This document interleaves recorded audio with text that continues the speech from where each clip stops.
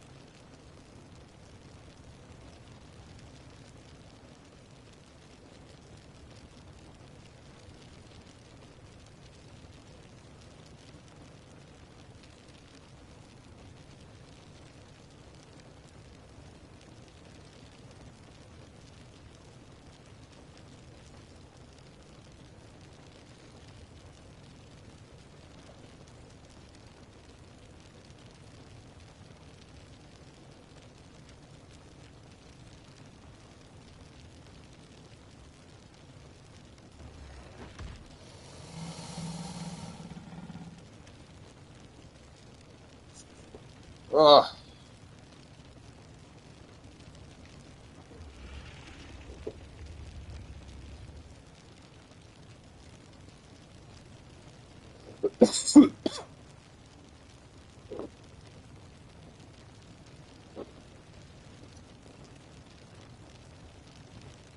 All right.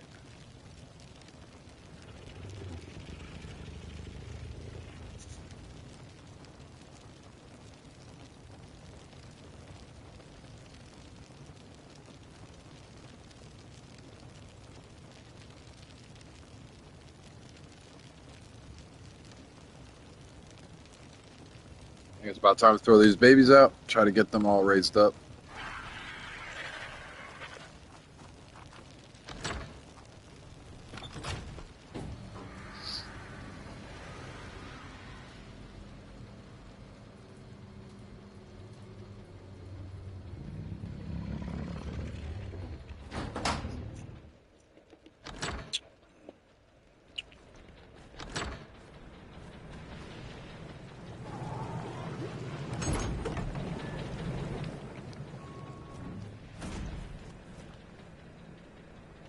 Pretty decent. About 25% over the night.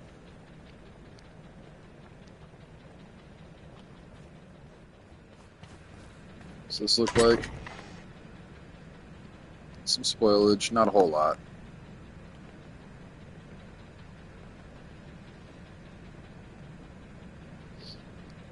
That'll work. And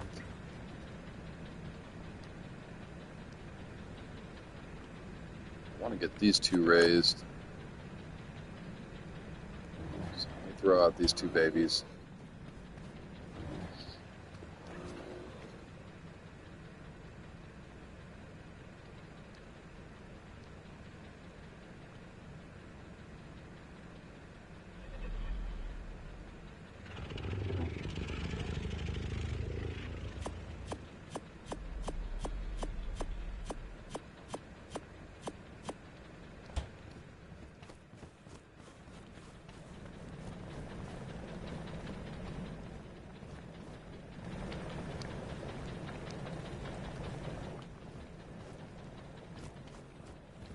right here will be okay.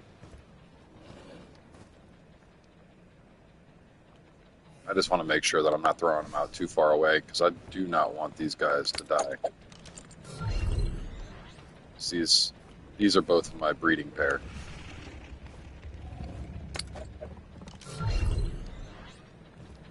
Excuse me.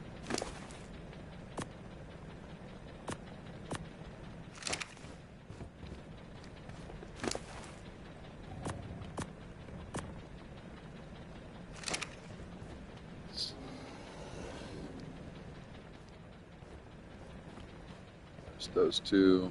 Let me grab these Megatherium. They should all be juvenile, I believe, right? Yeah, I don't have any baby Megatherium. So they should all just be able to get thrown out, just eat right from the trough.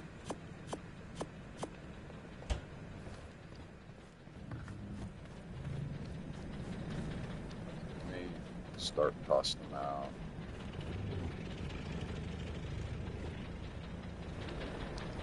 Right here.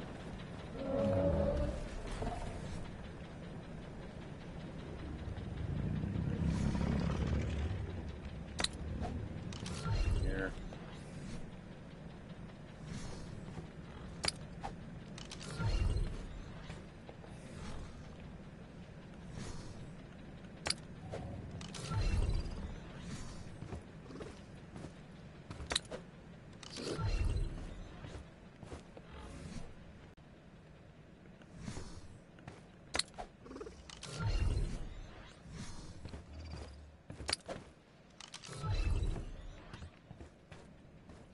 That's the really important one.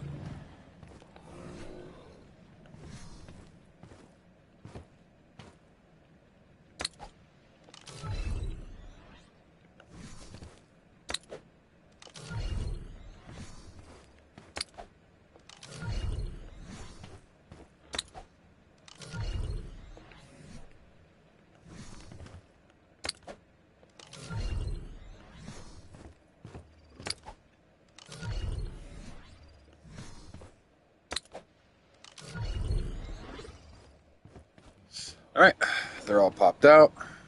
I am definitely throwing some extra meat into this guy, just in case.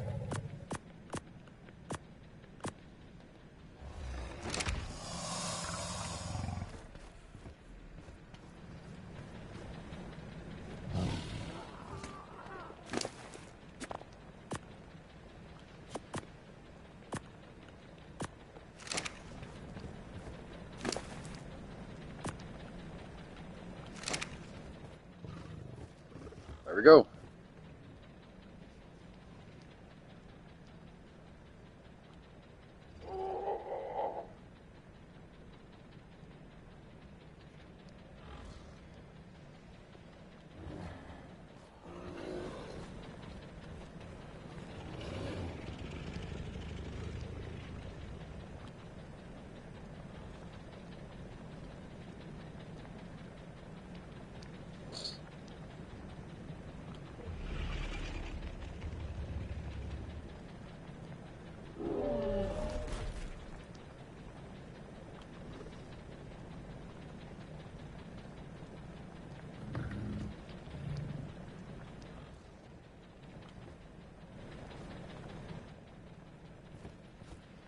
And today, once I'm complete with growing these and raising them up, I will be going over to the original breeder and making a breeding area specifically for them. Unlike this area where they kind of just pop them out around the floor here. Actually, let me go up to my room real quick and grab some building materials real fast. Considering those guys have meat in them, they shouldn't have any kind of problem. Just come up here and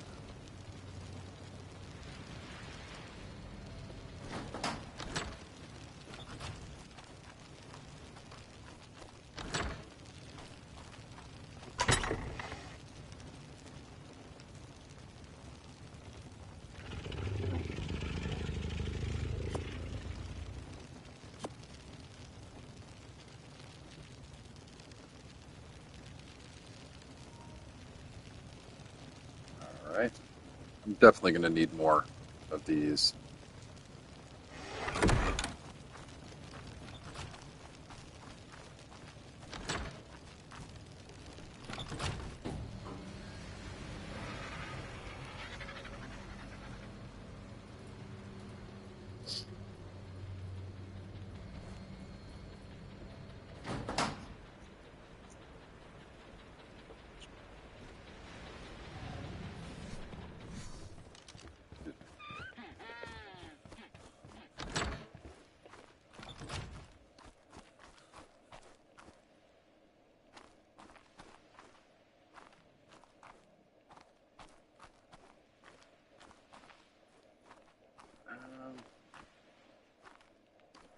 Thinking about moving the staircase.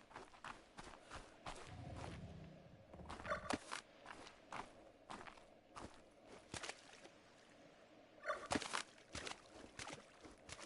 be honest, I don't really feel like I need this underwater part. So I already have an underwater part. So I'm just gonna screw up, drop myself into the drink apparently.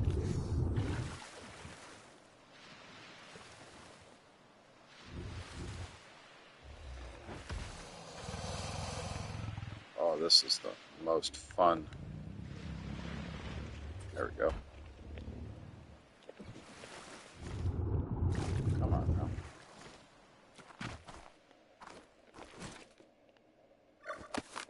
Yeah, I think I'm just going to close this off like that. And I really don't know if I want to maybe make this.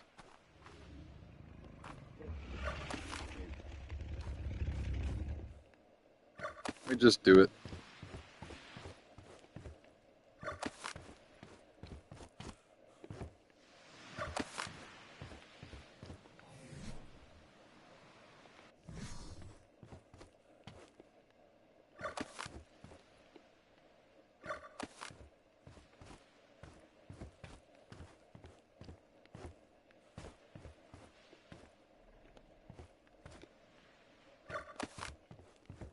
I don't know how much I like it like this, but it's going to be a little bit better.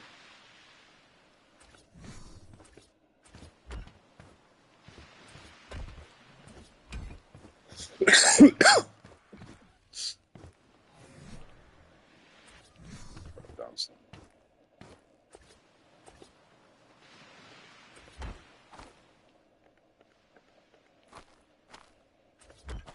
There we go.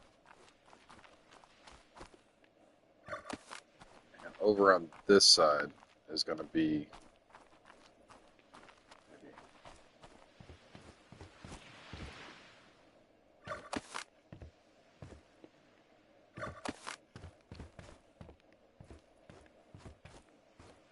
no lights up here or anything, so we're good here. These up.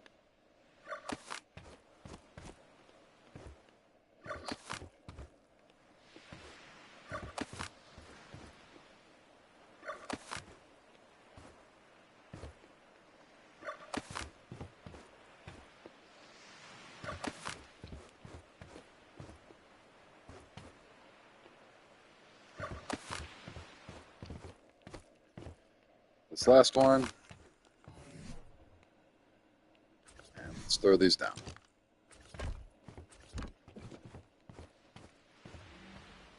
That should definitely be enough space over here. Maybe pick these up.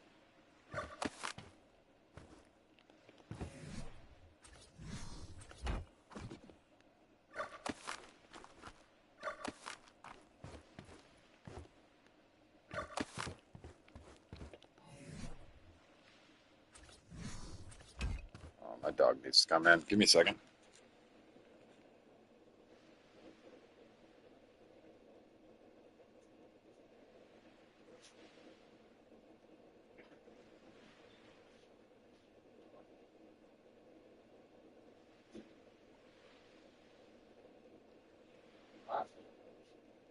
You toasty?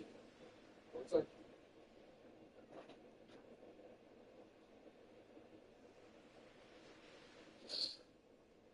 All right, back again. Let's do this shit.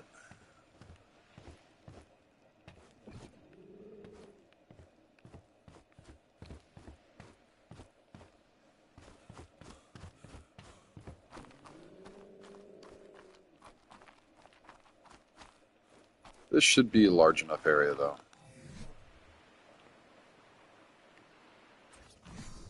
So if I switch this around, place that there. Actually, I don't think I'm going to do a full ramp.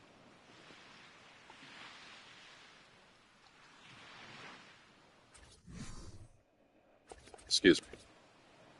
I'm going to half ramp that.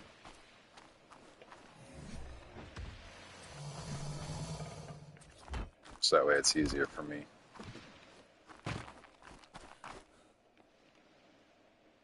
Pick this up.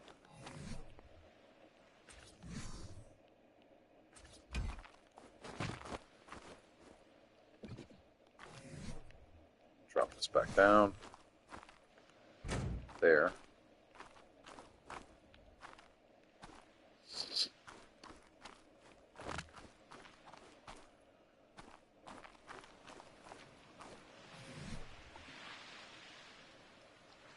Drop one more ramp down here. And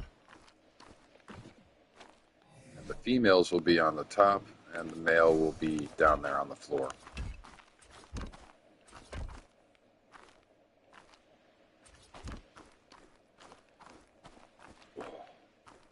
Excuse me. All right, I think maybe.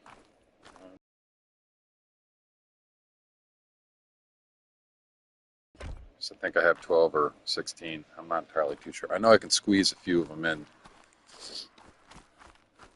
Let's drop down 2 more ramps. There and there. And the male should walk right in here.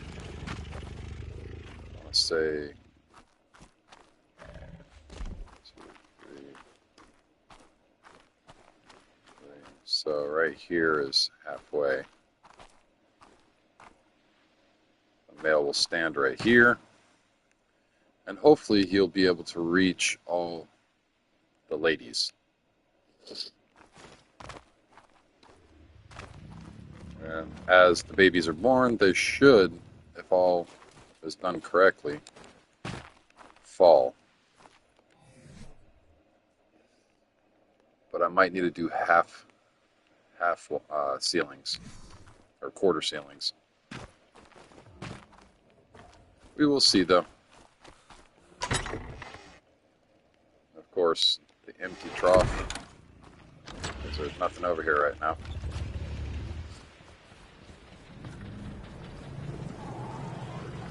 But I have it set up to where I can put an auto trough out. Throw more food on the babies.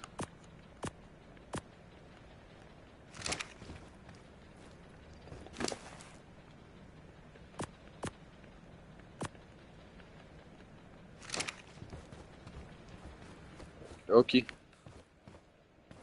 And I want to say these are all eating. They've got the trough. It's this one that I'm worried about. I want this one to grow up so bad I can't even taste it. Oh, no. I can taste it, how bad I want this one to grow.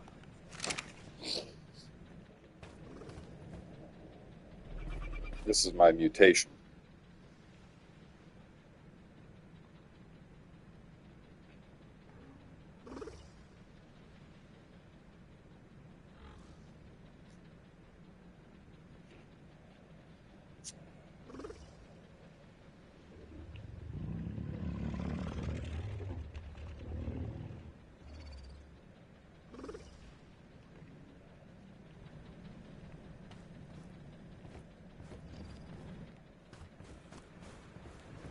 And thinking about throwing out these, but I'm not entirely too sure I want to have the trough going all crazy quite yet with all the meat.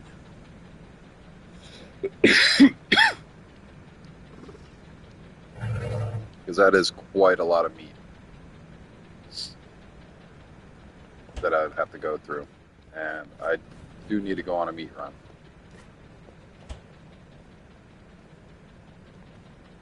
Not too badly as of the second, but regardless, I need to go on a meat run.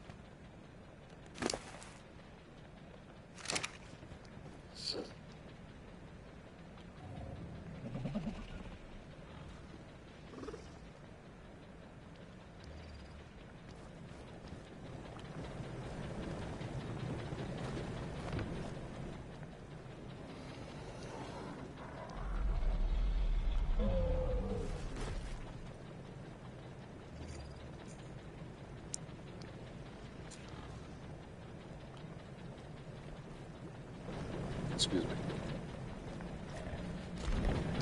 I haven't checked on these guys either.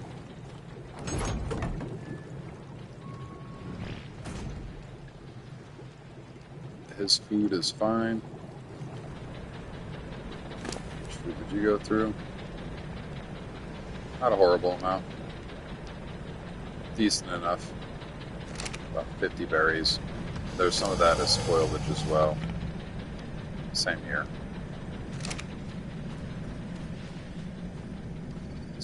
This guy's full. And that guy's full. So they're all full up.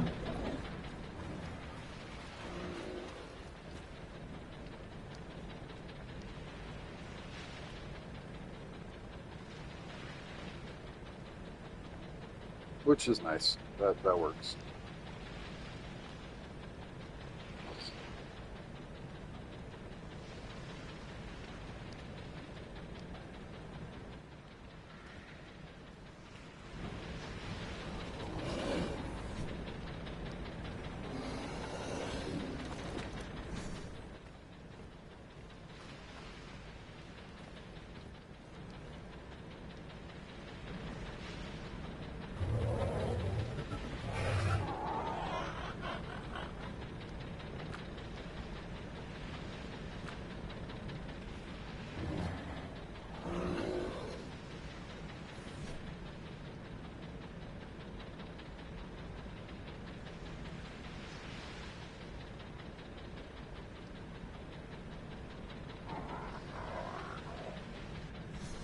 Zero 05. I don't know why it's not popping up on the menu. It's generally up on the top, right above my face, right up here. Generally, whenever you hold down the tab button on the center of your controller, you can see time of day, temperature, other types of stats. But for some reason, it's not working right now.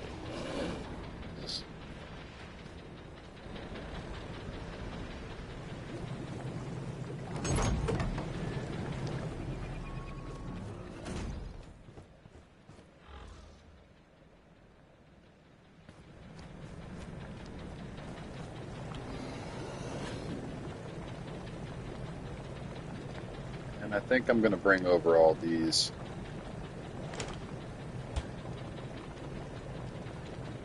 This up. Bring this over to the actual Megatherium breeding area.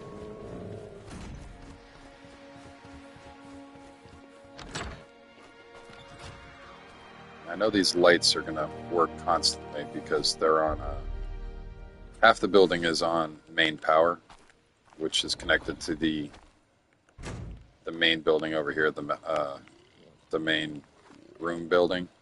So half of the lights, when I have this area turned off, function off of that generator.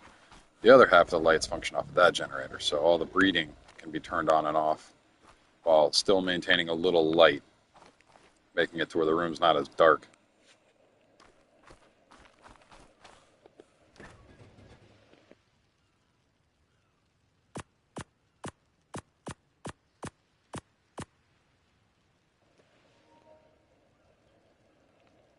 Where's the male? The male should be here, right here.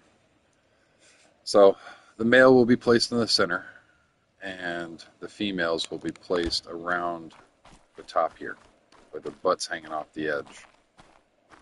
So that way when they drop a baby, hopefully the baby comes down here, and I won't have to pick the babies or pick up the moms to get to the babies.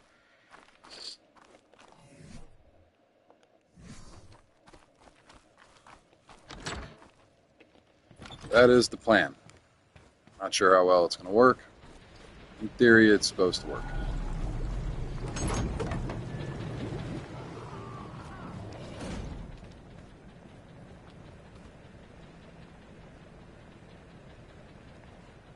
But it should be today when they're all completely done.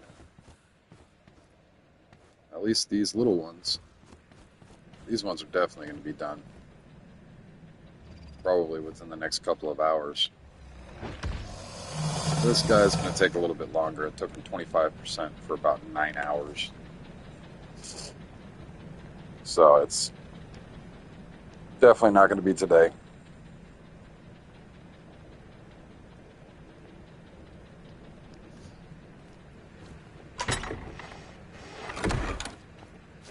And these are all males. So I'm not too worried about raising these quite yet. I'd like to get these out. This one will work. This one's not the best in the world, but it will work. And as I've stated before in the past, it doesn't matter what level the chicken is. If they're laying eggs, an egg is an egg. It doesn't have a level. So I'll be using the majority of the ones that I don't breed with for kibble. And the ones that I do breed with, when they pop an egg out, unfertilized, it's going to be used as kibble as well. This big guy out here took all my kibble to tame. So I'm reworking my kibble farm.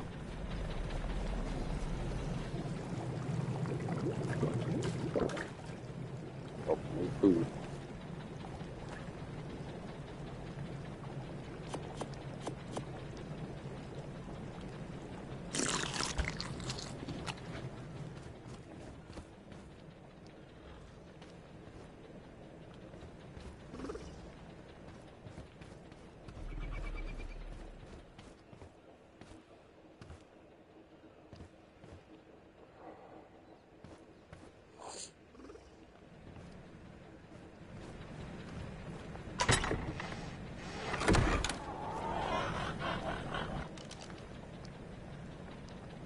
Oh, there we go.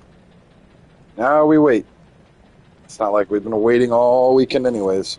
It's only Saturday. I feel like I wasted all day trying to just get these things going. But it's really not a waste. This weekend's not going to be a waste at all compared to a normal one times weekday. Just for the simple fact that I can raise all these babies up real quick and not have to worry about them dying as quickly. So it's just one of those things that it'll pay off in the long run to get all of it done as fast as possible now, have a good breed line, and be able to fight the boss whenever I want. So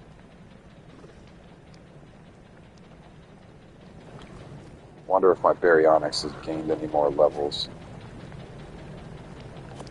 Might have. He might have. She. I don't know. Is it a he or she? She might have.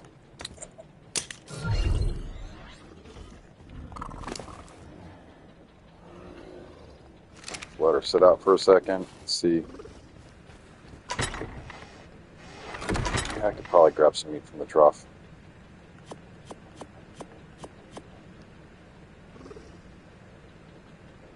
Pieces of peas.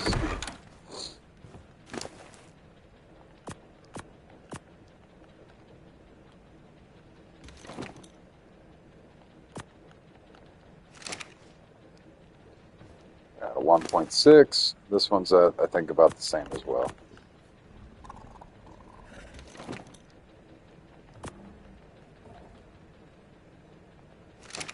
All right.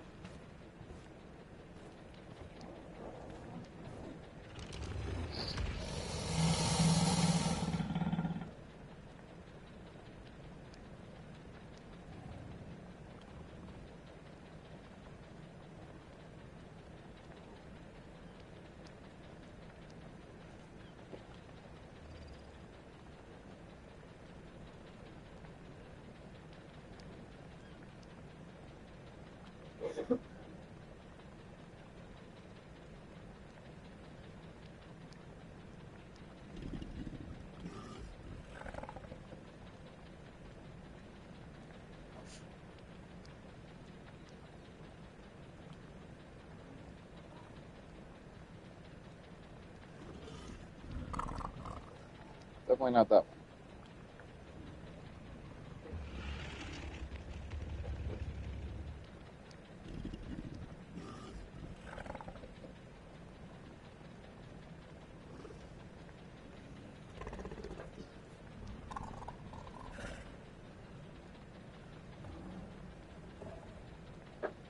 Oop. Oh, slip on the floor.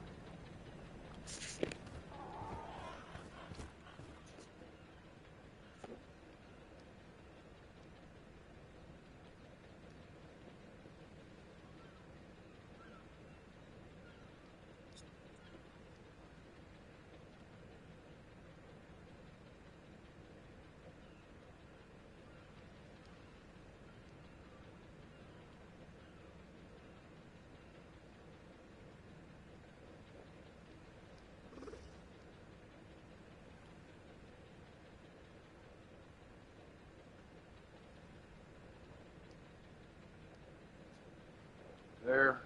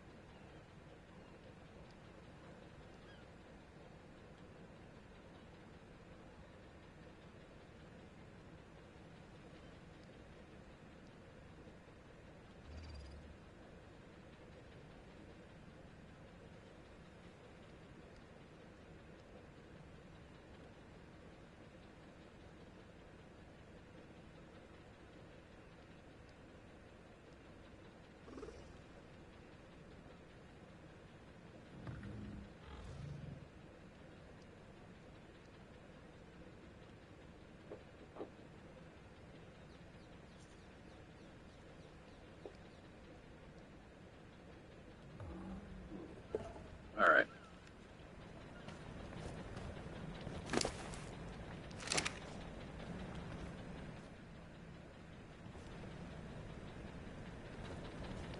Grab this Megatherium saddle off. This Megatherium up here.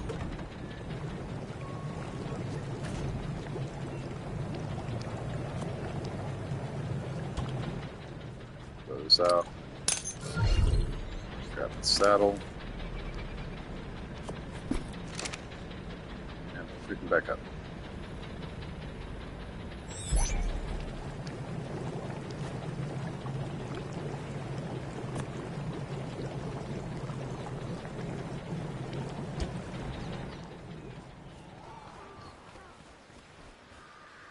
Somebody just keeps on popping in and out.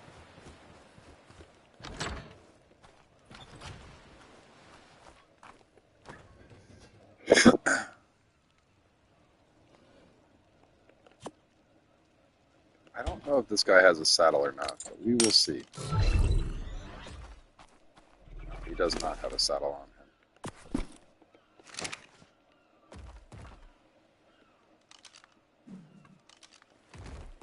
So he can fit just barely.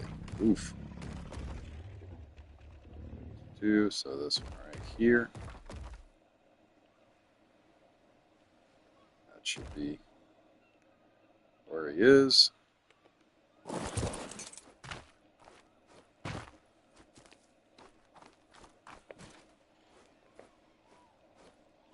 Should be able to grab the babies. I'm hoping. I might not be able to.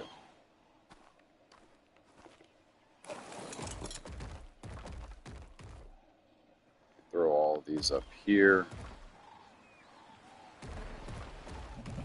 This is obviously not going to be the one that I throw up here. This is the male. But I'd like to throw the females up here like this. And have another one right here. Try to have their butt over the edge.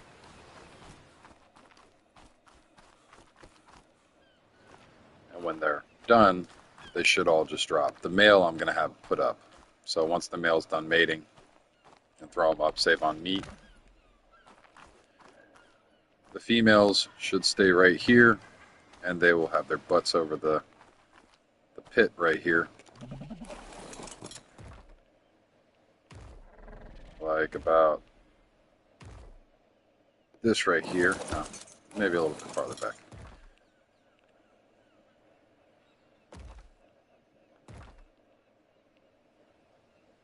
Right about there.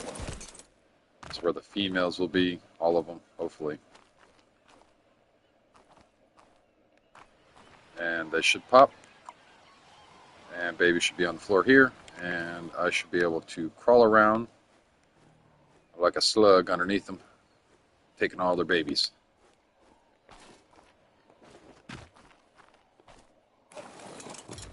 But this guy's definitely going to use this saddle for the time being.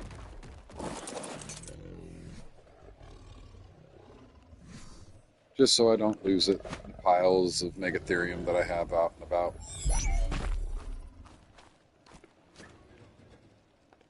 Throw that in there.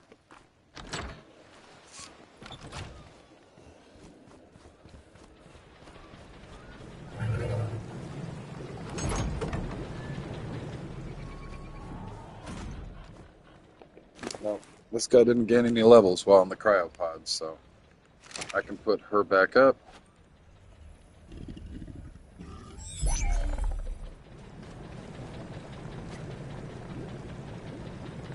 Got a pretty good level on her. I think she was a 130 or a 140 when I tamed her. That's a wild tame, so it's not the best. I could definitely get a rider bonus if I were to find a male, breed him out, and you know.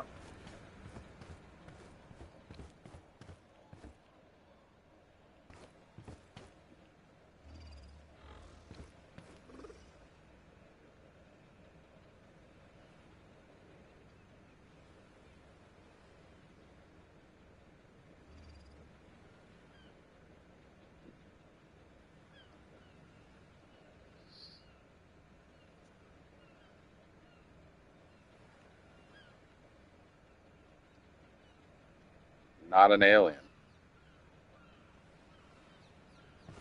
What's up? How you doing?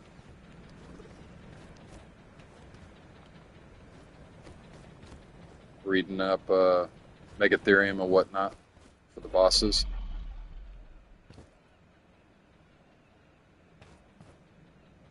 Yeah, I'm prepping for the brood mother. This is official, so it's going to take a bit.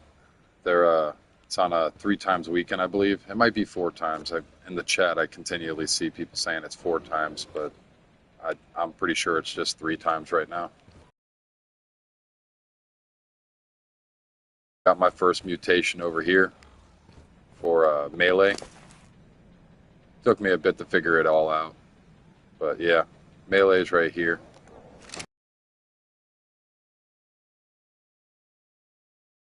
More. Right now I have them all thrown about, and the main crafting area. This is where I'll put the replicator once I get it completed. I got a couple of the bosses already completed, so it's not that one. This one. I've fought the boss already with a couple of people already. It's just having it yourself is a little different than fighting with some random people, you know. So I want to be able to do the brood mother by myself. Replicator will go here when I get it eventually. I'm hoping to have dedicated storage wrapping this whole area up here, so that way I don't have to worry about volts. This is on PvE. I used to play PvP. I can't. I just can't. There's too many people that cheese the system. There's too many people that mesh. There's too many people. It's just, I'm not going to put out. If you go back through my videos, we got most of my PvE official on stream, and it's, if I spent that much time and then some 12-year-old comes in and meshes underneath my building and C4s everything, I'm just gonna lose it. So I can't play PvP anymore. I'm a solo. I know where I stand in PvP. There's just no way. There's gonna be groups of 16-year-olds. I just couldn't.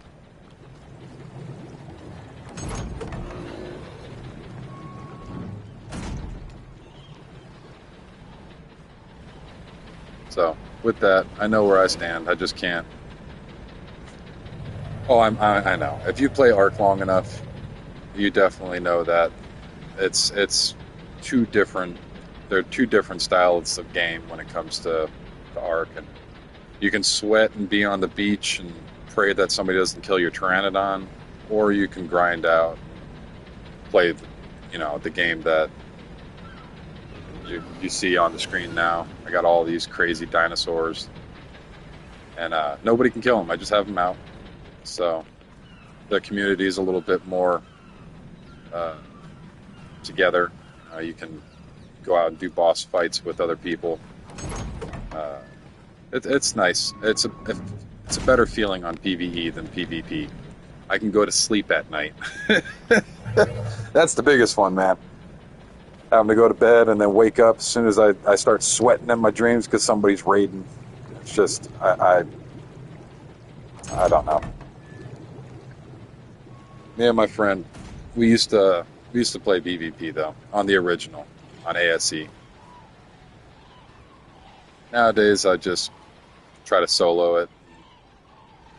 This is my first real attempt at official boss fighting. So I've done boss fights in modded servers and whatnot. It's how I learned.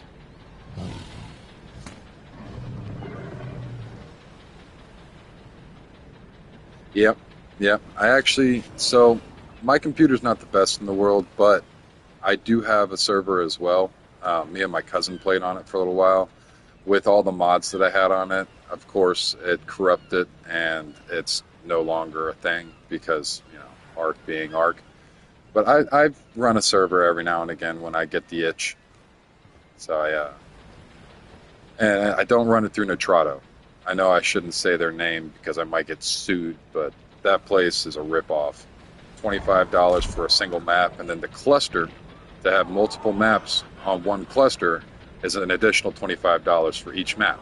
So if I wanted the island, I'd have to pay 25. Scorched Earth, 25. When Aberration comes out, 25. My favorite map is Ragnarok. When that comes out, it's like I'm spending $100 on just 4 maps. That's too much. So I've attempted it myself, and they do not want you running a server on ASA. So they make it as difficult as possible. And it took a while, but I got it working. It's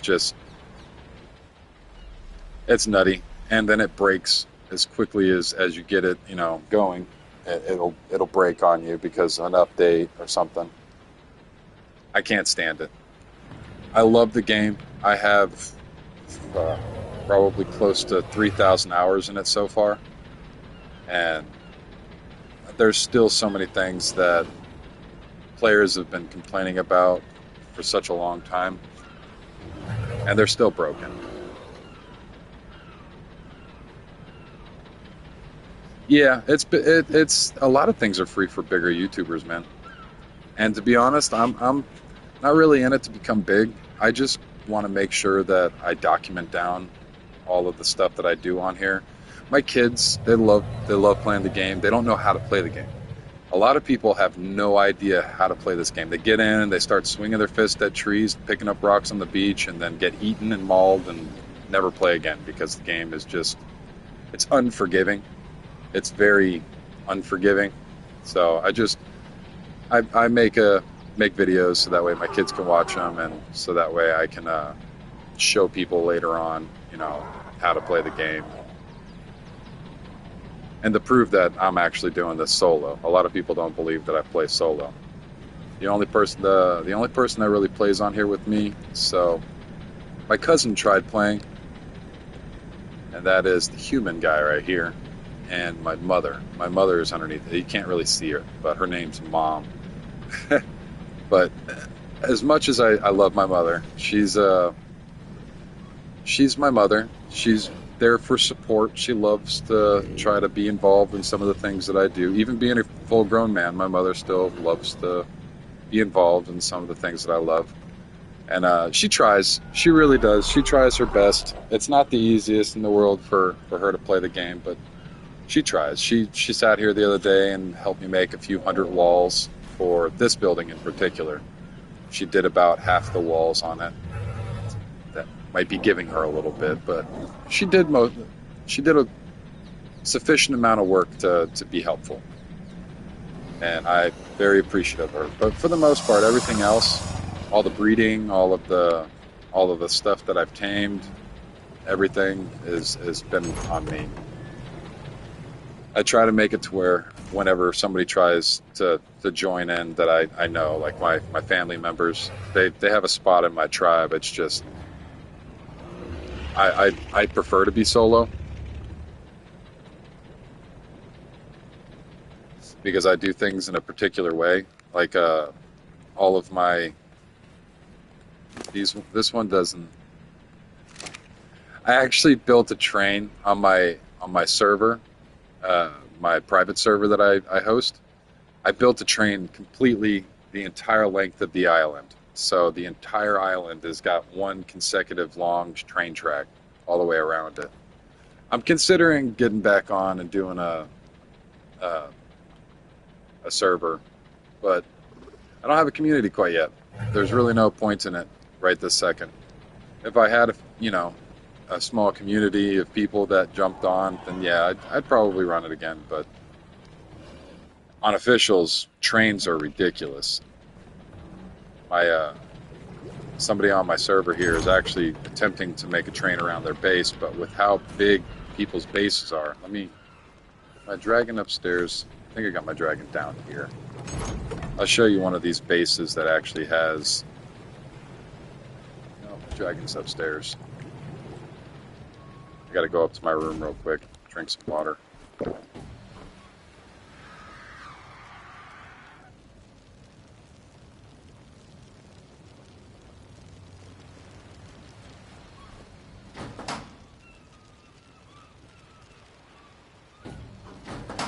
Yeah, oh, that would be cool. That's really designed for Scorched Earth. It's not really designed for any of the other maps, so it's kind of weird building with the train. There's a lot of pillars involved. And God, yeah, you're right. The tracks are very, very expensive. It's beyond the point of expensive for some of them tracks. The trains aren't too bad. It's like 500 metal or something like that. But everything else is a bit expensive. That's for sure. When you have to build, I think it's 2 tracks and then support. So it's every 2 tracks, and that's a lot of supports as well, especially when you're trying to build it in a straight, flat plane. I tried doing it off the beach, about 3 high off the beach, so that way you could still run underneath it. But it still took a lot of research. And I was an admin, so it was a lot of work still having free resources. Where is my damn dragon? Oh yeah, 200 per yeah. Metal is not cheap too. Did I put my dragon in here? Can't find my dragon. Panic is ensuing.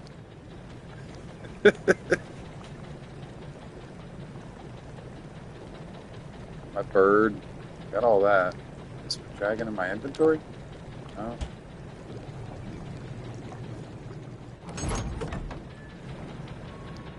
It's not out, is it?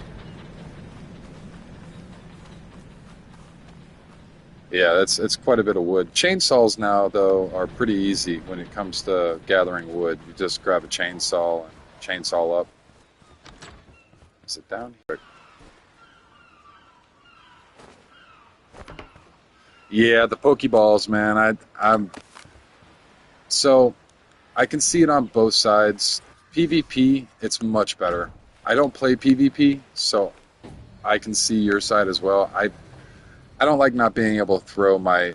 I've got all these Megatheriums, and I'd love to be able to go into the swamp cave with them to make it that much more easy of an experience. But because of the way that cryopods work now, it's just infeasible, and it doesn't work. Where is my dragon? I am going crazy.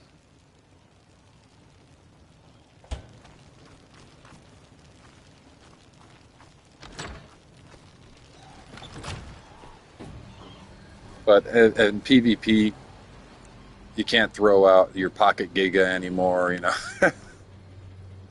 solo an army of people. It's definitely not out here.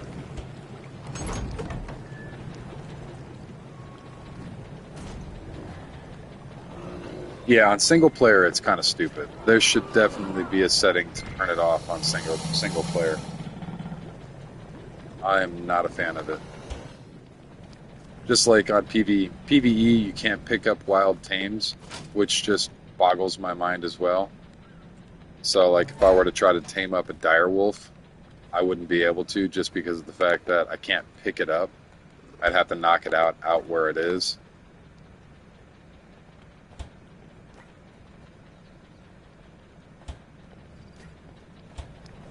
Huh. Where? I really am panicking right now. I can't believe I can't find my dragon. Maybe I'm just blind.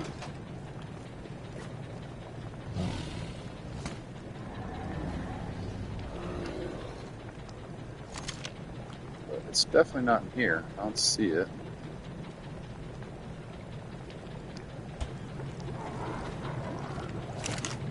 It's probably somewhere silly. Prepping up for the artifact caves now, though. I've got some health brews and all that stuff made up. The Phoenix is a lot of work from what I hear, and it's such a rare spawn. And there's a glitch in ASA apparently where they just die.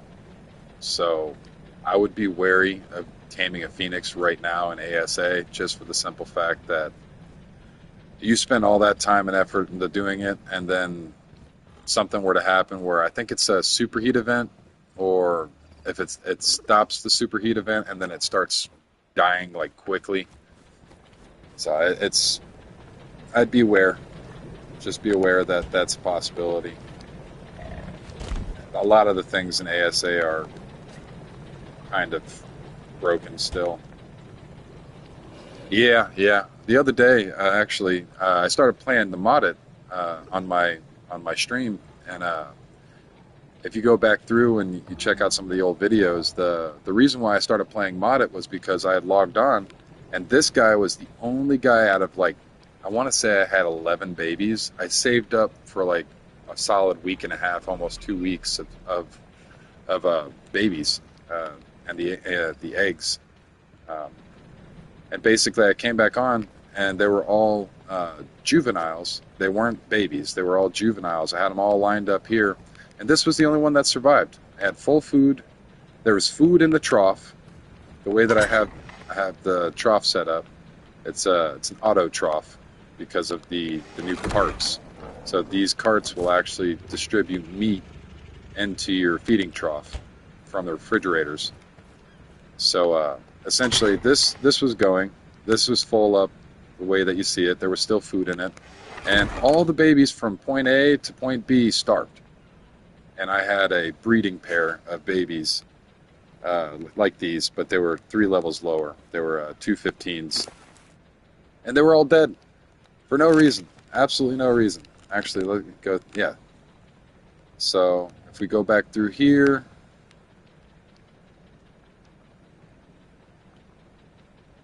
where is it?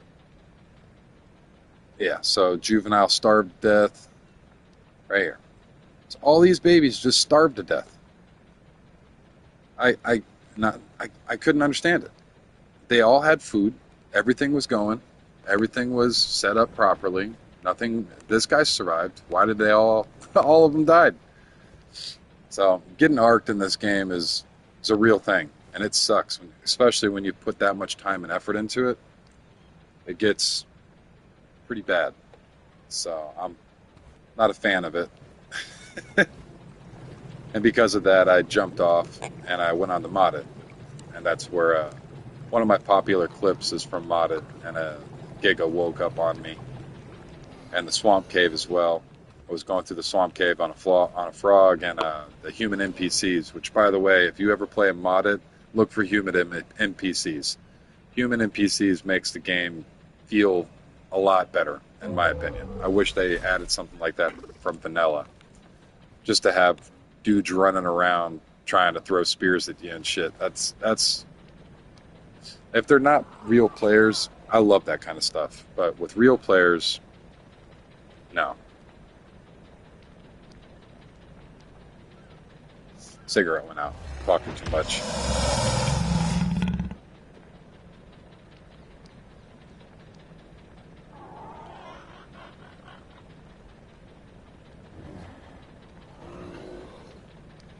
It's fun. It's one of my favorites. It really is. Human NPCs just adds that little bit of extra to the game, and it's not overpowering. When you go into their buildings, you can actually. They do take over some pretty decent spawns. They do. I give you that. And I believe if you go into their INI files, you can actually go. I don't know if you're on PC or if you're on PlayStation. Right now, I'm on PlayStation, so I couldn't go into the INI files unless I was on my computer. So you can go into your INI files and you can set up their spawn. You can make it to where they can use plant turrets. You can also make it to where, yeah. So you can on the INI files on your computer. You can make them use plant turrets. You can make them use whatever kind of gear you want, excluding tech. I don't think they can use tech. And believe it or not, you can tame them. If you go into their video, you can go in and tame them. And if you throw meat at them and you're very timid around them and you don't show any signs of aggression, you tame them up, and then you can use them to work for you. So you can bring them to a resource-rich area and give them tools and large storage boxes and stuff, and they'll start mining and putting stuff into your storage boxes and stuff. I tried doing a lot of resources, trying to do a lot of yeah. They don't harvest as much as a regular person, so I can see that they are pretty useless when it comes to taming. But just to have a little tribe that looks like it's functioning as an actual tribe, just the aesthetic of it, seeing Joe Blow walk from point A to point B and collecting stuff in your little village, it just makes that aesthetic a little bit more pleasing, you know what I mean? Sometimes this game's just about the aesthetics, just how pretty it is. I mean, I don't need a skyscraper for anything, you know, but it just looks cool. And I'm still panicking about my damn dragon.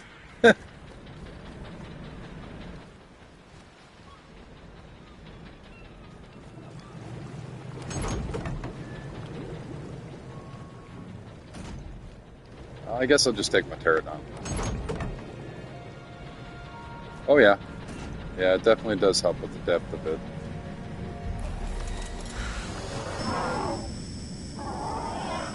Let me show you this train track. This pterodon's not the best in the world, but it's pretty decent. I probably want to remove the clouds. So give me a second. Let's do that real fast. Fog and clouds. There we go.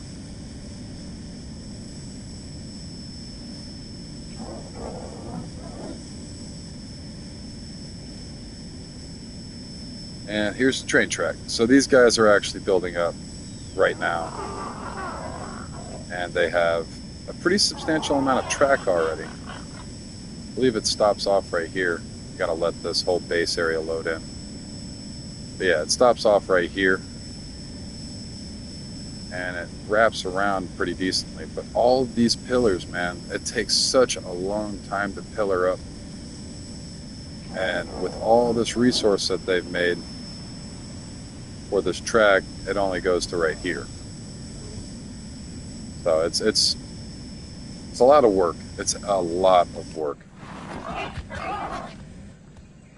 And they have and the crappiest thing about all of that is the fact that you have to own the land too. So with all of these pillars, if you don't have the land claim to it, you can't place down your pillars. So you have to make sure that there's nobody built in the area. And on officials, getting that much land is very, very difficult. People actually sell land for real money on marketplaces online. Like if I were to sell my base right now, I've seen bases that are actually a little smaller than my base being sold on official marketplaces, on the underground stuff, that are going for about 100, 150 bucks. Yeah, yeah, you got to be a mega tribe to be able to do anything. But even mega tribes, like I was just saying, they have such a hard time with gathering land. It takes weeks and weeks for me to gain this base. It literally took about a month. There was a small base over in this area over here, and there was a little box right there. C4 the land. Yeah, if it were PvP, man, yeah, you could. You just blow everything up, car char it, go on a meat run. And in all honesty, you could just tame up a Titan, dude. If you tamed up a Titan, you could just stomp through the whole land. Titans actually take out, I don't know about an ASA, but I know in ASC, Titans were able to take out metal structures. So a lot of people would just grab a Titan, and for the I think it's a day before it starves out, they would just go and they would stomp the bobs on the beach, man. So everything on the beach would get cleared out.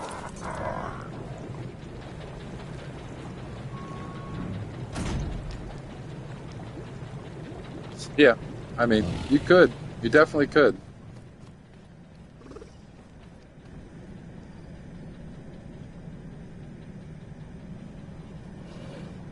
Yeah, Magmasaurs would be good. I never really got into them. I wasn't a Genesis guy. I thought Genesis really broke the original game. I've started playing back in like 2016. The game came out in 2015. And I fell in love with it. No cryopods, no nothing. You were just as like the caveman dinosaur game. But as it progressed on, certain things just kind of broke the feeling for me. Genesis 2 was beautiful. I love Genesis 2. The boss was a little sloppy in my opinion. I mean, Rockwell again. I don't understand why they put Rockwell again. They could have had something a little bit more different. I mean, you're in space. You'd think like aliens or something. You've already got xenomorphs on Aberration. Why can't we like do like you got Power Rangers. Why can't we do an Alien versus Predator collaboration or something? Like that would have been wild. The Predator ship came and attacked the Ark, or the Genesis. It would have been crazy. Yeah, the Astrodelphus out there in the mining area were beautiful too. And then you go out there and you look around and you see these crazy planets, and it actually felt like you were traveling through space. It was cool, and I liked the drops. All the drops were all the same for the resources that were available. That was nice. You'd have your days where you weren't doing anything, and then I know with the server that I was on, I wasn't playing officials. The server that I was on was good. Bloodstalkers are pretty cool too. But the server I was on, all the drops stayed the same. So we would just wait for white drops because it was reversed. All the white drops were the best drops. That's where you'd get like the industrial furnaces, all that stuff. You get all the crazy stuff. And orange were like pearls and stuff like that, obsidian.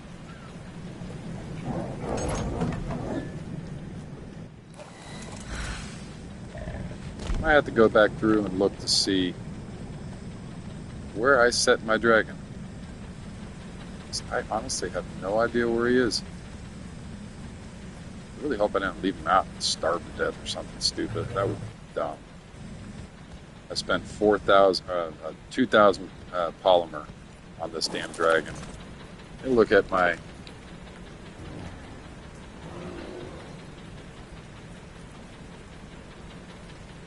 Yeah, I froze my lightning wyvern right there. That was last night. Froze up all the megatherium, froze up all of that. Where did I put my dragon?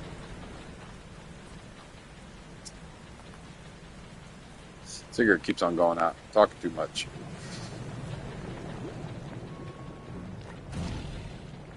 It's not in here. I've looked in here like 5 or 6 times. It might be, I might be an idiot. I might have put it in the display case and not actually have it in the display itself. It might be in its inventory. Go back up to my room and check the display case. I'm pretty sure that's where it is. Thinking about it, knowing that it didn't die. Alright. Yep, there it is. I'm just a big dummy face.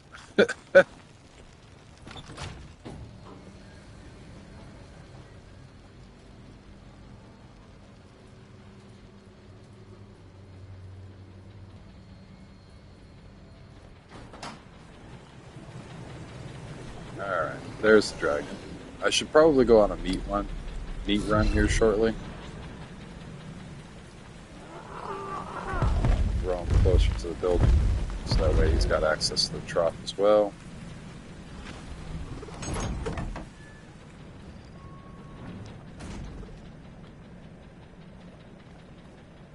These guys are growing up pretty decently, 53. Where's your meat at? 3%. Got a decent amount of meat on them.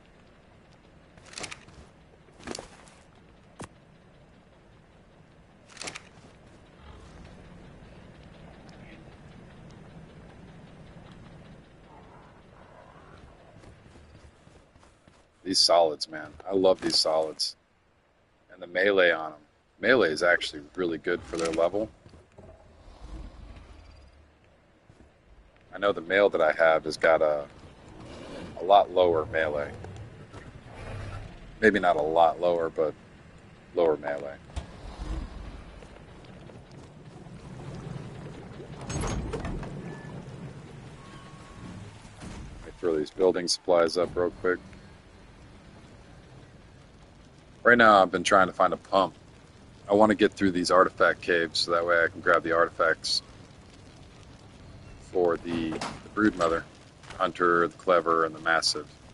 And I have all of the tributes I need for them, so I've been just trying to find a decent enough blueprint. I'm considering going on the marketplace and trading because I got enough polymer here. Hard polymer is king of cash and almost all Ark when it comes to trading and PvE. When aberration drops, metal's going to drop in price. When extinction drops, element dust is going to drop in price. All the different things are going to eventually, by Genesis, the only thing that's going to be worth anything is going to be polymer. So I try to get as much polymer as possible. Even black pearls will drop in price when the new maps drop.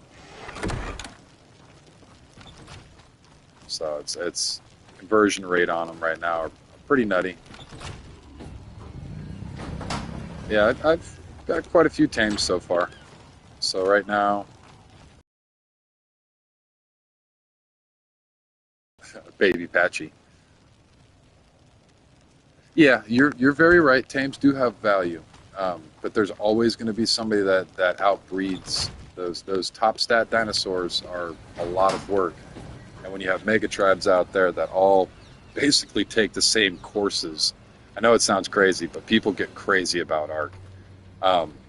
They'll make here. I'll show you an Ankylosaurus that I got from somebody as a baby. So I imprinted on.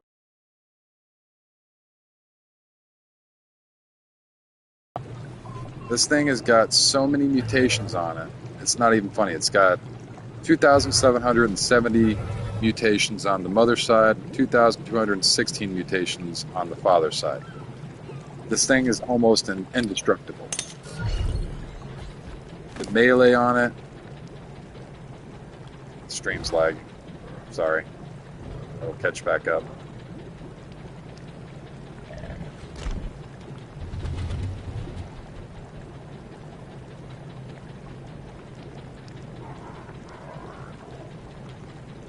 Should be better now, hopefully.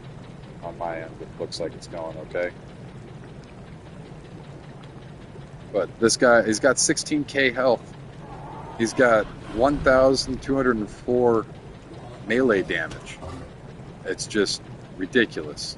He's got so much weight on him that my RG can't pick him up even when he's full up with just metal. So to try to get tames that compete with that as a solo. All right. But yeah, the anklet. I'll show you again real quick. So this thing right here has got 16k health. It's got 1,204 melee, and it's got 2,000 plus mutations on the mother side and 2,000 plus mutations on the father side. So right here, you can kind of see it. 2,770 mutations on the mother side and 2,216 on the father side. So, yes, they are worth, tames are worth quite a bit. Yeah, I generally, man, I love playing on boosted. I don't like having to grind out a million things. That's why I generally don't play on officials unless it's the weekend, because they do it 3 times. They're doing it 3 times right now. But for the most part, boosted, that's the way I learned how to play. Yeah.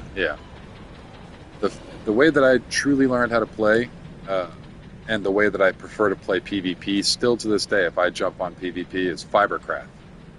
Fibercraft is generally, it's just supposed to be a fun, little way of playing, not too intense, and everything costs 1 fiber. So you get a good sickle, you run around and get all the bushes, and then I generally make an underwater base. Oh, I know, Fibercraft's easy. It's definitely supposed to be easy. That's the point. It's so that way you can understand how some of the game's features are. You know what I mean? So if you've never, some players have never seen an industrial furnace. They've just struggled their entire time that they've played. They've never seen one of these before, and they don't know how it works. So what they do is they'll jump on Fibercraft, and you can learn how to play with all this stuff really easily, and then take those skills and transition them to a different arc, which is not as easy as Fibercraft, and then you'll have the basic understandings that you need to function. You know what I mean?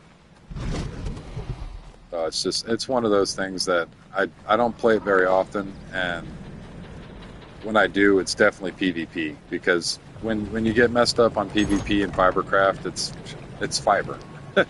There's no point in getting mad.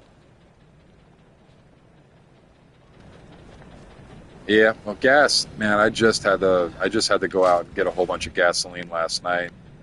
I got a little bit on reserve, but for right now, I have each one of these. I've only got one auto trough out right now, so this guy is going to take quite a bit of gas. This guy takes gas.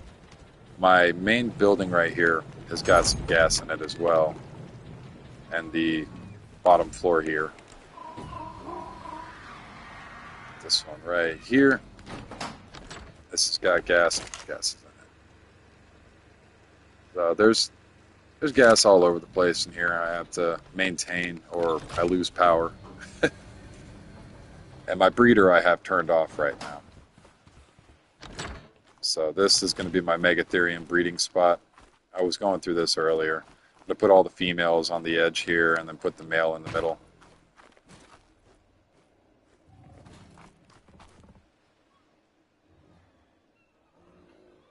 Yeah. So if you got a generator, it just all you need is to power the generator, and you'll be able to power everything. So in the old version, it would be you needed a generator, and the fun part wasn't even the generator. The fun part was the wiring. So any of the water needed to be plumbed in, and any of the electricity needed to be wired. So you would take I used the cross section, and you would make a grid square and use the way that you're supposed to do it is it's fun, especially once I feel like I learned a skill and I can't use it anymore, because in the original, if you figured out how to do it properly, it was perfect. You couldn't even see the wiring. So you take a ladder and you'd latch a ladder. Yeah, yeah. If you built your water lines under the ground, you kind of meshed them into the ground, you wouldn't have to worry about things breaking your water. And the same with your electrical. You take a ladder and you drop it down, and then you would be perfectly centered. So you would only move your one thumbstick. You wouldn't want to turn because then it would take the center off. And you jump on a ladder, and then you grab your pipes or your electrical cables, and you place them perfectly. It did. It did. It really. It's one of those things that they've simplified some of the parts of the game that some players hated. And to be honest, it made the game run like crap with having all of those different pieces that some of them were never ever destroyed. For a month, they would be sitting there decaying because they were meshed, you know. So with it being meshed, you had to be careful with lag and all that other stuff. So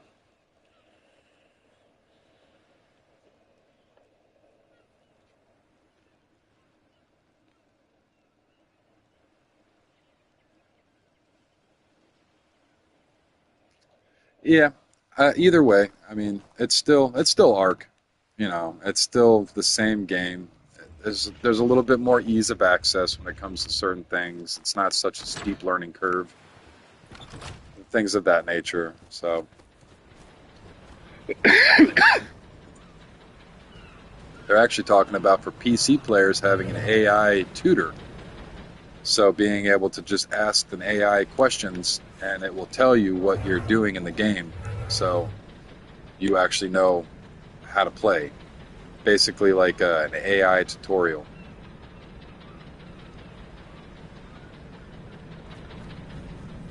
The art gardener got fired. I haven't seen that story. Like an actual gardener at Studio Wildcard, or I'm not too sure. Let me grab some of these crops. You said gardener, and I ran over to my garden real quick. I goofed up and I planted two of the same things.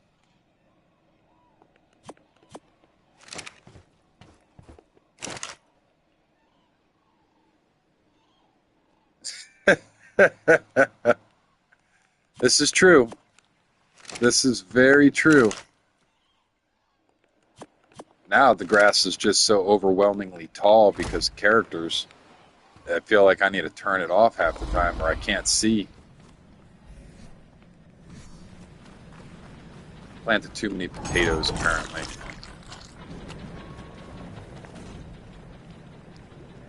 I should probably throw this over here. Yeah,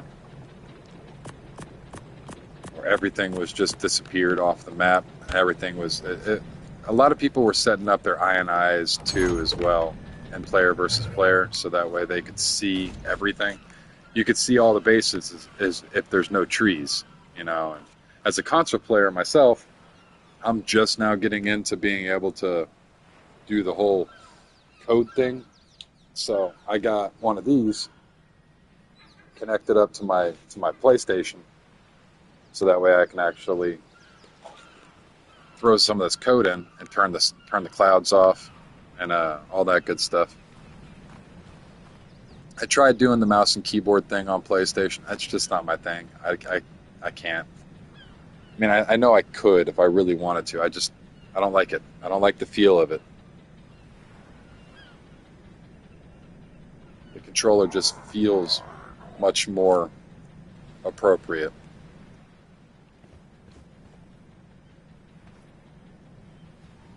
Yeah, yeah. They're. I mean, with how short your characters can be nowadays, too.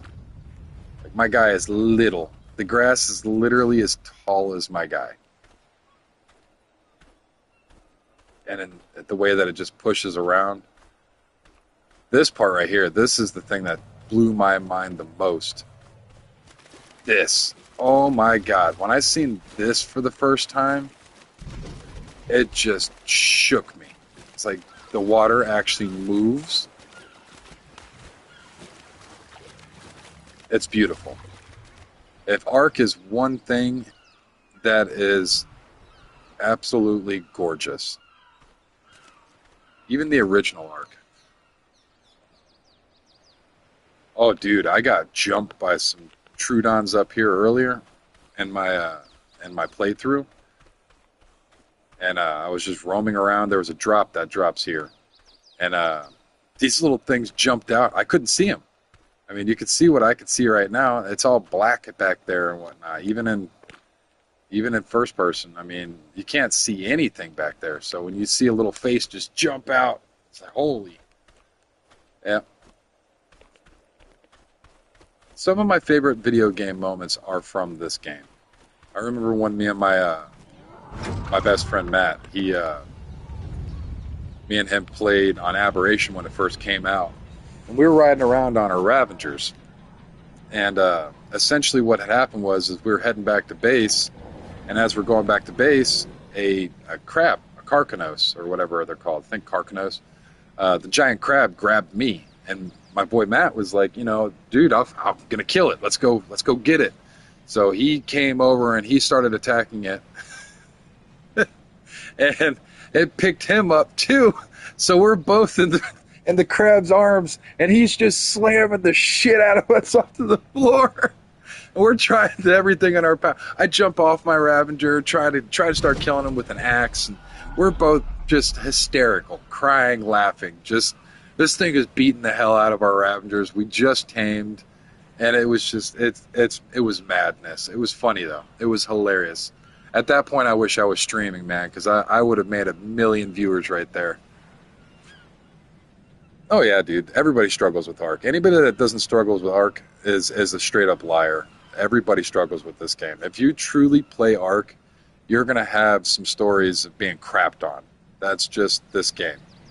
It's supposed to mimic reality to a point. I mean, it's still a game, but for the most part,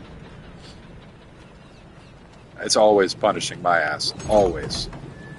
Even when I don't need to be punished, like the other day when all of my babies died. For no reason. Just because. But yeah, this game is very brutal. I've heard it referred to as like Ultima. If you're old enough to understand what that is, Ultima. It's just the players have all the power in it. That's what makes a good game great. When you have choice, when you have power, when you can do things, you know, that other... My two big things that I absolutely need in a video game. First one, cannibalism. If a video game offers cannibalism, you have plenty of different choices that you can take, making a game absolutely spectacular. Second choice, poop. There needs to be poop in a game. As gross as it sounds, I'm not into like the whole poop thing, but if I can shit on the floor and pick it up and put it in my inventory, and here's one I won't be doing, but eat it. You can eat it. That's how much choice you have in the video game. Like that's insane. The amount of choices that you can actually have. Green Hell,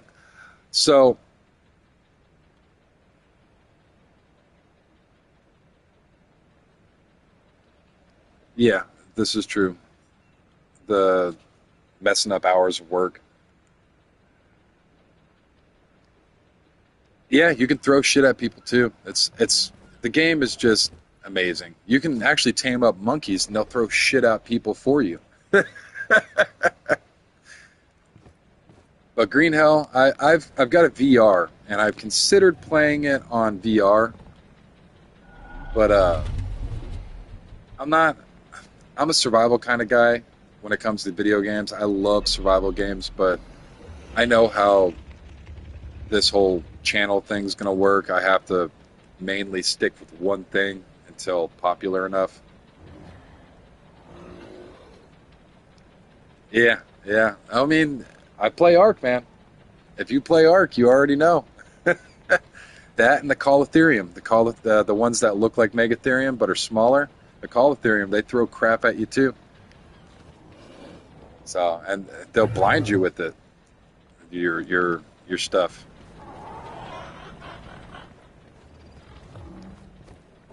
But yeah, I genuinely I play this game because I like to.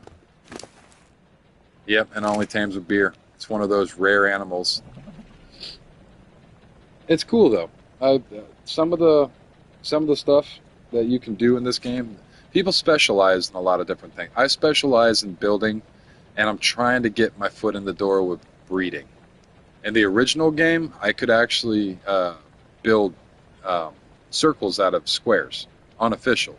So there are things that I used to know how to do on the original game that you don't really need to worry about anymore because of the way that the building system is. Thank God, I love the building system now. It makes the game that much more easy. But on the original game, I was like Bob the Builder, man. I was making cylinders, beer cans, and stuff, like just a whole bunch of randomness, and I would make a base out of.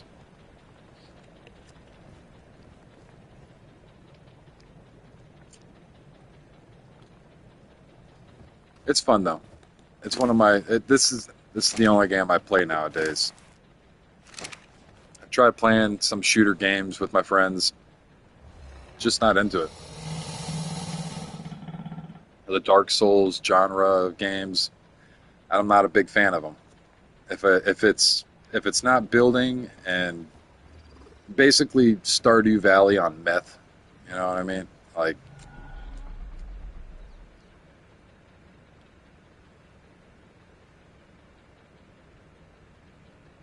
yeah, yeah. Being able to play with friends is pretty cool. I don't have a lot of friends, man. Yeah, yeah. Well, that's the thing about PvE, man. Like, you can show off your work to anybody. So that's why this is my starter hut. This is where all the magic happened. This is where the first thing I built, and I leave it open so if anybody's curious, they can just run through. This was my starter workbench area. So, and it still kind of functions as my stone crafting area. So my stone walls and all of my stuff I'll craft over here. I'll drop the mammoth off right here, and I'll throw all the stuff in there. But this is where my first little starter workbench area and my kitchen and the original house. So all of my work stuff was down here. The fabricator was here, a smithy. These are still here. Then up here was the kitchen area. I had the kitchen and my beehive and all that stuff, spawn area. And then further up here was the bedrooms. So this was my mom's bedroom that I made her.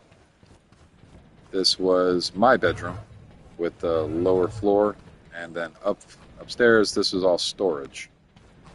So all of my personal stuff. And this at one point was the breeder, or not breeder. This was the incubator. So I'd throw the all of the stuff here, and I would incubate my eggs here. I leave this stuff open so people can just run through and get ideas. I should probably take this wall down because it looks goofy. Oh yeah, this game, it's ingrained into me now. I've been playing it for oh god, 8 years, 7 years. So it's become a daily driver basically.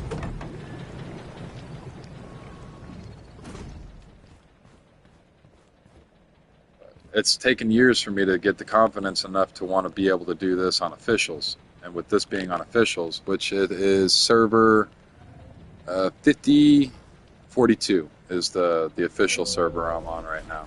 North American player versus environment, the island 5042. This is my first real run at. 'Cause I've played on officials before. I was never very good. I just ended up building a wooden raft and coasting around until a Lascivious came out and destroyed my raft, and I quit. You know, so this is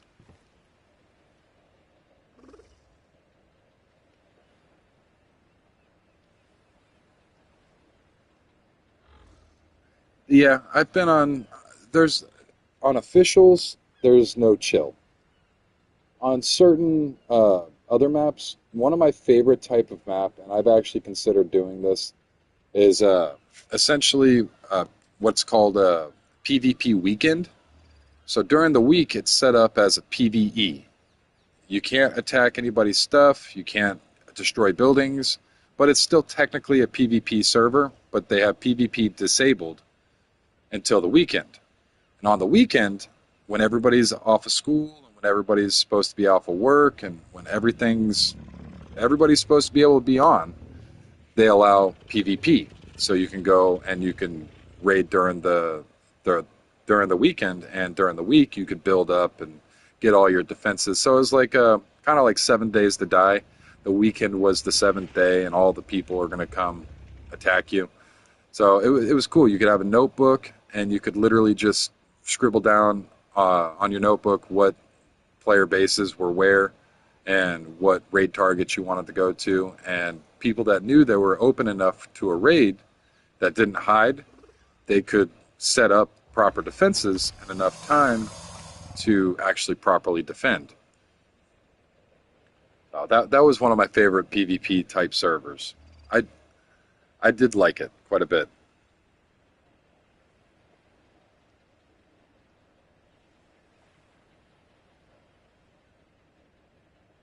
See, I like a good base raid. I don't know if I'd be able to follow that rule. If I see an enemy base, I'm definitely gonna go smack it. But that's just everybody on PvP. It's their own personal, mindset when it comes to certain things. Personally, if there was a rule that stated leave other people's bases alone, and it was set it, because I go to the obelisks and I find out where the admin makes the rules, and I try to read all the rules and be as respectful as possible. At that point, they weren't my servers, you know. Yeah, if you guys were all friends, then of course, that would be one of those things that you wouldn't want to mess with each other's bases, of course. But if you're just on some random server, that's a different story. You know what I mean? I played a lot of random servers, so we just jump onto somebody else's server, and I try to read the rules, and go from there.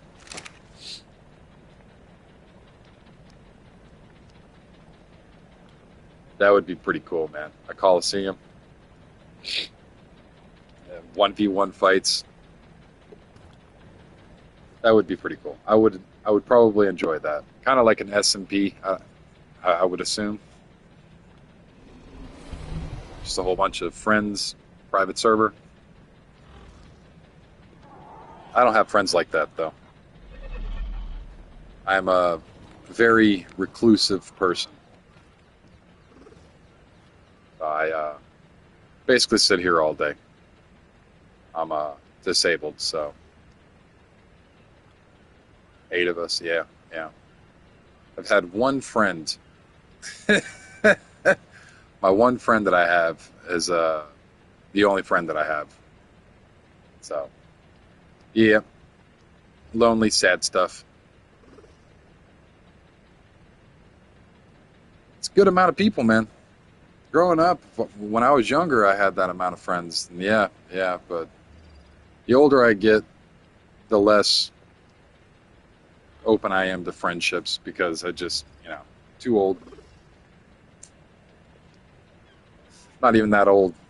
I'm only 34 this year. I'm actually 33 right now. And a couple of weeks, I'll be 34. Not too old, but old enough. Old enough to be bald.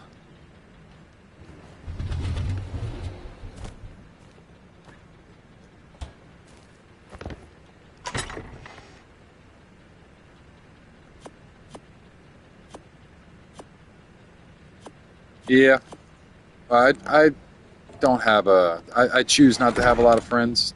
I mean, I'm not an unpopular person or anything. I've met a million people. I've yeah, yeah.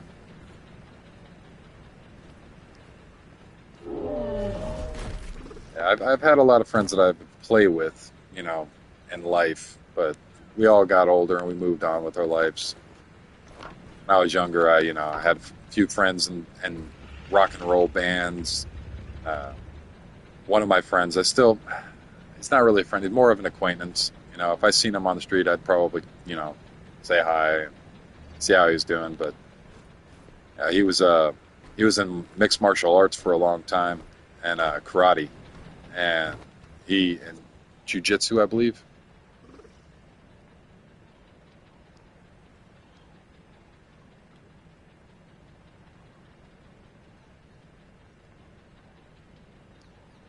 Yeah, I'm stuck on my old game. My friend, he enjoys going and playing different types of games. He doesn't like playing Ark as much, but this is the only game I play. I've stopped playing everything else for the most part. I got up real deep into Helldivers for the first like month that it was out. Helldivers is fun, but I just fell off. I'm not into the shooting games.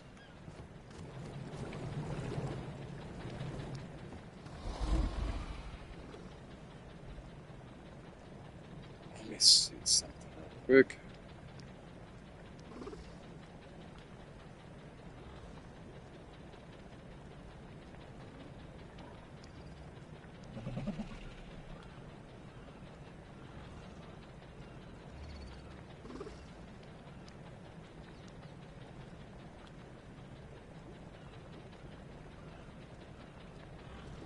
Got a drink. Rust? Yeah, I played a little Rust, but not Rust is better for PvP, not so much for PvE. If you like PvP style survival games, Rust is your game. If you like PvE survival games with more environmental stuff, then oh man, I've got No Man's Sky on the PlayStation 4 for the PSVR, and I love No Man's Sky. I have played the hell out of No Man's Sky. I've got probably about 1,000 hours or so on that game. I've got some exotic ships. I haven't played in such a long time that I'm not too sure. Yeah, the PS5 free upgrade. There's a little thing that you have to get from Sony to actually get your PSVR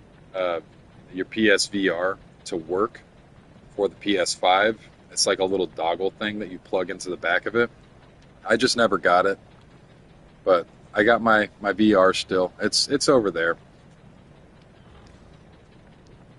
I'm considering getting the PlayStation VR 2 for the PlayStation 5. I'm not entirely too sure though. I might. I might not. It really depends. I'm on a fixed income, so it's a bit difficult for me to save up for certain things. The big one that I really like to save up for, that I've been saving up for a little bit now, is a better computer. I can run a server for Ark, but I can't run a cluster. I don't have enough virtual memory, I believe. So I need to upgrade my computer up to be able to run a better cluster. I think I need to go out a meat run. These guys have all got food on them. It's 55%. There's no more food in that. Yep, it's about that time for a meat run. I'm going to go out to the swamp area.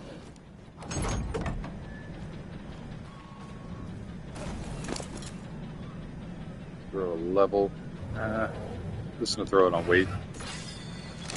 Been finding I need more weight for the dragon. I gave my mom the better dragon, and she kind of got stuck inside of Carno's head, and a group of Carnos and a Uteranus apparently ate her. So she got the better dragon. I'm still riding around on a lower level dragon, which isn't bad. It still gets the job done. It's not crap.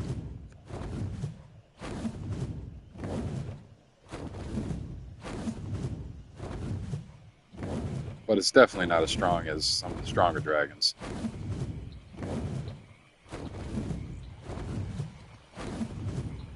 You're good, man. No worries.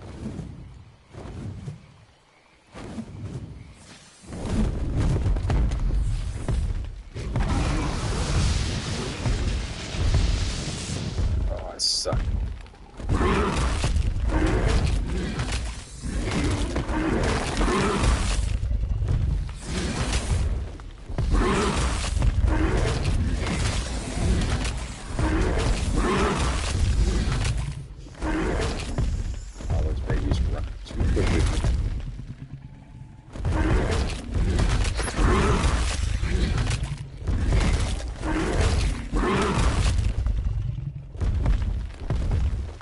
Grab a bracer real quick.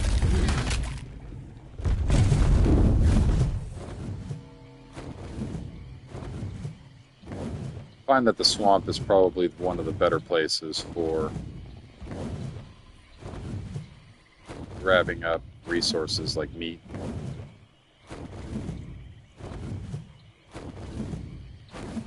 But because it's an event right now, everybody's meat running. A lot of people have tech troughs, which refrigerate the meat, which is one of the big reasons why I want to run the bosses so bad, so that way I can actually get some tech troughs, and I can also get the replicator, like I was saying, some dedicated storage, and a generator. That generator is going to be a changer for me, a big change.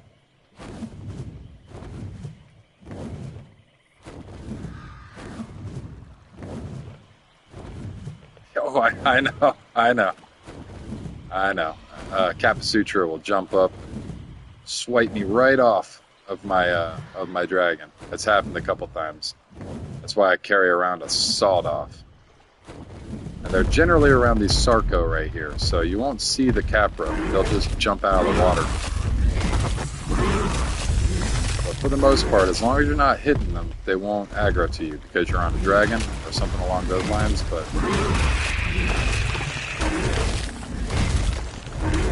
here's all the nasties.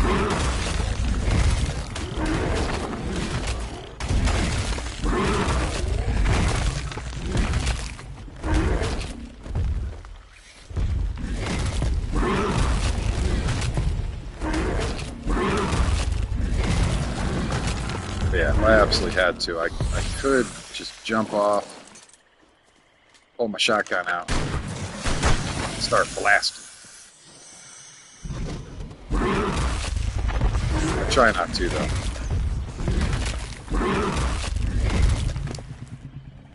I should probably reload my shotgun now.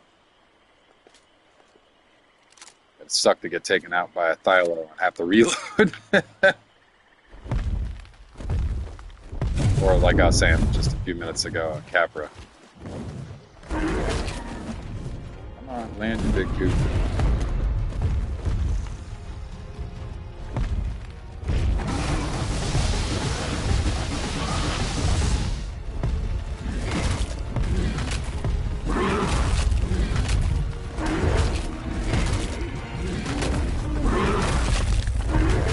There's a little meat.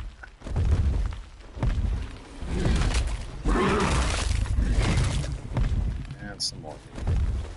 Let's see, are there any more fish in here that I can nom on real quick?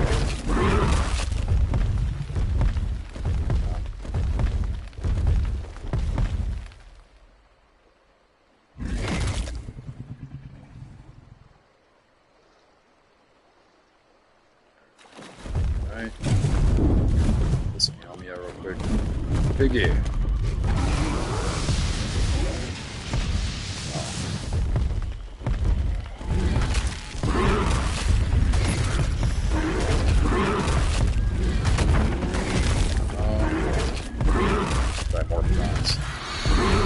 Those scare me more than anything, to be completely honest. The Dimorphodons, they target the rider. So they'll just shred your armor and then kill you off the back of your tank. They pack up too, so it's not just one, it's like 15 of them that'll come out of nowhere.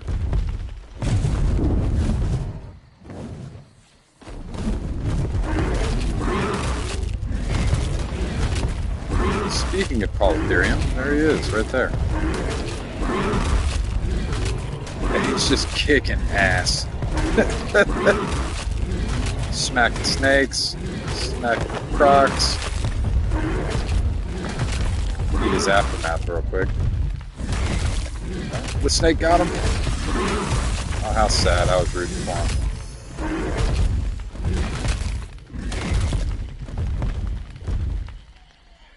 There's a tracer. Getting pretty decent amounts of meat, I would think. There's two. I didn't even see it.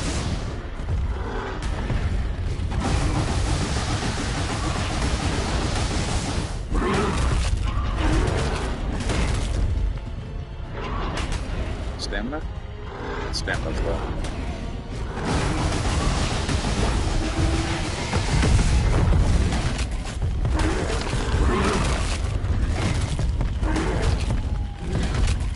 Oh, come here, baby. I need your meat. Cool looking color, though.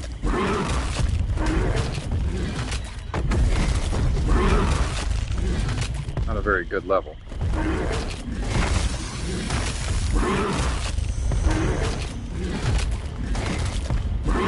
That's a pretty good level, though. 125.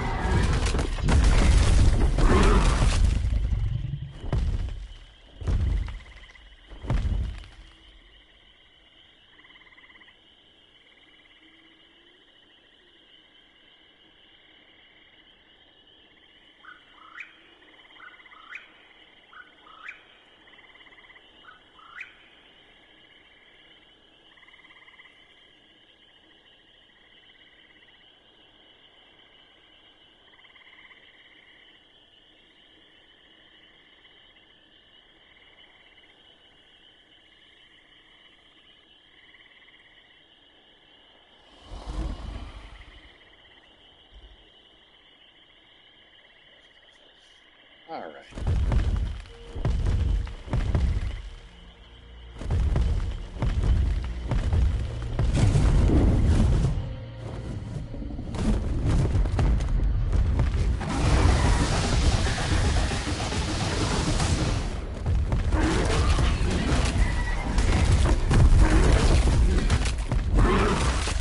Baby here too. Too bad I don't need a prime meat.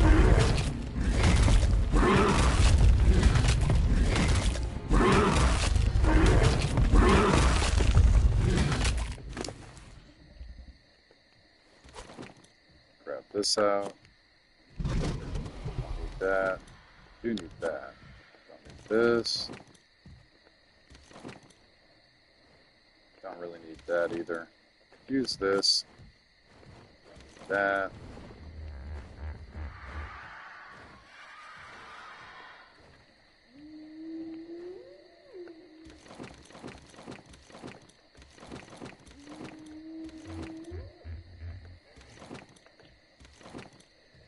Okay. Now I'm going to drop this prime meat real quick.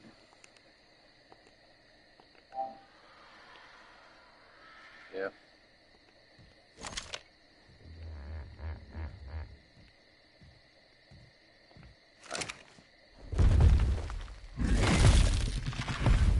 Good enough.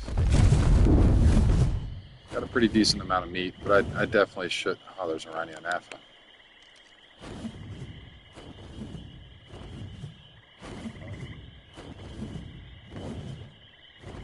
Oh, that's a 110 female too. It's actually a good Rhinonafa.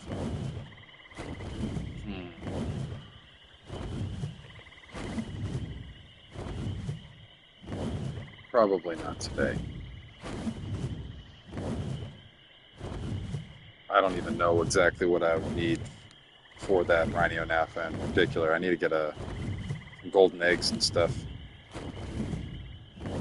I would want to make sure before I even considered taming one of those that I had everything that it's eating, everything that I needed for its feeds.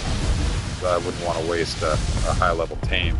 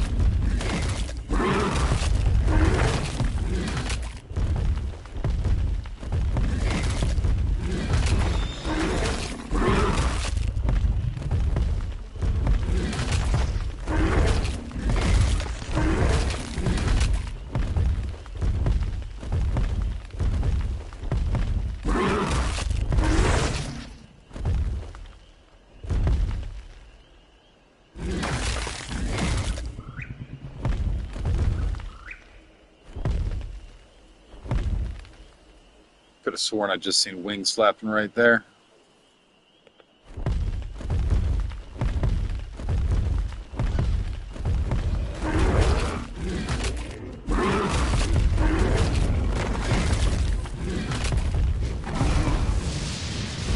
I do need to head back to the base here shortly to check and see how the babies are doing.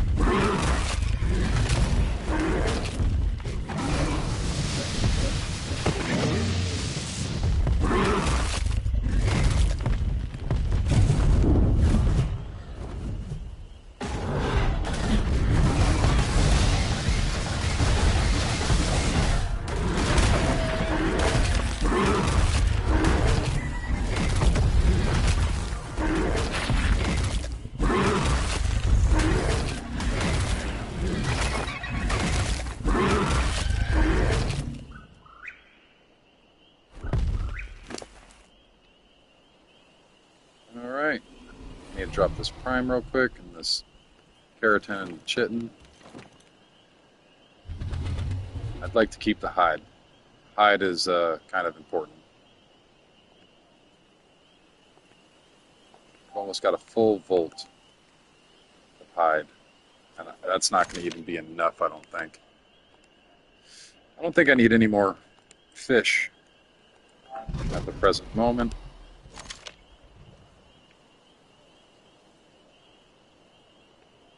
Get this hide.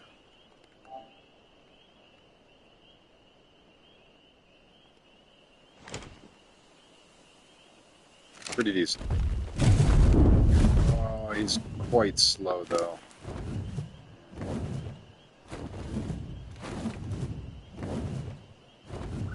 I don't really need these as much. Still pretty slow.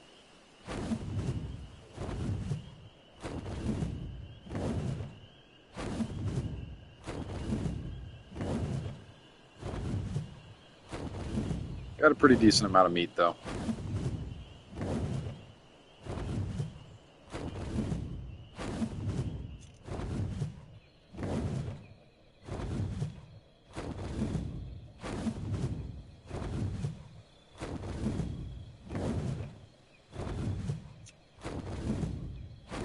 Oh, that's starting to get warm.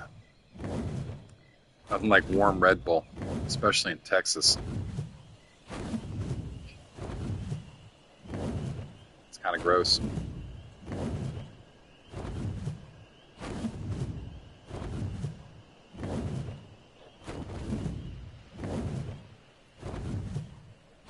Those wild colors, man. I love the Power Ranger stuff, but man, I can only imagine being in PvP and then seeing that.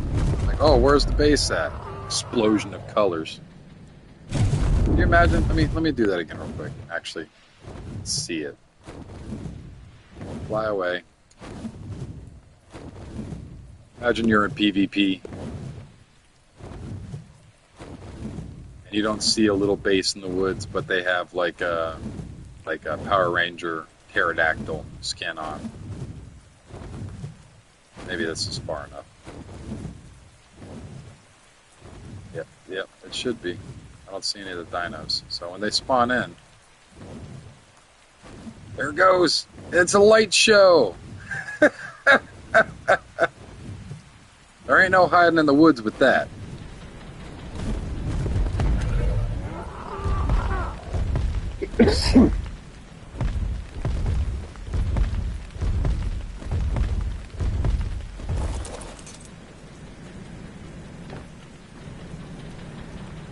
These things are pretty cool, though.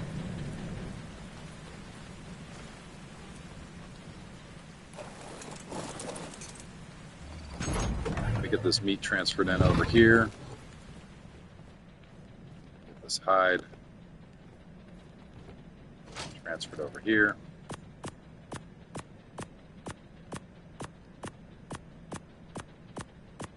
Almost full. Got quite a bit of hide. And most people are probably thinking, why? Why do you need that much hide?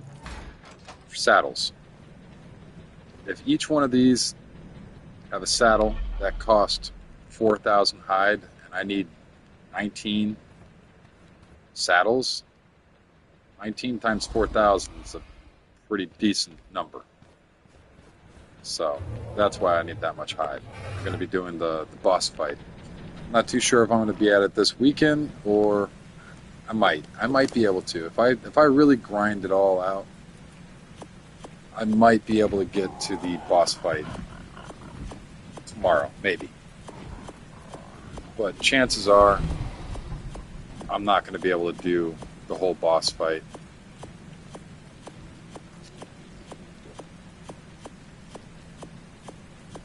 Until next weekend.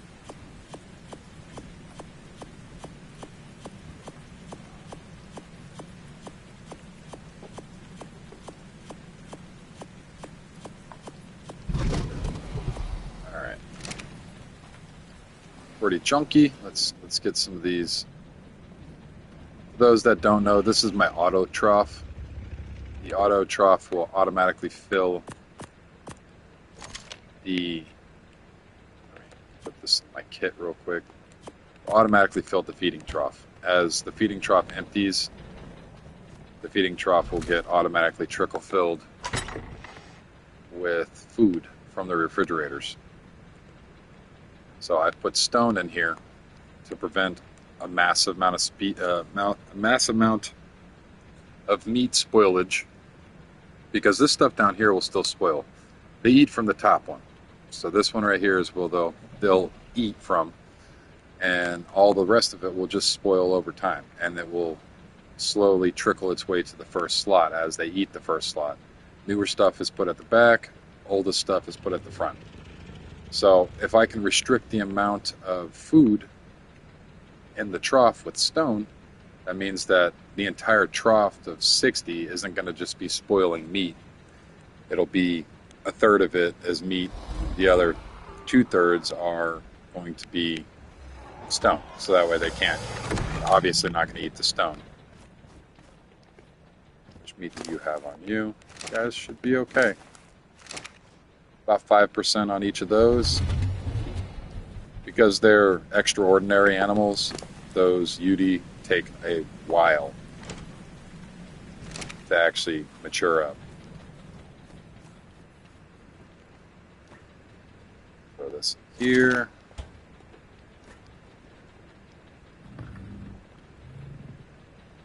Oh, it's lagging. Oh, there it goes. 2 full. 3 full.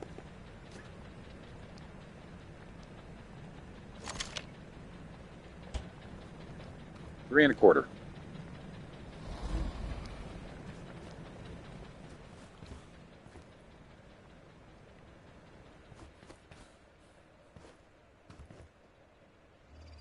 %, already.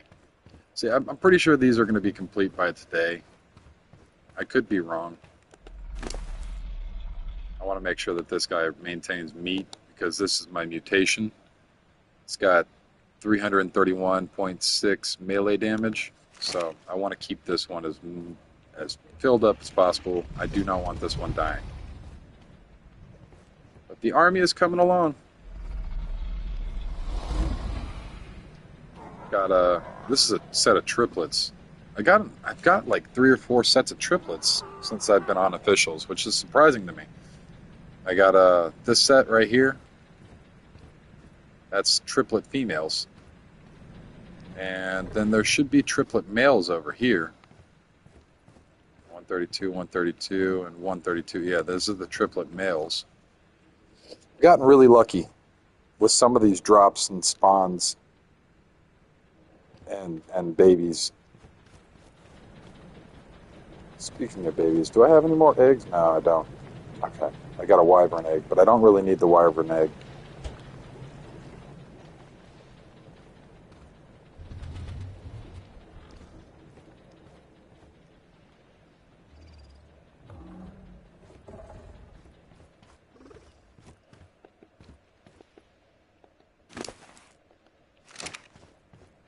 But it is coming along.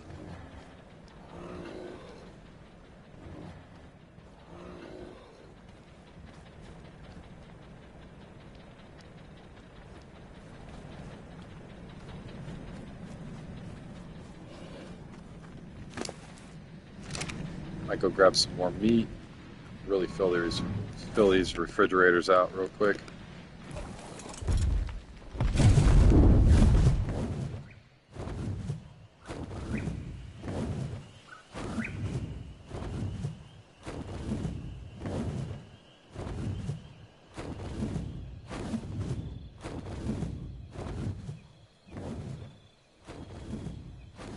Check over this.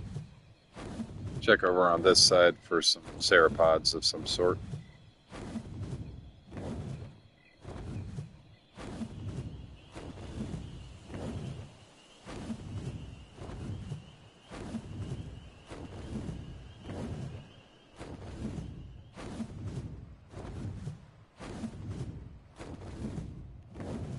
There's one.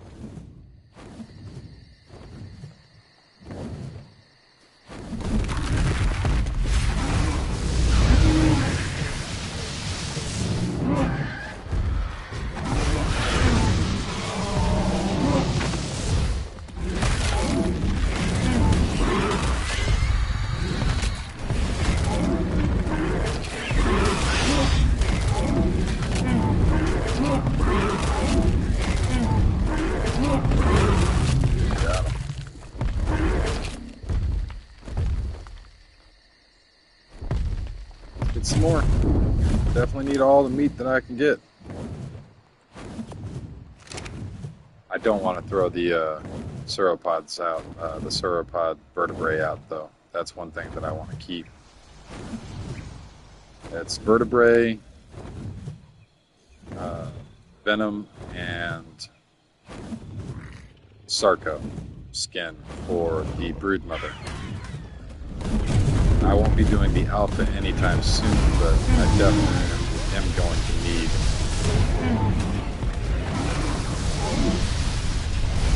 Why? Why are you smacking me?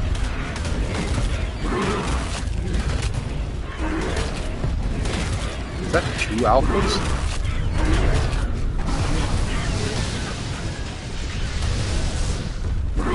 Okay.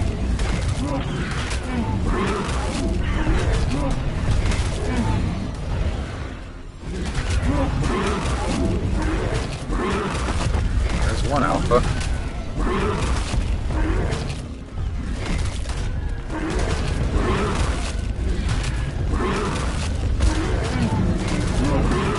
Oh, come on, let me get over here and kill this alpha.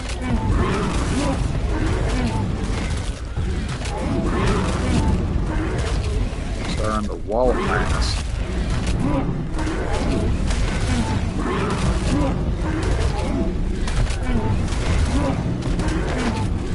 Oh no, that was a belly minus.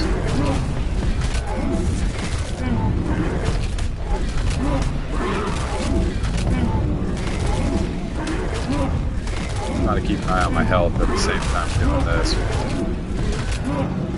have a feeling that this one's probably a pretty good level. Not so much, it's a level 55.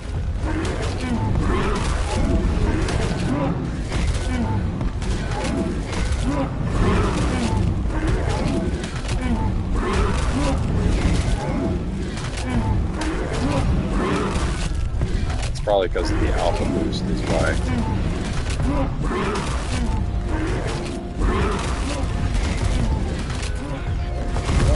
Got this guy. I might have to dip stage it.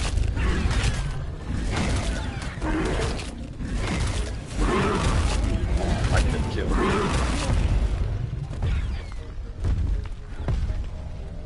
Oh, he's angry. He's an angry boy. Come on, heal up a little bit with your stamina.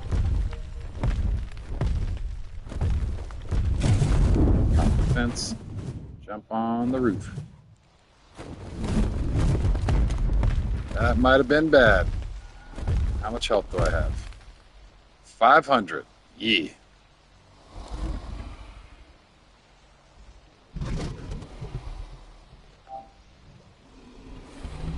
Let's drop this. Drop this. This. the raptor claw. That. It's time to start munching a little bit. I done goofed.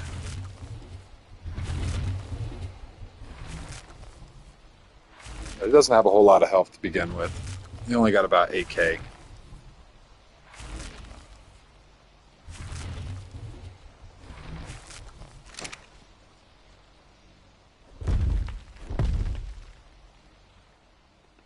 He still wants to smoke.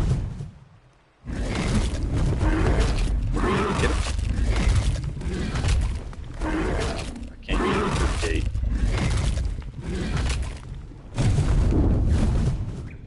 Cheese isn't that strong.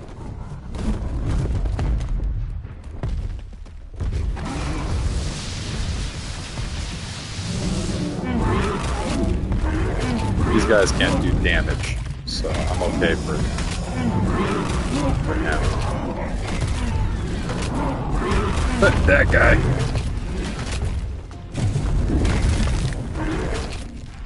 He's not very happy. Land back down here in this guy's base.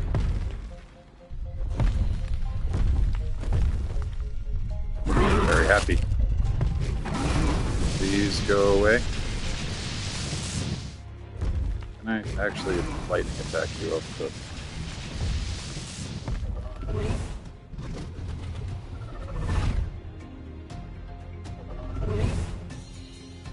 I think I'm taking any damage.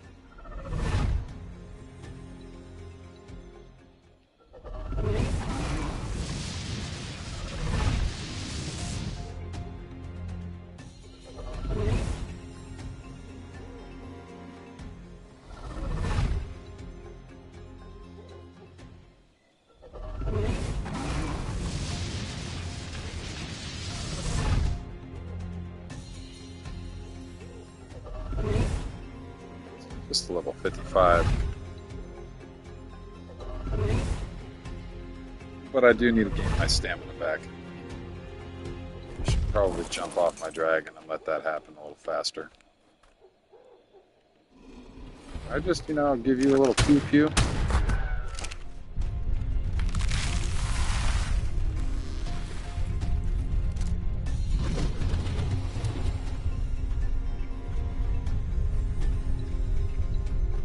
Find a way in, huh?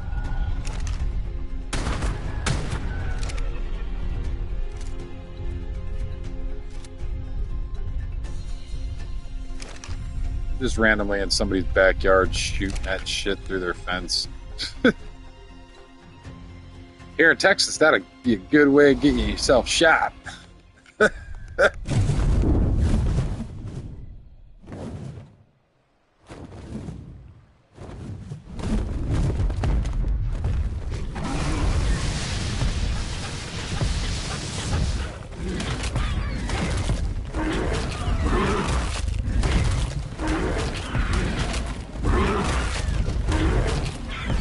I know you're close. You have to be close to death.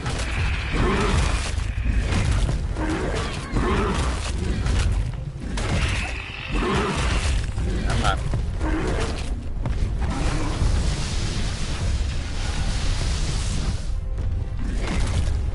Bronto still wants to smoke. There he is. There's the alpha.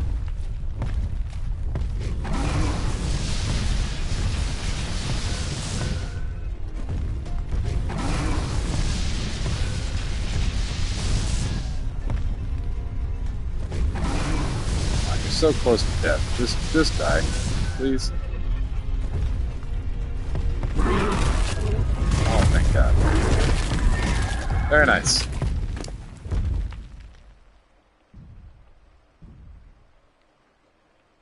Got Sauropod. Not worth it when it comes to meat.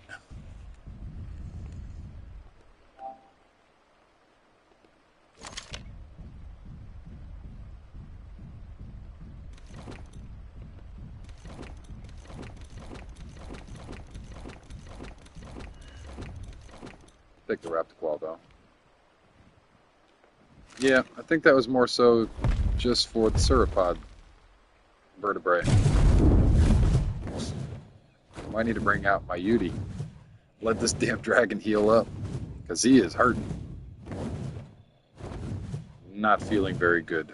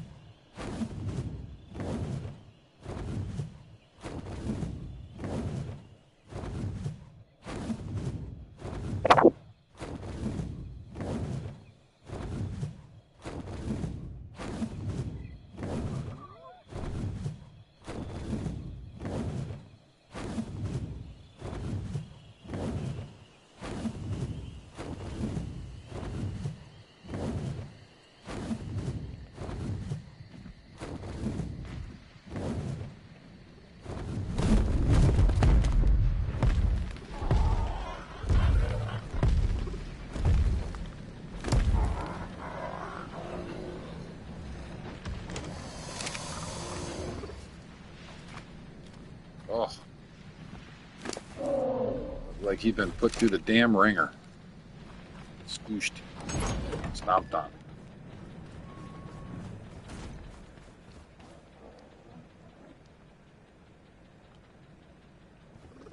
That's weird. A whole bunch of text just popped up.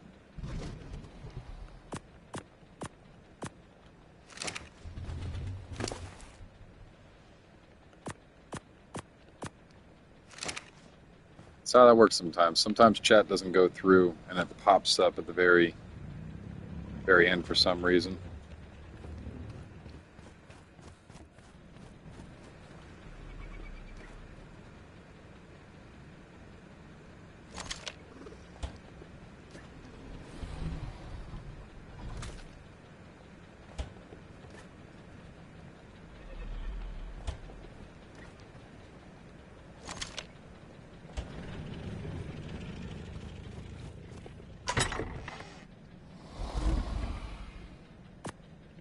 I do have a pretty decent amount of vertebrae. It's only 5 boss fights, alpha boss fights, though. It's 10 of these, 10 of these, and 10 of these for an alpha boss fight with the brood mother.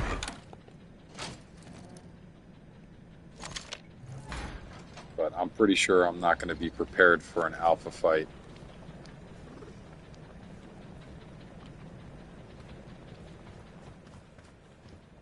anytime soon. Beauties, though. I'm excited for the beauties when they grow.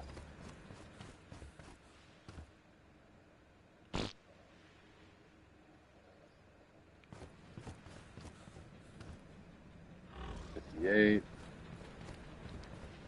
Things are growing pretty decently.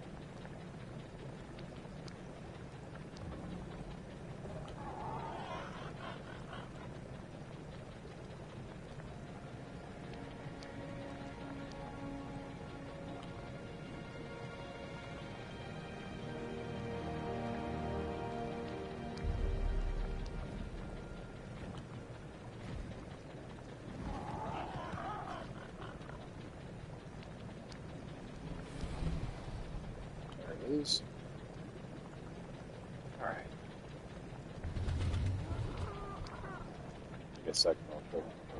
I'm just working on something real fast.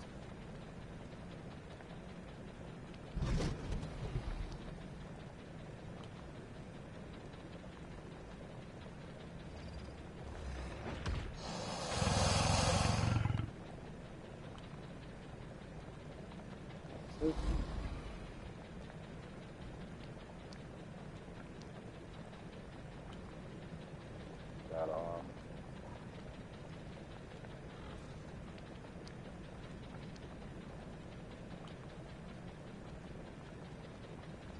I believe it's right here. No, it's right here.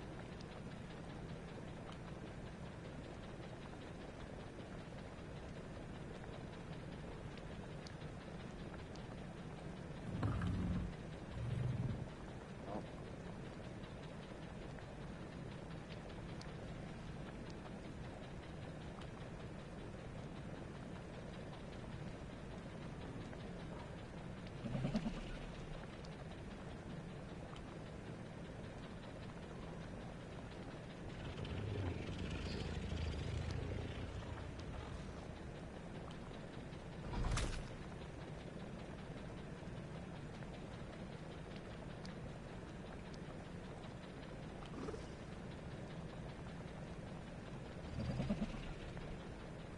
There it is.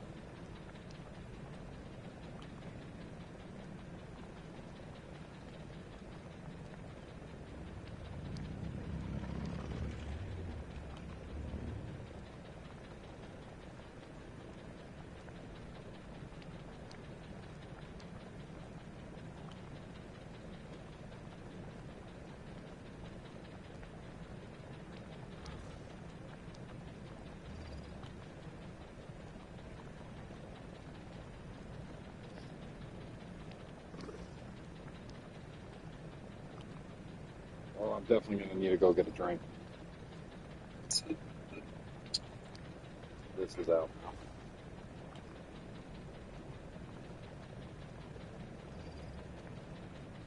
What time is it? It's 4 o'clock. Not bad.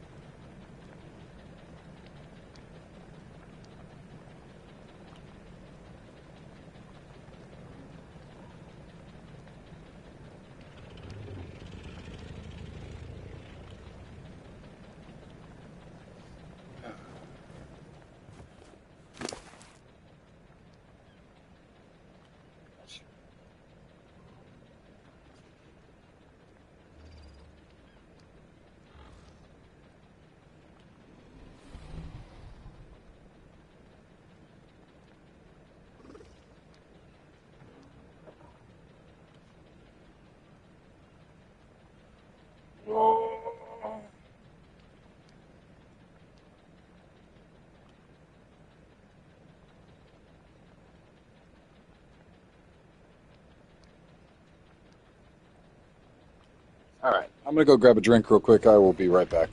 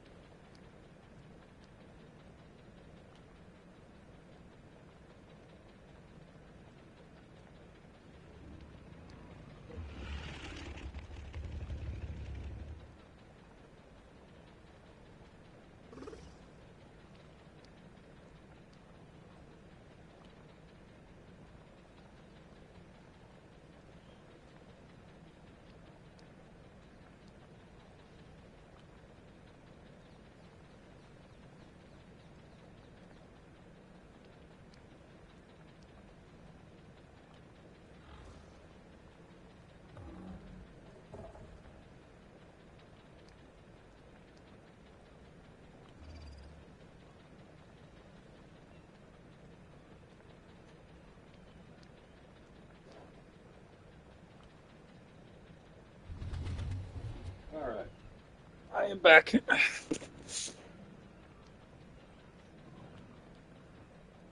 had to make sure my offspring were all breathing. They are fine. Summer break, so I try to leave them alone, let them have fun, do what they want to do.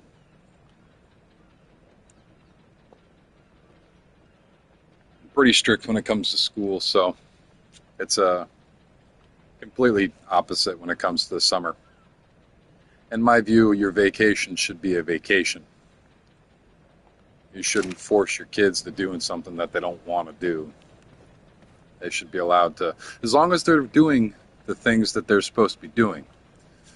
My children know that if they aren't doing good in school, they have one job, and they better do good at their job. Their job is to be a full-time student. Being a student means that you're going to learn, comprehend, test all the things to the highest of your ability. I'm not going to be upset if they don't make perfect grades. I will be upset if they don't try. That's my big thing. I'm very stern about that. But with that responsibility, if they continue with that responsibility, then they will be able to do what they want, and I have their back.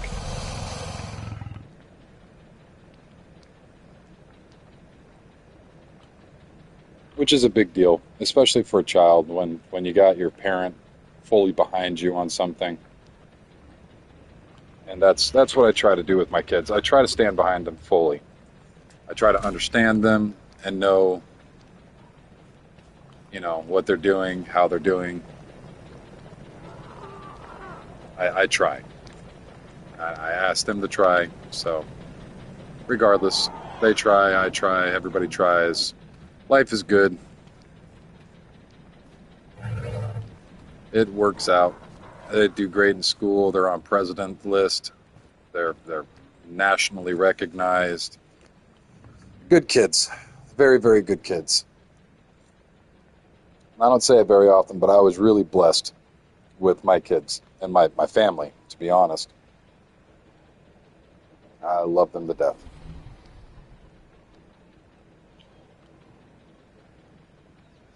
How's my dragon doing? My dragon got its ass kicked.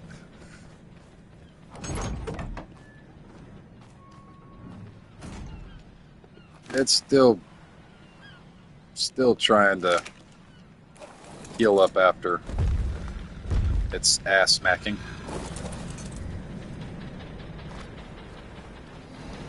This thing's engine's knocking.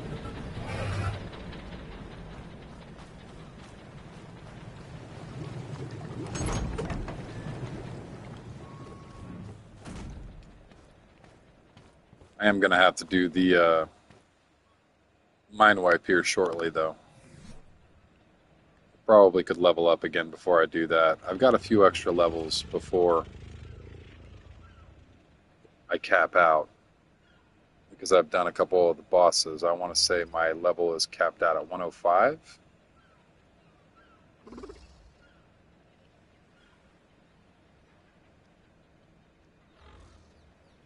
Or it might not be until I do the ascension through the tech cave that my levels will go up.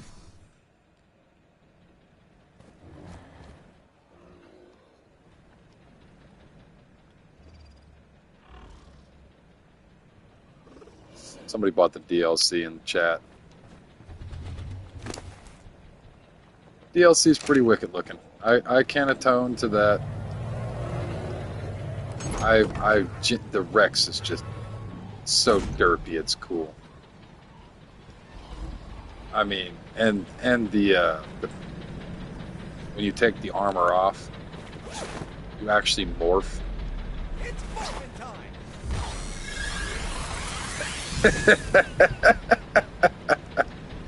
It's so good. Yeah, chat keeps on popping up in the background for some reason, and I'm not too sure why. Yeah, it's just so good. I love that. The morphing. It's morphin' time. That brings back. I was literally the target audience for this TV show growing up. I was a '90s kid. I was born in '90, so we were the last of the outside generation and the last of the no internet generation. And yeah, this was one of the TV shows that I really got into. It's funny how life comes back at you full circle. I'm pretty sure this was my favorite growing up, the mammoth.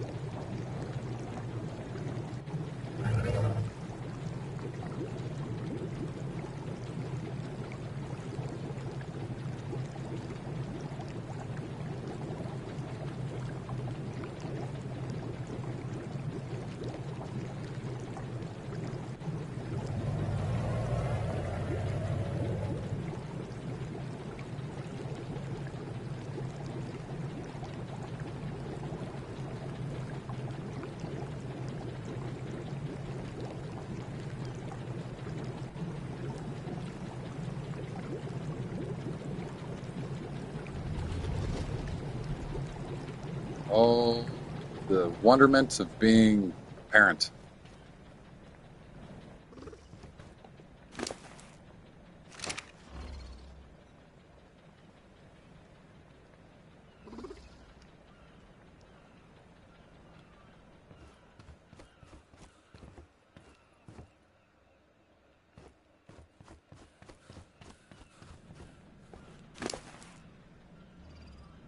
Oh, excuse me. Yeah, they should be complete tonight. I'll have my Megatherium army set up probably by tomorrow. This whole pop in with this, I don't understand why the live chat does that. Just pops in randomly up here.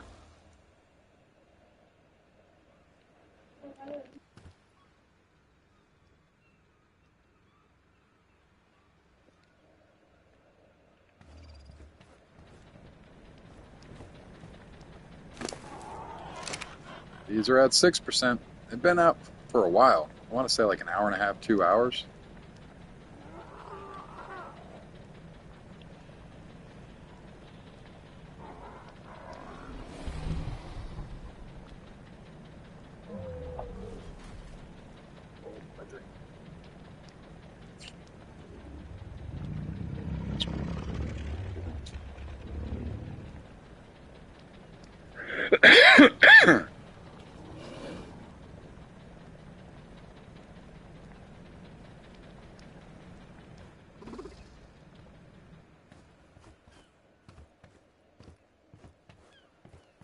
But yeah, if anybody has any questions about anything, just ask in chat.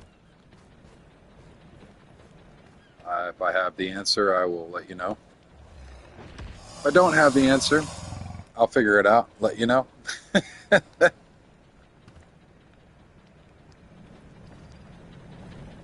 I'm excited for these guys, though.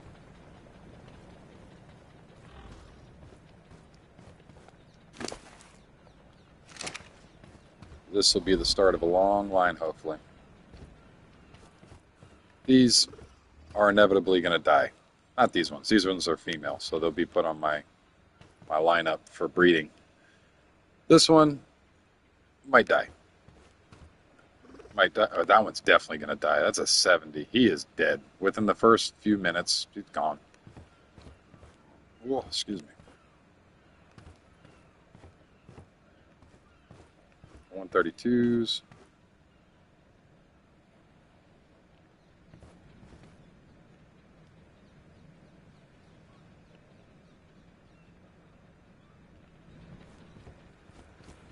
chat keeps on popping up from prior conversation. Already went over.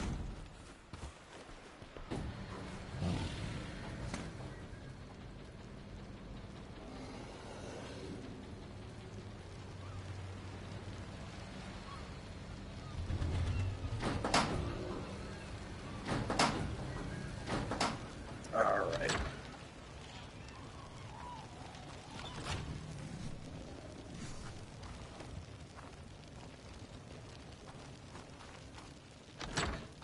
And let me see what this Megatherium saddle.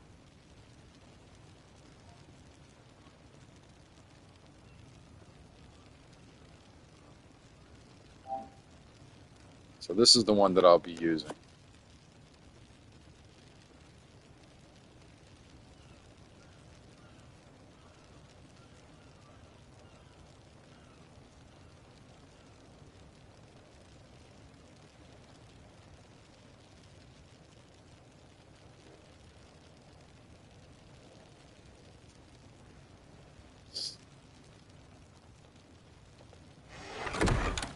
And I don't know how many Megatherium saddles I actually have pre-made so far.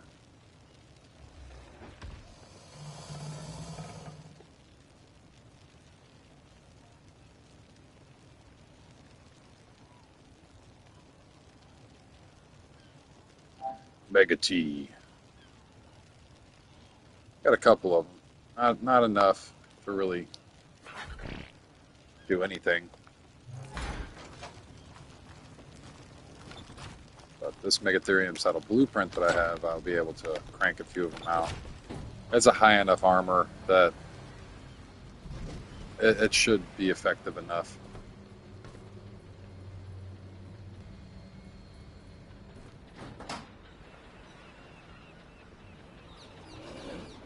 Second.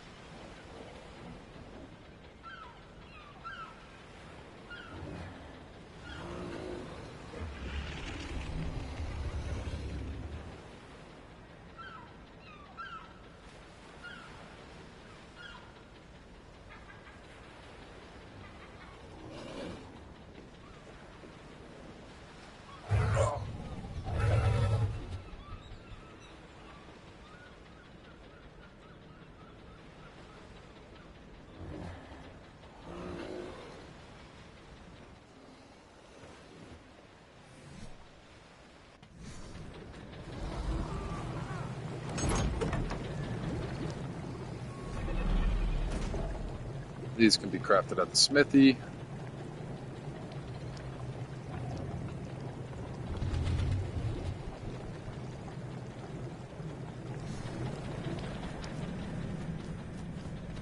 So let me... Oh yeah, I need to craft up some shotgun shells real quick.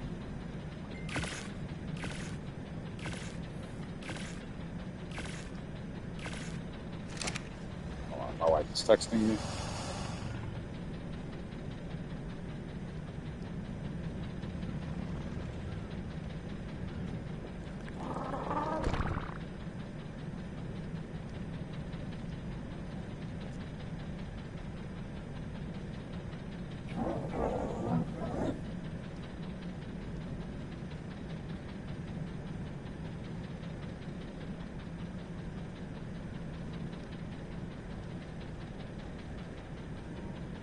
My wife's asking me about this band that...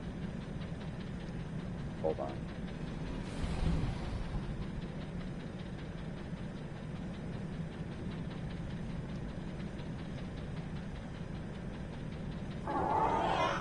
Is this it?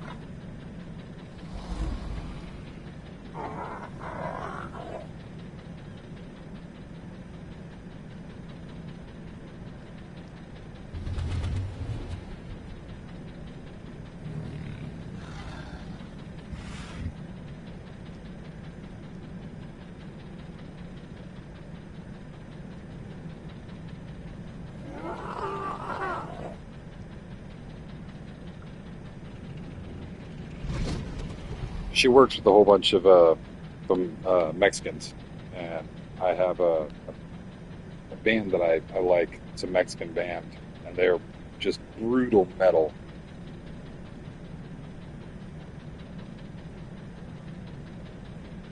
And I'm not Mexican or can speak Spanish by any means, but the band's name is Thel Barrio. Thel Barrio. ThellBarrio. Thel Barrio. And they've got some just brutal metal. Just it shocks a lot of Mexicans that my wife works with. So somebody was asking what the name of it was, and I was just letting her know.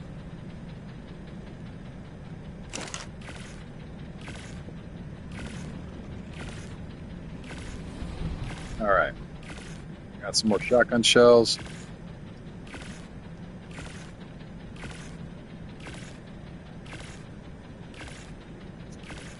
Fiber, hide, smithing paste, metal. See, this saddle is not too expensive. The saddle is still 1,613 hide, which is a pretty decent amount of hide. But what I'm going to do is I'm going to take a mine wipe. So I'm going to use one of these mine wipes. And for 24 hours, essentially what's going to happen with a mine wipe is I can switch over all of my levels, and I'll pump them all into crafting. And it'll take 24 hours to be able to use another mine wipe tonic. So you got to use it sparingly and know that you're crap out of luck for the next 24 hours doing anything. Like picking anything up is going to be difficult because you've only got 100 pounds. So it's difficult to even wear armor at that point. So I'll craft these saddles up eventually. I'm gonna dump all of my points into crafting, and with this being a lower level saddle, I should be able to pump out a whole lot of them, and with the crafting bonus it should be higher than 72.2 or 72.7, so I'll get a better crafting bonus on it. If I get a better crafting bonus on it, that'll raise the armor value way up, and turn this apprentice cheap saddle into a pretty formidable saddle. If it's up about 100, those are going to be pristine saddles. 124 is maximum saddles for officials, so you can't get any saddles that are over 124, to my knowledge. I might be wrong, but to my knowledge, 124 is the highest saddle that you can get. So this being an apprentice saddle with such a high durability, if I pump in some crafting skill, that right there will be my boss fighting saddle. And I'll just craft up as many of them as I possibly can and make it to where I can use them for the brood mother on my Megatherium. And right now I'm waiting on, these ones will be done before the rest of them. And then these ones. But this one's my most important because it's the melee. It's got a melee mutation on it. So with the melee mutation, that's going to go in as my main breeder. So instead of throwing my main male out, I'll throw this male out, and all of the babies that come off of that will inevitably be mutated from the father's side. But you want to try to keep your mutations separate from your main line. Your main line is what's going to get you the army. The mutations are going to be needed to bred into its own separate line, so that way when you complete all 20 mutations on that separate line, you can take that last one with the 20 mutations and then breed it into your main line, and so on and so forth. You want to get your own mutation. So the health mutation will have its own line, melee mutation will have its own line, and stamina mutation will have its own line. And once you complete all 20 on those individual lines, you breed them all together to get all the stats onto your main line, and then basically you restart. So you start back at, a male and a female, but they've got all the stats, they've got all the mutations, they're super dinos, and from that point you can just breed them out and they'll all keep the same stats. But it all starts off with your first main little line. So this is my start to my main line. If you look at these stats here, all these stats for health, stamina, oxygen, food, weight, melee, all of it is exactly the same. This is without imprinting. You don't want to imprint on them because then you'll miskew the stats. But they are all the same. So this is what would be referred to as a breeding pair. This guy and this girl. So breeding pairs are the start of your line. When I get a mutation, I'll add in another line to it. But this one and this one, as they breed, the levels of the babies will be the exact same. Babies will all come out at 218 unless they mutate, and all the stats will be all exactly identical. So unless it mutates.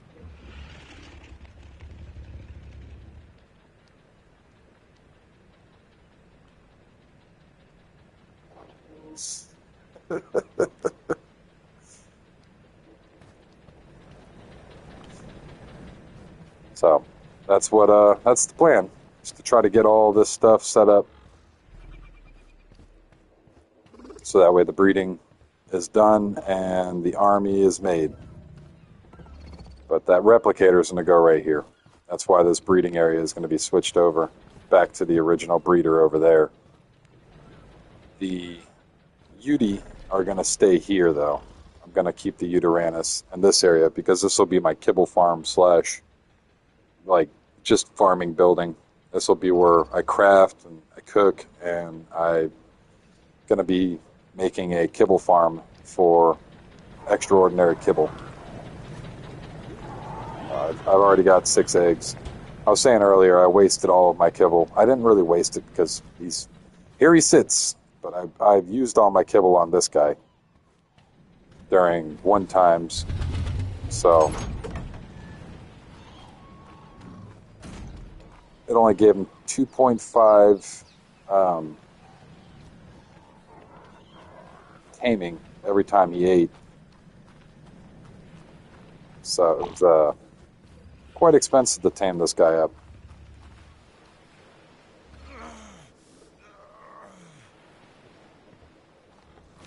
He's got some levels to him now. Drink some water and eat some food. That's another thing I need to do. I've got a couple things I have to do when I use this mind wipe potion. I'm going to also redo my recipe here, because this recipe is good and all. It gets the job done when it comes to food. Where is it?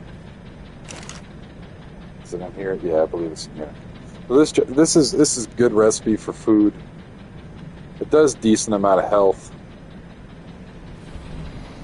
It doesn't do enough stamina. It does negative stamina, meaning that I really should, when I craft up all these saddles, I should be making a couple of new recipes as well to try to make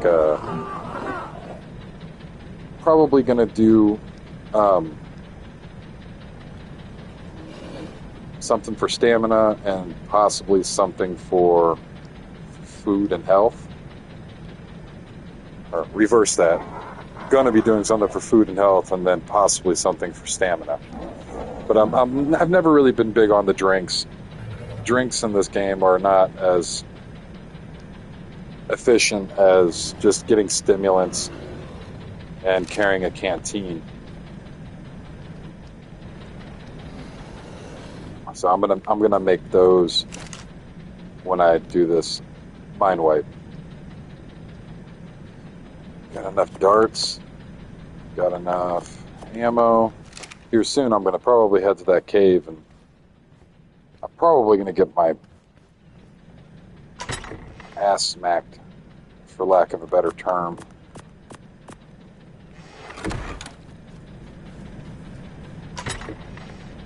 Just because of the simple fact that, these caves in official feel a little different than caves in unofficial. Modded cave it's the same as the other cave, but your dinosaurs generally do more damage. I can run through all of Swamp Cave with of regular frog. You know, just a high level regular frog. I think I did it on a modded one on my channel actually just a couple of days ago. Um, with I think it was I want to say it was a level 80. To be completely honest, I want to say it was at a level 80, but it might have been in the hundreds. I'm not entirely sure. It might have been 130, 120. But I just leveled the hell out of it and put a primitive saddle. It wasn't even a good saddle. I put a primitive saddle on it. But because it's a boosted modded server, it just ran through the swamp cave, no problem.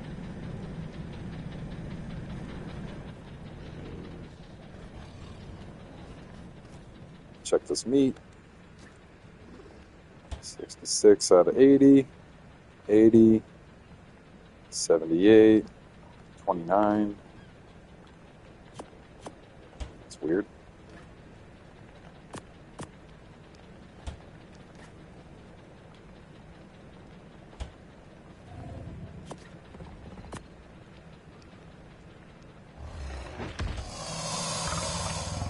Yep, there we go. A little better. Grab all this meat out, refill the first one. Being neurotic.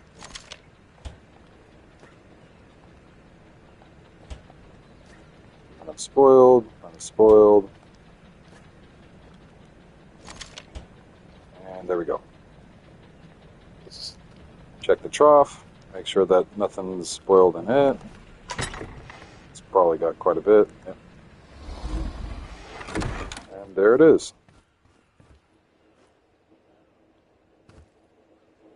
So we're almost a third of the way done. 61%.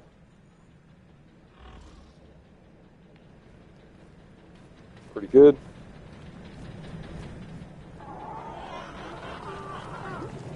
Cooking area. Really like these hanging signs. They're very cool. Crafting and cooking.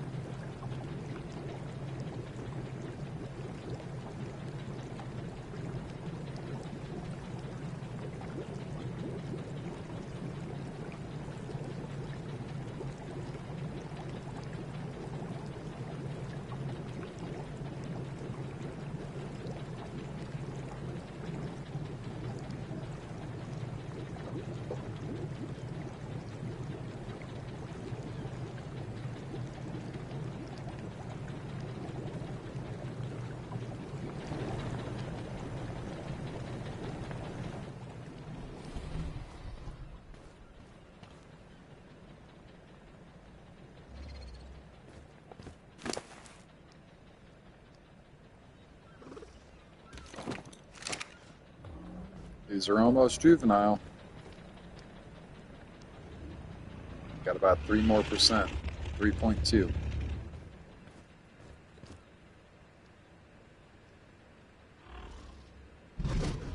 This chat's just popping in.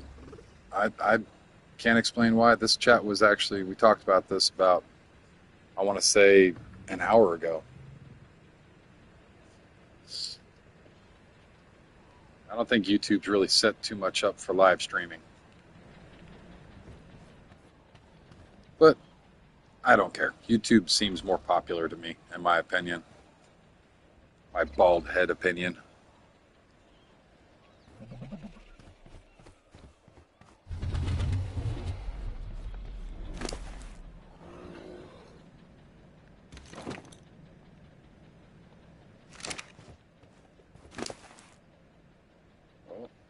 So this guy, yeah.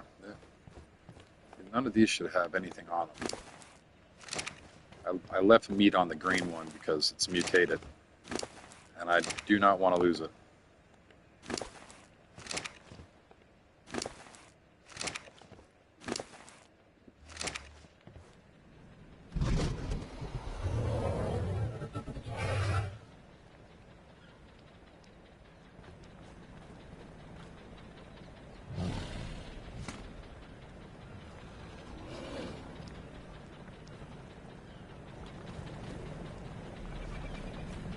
How's my dragon doing? Is it healing up a little bit more?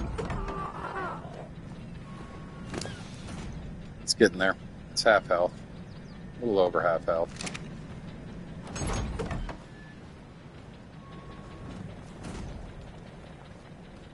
Thinking I should go do a quick drop run.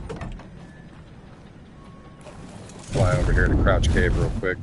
See if there's anything in the cave. One of the good things about these caves that I'm going to appreciate very much so is the fact that with these caves, I don't have to worry about gas mask. Gas masks are expensive for one. You need black pearls to craft absorbent substrate. And for two, they break pretty easily unless you have a blueprint. I do not have a blueprint. So, they break exceptionally fast. 2 or 3 hits and it's gone, and I die from poison. Or I carry 2 and I don't switch fast enough. If I don't switch fast enough, that means I'm pretty much screwed. And I have 2 gas masks that I have to go get, as well as the frog. But with the other caves, there's no gas mask. You don't need a gas mask. And it should be big enough to where I can actually fit a baryonyx in there as well. Most people don't like to use the baryonyx because Argent Davis doesn't pick a baryonyx up. But dragons can pick up baryonyx. And because the dragon pick up baryonyx, I can bring the baryonyx, no problem. And there is a yellow drop. Let's grab it. Every time I see these things, I swear to God, it looks like a pump action shotgun blueprint. And I get so excited. But it never is. And a somewhat decent Ankylosaurus saddle. And dip in the cave. And I could... What in the actual hell? Sure.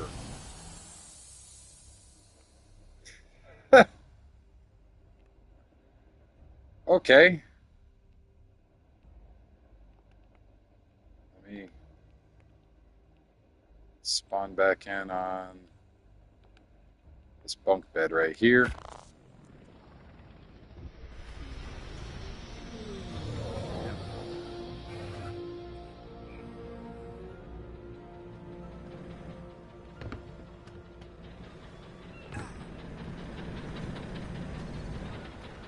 Cryopods on that, so let me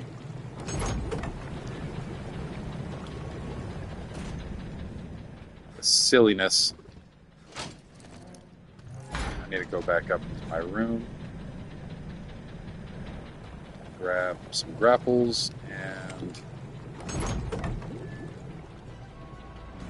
if it wasn't for stream, nobody'd believe me. Standing up on the land, teleported to my death. That is called being arked.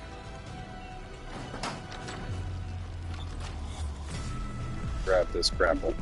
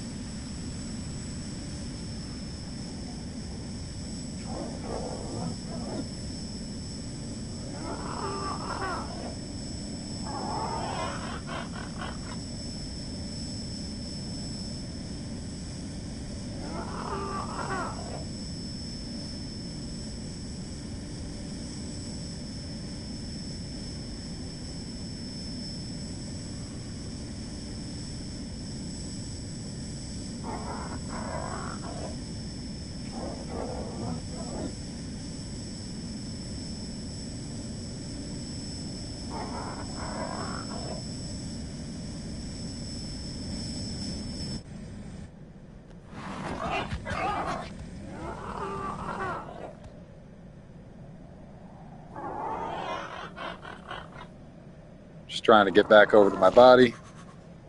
My son had a question for me. I did not give him enough time.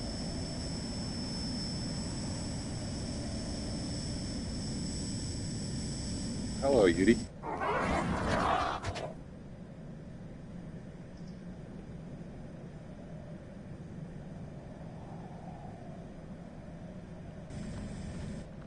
Yeah.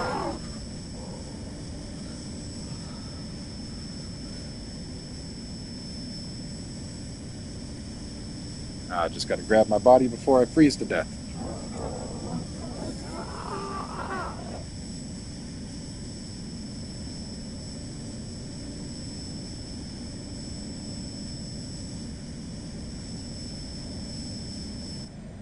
And here's old Goofus right here.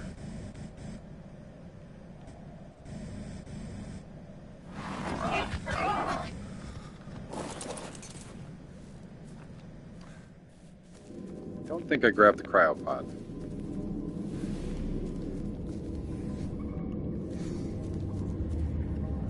Grapple out.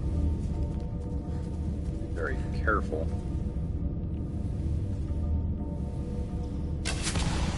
Oh, that's not it. It gives you a green marker. There we go. There's my body. Grab the crap out of it. Throw that away. I don't need that. Take all that. I gotta redo my kit. That's one thing I wish they would fix. your folders would stay. Put my gear back on real quick. It's morphin' time. Hey, weird legs. Throw this ammo on me. Kit. Do have one, which will be good for the Pteranodon.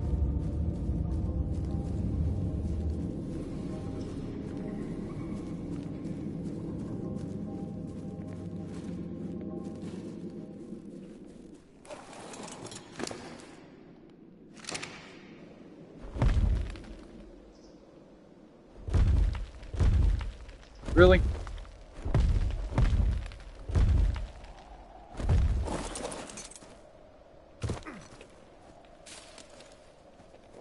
What are even going on?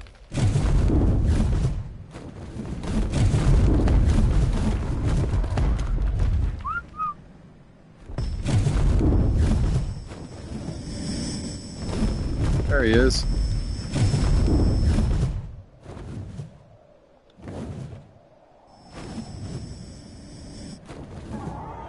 Come on, Mr. Dragon. That would be nice if you landed. Thank you. Stop one. Land you. Cryopod you. Just because it's got a cool skin doesn't mean that it's any more irritating. Or less irritating. I would say it's actually probably more. With the whistle noise that it makes.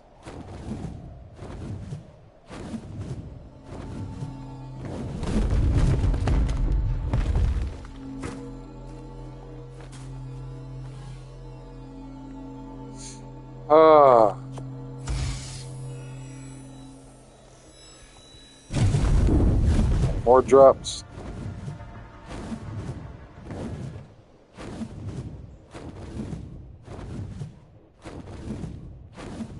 Oh, there's a red drop. Let's try to go get it. Chances are it won't be there when I get over there, but might as well try. Oh.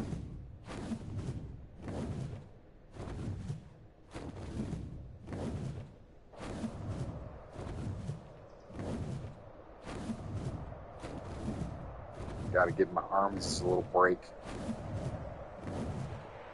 I got too thick. Oh, great. Of course. Yes, waste all my stamina. Yep, I thought this much. And that one's gone too. Well, apparently it's just not a drop time. Me down here and at least get this guarantee right here. Let my dragon rest a little bit.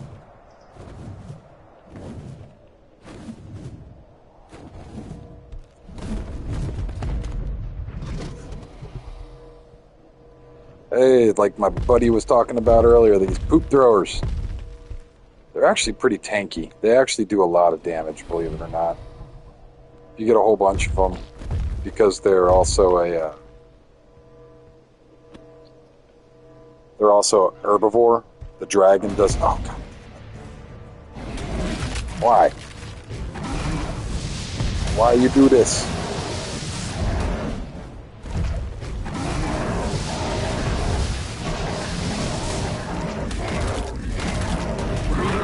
Got me smeared in poop and whatnot. Didn't even want your baby. Jesus.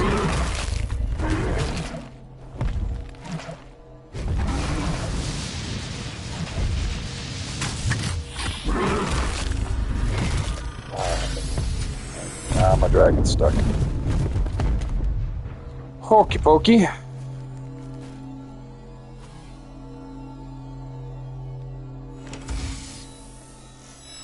I really don't need any of that. Ammonite bile, no. The flak, it's really crappy flak. Organic polymer, I really don't need that either. I have plenty of polymer.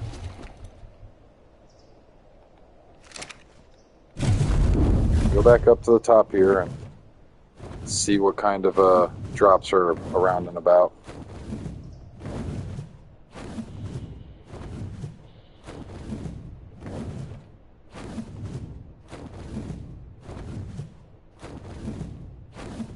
We will see.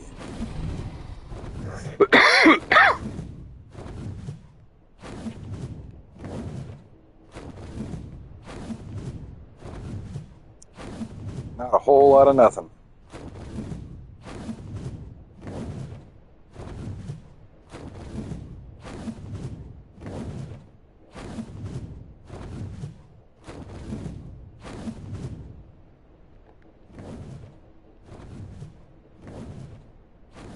Yep, there ain't nothing out. Oh, there we go. That'll work. Let's go over here and grab this one. Throw my toothpick back in. Autopilot. I know it's horrible. It's horrible for your controller to throw things into your controller, but if you're very gentle about it and you know that you're not going to damage it, as long as you're being exceptionally careful with it and you're not using something that will break it, it's generally okay. Just don't put any like fuzzy stuff. Don't use Q-tips and things like that, or paper or bits of plastic. Just I use a toothpick because it's one solid piece and it does the job that I need it to do, and it's not big. You can kind of wedge it in there and it will hold properly without damaging anything. No stick drift or anything like that. Plus, PlayStation controllers really don't have huge stick drift problems. I'm sure some people experience it, but I've been using stock controller for such a long time that it's not anything too prevalent, in my opinion. At least I haven't seen it on my end. I've been using this controller for the better part of 6 months.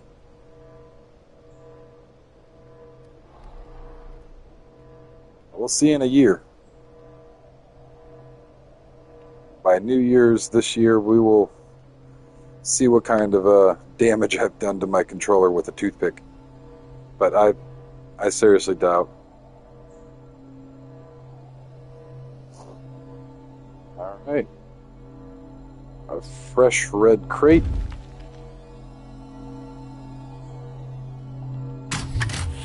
Give me your goodies.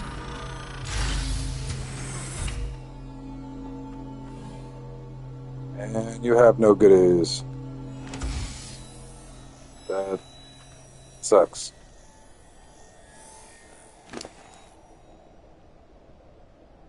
Riot boots. Sniper bullets. Yep. Battle Tartar isn't too bad. But I don't really think I need the Battle Tartar. Maybe if I'm trying to do boss fight or something. I know there's a couple cheese ways of fighting the boss on a couple of the bosses. If you use a sword, you can max out your melee and then ride, I forget what it was, but you can ride something and then just beat the crap out of the boss with the sword, and the boss can't even hit you because you're too small. I think it might be on the kangaroo.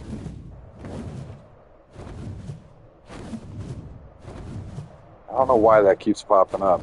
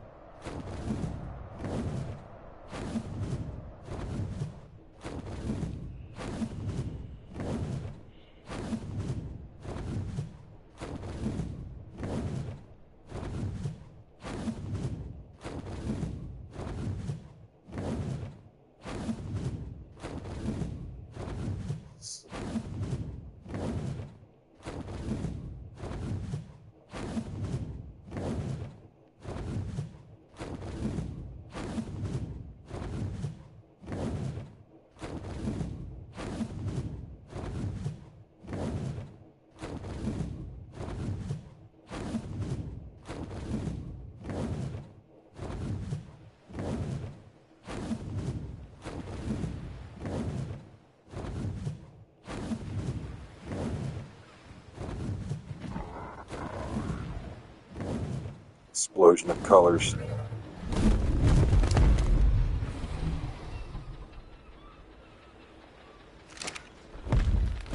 Alright, we did a little loot run. Let's check on the babies real quick. Oh, I need to throw the pterodon back out.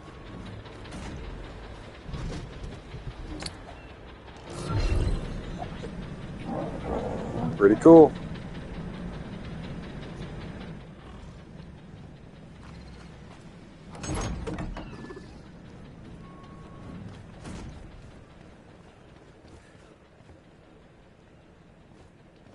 .4 left before these two are able to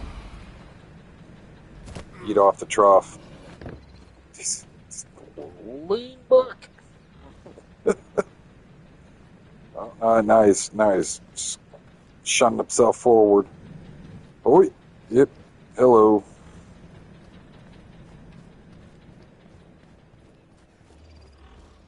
These guys are at 62.8. Pretty decent. Not bad. None of these are going to get carried. Just because I don't want their stats misskewed. I mean, if I wrote them all down, I could. I'm just choosing not to write everything down. Make it a little easier on myself.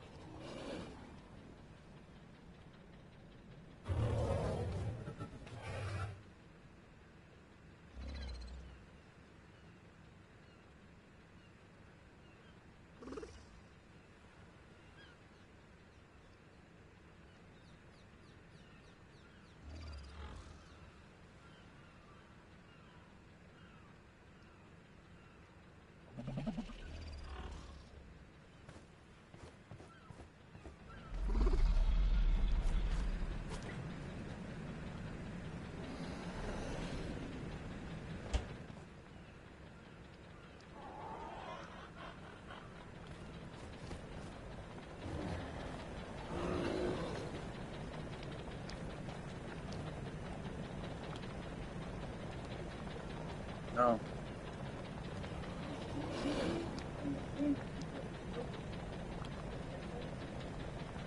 Reset.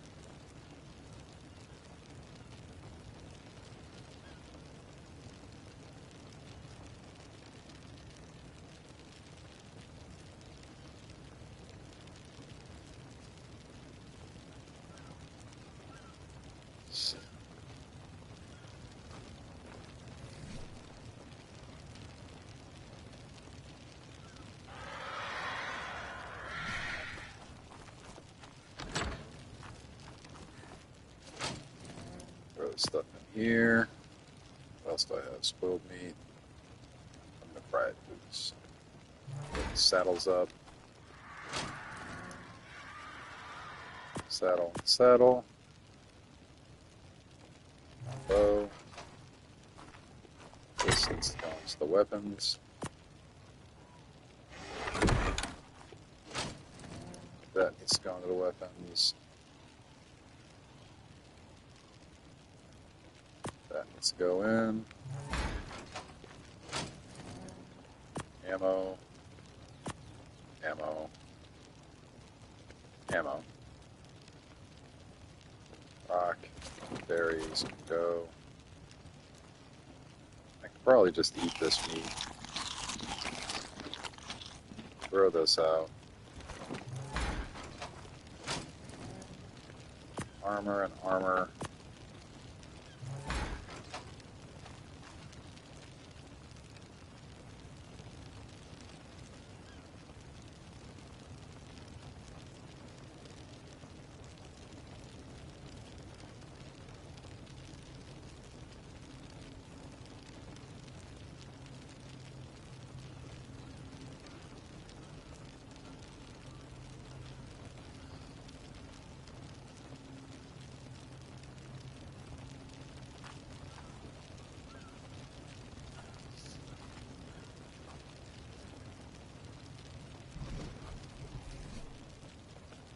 Hello.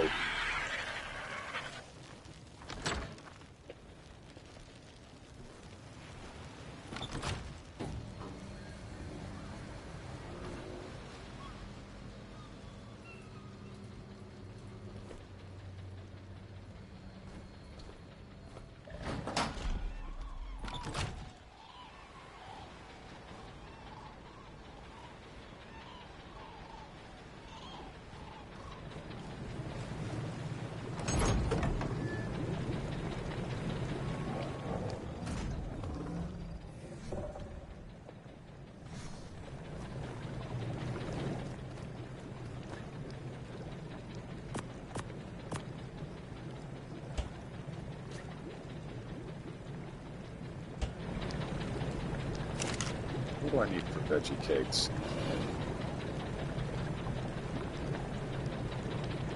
Sap, stimulant, crops,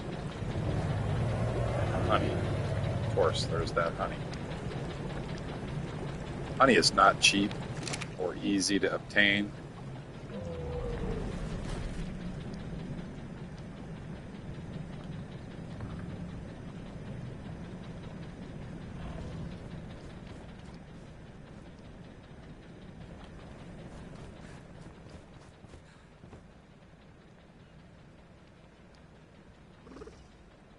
It's getting there. About 2 more percent.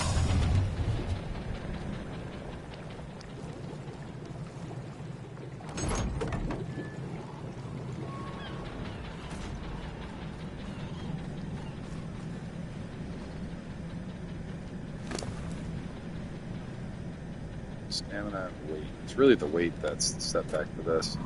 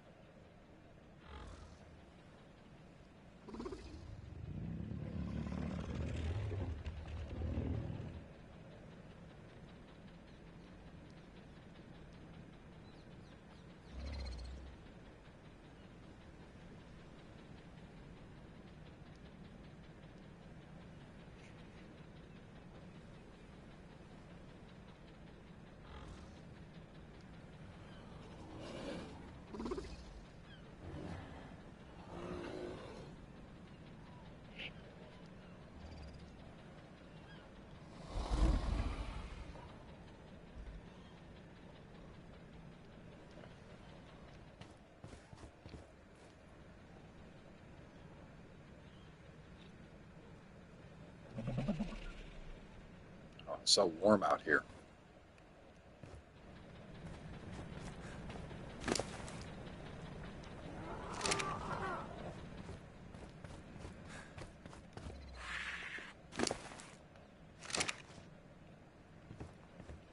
As much as I want to just take him out on a walk, I really can't. But he doesn't seem to be eating any of the meat out of his inventory, which is good. Maybe the update that they did fix some of this crap. Throw that out, stack of meat. How much gasoline do I have? Decent amount of gasoline. About 4 days. Gas on this. 6 days. Not bad.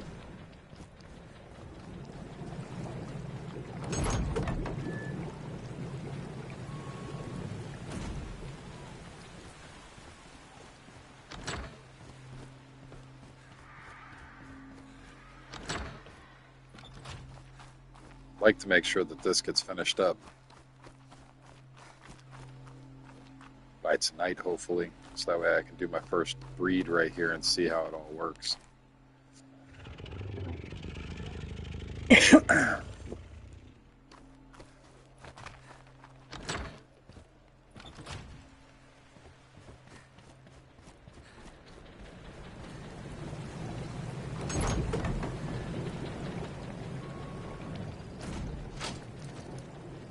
Now, let me actually move this over. Forgot about that. Should probably put this over here. No, not here. Here.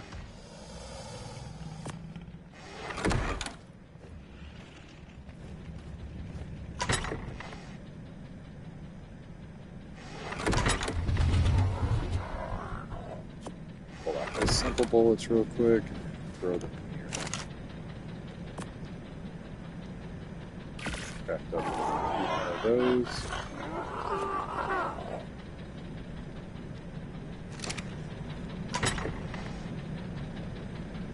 I'm really curious to see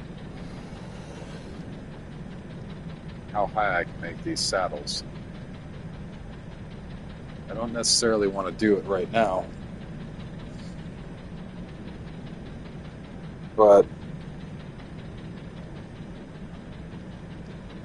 let's see, what time is it locally for me? It's 5 o'clock exactly in the afternoon, meaning that it's going to be 5 o'clock tomorrow afternoon before I can actually do anything.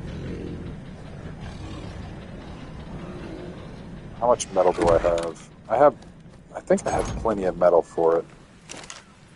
Got plenty of metal here. I know I have plenty of metal in here. Do I have fiber for it? I might need to go grab some fiber real quick. I have hide. And I have cementing paste.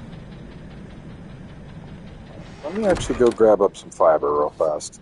Get started on this.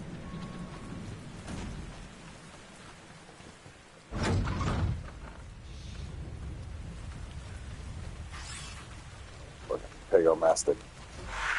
Go away. There's 2 of them. Wow, I suck.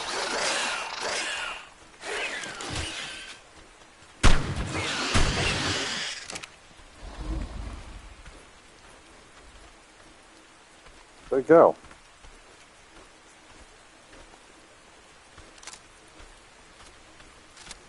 Nothing on that one. Is that a baby? What level is it? I can't see. 35. Oh.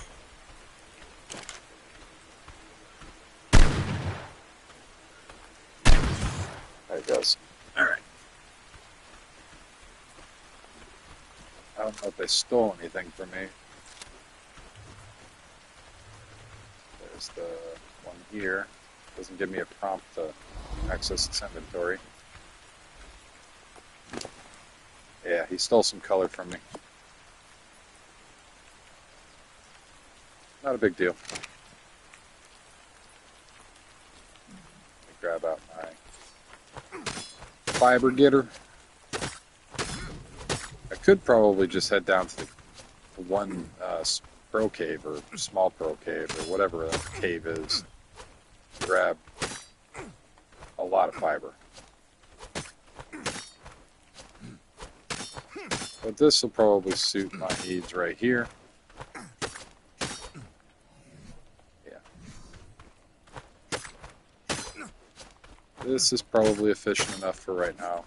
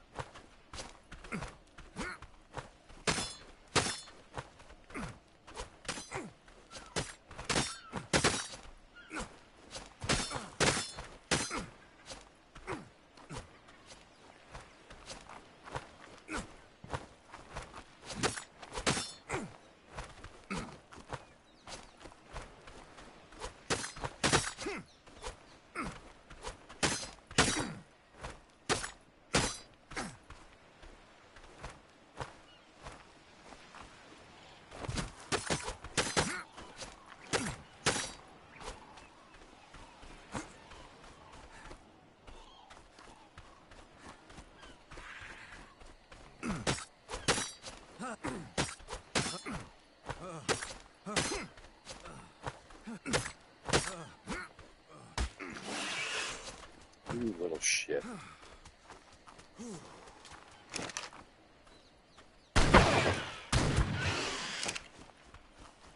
What did you take? You stole the damn color again. Why? They have a fetish for that red, I guess.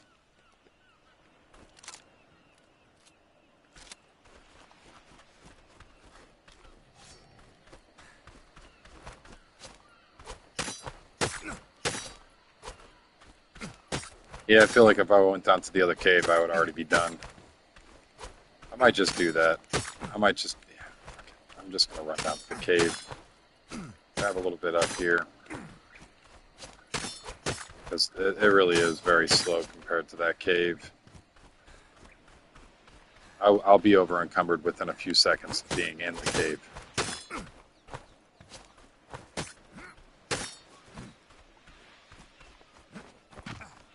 With just fiber.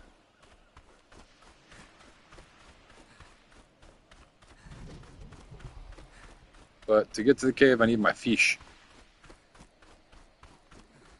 My nasty, mean, snaggletooth fish. I don't have my scuba suit on me. I should probably put this stuff in the inventory. But to be honest, I don't really think I need my...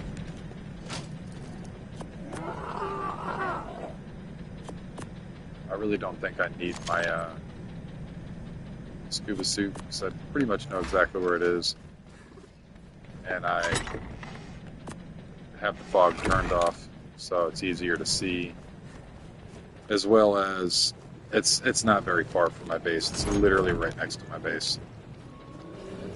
So let me grab my mean and nasty fish. This is it, right? Yep, that's my fish.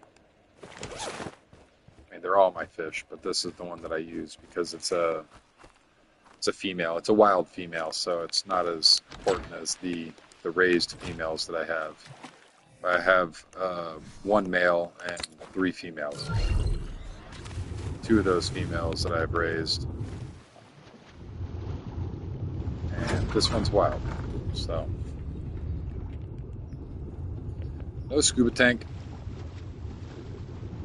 just fish.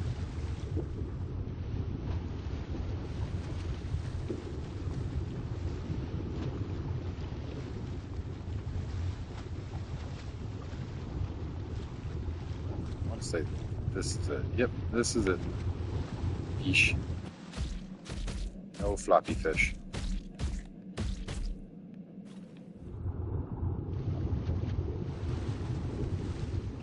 Just swim up just a hair, like that. You don't need to be flopping all over the place. And I can pick up some pearls here too.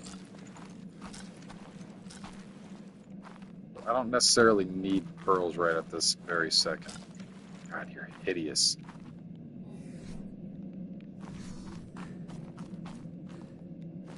These people are still here. Some oil in here, but this, all these little pieces of grass, everything. That's all fiber. So this is like the ridiculous spot to get as much fiber as you absolutely need. All this grass is cuttable. And it's pretty decent early game for crystal and that kind of stuff. If you got like a megalodon and the cave is open, that is.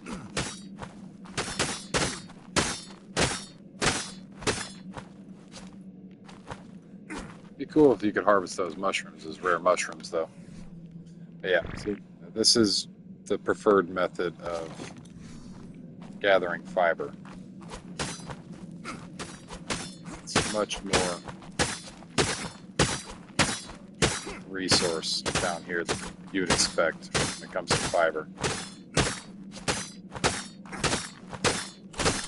I didn't get that already? Titanomyrma is one of the smaller creatures on the I could have island. swore I've already A gotten frightening that. thought when you realize it is the size of a dog.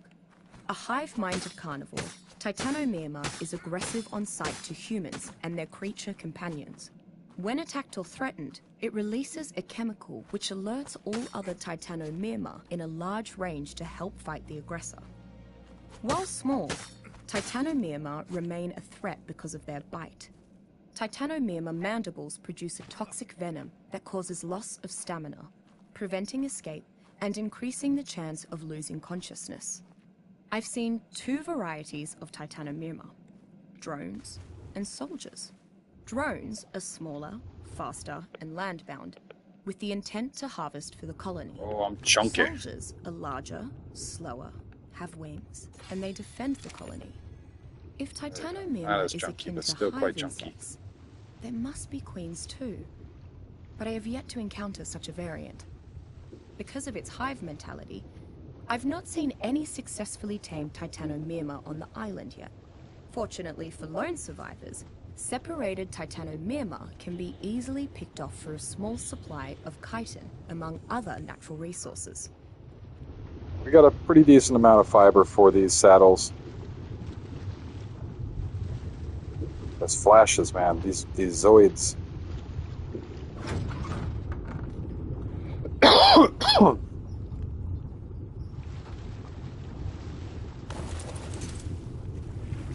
Oh. I am very chunky.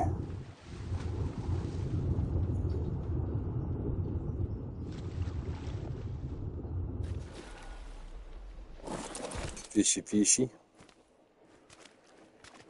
And the slow waddle. Oh. Yeah, I could probably start chucking stuff, but I feel like it would just be more time. But you know what? It's good. Just chuck some of the stuff.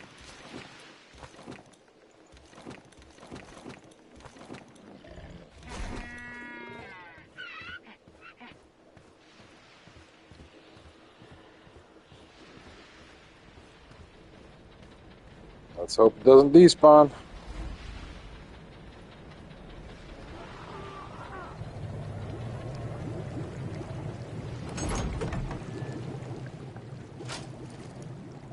Throw this in here and deposit everything in there. All booty. Get the booty butt back over here. Pick that up. Wonderful. Got enough hide. Got enough fiber. Got enough cementing paste. I've got a lot of cementing paste. Cementing paste is from the swamp cave.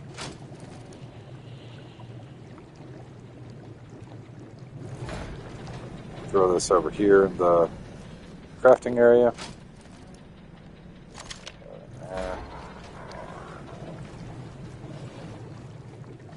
And this is official, so these are all official stats, official building, official everything. I'm actually on official 5042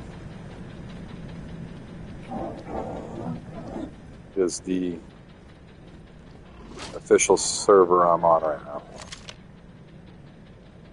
Yeah, I've got plenty of cementing paste and the ability of making way more. Now I got plenty of fiber to last a while. It's going to go pretty quickly, believe it or not. I'm going to be crafting way more than just 20 saddles. I'm going to be crafting for crafting skill. So I'm going to craft up as many as I can and then go from there and picking out the best saddles that I can. So this is going to be the way that I try to get a massive amount of premium saddles at a discounted price. Once I mine white and put all of my points, so I'm a level 100, so I'll put 100 points onto crafting skill, which will boost it so significantly that saddles that I craft are going to be way more profitable. Cementing paste, how much is it per cementing paste? About 500 per saddle. I might need more. And by might, I'm probably definitely going to need more. Quite a bit more, actually. More than that. I might need to go do a swamp cave run real quick.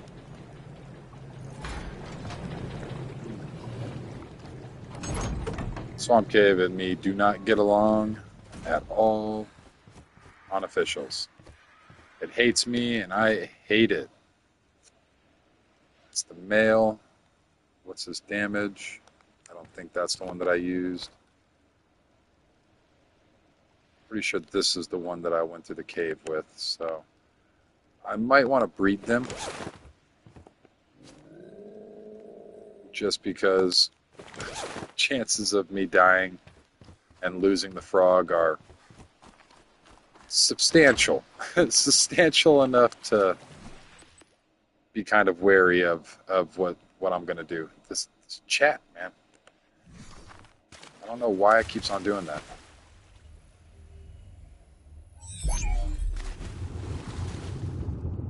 Let me get these frogs into here. I need to make a bigger breeding area for these frogs.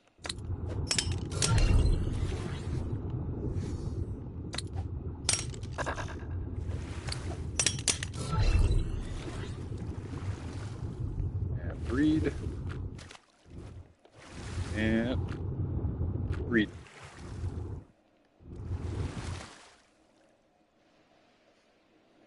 It works though. I'm not too upset by the way that this is set up.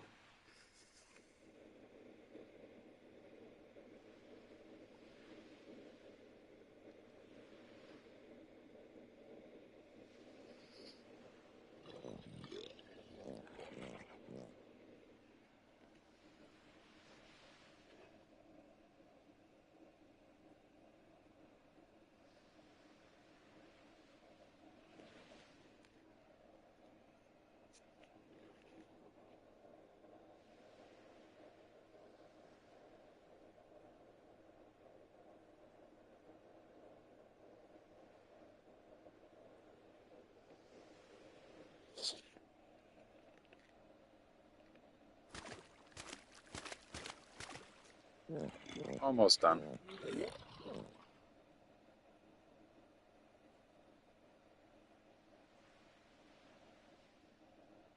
Should probably go get some water or some coffee.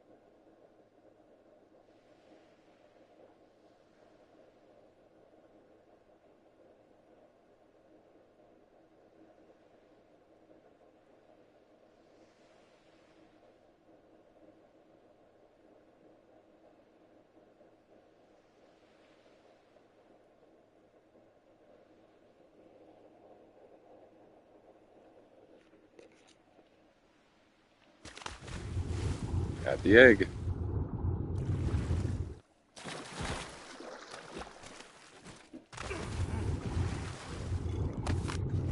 How long does the egg take?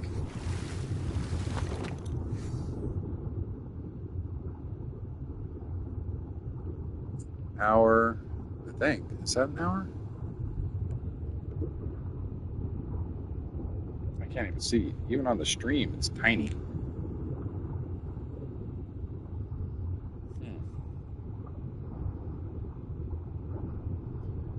I think that says an hour.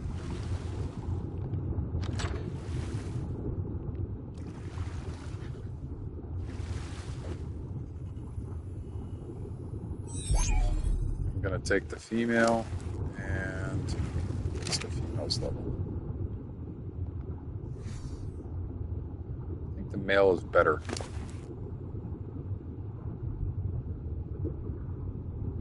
It's the female's. Yeah, the male is better.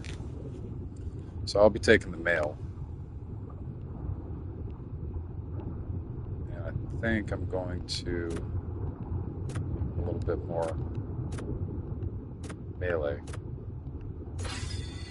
Yep. There we go. I'll pick up this egg for now.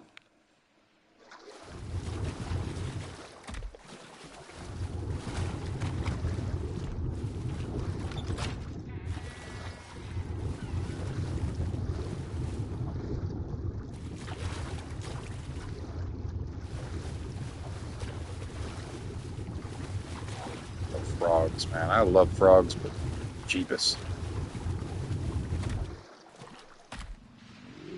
Please. Thank you.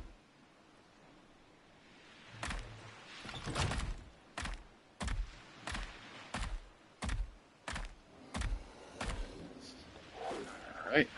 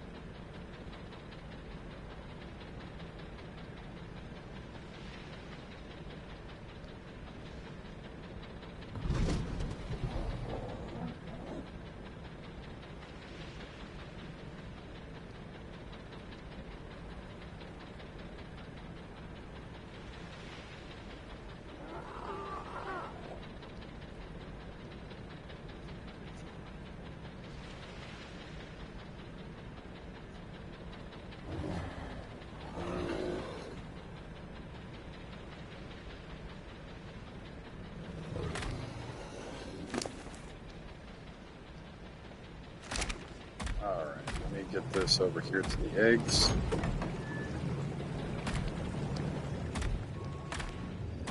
I also need to grab a gas mask real quick.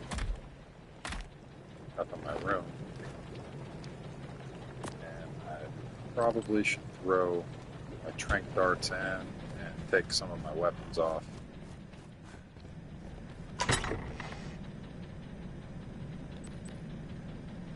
Throw these in there.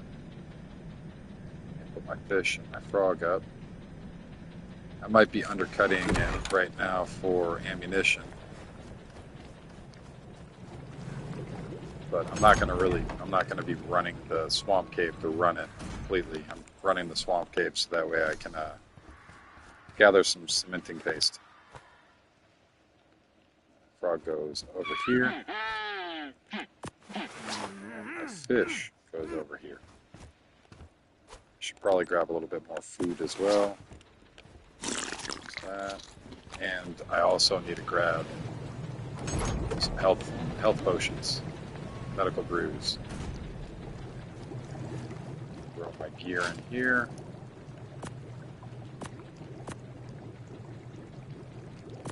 That. Keep that. I am going to throw a stack of these. Actually, should probably put it there. No, maybe not. My rifle was good enough for me. 5 of those. Refill my canteen.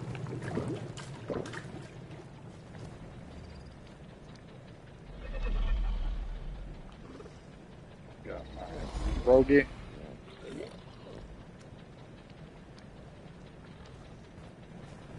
Bogey's leveled up. Good saddle. Ammunition. Put this cryopod up because I only need one of them. This guy's going to be used for, she's going to be used for primarily going into the other caves. So all of the caves that are going to be for the broodmother.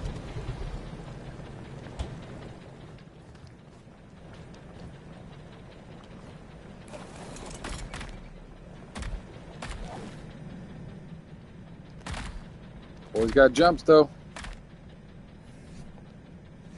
Got food. Got medical brews. Pew pew. I should be gravy if I can get out this door.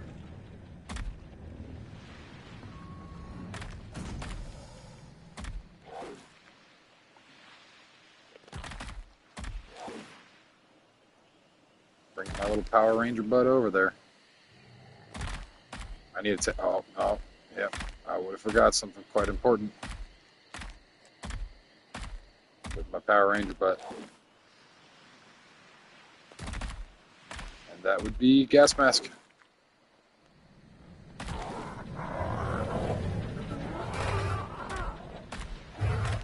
Honestly, I should probably bring 2.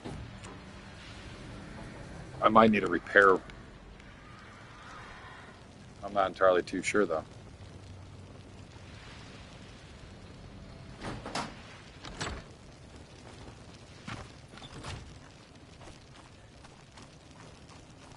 Oh, I left my door open.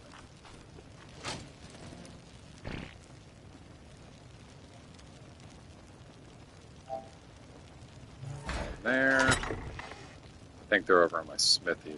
There's one here. This one's crap right now. Durability's almost gone on it. Here, I think I got another one in here. Oh, I got a perfect one right there.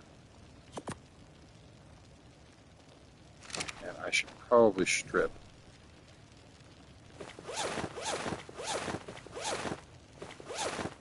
Alright, strip down. I'll leave all of my valuables here. So that way I'm not going to have to worry about losing anything but a shotgun. A little bit of food and a canteen. Hopefully not my frog, but kind of get the picture. I hate this cave so much. And the only reason why I'm going to do it is for the simple fact that it's the easiest place to get smithing paste. There we go. Leave all my armor and gear here. Close that down. Get on the froggy.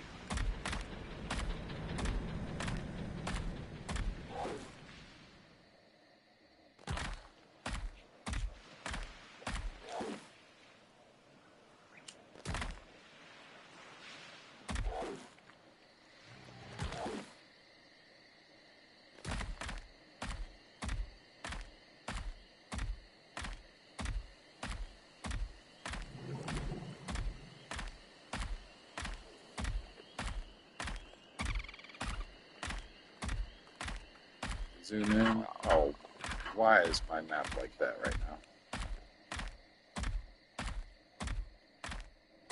For some reason, the map always seems to reset.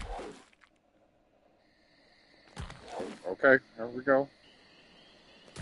Good. Hey, they got the Power Rangers. Yeah. I am Mighty Morphing myself.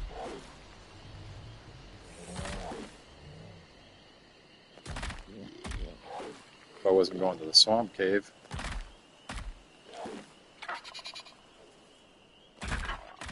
It really blows my mind. I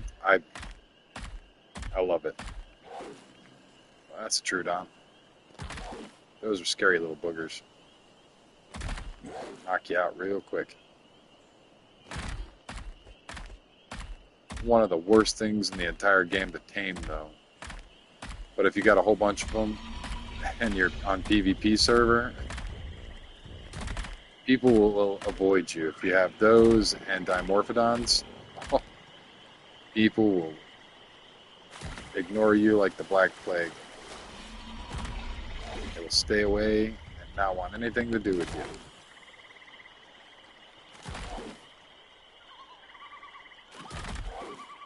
They are quite annoying.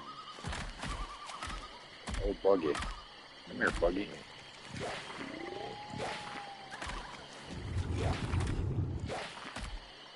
Really? Come on. He was literally right there. Good night. Cementing paste. So that's what we're going to be doing. I'm going to the swamp cave because it's very loaded with plenty of different insects. And I'm going to eat them.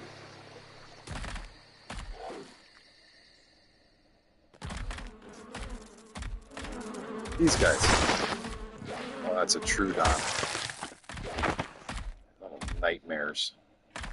The glowing eyes. Their eyes only glow at night. And they become very, very aggressive. Unless you're using a torch. I don't use torches. The original game, yes. All day, every day would I use a torch. This game is very bright compared to the last Ark. The last Ark was, you were in pitch blackness. Like, there was really no way to play the game if you tried doing some of these things because of how dark it is. Going to my map. So it should be right back here, but for some reason my map is showing that I've never been here before.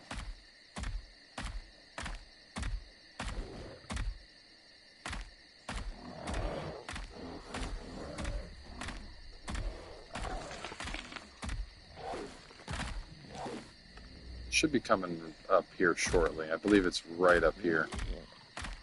So there's a little like a little valley. Like a valley walkway that you can go up right here. Yep, and the swamp cave is right here. Is that a bear? Yep, that's a bear. Please don't be mad at me, bear. Oh, it's got a baby too. Stay the hell away from that thing. Alright, here we are, the devil's asshole. Throw this crappy helmet on, or gas mask I should say. And we are good to go, as best as we can. Get ready to get smacked around by a whole...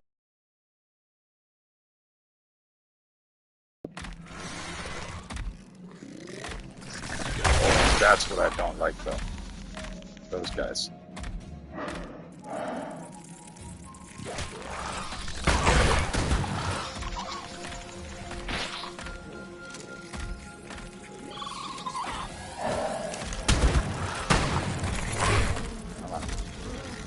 I can deal with everything else. It's those things that I can't deal with.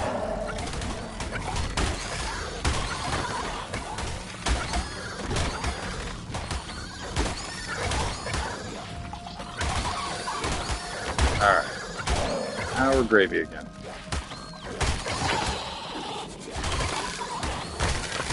Turned around the wrong way. It will be okay. go. Yeah, see, my guy didn't really even take too much damage there. Throw out this crap so he doesn't get weighed down too quickly. And I'm going to have to throw some of this meat out as well because the meat weighs quite a bit. Not right this second, it doesn't weigh a whole lot, but it will the more I travel into this cave. I don't plan on going all the way. I might. I don't know. It depends on how easy it is right now. I'm getting a pretty decent amount of stuff though, so. And my health is pretty good. I'm not too worried about it. The Ark though, those are what I'm sufficiently worried about. You can eat these guys, no problem. Those Arthropleura start spitting on you. They shred your armor, and they also shred your gas mask. Which makes it where you die from poison.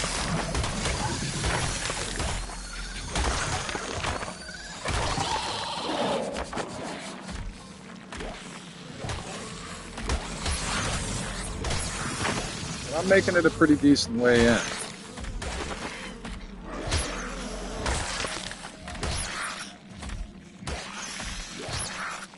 Trying to lick the walls because the insects will get stuck on the walls at times. You'll see a little yellow name. I'm trying to eat all of them. Well, Meganura or whatever they're called. Let me throw. Yeah, you can see the frog is already almost overweight.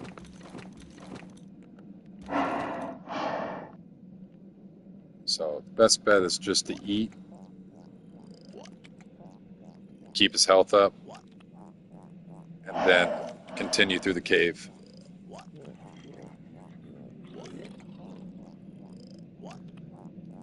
This cave is one of the roughest in the game. It's not the hardest. It's definitely not the hardest. The ice cave is one of the hardest, if not the hardest in the game, the ice cave. This cave is up there, though. It's one of the top 3, I would say. Maybe even the top 2. But depending upon what you have to run it, really depends on how well you run it. If you breed out some frogs and you have high level frog, high stats, all that good stuff, you'll run it decently. If you have a blueprinted pump action shotgun that you can take care of all the bugs with, you'll run it perfectly fine. But if you're new and you're just trying to get through the cave to grab an artifact or to grab some easy chitin, keratin, and keratin and cementing paste, it's quite difficult. And I can probably throw out the rest of this raw meat. Grab 5 and then throw the rest of this out. But as you can tell, that meat really weighs out. So it's one of those things that you kind of want to watch out for. This is going to be one of those spots right here too. So this is a choke point. You want to try to stay in the choke points. So that way you eat everything efficiently. You also want to make sure that you're not getting attacked by Arthropleura as well.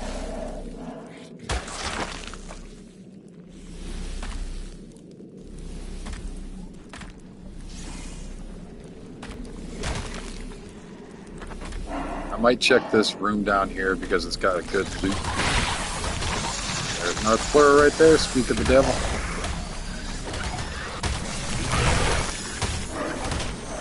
Try to avoid it, but I might not be able to, so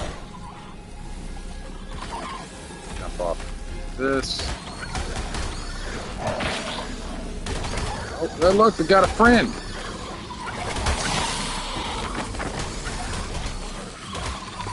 Apparently this person's going to get the drop before I do, because I'm doing the drop.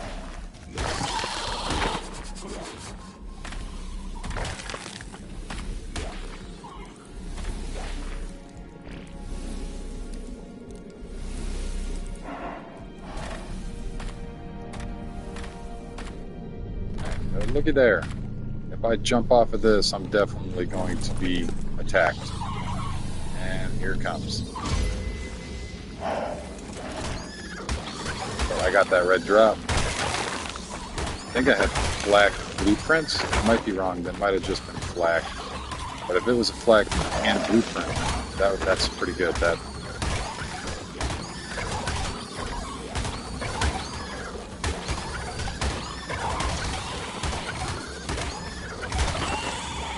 This is where I'll find the really, really good drops.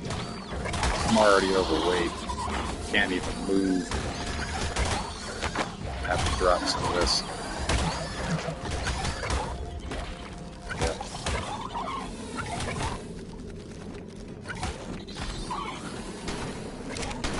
Come on now.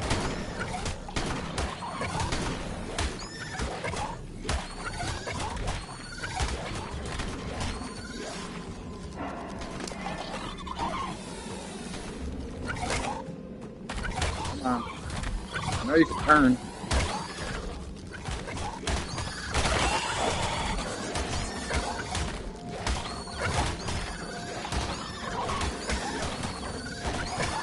I'm just so overweight right now that I can't turn. So I'm trying to get stuck in place. So that way I can get in here and drop some of my raw meat after I was done being attacked. Grab a couple of these.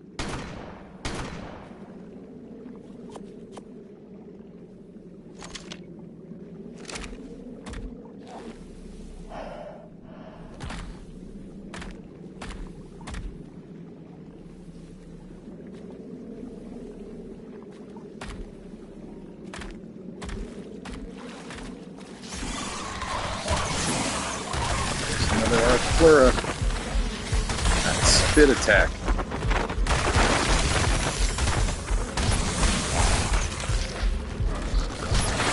Oh, see, that spit attack is so broken. And now I'm down. So let me go back to my bed real quick. Need to grab my other frog now.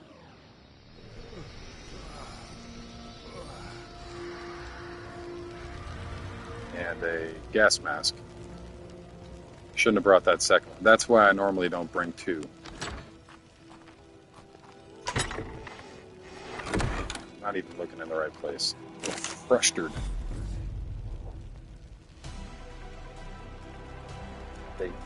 That might get me there. If it let me take it. There we go. Hey, there you go. Yeah, work game. Wonderful. Close this. Call the elevator to me real quick.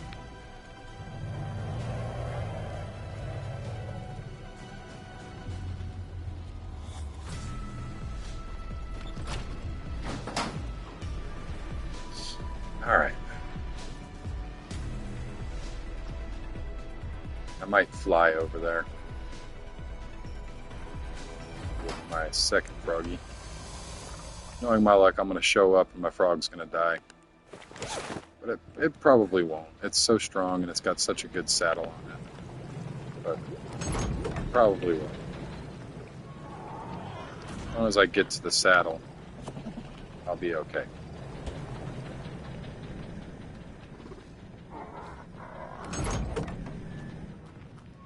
Everything else seems to be alive here and well. Not here because it does not like picking things up while on normal floors. Has to be on the ground.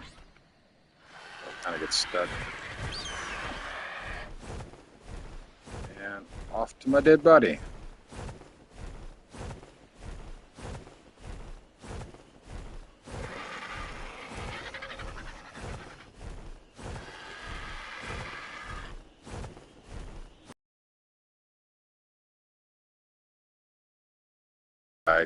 I am not a fan of this cave by any means, and it's not a fan of me, as you can tell. Every time I come here,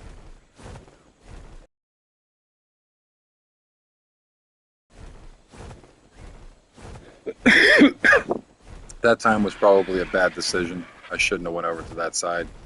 There's nothing really over there anyways. I was just being greedy, trying to get as much keratin as possible. Chitin and keratin, as well as cementing paste. It's more so the chitin. Keratin's not really in the cave. Keratin's formed in your fingernails. Chitin is like for bugs. That's like Minecraft, elytra. Those are bug wings. Elytra are the actual terminology that is used for bug wings. A beetle has elytra.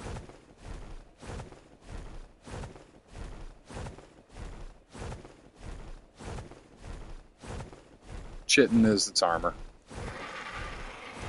Its exoskeleton.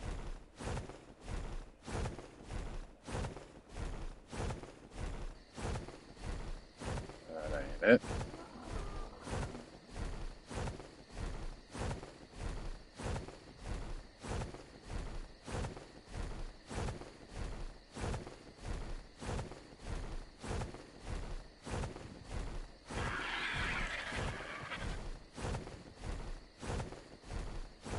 Wild colors, man.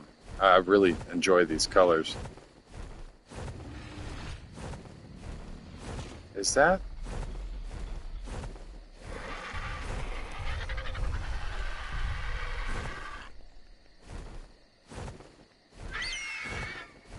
Okay, I thought that was Giga for a second.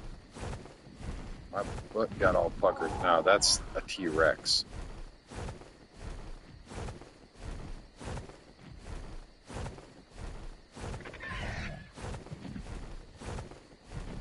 Where am I? Way too far. What am I doing?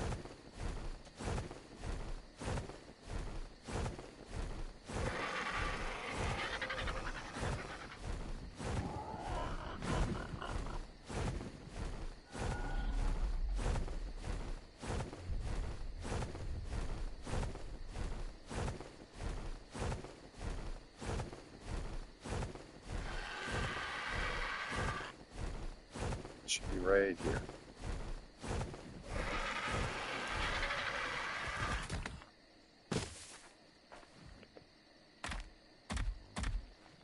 Got my mask.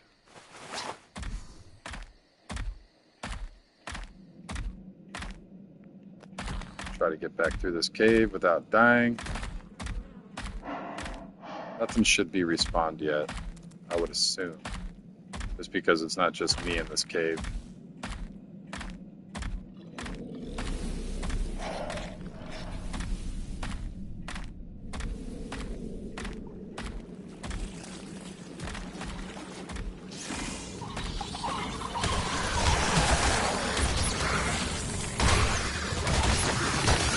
Why? Why did I just launch myself?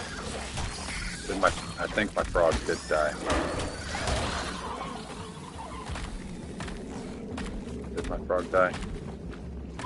Yep. My froggy died.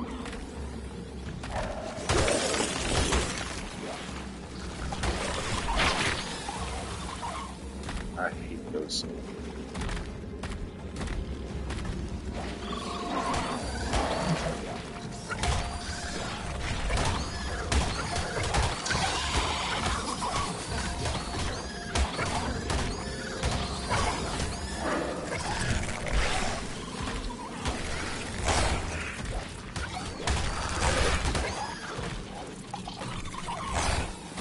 Spitting butthead.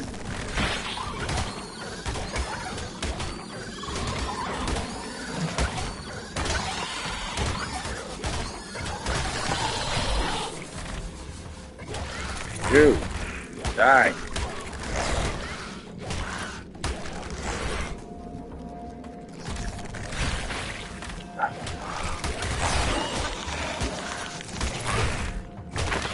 Jesus.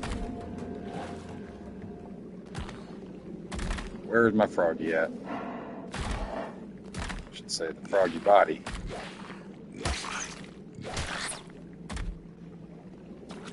There's my corpse. There's frog's back.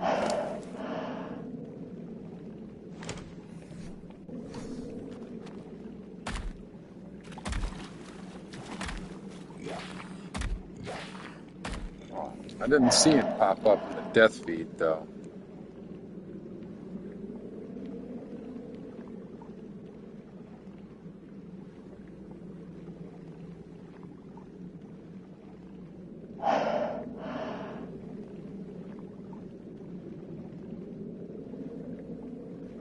Maybe he did. Where is his body at? Yeah, it did. Oh, where is your body at?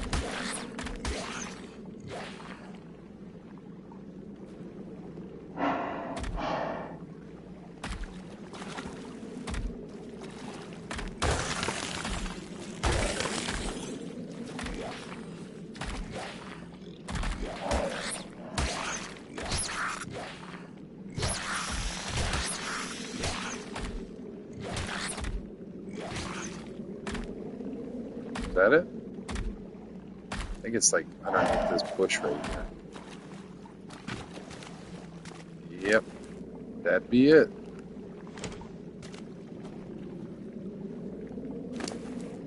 Alright. That out. Throw everything over here.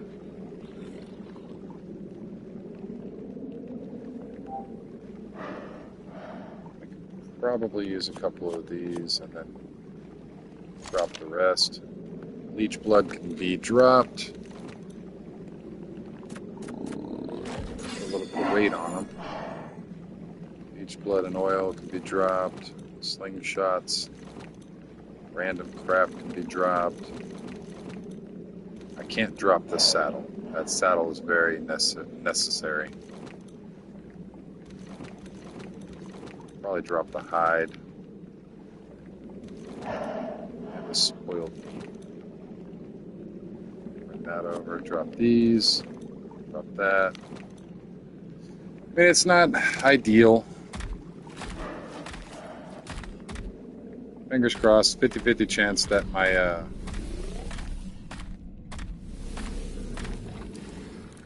what's it called?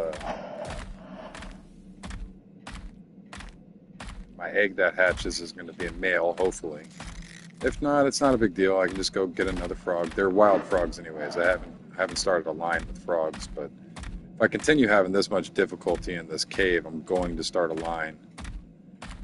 Or I might just buy somebody's line.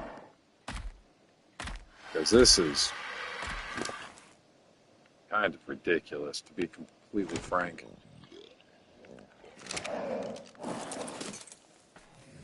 Take this stupid mask off. It's not so much the gas mask that I get upset about. It's more so the fact that you can get hit off the back of them with those Arthropleura. And it's just not as cut and dry and simple. Still worth it in the end, to be completely honest, with how much cementing paste you really get from it.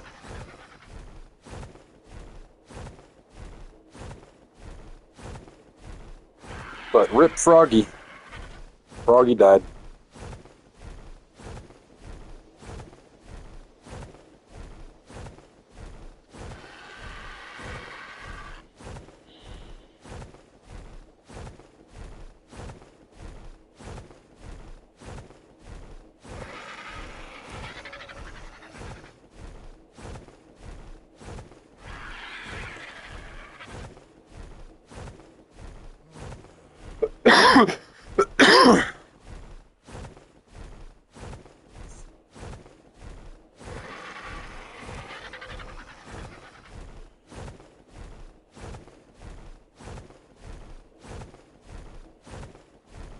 What time is it?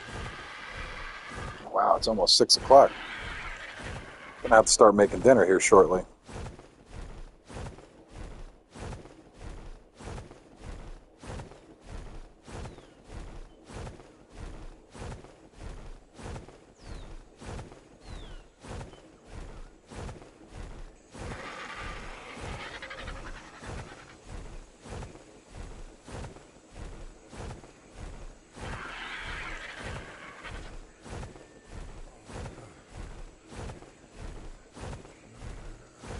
But regardless of the situation, we got a pretty substantial amount of keratin, or chitin.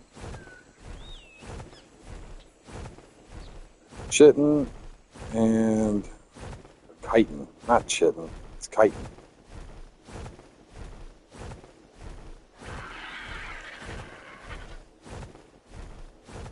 I don't know. Chitin. I think it's chitin. Let me just fucking look. Yes, it's chitin, not chitin.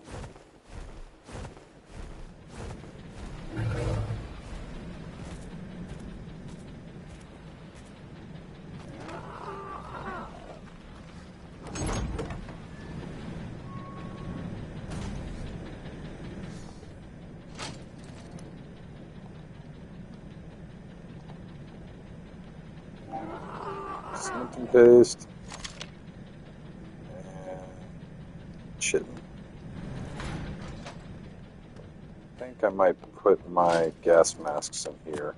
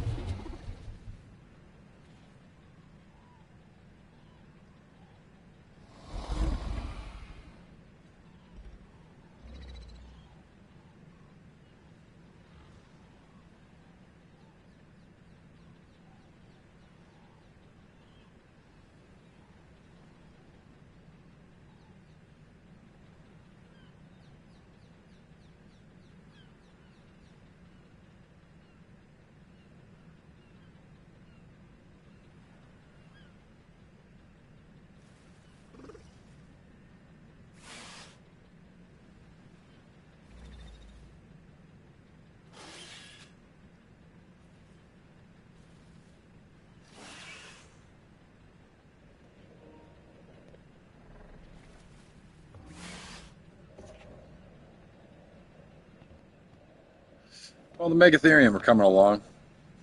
This one's almost 70%.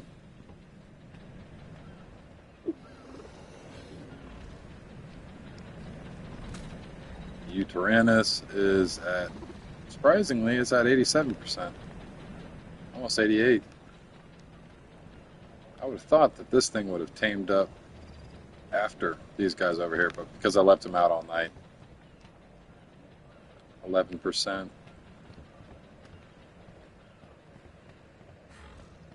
And it is getting hot out here.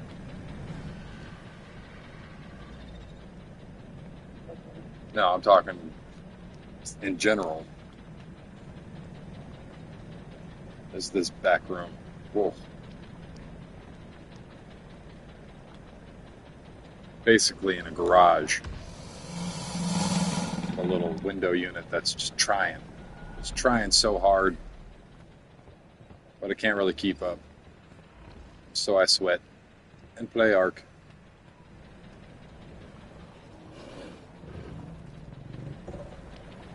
And drink coffee. Matter of fact.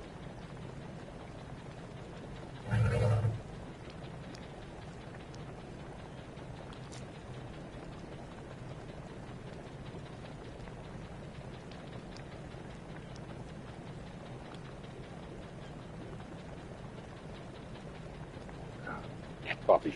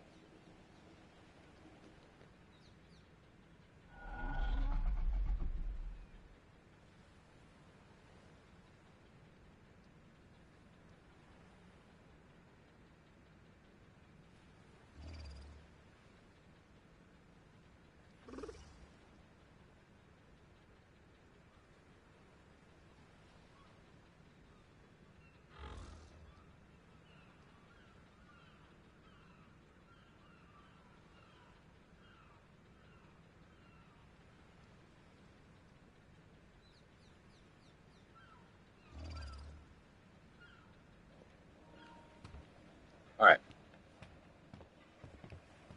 My wife just got home. I was explaining some of the stuff that I was doing, and we were talking about her day,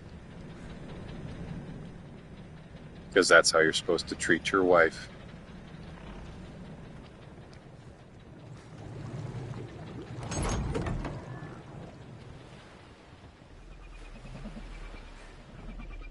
And she was telling me I should probably start setting this up.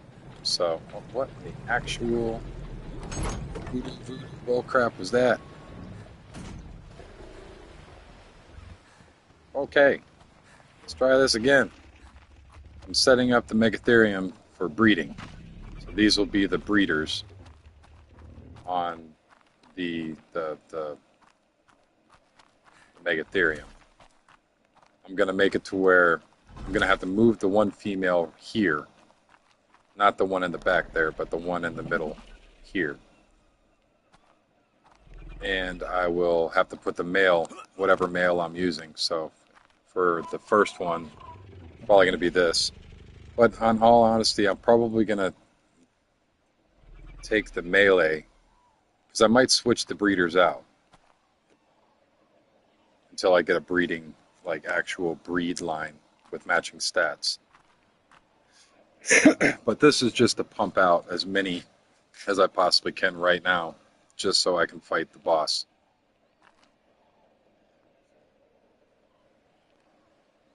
That's why there's slap hazard levels in here. But this male is pretty good, so it has a chance of being a high level. But the next breed, I think I'm going to do the melee mutation and see if I can't get a whole bunch of females with melee mutation on them and get them raised up, so that way I can start my melee mutation line,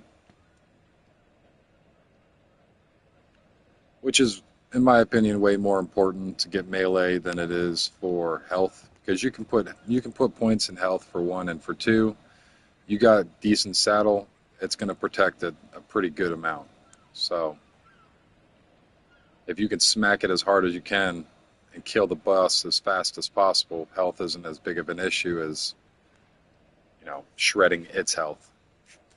So that's the goal, is to mutate this guy over here. Because he's a male, I'll be able to throw him into the center of that monster mush over there and pop out a whole bunch of babies with a melee mutation. So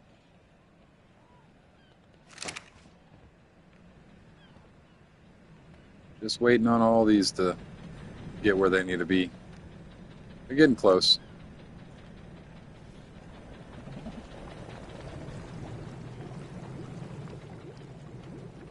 Not quite there yet.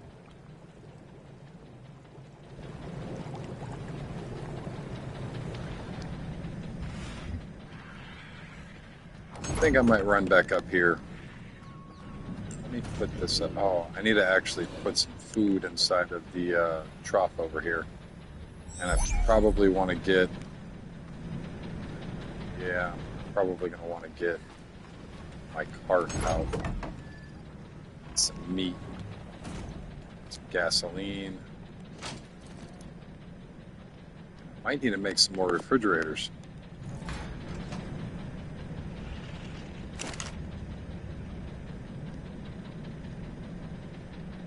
Crystal, polymer, metal, and electronics.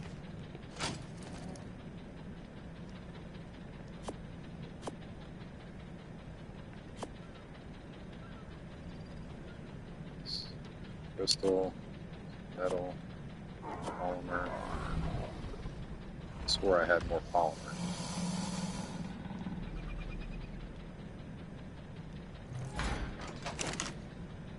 Put all that over here.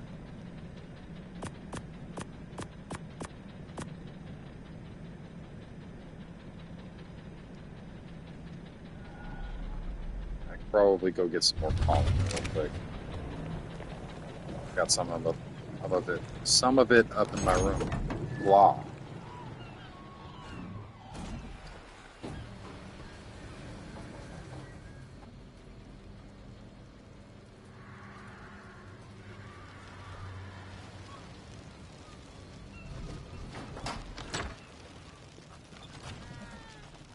Grab a little bit out here.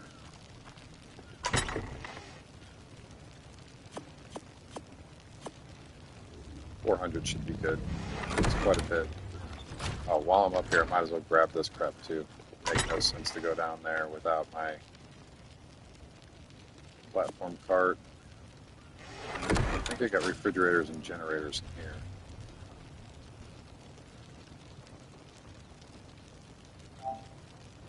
No, it's not in there.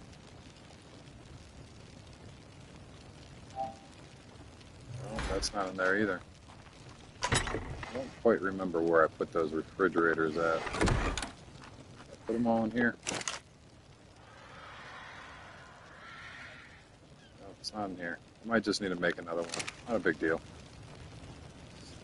But I got my cart, which is the big deal. So, yep.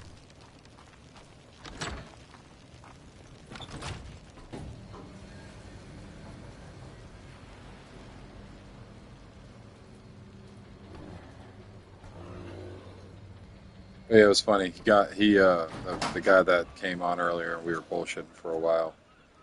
Came on, he looked around at what I was doing. He's like, so you're ramping up to go to the brood, huh? He's like, yeah, actually, man, I am. It was funny because he actually knew what was going on in the game, so it was refreshing. Oh, I forgot. I need to grab Megatherium out of here. Preferably my lower level one. That one's fine. I'm going to throw him out.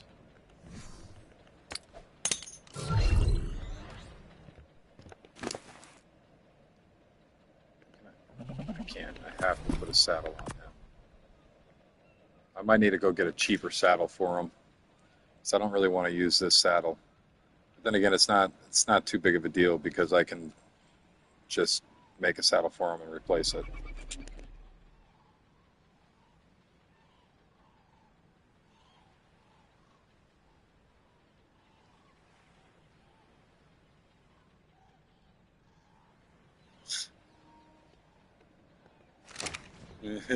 I love that boy.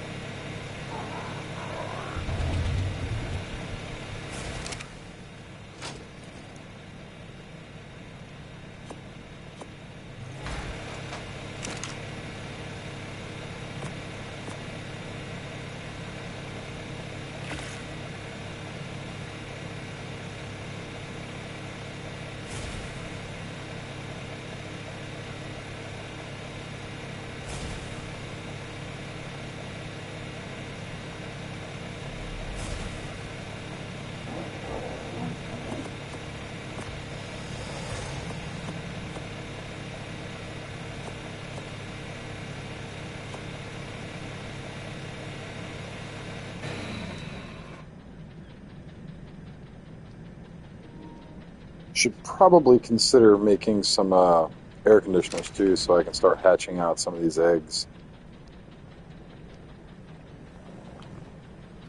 All right, this guy is good.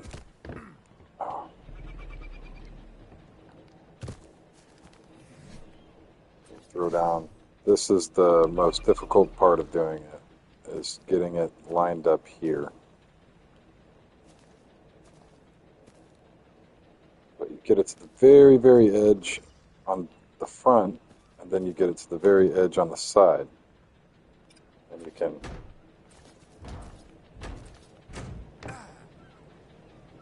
lock them all together like that. You have one full side. And then on this side, after you get those placed, no, not the refrigerator, I can't see. My picture's in the way. Then you go up and you try to place this as far forward as possible like that. This is all officials, by the way. So that way you can just easily come up to it and click on it if you need to. And around the front here, you've got easy access to all of this. So this will trickle feed your trough. I need to put these cryopods up real quick. I don't know why I have... Oh, I do know why. I just threw all those megatherium out.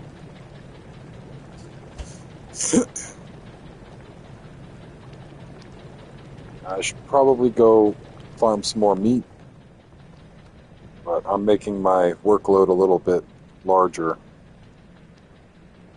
just by having this. So I'm going to take a full refrigerator of this and 17 out of this one.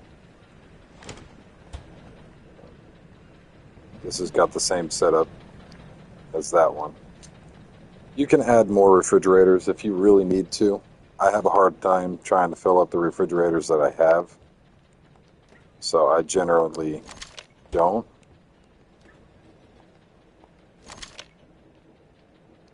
Throw this out.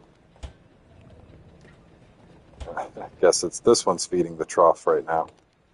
I need to get it out of here. Over to the other.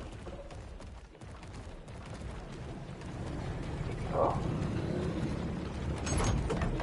Somebody in the world chat summed it up really well the other day. They said that the wagon wriggles. No, just keep on soaking them. I literally just washed them out the other day. It's good. Just soak them again.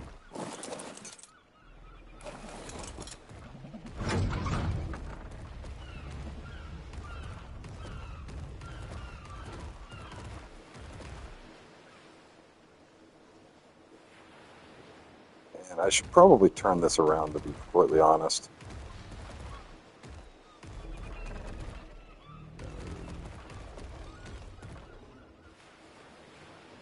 That should be fine like that.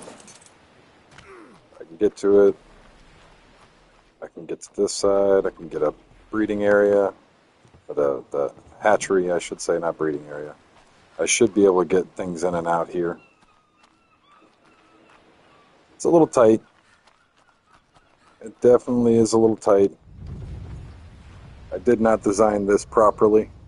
I should expand out on this side.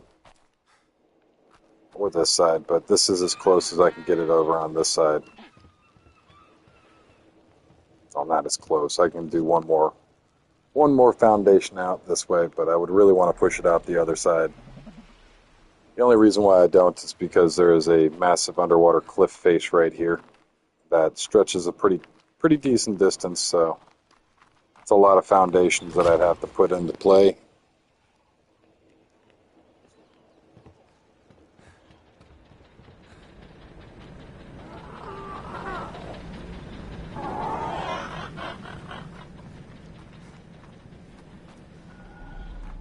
Dragon's fully healed up as well.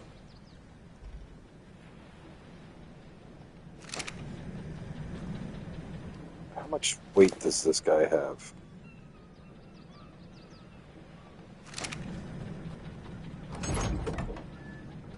Okay, I'm doing 39. Let me look at my beauty real quick.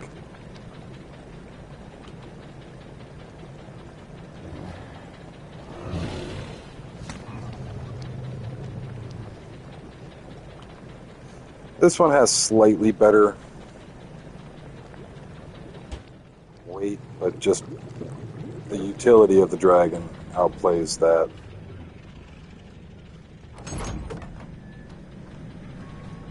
And I could use my Rex if I really wanted to. It's so goofy. That does have pretty good weight. It's got a crap saddle. I don't feel like trying to. It's there for the looks.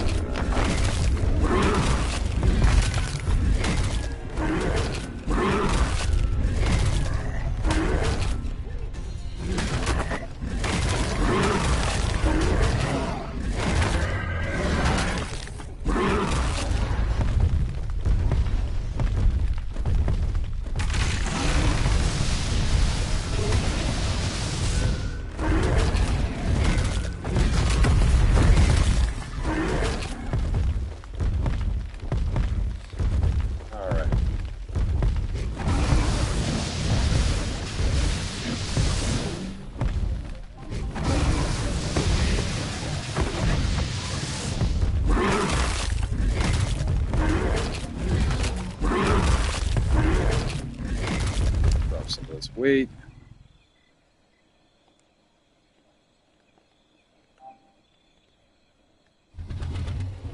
That.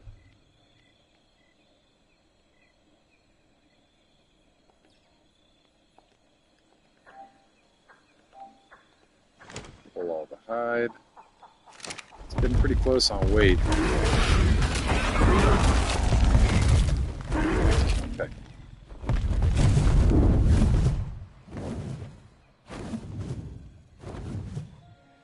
I am being summoned for dinner. So I need to put my guy back real quick. I'm going to leave the stream run, but I will be back out in a few minutes.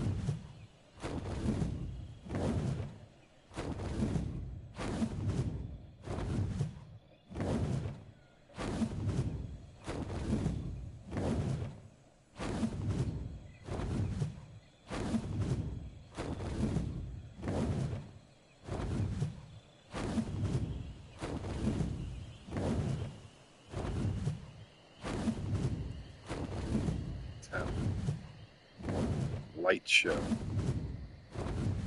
I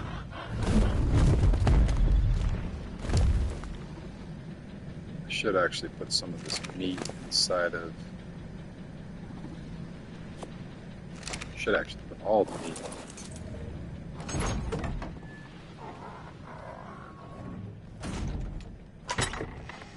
inside of that other megatherium, because this has got a pretty decent amount of meat. That's empty. That's empty. No, well, never mind. Maybe this one needs some of that meat. Throw this hide in here real quick.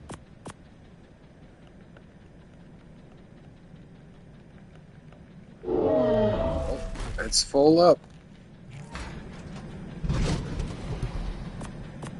I officially have a full volt worth of hide.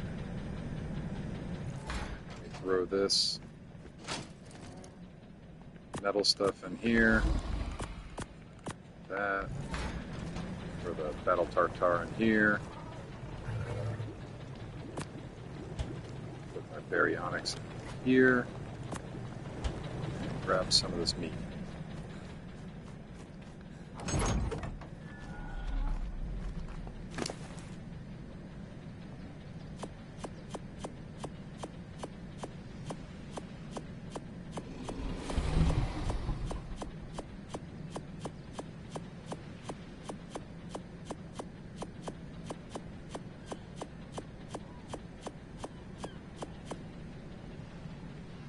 That should be good enough. Because these are babies, I'm going to definitely need to put more meat over in this area than the other. Just because the ones over there are adults, they won't starve or eat as fast. It's the babies that overeat as they grow.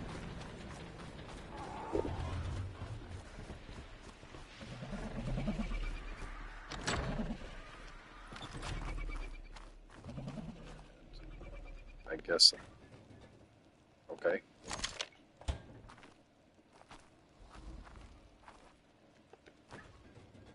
Grab all this meat out. I forgot to turn the generator on. There is definite reason why I came back here.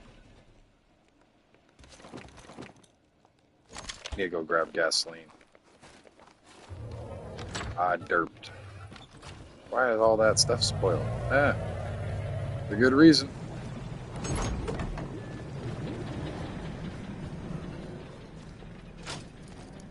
That was a big waste. I'll run and put this in here.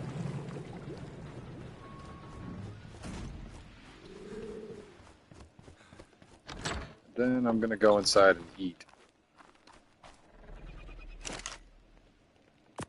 Throw that there, turn it on, and we are gravy.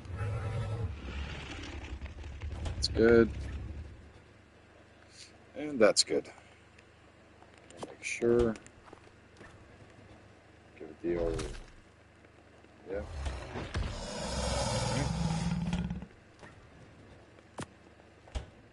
There we go.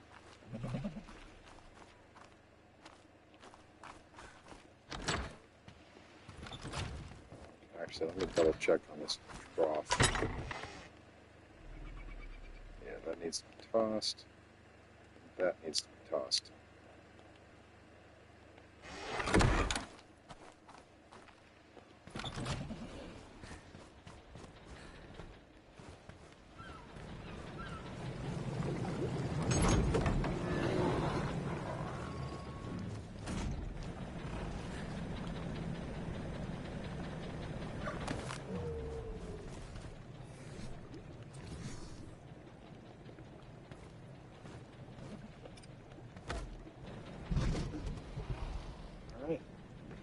I'm gonna go eat dinner now.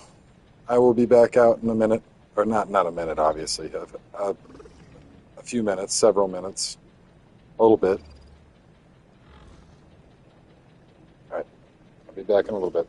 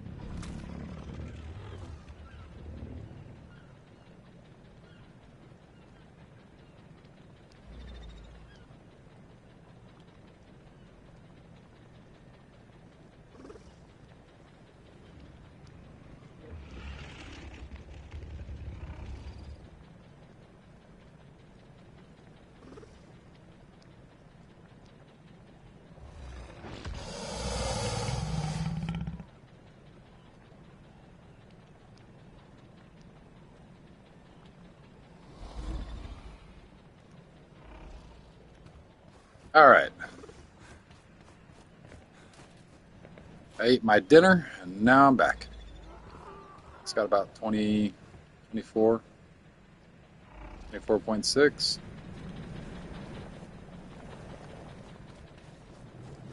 Maybe another meat run would be productive.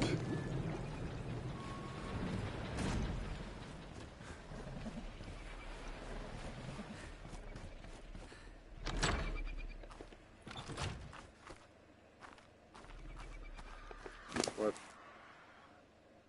I mean, the weight on these guys are great. I should really consider just running out with the Megatherium.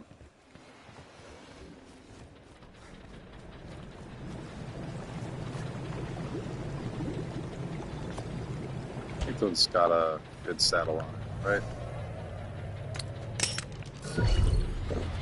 Nope, no saddle.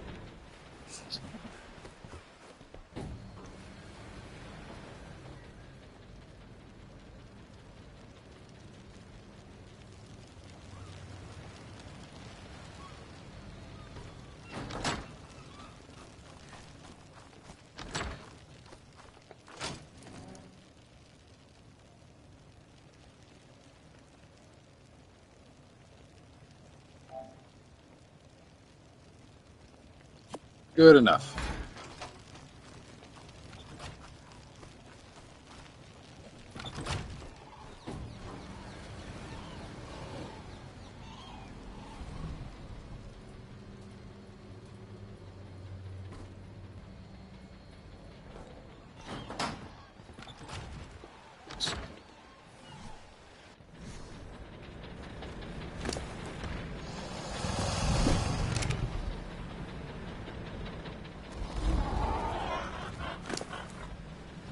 Yeah, this guy's got a lot of health on him, which is good. Not too much damage.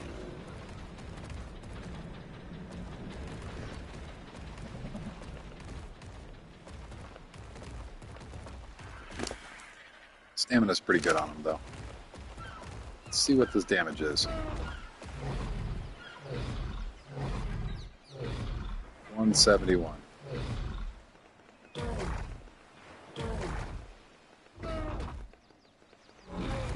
That's the fastest that attack can go. I think that's it. I got two attacks.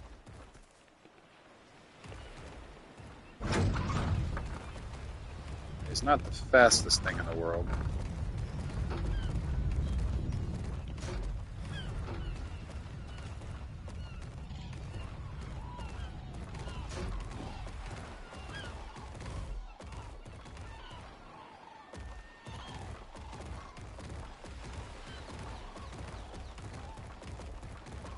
Run down to Murder Beach real quick. It's a little faster to get over there from here than it is to get all the way over to the swamp. I mean, swamp would probably be better, especially for the Megatherium. Beat this guy up, see if I can kill him. Lady. Where's your baby at? Knock it off a cliff.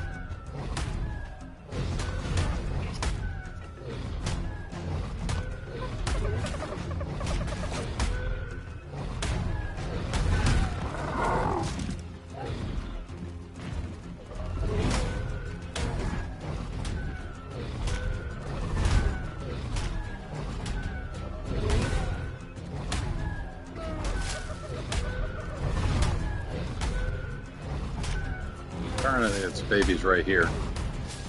Start whacking its baby.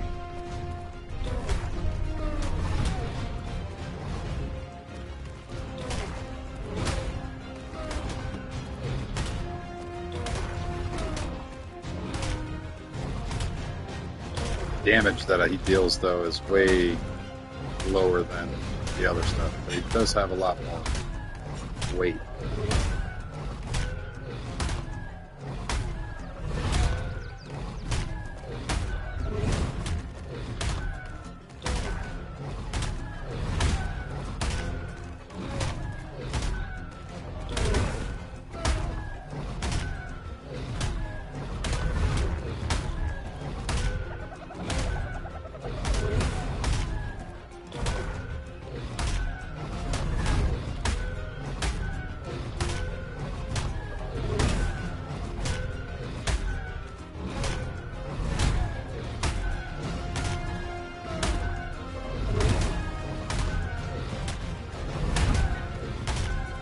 This is why melee is key.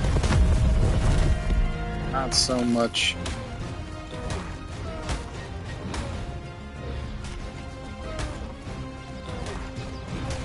hell.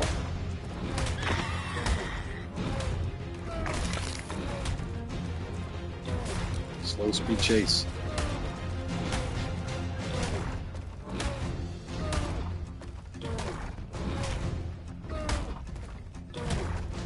Meat is worth it.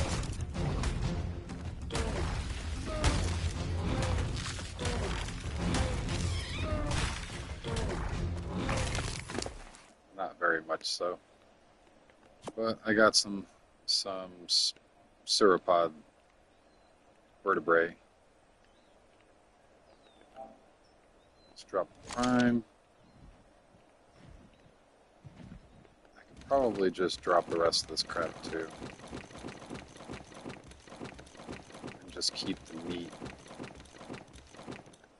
I'll try my luck over at the swamp real quick. See if that's any better, because if I go to the swamp, then there's the insect buff as well.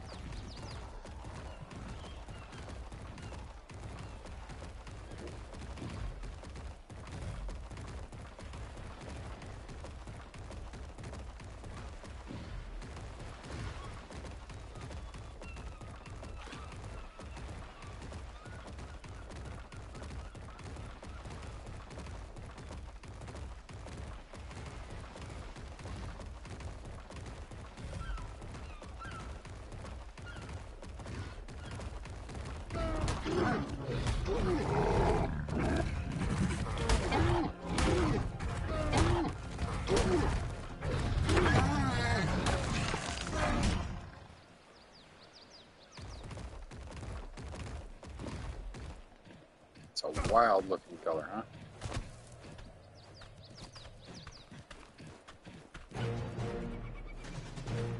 What color are you actually?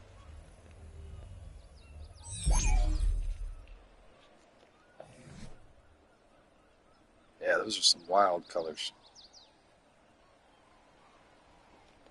I don't like that. I might keep that.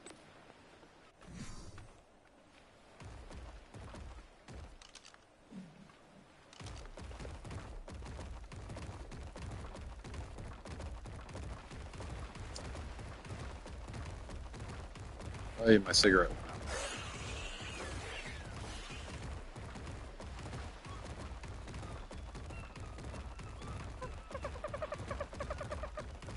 Am I able to stop? Oh no, I don't want to resource. I don't want to stop the resource harvesting.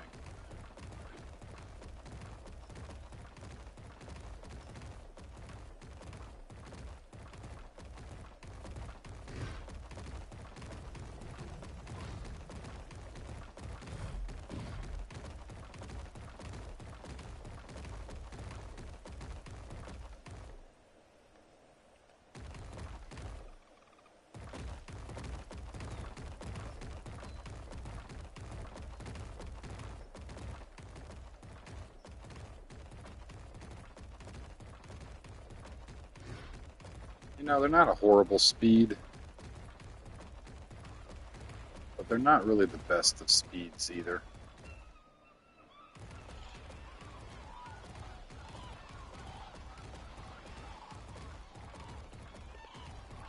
Stamina's not bad.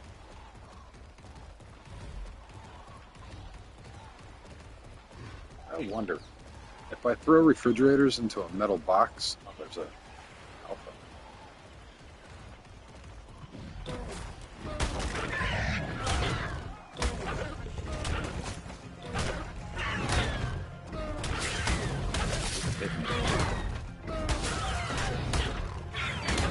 Well, let's let him be.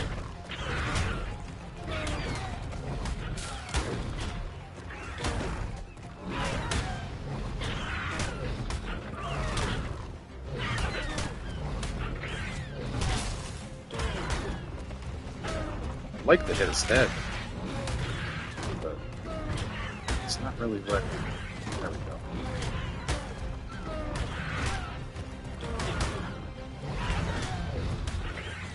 I don't know how many levels I'm gonna get with this.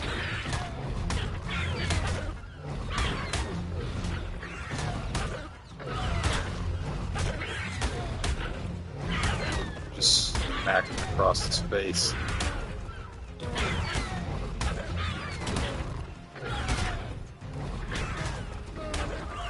I ain't taking no damage. Doing more damage to myself than poor because I'm completely gassed right now.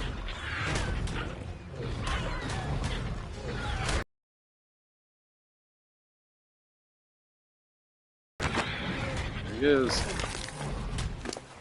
Alright. Not too much. Throw all this crap away.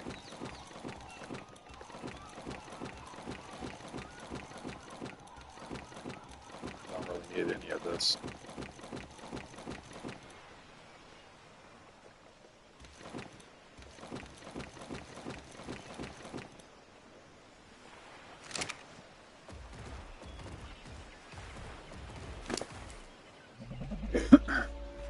Probably throw the hide away. That's not as necessary right now, considering I have a whole vault full of hide right now. I definitely still need more hide, but with the blueprint that I have for the Megatherium saddle, it should be a little bit more doable. Look for a bug.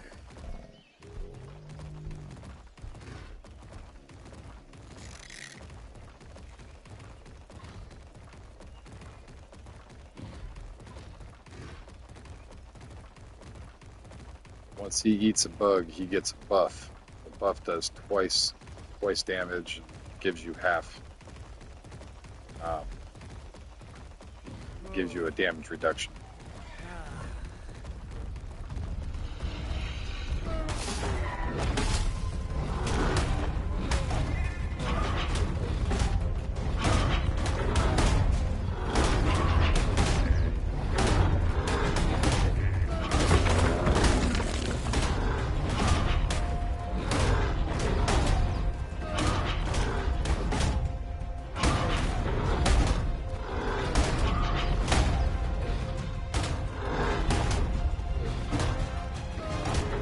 Yeah, I definitely need to cap them out on levels.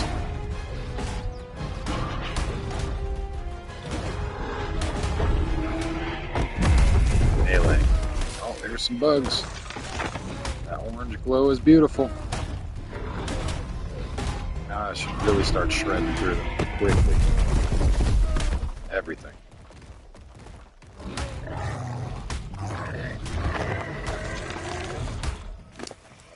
Rest him up real quick. Throw some of this crap out. And definitely don't need that.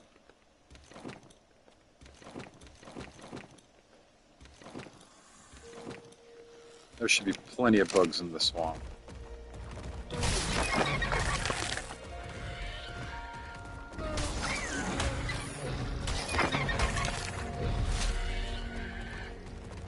Pretty decent damage, I would say.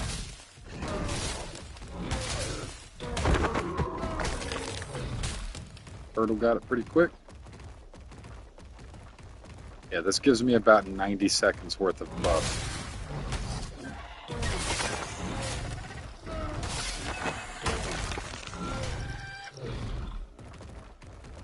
And the more I can find, the faster I can kill stuff. So swamp is really the best place to go when it comes to eating and getting meat, regardless. Especially with these guys. Look at how fast. This one's a higher level than both of those. The last two I just killed were a level 15 and a level 20. That one was a level 35. Means there's definitely a lot more damage being dealt. My only worry about this is all of the Kapasutra. These little Sarco's little buddies. All these bugs.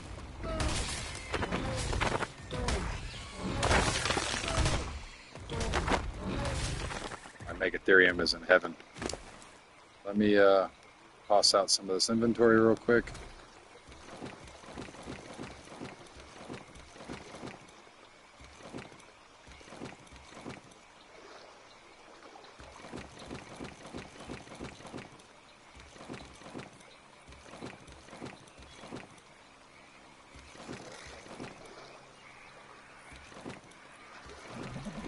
I completely forgot these guys do fiber.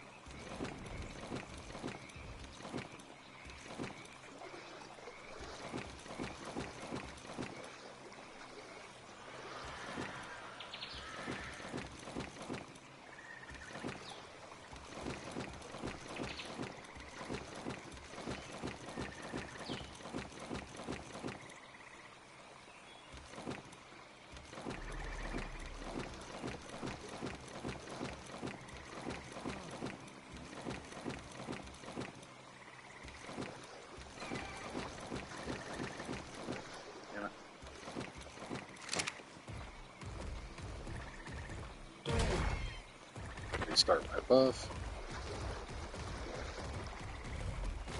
So it's 2 minutes, not 90 seconds. 120 seconds.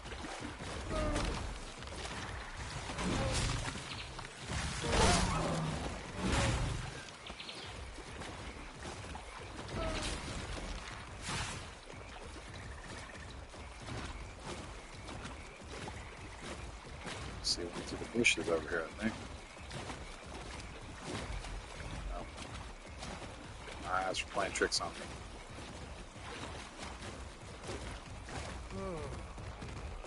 Plenty of other things to smack about.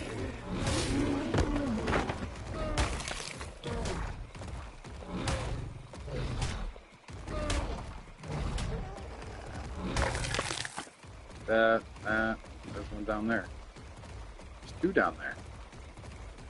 And a piggy right here. Where, piggy? Wow. Pretty quick.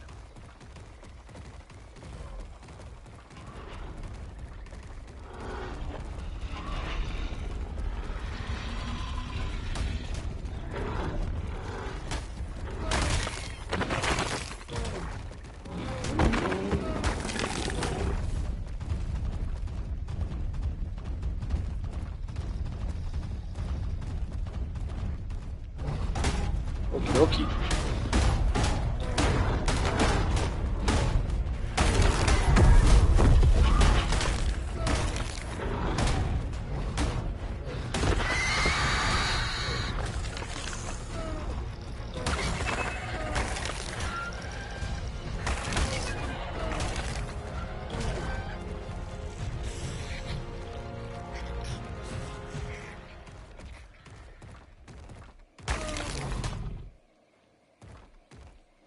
Come on, big guy, come back. Let's do this.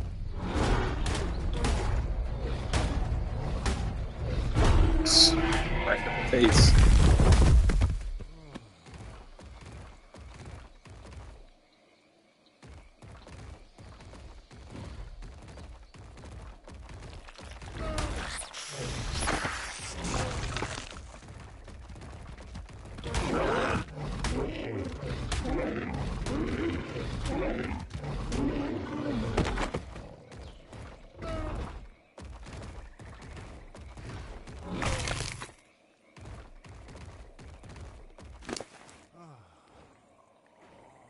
Throw this out.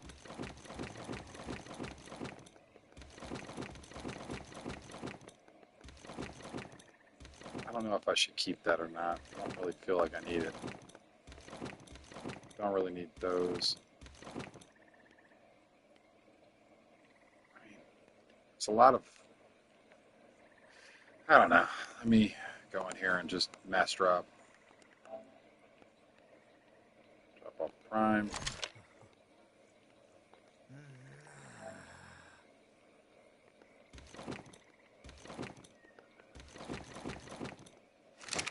Hide.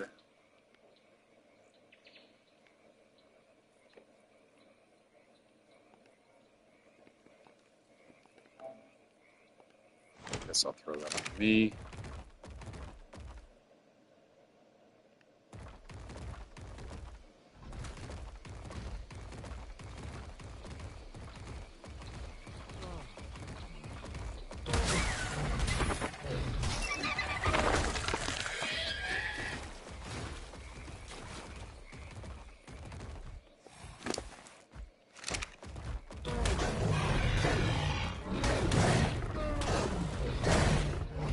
These guys are actually pretty strong for their size. It's fairly surprising. Even though that was a 110, just your average one is actually pretty strong.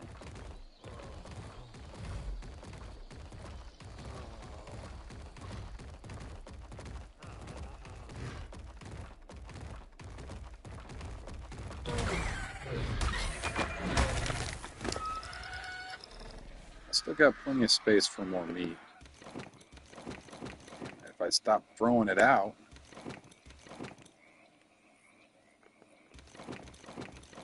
like that, I hate how this menu works.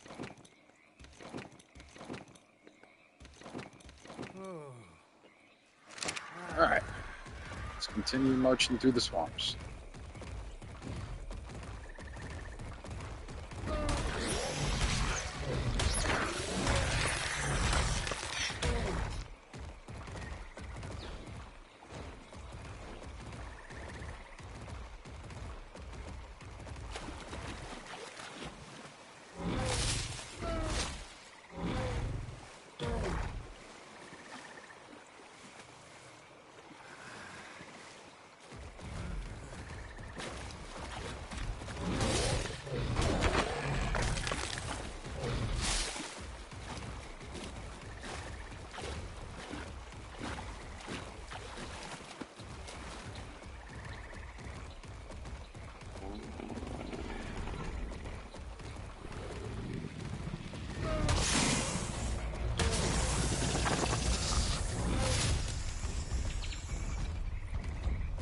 Come on, buggies.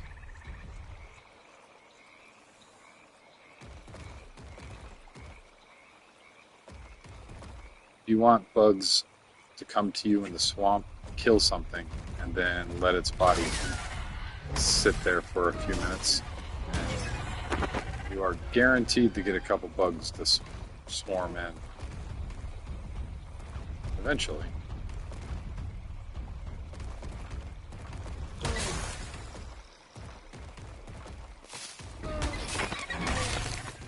Not so much billows. I'm thinking more so bugs.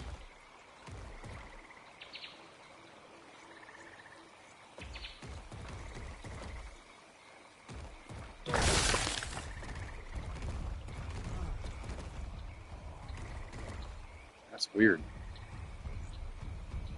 Normally they'd be all over the place.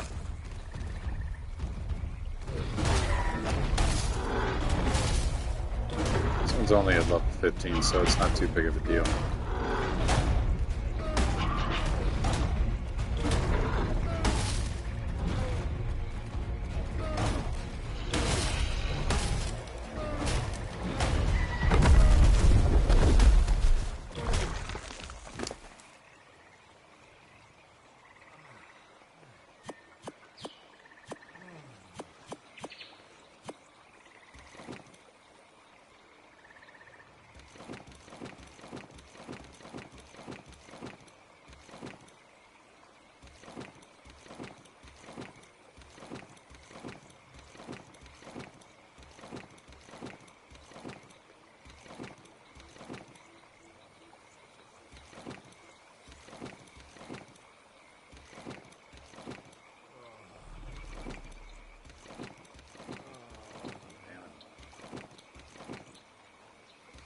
I'm throwing meat out on accident.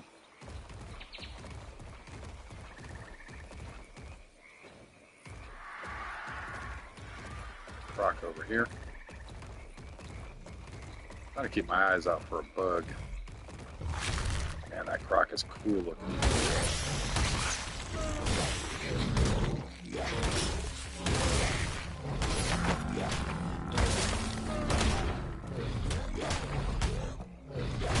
It's a 125 female. I feel kind of bad killing it.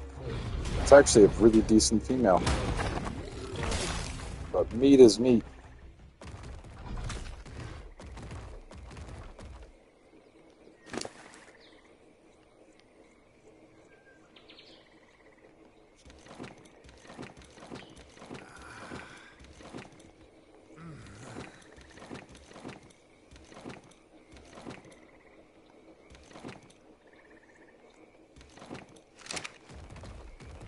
These little boogers. These are the ones that I'm actually scared of. Because they jump and they'll take you off your tame. Wow.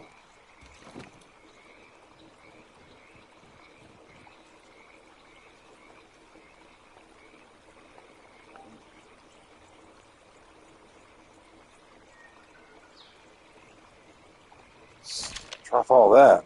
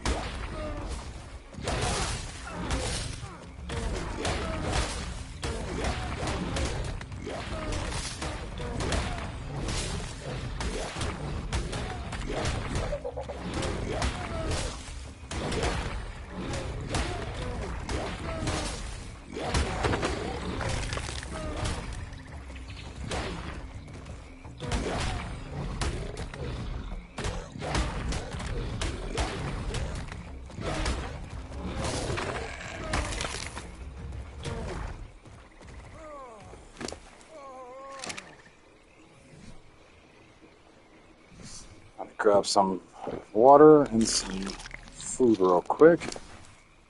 And drop all this crap out of my...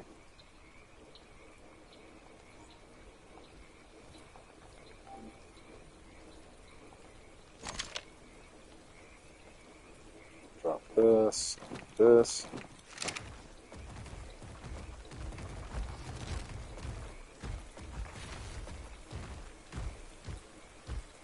Oh my goodness.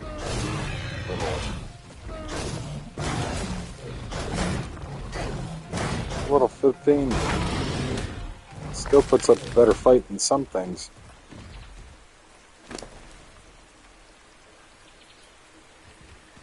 Oh god.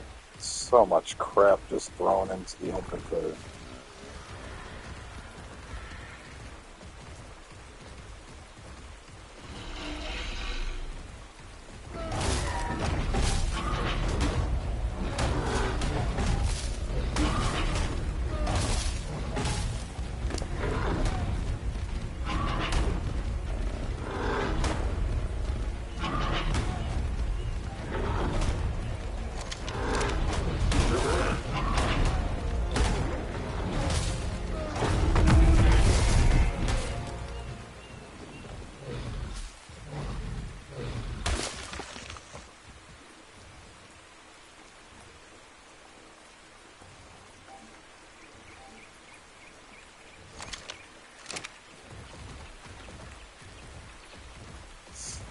Right, I'm pretty sure this is my exit back out, but I kind of want to grab some more meat while I'm still here.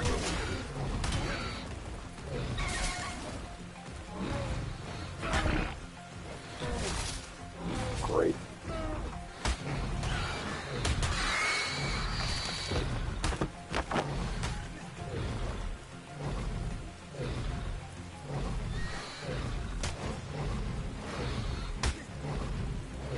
Oh, I hate these little pecker weeds.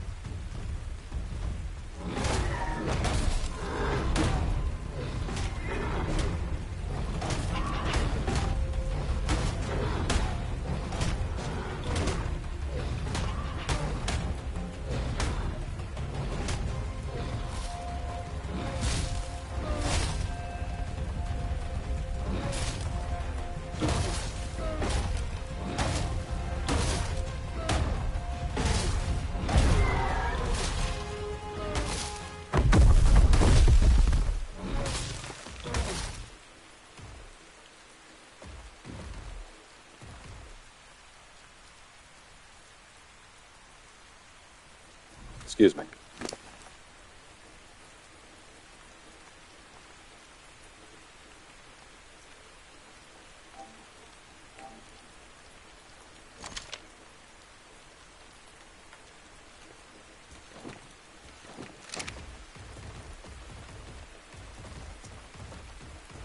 Got the Sarco real quick. Another Kappa Sutra.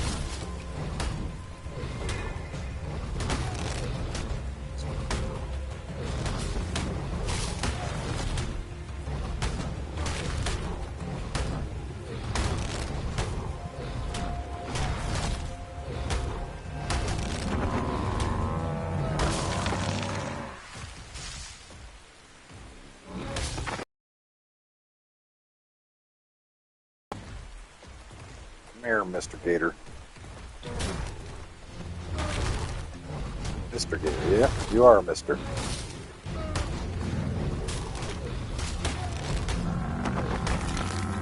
And you're gone. Drop these berries.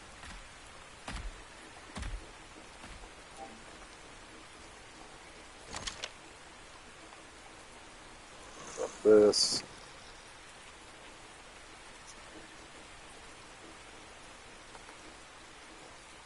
Server's lagging so hard right now, and I don't know why.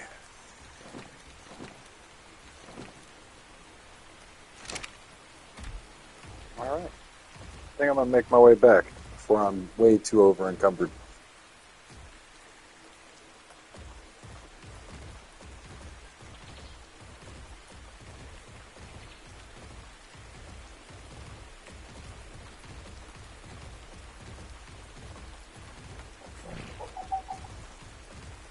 Oh, but there's one more right here. I might as well.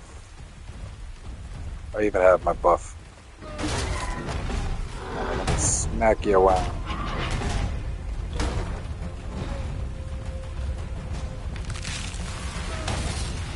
There. Delicious. Hear me. Drop all the berries, all the fiber and stuff. Then the wood. I normally wouldn't throw the hide out, but I have been. It gives me a little more weight for more meat, as well as it also gives me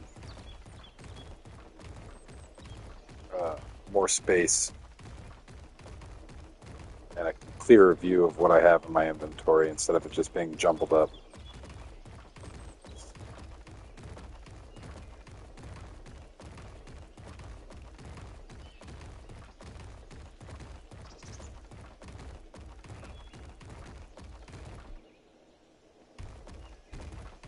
Okay. That's a good little lag spike.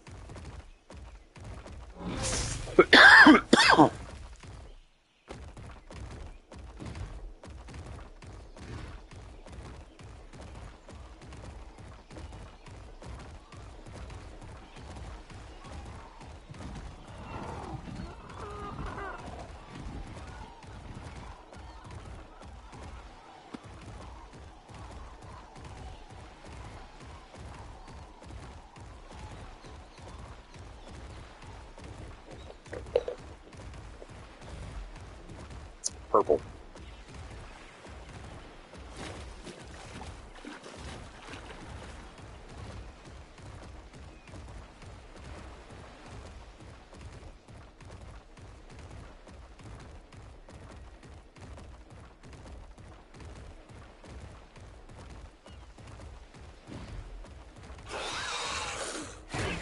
You little shits. Keep the alpha claw, I guess. Who needs an alpha raptor claw, anyways? Dickheads.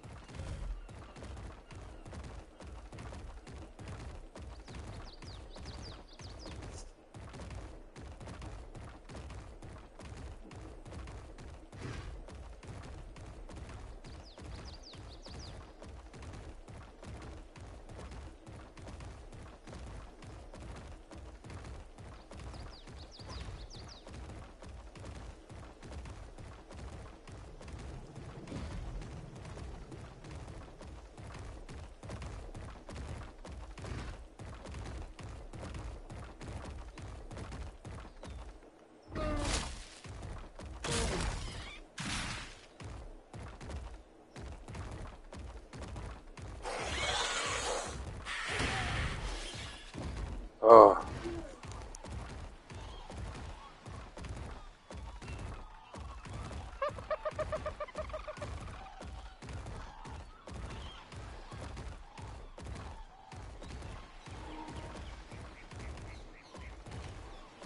Alright, now that I'm back here, I'm going to throw some of this meat.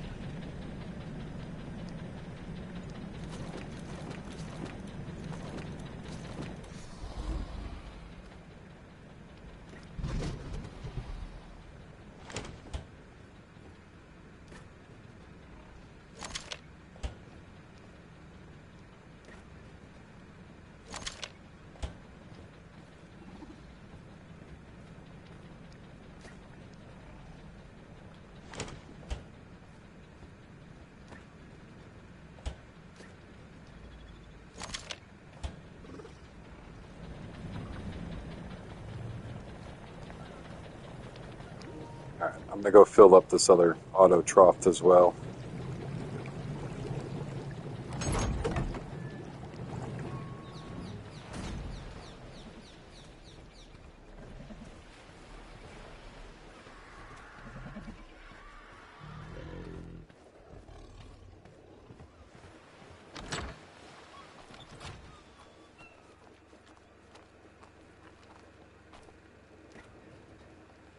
That off. Top that off. Top that off. I think that's it. Yep. So I've got a pretty decent amount of meat in both of the auto troughs. Drop that out. I might take a little bit of meat or rock out of this.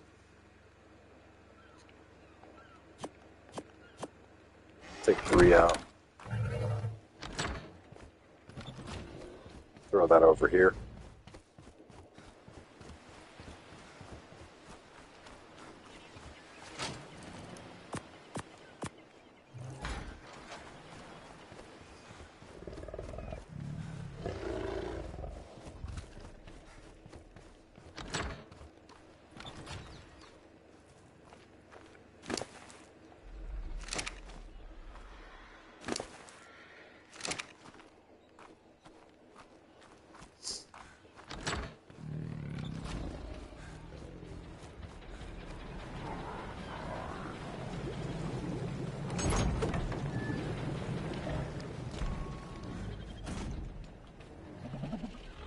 Almost 16%.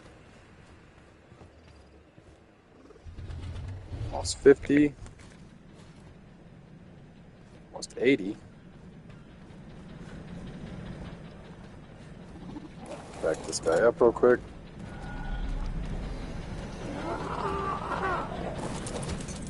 Draw my cryopod. Oh, no. Got this one. Moss drops, baby.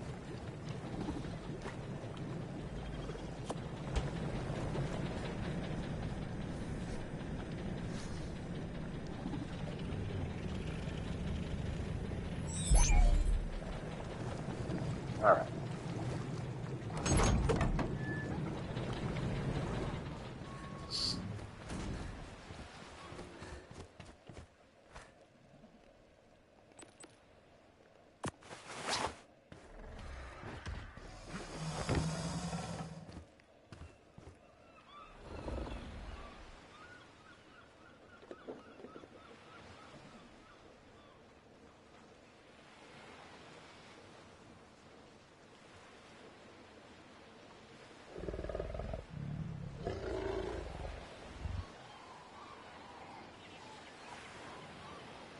Do I just allow it?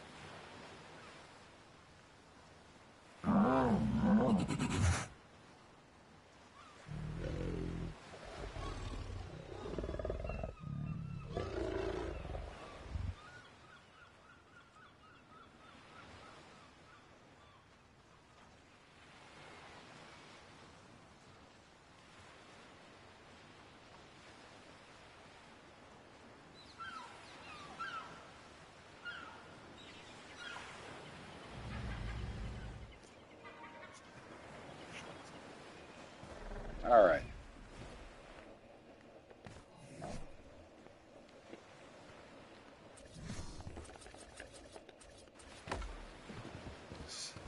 Excuse me.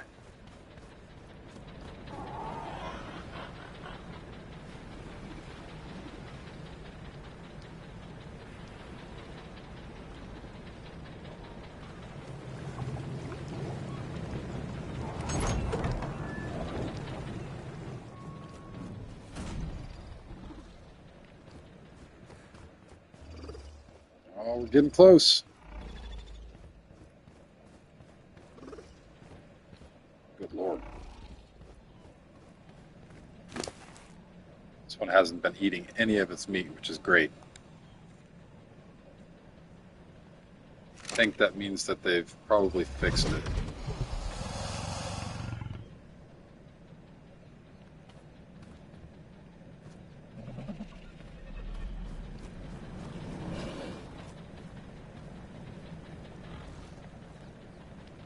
This guy's actually doing really well as well. He's only got about 7% more until she's fully grown up.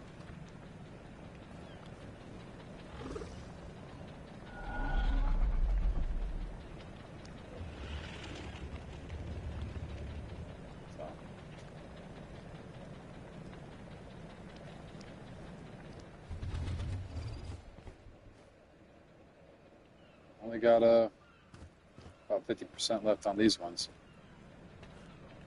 I don't know, I'm pretty excited. I'm gonna have to do this mind wipe sooner than later. Get enough saddles going. I think by now I have enough resource for these saddles. Full hide cabinet over there.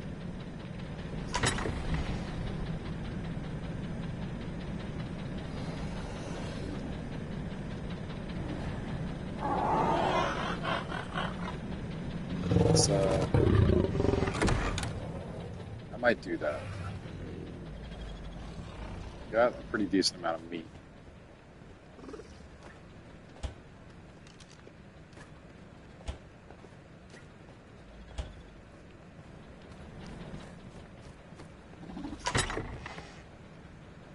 Take out the spoiled stuff.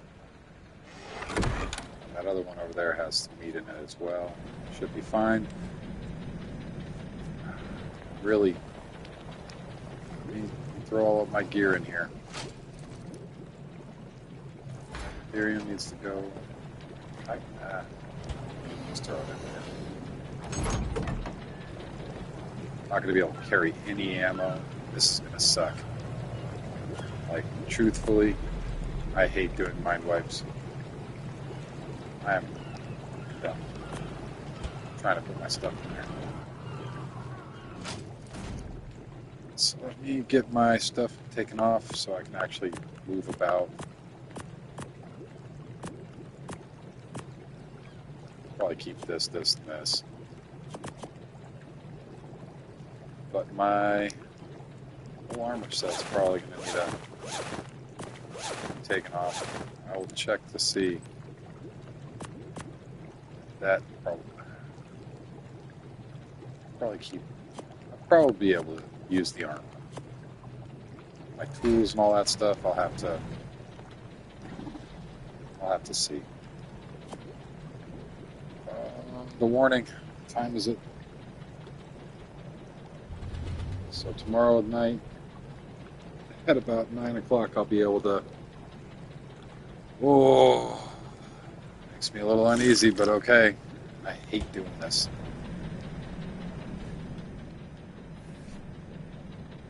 Got mine wiped. Now let's go into crafting. And I guess we're just hammering out.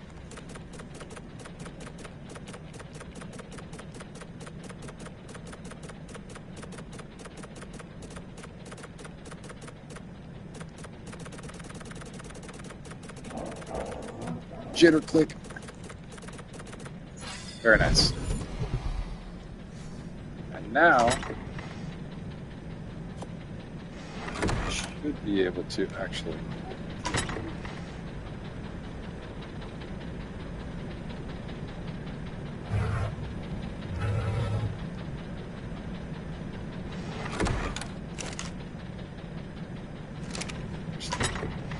this up real quick so I can empty out this.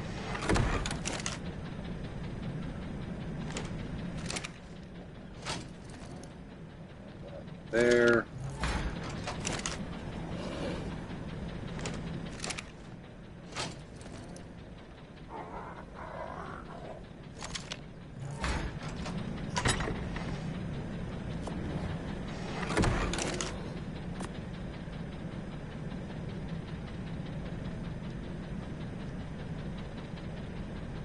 Now I need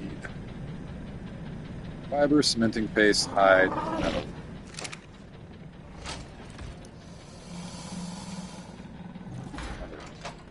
Where is this going to go if I fling it out? Oh, so right there. I should be able. All right.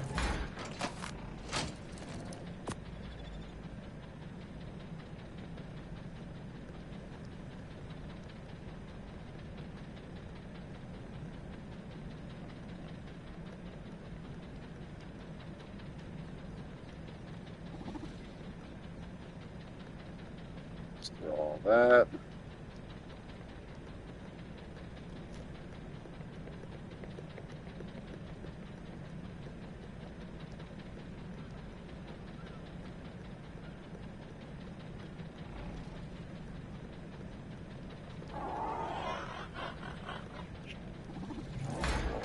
Pick all that up. Throw all that in there. And that.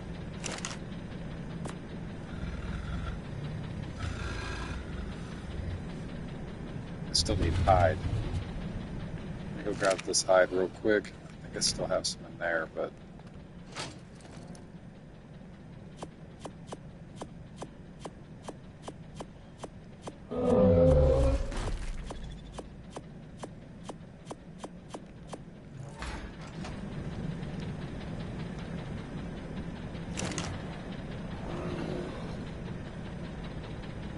probably take some of the fiber.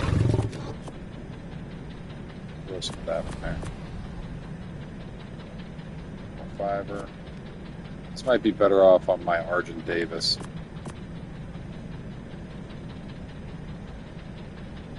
You know what? I feel like I am going to grab my Argent Davis.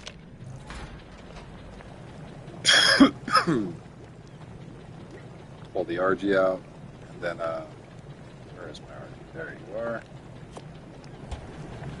This is one of the more effective reasons why people like RG so much.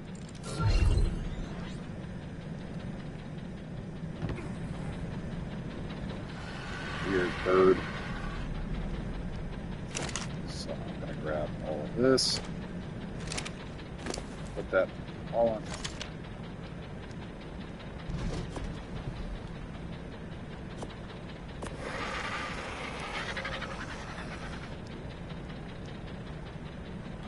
Here.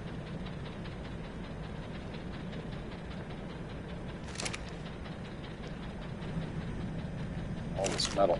Where is this going to drop if I drop this?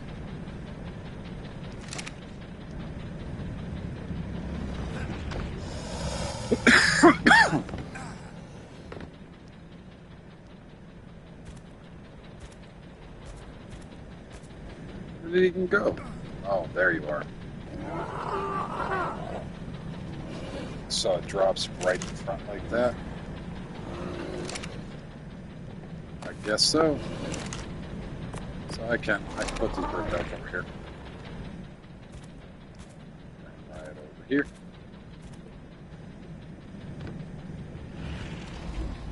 Drop down. Still reach you.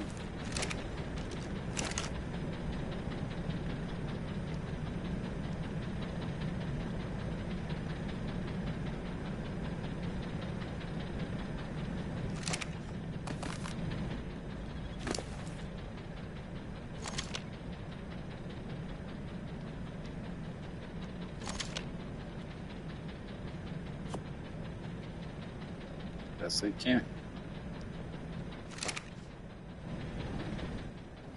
Let's throw all this back in here. I haven't even made one.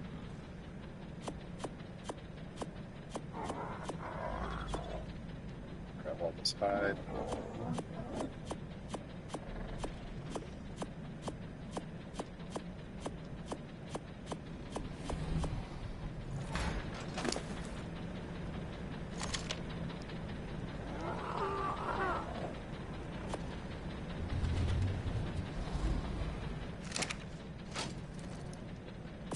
Oh, I hate not working with any weight.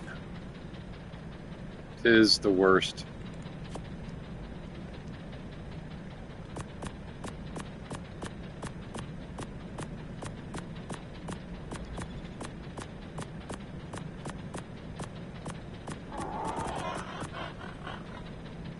Okay. Make 3 of them right now. Really curious to see how they come out. Not very good on that one. It's 3%. Oh, you know what? Cancel the queue. That one's pretty decent. That's what I'm talking about. 50%. All right. I need to go and get my. I don't know why I'm not vocal chili, so that way I can make better stuff. I believe that plays a factor into it. Movement speed, crafting speed.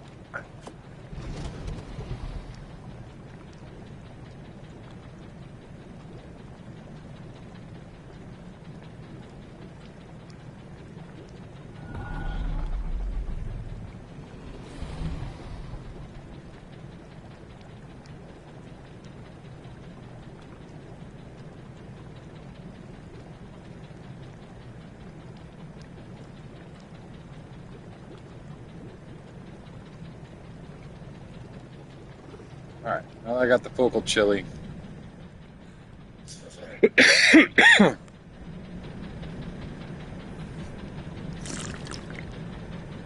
crafting should get a boost. Nothing in there. What do I need? Fiber, hide.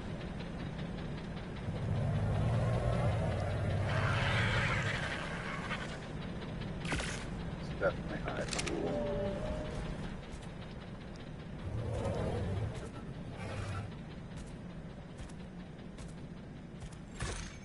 Throw this out.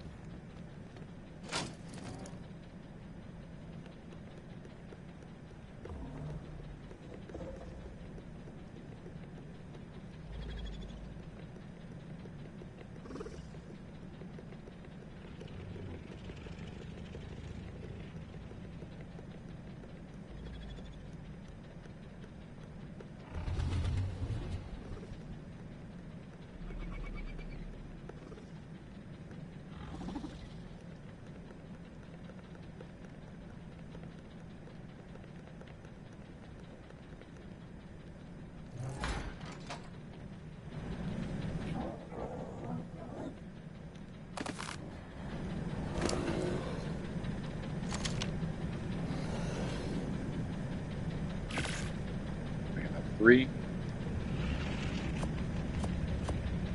Yeah.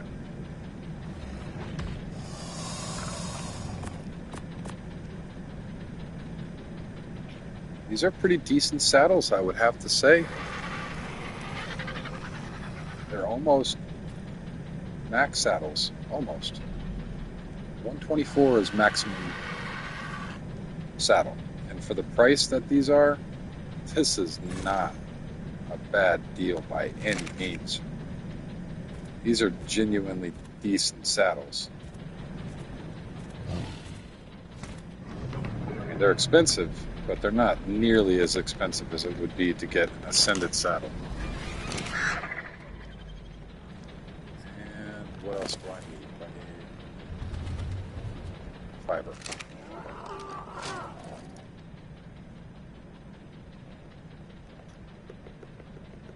Start dropping some fiber.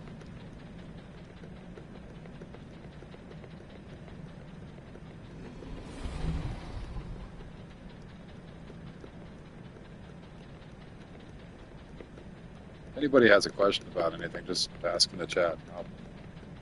I'll answer it away.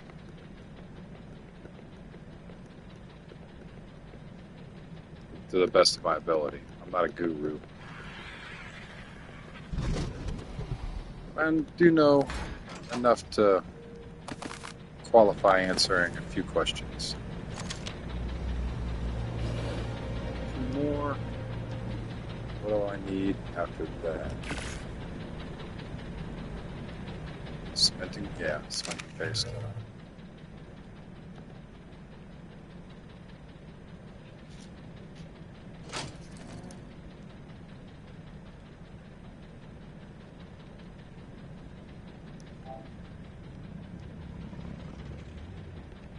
So the reason why I'm dropping it instead of trying to throw it in my inventory is because you can overload on your inventory.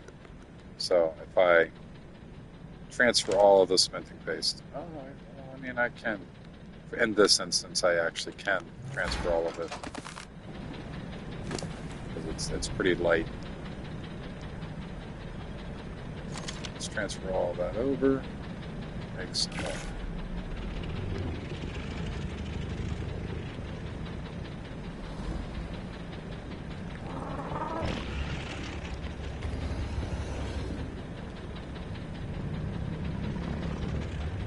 Six.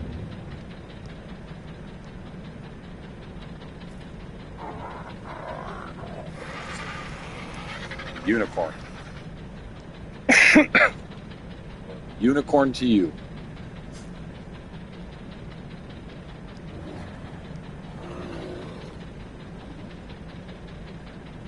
It's Pride Month in Ark right now, so that's why all these wacky colors are kind of like your unicorn.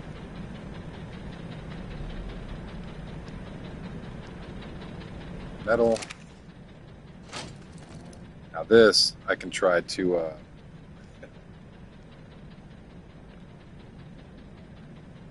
show you exactly what I mean when I say you can't transfer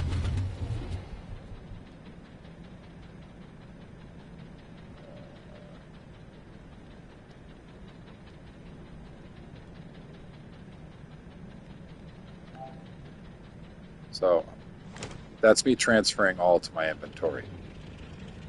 I only get 133. But if I wanted to, I can go back in here and just drop all of it like that. And now that they're popcorned, and our community, this is called popcorning. Let me drink some water. After you popcorn it out, you can pick it all up, and it's all in your inventory at that point. That's how you can move mass amounts of stuff pretty easily like this.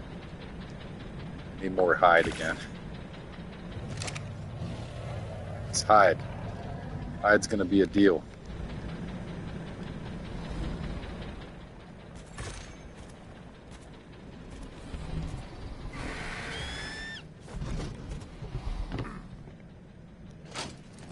Drop some more hide. Been saving up for this for a while.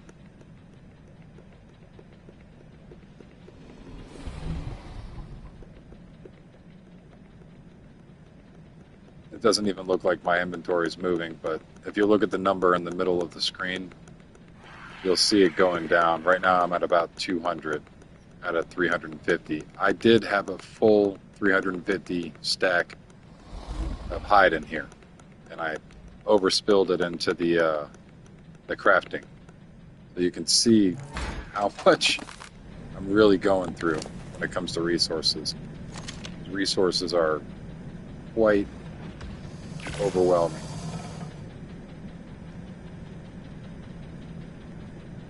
But the saddles are very worth it.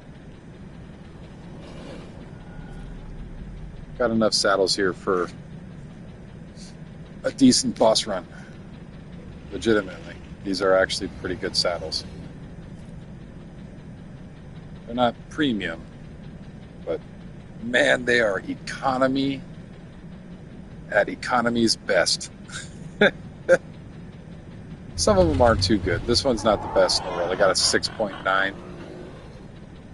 But some of them are spectacular. This one's not too bad. It's got a 23.8% boost on it due to my crafting skill. Haven't broke 100 yet.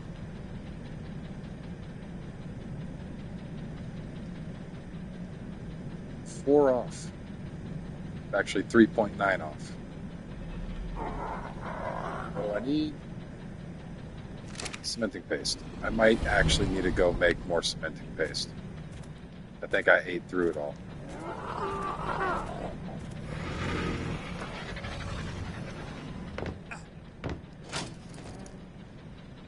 Yeah, I'm pretty sure, yep, all of my cementing paste. So I need to get my farming animals out. In particular, this time I need my Doedicurus. And even with low weight, I'll be able to still farm with the dinos. I have to be very careful though, because I am squishy. My dinosaurs really aren't too squishy themselves though, so I should be fine. I won't be traveling too far. Just gonna go smack some rocks.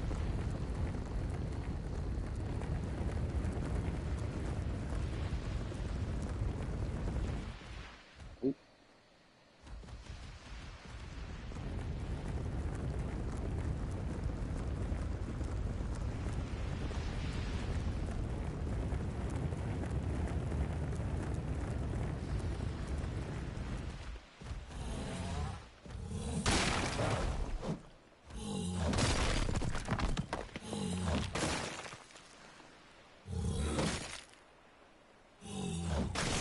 So you can't really quite see exactly how many resources I'm actually my Doedicurus is gathering, but it's a substantial amount.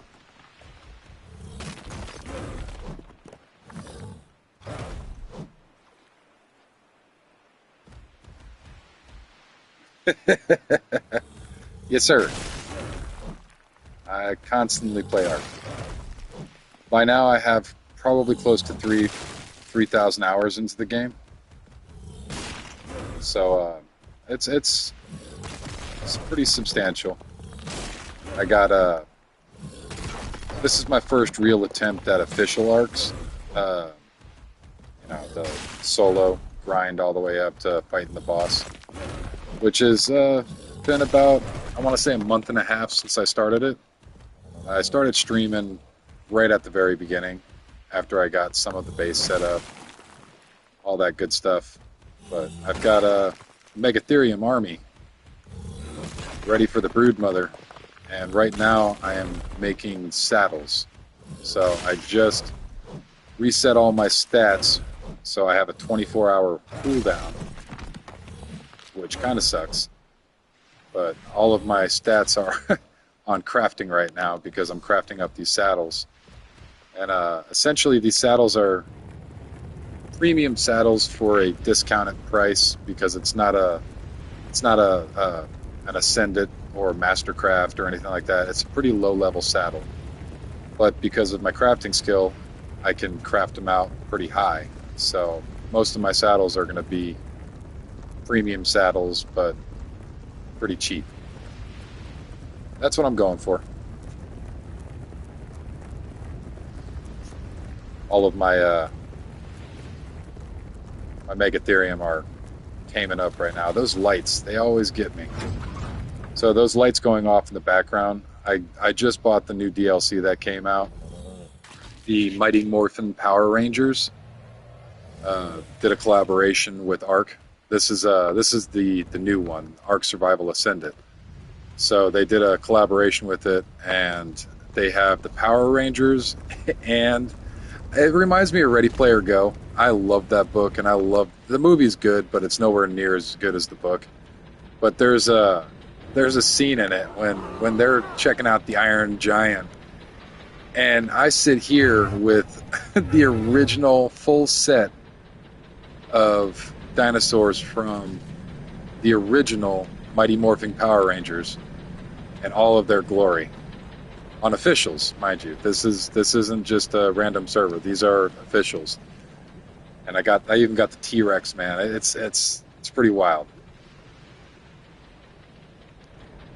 But yeah, I'm pretty excited about it. I'm right there at the very end of getting to my very first boss. I've fought some of the bosses already. And I'll be fighting a boss that I've already fought already.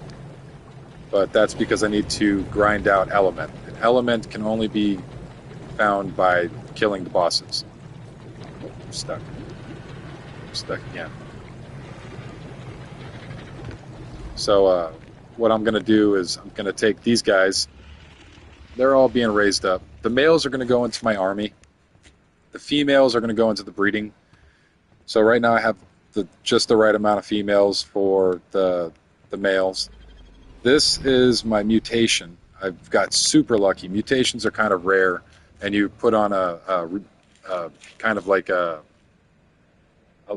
you get a random stat mutated out of it, and it just so happens that this one mutated on melee.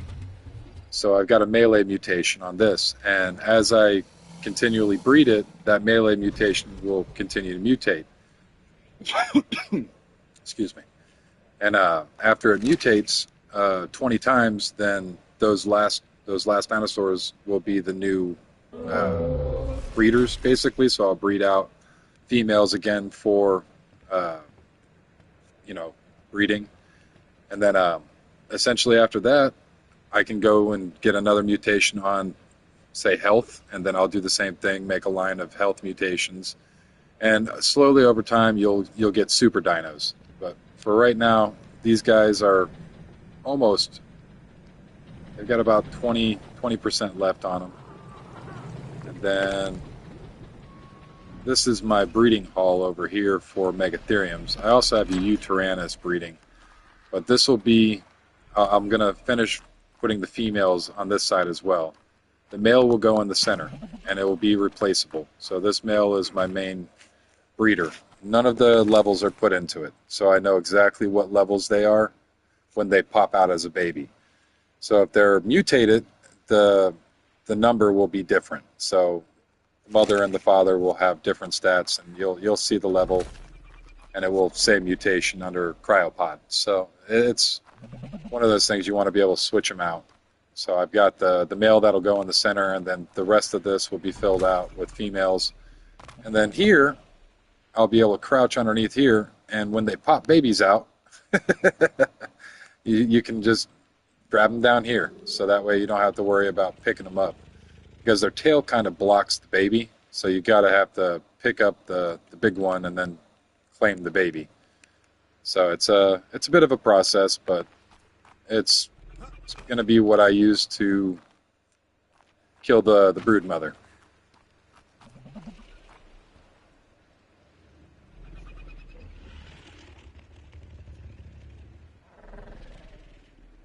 Yeah, this game's quite extensive. And that's just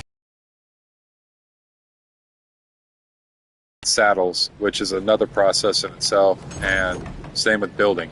All this stuff is built brick by brick. So if I wanted to, I could say pick up this wall because I placed it, and the foundations underneath here, because this is actually over the ocean. You just build it all up. It's kind of nuts when you really start to think about it. But yeah, I have my kit on me right now. Let me throw that on real quick. And this is one of my new favorite things. It's morphin' time.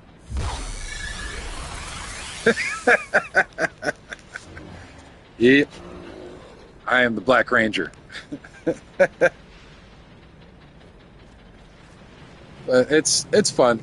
Once you get into it, it's just the learning curve at the beginning is terrifying for most players. So most players they get it and they play it, and they're just crapping themselves on the beach somewhere dying. And it takes a bit to get to know how to play it. Yeah. It's pretty cool though. It's very fun after you get into it. But like I said, that bell curve is something else. But it's fun. It really is. I enjoy it. Once I'm able to get into a boss fight and get some of the futuristic stuff, it gets even better. This is actually medium tier. So when I get into the end game, very last bit, this stuff actually has a dollar sign value. People actually spend real money on this crap. So the tech replicator is worth about $3. The 100 of, I don't have them right now, but 100 of these cost $3. It's pretty crazy. People actually spend real money. Like if I wanted to go on right now and just buy a whole bunch of this stuff, I could, but I don't really want to. I would prefer to do it the way that it's intended, and make a stream about it. Just play the game. That's just what I want to do. But yeah, people spend real money. So if I really got into it, I could probably sell stuff. There's a marketplace on Facebook and a few other Discords.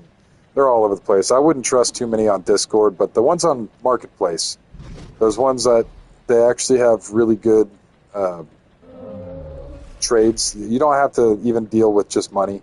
You can go in and the hard currency in Ark is hard polymer. So I got a little bit over here. I think I got most of it up in my room. But where is it? Do I have any? Craft it with this and cementing paste. So obsidian and cementing paste together will make hard polymer. Might be in here. Yeah, so this is hard polymer. Hard polymer is one of the, if not the best currency in the game. And yes, I know it's you, Tim. Kenway, I kind of get that.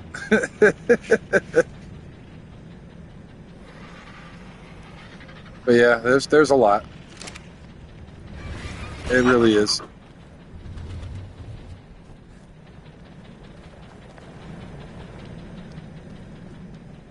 But yeah, that's what I'm doing right now is just trying to make some more cementing paste. So I'm gonna jump on here and dump all of the resources out, and then grind it all up into more cementing paste. But the cementing paste is gonna go quickly. But I've got a pretty decent amount of saddles so far. I don't really need any on my breeders, so I'll be okay on the breeding front. But once I get these males completely done, the males are going to take saddles, because all the males that aren't either mutated or my main male, which is already in the breeding room, are all going to be going into the army, the army of Megatheriums.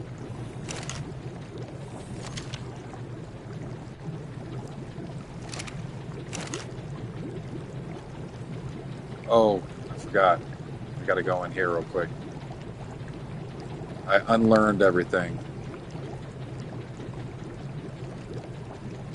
So that's one of the pains about doing this. Why is there nothing showing up?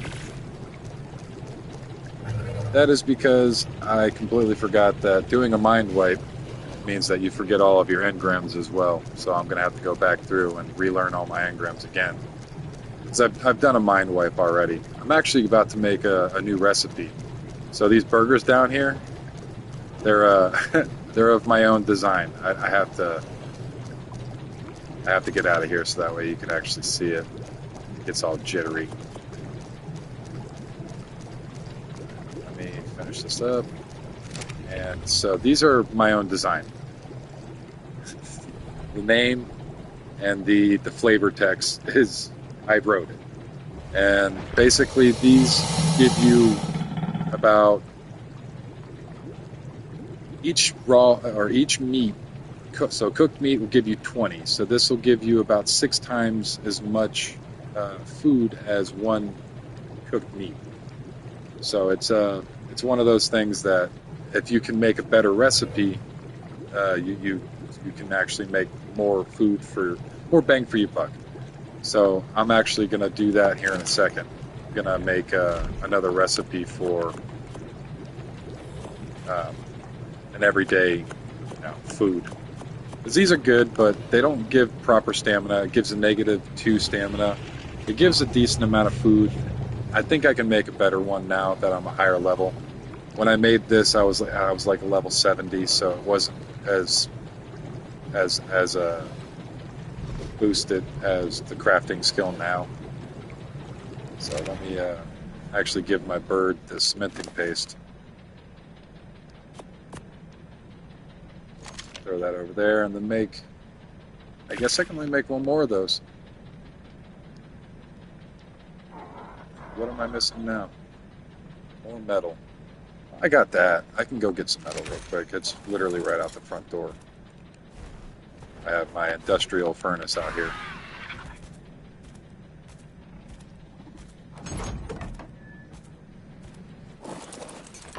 And I should still have several... Yeah, I should still have several thousand, looks like. Alright, so let's drop all this out. Then just pick it up, throw it into the old bird.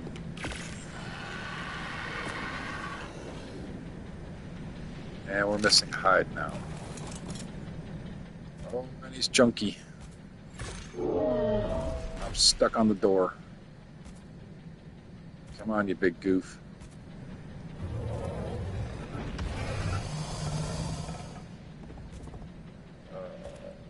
Alright, that should be fine there.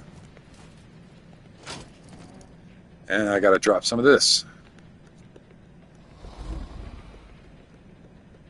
It's a lot. There really is a lot of stuff that you gotta pick up as you play more and more. This stuff that I'm doing now, most people don't even like. I'd say 10% of the community knows what I'm doing right now. So this is some pretty high level stuff. It sounds silly as hell, but making saddles like this is the best way to assure that you win when fighting a boss. What am I missing now? More cementing paste, yeah, I thought so. So the cementing paste is my bottleneck right now. I could go up to the swamp cave and grab more quickly like right now, but I'm very wary of the swamp cave. That place is just nightmares. It really is. It's Minecraft on crack. It really is. It's and when you add, I'm into PvE. I'm not in PvP. When you add PvP, it's like Minecraft and Rust had a baby with Torok, Dinosaur Hunter, and like Grand Theft Auto. It's the whole game is just wild. It's like a fever dream.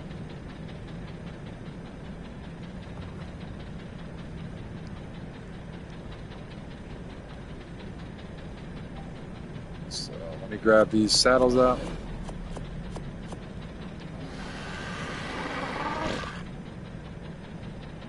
Of course, game wants to lag. Come on. You can do it, Mr. Game. Oh, I forgot. It's not lagging. I'm just a puny, scrawny, can't lift nothing. Forgot. So let me... I think I need to go grab something to put these saddles in, just so I can have something that I can... I know I have a crap bolt up here. Do I have anything I can put that in? Yeah, I'm playing on PlayStation. Yeah, PlayStation 5. I'm doing everything off of PlayStation 5. I'm streaming to YouTube off of PlayStation. I got the PlayStation camera, and my voice is being recorded over the the PlayStation mic. I'm not even... I can't stand a headset. My bald head gets irritated. So it's just one of those things that I'd prefer, to have a no mic like that. But it's... I might actually have to get eventually. Yeah, there's a large storage. But I'm what most people would call a fanboy when it comes to this game. I truly am. Let me see. Yeah, I thought so too. Every time I use it, it doesn't sound horrible, so I just use it. It's not the best thing in the world. I just have to make sure the game, the mic is close to my face, as if I set it over across the room and I'm doing something, it does make a difference to have like a clip for your shirt or something. But I just started this. I'm not too deep into it quite yet. I was telling my sister earlier, if I'm streaming through the PlayStation itself. Like I can't show you because of the privacy stuff that PlayStation has. But yeah, this is the actual. I've got it linked to my YouTube account, and it allows me to go live. It's a bit of a pain. I actually have a keyboard set up on my PlayStation as well. Yeah. My son tells me all the time. He's like, "Dad, just keep on making long 12-hour videos, just long format. You just streaming, having a good time, doing what you like, and eventually people will catch on." I don't need to really learn how to do any of the. I'm not trying to learn how to do any of the editing stuff. If I do it long enough, somebody will eventually want to make a deal, or something along those lines. Things will happen as they happen. Is my thought on it. I'm not trying to do anything different. I'm just trying to have fun.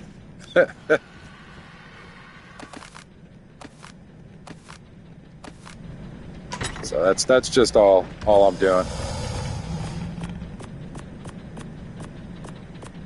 How many saddles is that? I got enough saddles and enough to pick from too. I got 21 different saddles. So the low level saddles I can put up and take the high level saddles. And I got a pretty decent amount of good saddles. The highest that you can go is an Ascendant 124. So 124 isn't very far off from a 93 or a 96, wherever that 96 went. I seen it earlier.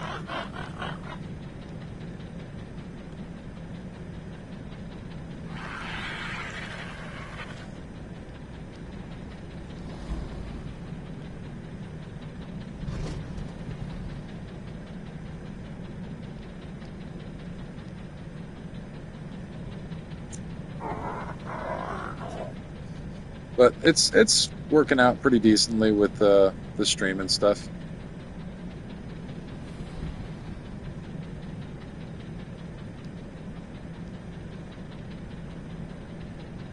Yeah, that's what I keep on hearing. I heard a video the other day, or obviously not just the other day, a while ago. It said if you play a video game like a job, it doesn't matter,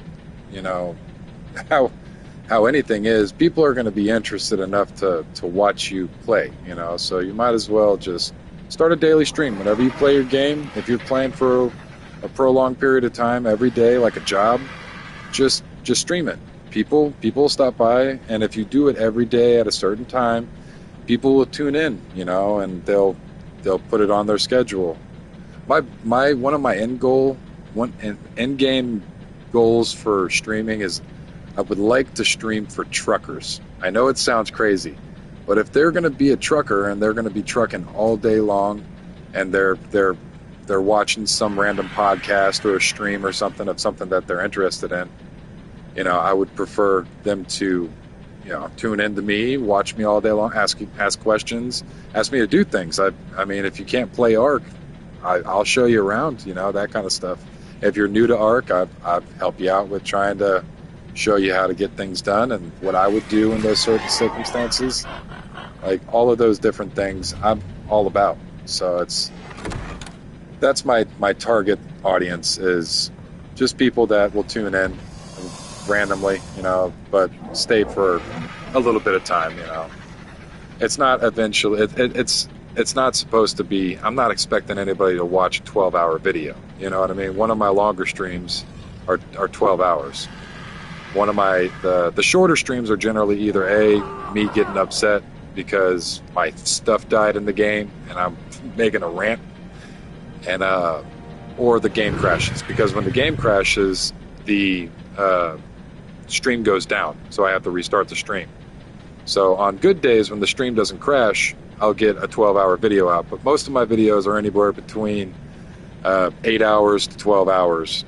So I play it just like a job. You know, I've always got something to do, something to breed, something to grow, something to tame. It's one of those, you know, I'm a solo player. If there was a 12-man team doing this, oh yeah, you'd get it done quick. But for a single guy doing it, or anybody, you'd be a girl, it doesn't matter.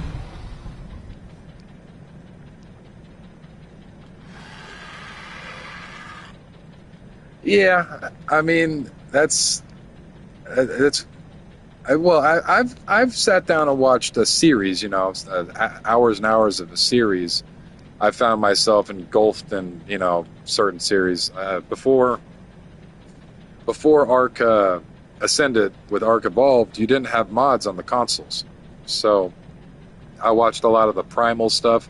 Ark Primal Fear was one of the big ones that I watched, and the Ark modded series that I would watch online. So it's I can understand, but in the same aspect, not everybody's going to be doing that. But I can see what you're saying. I don't want to sell myself short on anything. I can see that. Let me check. Hold on. I need to plug my controller in real quick. Take this out of my phone. Plug in.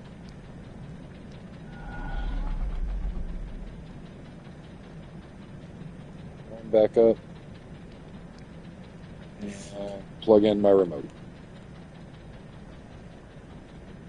Now I should be charging. But yeah, it's one of those things. I'm excited to just try it out. I've been doing it every day except on Wednesdays. I don't stream on Wednesdays, but every day I stream because the kids are out of school right now. The only thing I have to worry about is being over and picking up Maya. But for the most part, I'm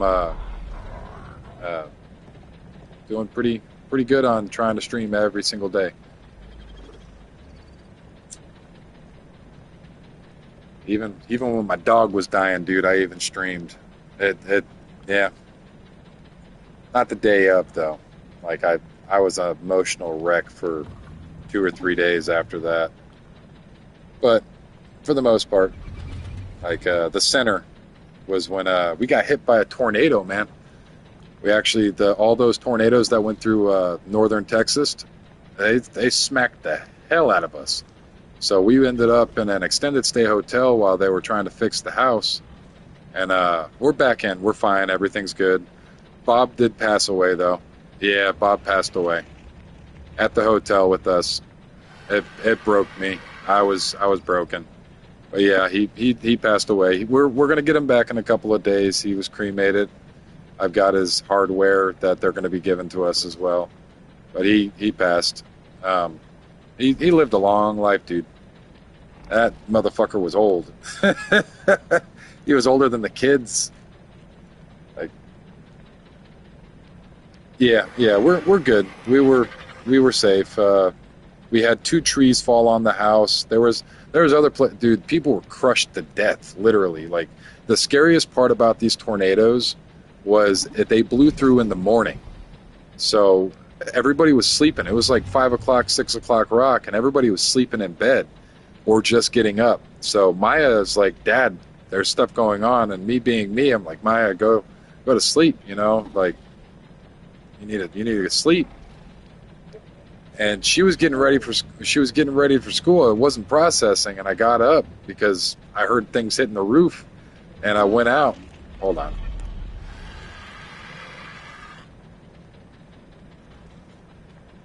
But yeah, I got all the kids into the room, and I stormed around the house like a madman, watching roofs blow away, and just, it was madness. It was terrifying and madness. It wasn't fun. We're still dealing with all the damages and stuff. I got to take a picture and post it. But yeah, it was brutal. I couldn't deal with it. Like, we had to get out of the house, and we got over to an extended stay after a bit of time, you know, and they came and fixed our electrical was overloaded. It was surged. I'm pretty sure we got hit by lightning or something. And essentially all of our circuitry in the house would have been lit on fire if we kept the power going. So they had to come out and fix all of the electrical stuff out here, replace the wires, the whole 9 yards. We had like 50 dudes in my house. I was at the extended stay, just trying to stay out of it all because I was dealing with Bob. And the kids were there too, so the kids got to experience the end of life process. Like, it was a scene, man. Like, we all had our, but Bob, he went peacefully. He didn't. The only time he cried was because he pooped on himself at the very end, and he was upset. And he cried, and it did, you know, that did wake the kids up because it was in the very early morning. But they went back to bed, and he went to sleep, and he stopped breathing, man. And I laid on the floor with them, and you know, that was all she wrote. I cried like a baby. He's older than my oldest, and I've had him as long as I've been a parent. You know what I mean? So it was rough, pun included. But it was really rough, man. It was it let you know you were alive. I wouldn't take away those moments for anything, because it just let me know that he was that important to me. You know, I've done grieved. Everything's good with that end, but yeah, he's one of my first real, like, as an adult, responsibilities. So there's a lot of good stories from him. A lot of really good stories. He at one point he was addicted to morphine and stuff. It was crazy. Been hit by cars, been tossed around and smacked by airbags. Like, he's got a wild story, man. He jumped on Tori's table and ate all of her stuff for a college party while her guests were there. He did a lot of nutty shit. He really did. He was a good dog. He was one of my favorite dogs I've ever had.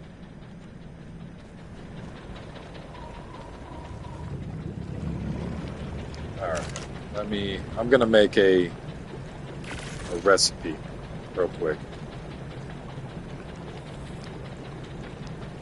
So I got all that. Let me throw this back in here real quick. So a recipe, it's kind of messed up right now. It doesn't make any sense. Actually, she's a great girl now. She's actually allowed inside now. She's attached herself to Maya. So we got a cat as well. We rescued a cat. His name is Mo, believe it or not. I don't know what's with the Momos and the Mo and the Mews, all the cats with the M's. But our cat was named Mo before we even got the cat. So we rescued it from one of Christina's old co-workers, posted on Facebook. And basically was just getting rid of the cat. It's only 2 years old, and we went and got it. We saved it, and brought it home. And we were expecting Maya to fall in love with the cat, and the cat to fall in love with her. And then Terrace, when we brought Lexi in, for Terrace and Lexi to become friends, it's the complete opposite. The cat has attached itself to Terrace, and Maya is just attached to the dog. So it's still working itself out. It's still cool. But yeah, she's a great dog now. I don't have to worry. She has a bit of a potty problem. Every now and again I have to keep the doors closed. I think it's more of a marking her territory type deal than anything. But for the most part, she's a good girl. She is a good girl.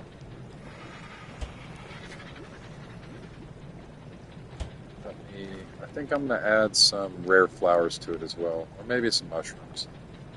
I don't know. Mushrooms or flowers. Huh. I don't know exactly what I want to do.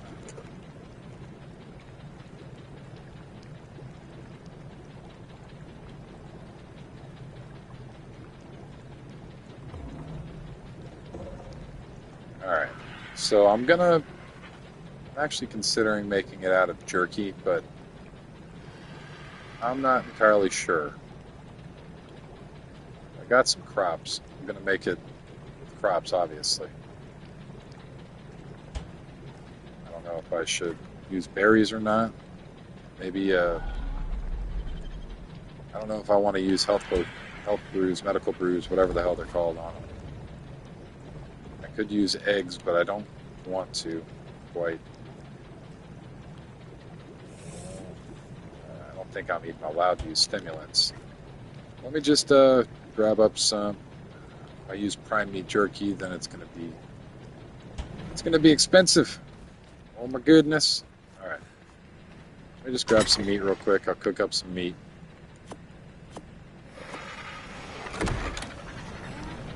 Drink some water.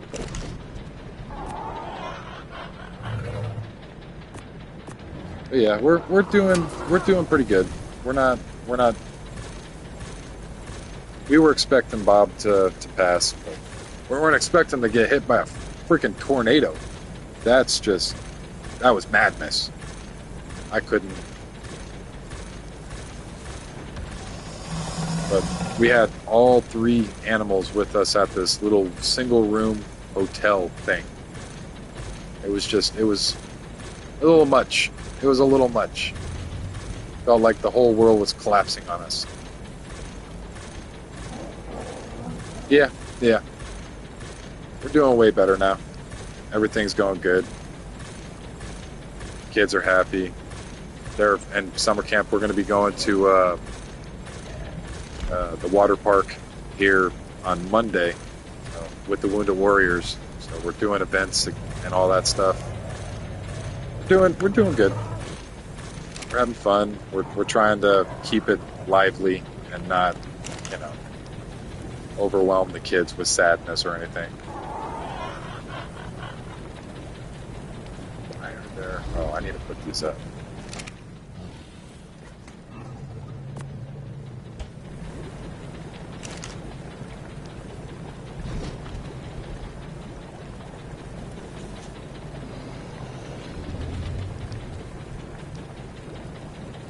So, got the note in there. I need to grab meat. I need to grab some veg. Grab this.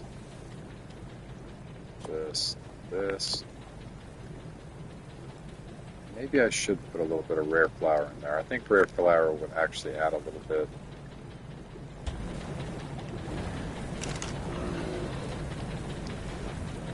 Plus all of that.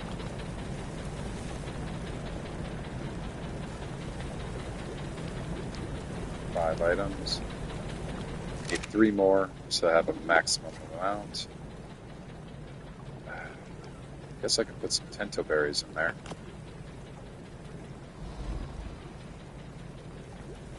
And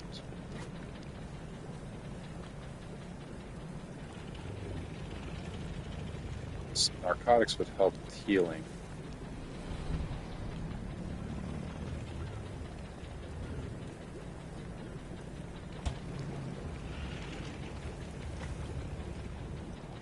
Just rare mushrooms. I have plenty of rare mushrooms.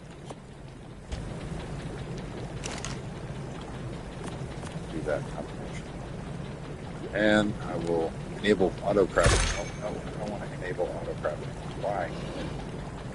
Why so dumb?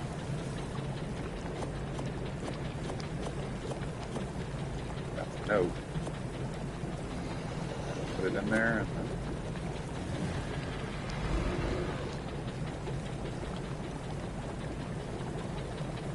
might be only in the cooking pot that I'm able to do this. Grab everything out. It's the reason why I kept the cooking pot. Oh, goodness. And overweight.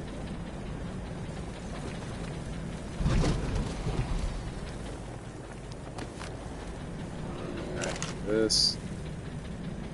There we go. Plus everything.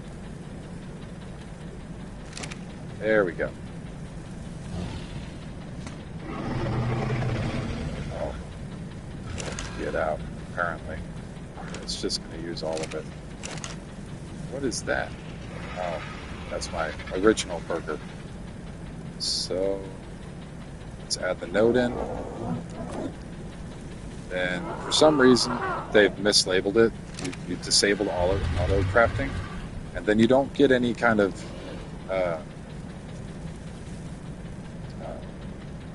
get the name. Don't get any cursors. So you got to put everything in by hand, and they only go in one at a time.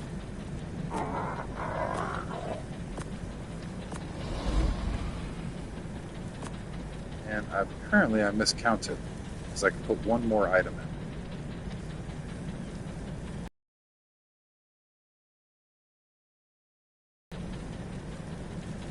No matter. Color this.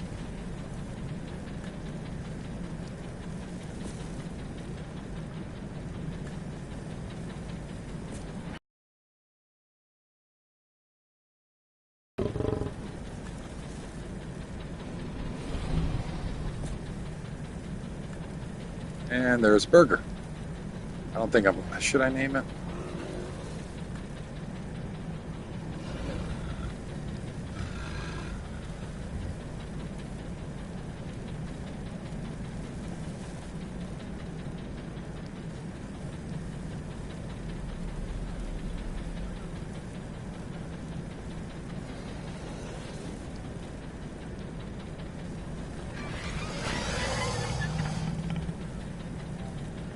Eat me.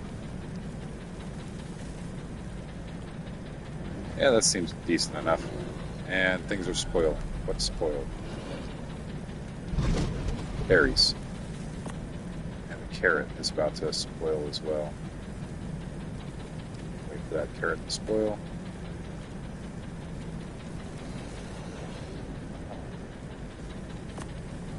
Carrot. Okie dokie. And we craft the recipe. Take everything out, and I should have. Only gives 26 health, gives 90 stamina, and 37 food, so I'm going to need to add a little bit more meat to it.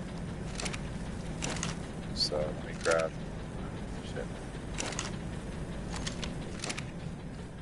Grab a little bit more fiber and thatch. Make another note. Where's my, oh, I'm in the bird.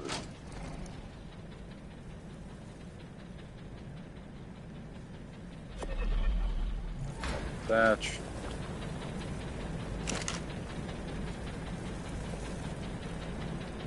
Crafting. Note.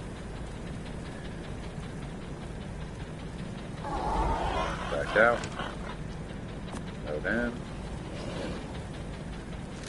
Autocraft. Let me just make the colors real quick, and then I'll start.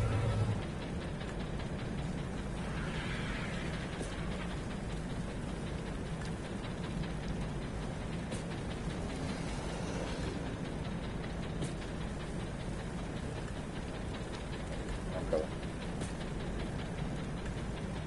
There we go.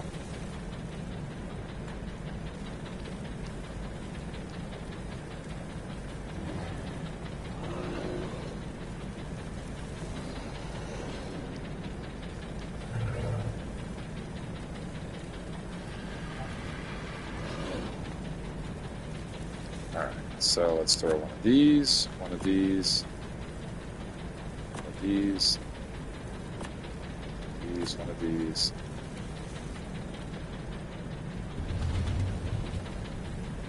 Come on now. And probably throw a few of these in here.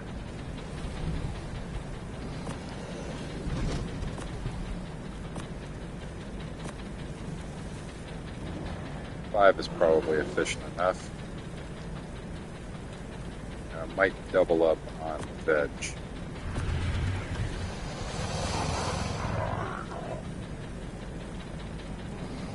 That's probably fine. I don't want it spoiled.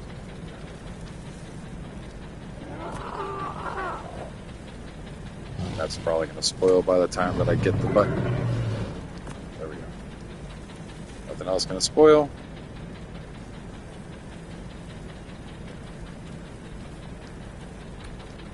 Make recipe. Pull it out.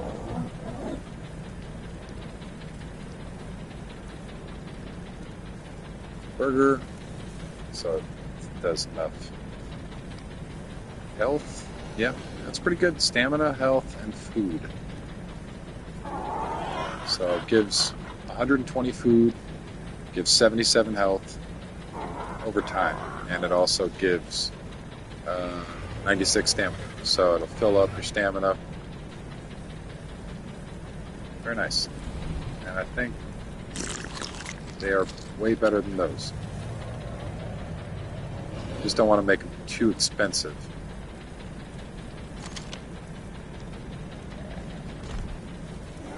Because then it becomes a little bit difficult to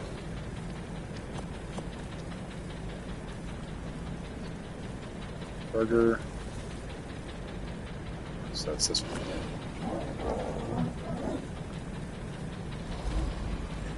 Let's light the fire and auto cook. Alright. So I can take these now. Instead of having it all in here, I gotta throw some of it over here, to be honest.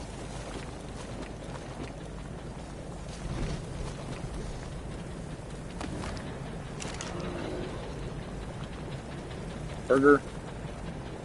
Then I need the rest of the stuff on here.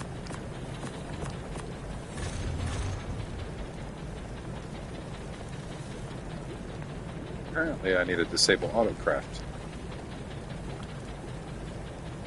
Yep, they make food.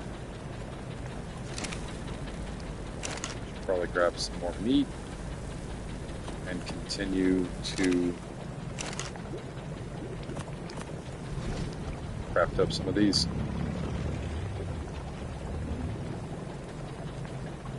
Let me grab more Tento.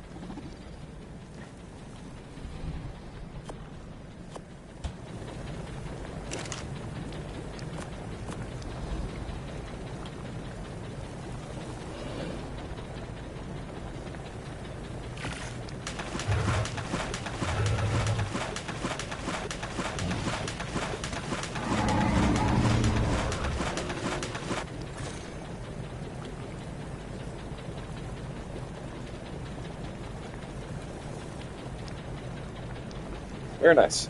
So we got a new recipe, and we also have more saddles.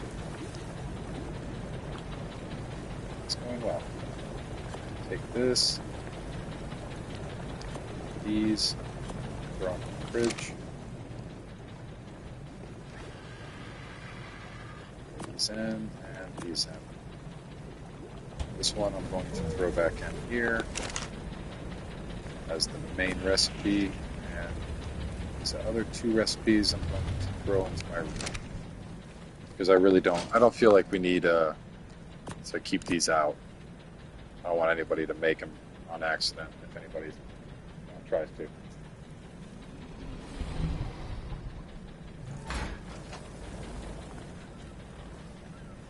These are almost raised up. Only got about 10% left on these guys. These guys are starting to get there too. Past 50% now. This one full? No, not quite yet. Got 5 more percent. Trough is looking okay. Let's see what these fridges look like. It's empty, empty, empty, full, and pretty full. More than half, so we're good on that. Pretty decent over here. These two are my new Utyrannus breeding line. All babies born with these two are going to pop out at 218, and the stats are both matching. So all these are going to be the same as these, which will tell me if anything's mutated and what it's mutated in. Which is why I'm not imprinting. These binkies all over it are imprinting, so they will imprint to the rider. So as you're riding it, you'll have more damage and reduced damage from incoming damage. Just it makes everything twice as better and twice as resistant if you have 100%. Check these other ones over here real quick.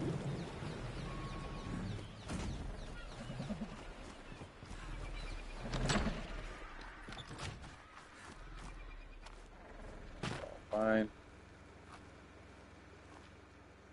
Yeah, they got more meat over here than they do over there.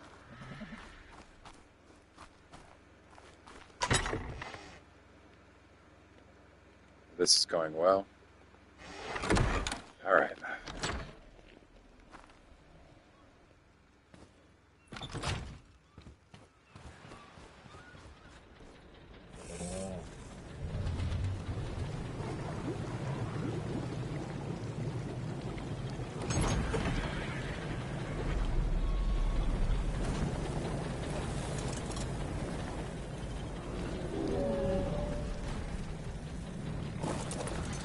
If I go out and get more cement paste, I can also make more saddles, which might be decent. That might be a decent idea. Let me actually kind of go through these.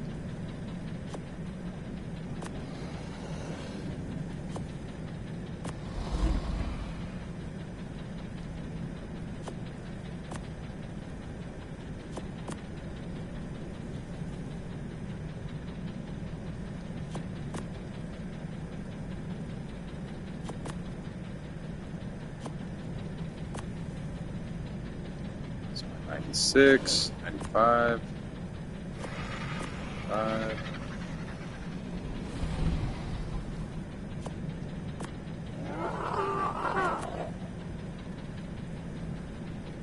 More of the 70s at. 70s can come down here. More 70s. Yep, right here.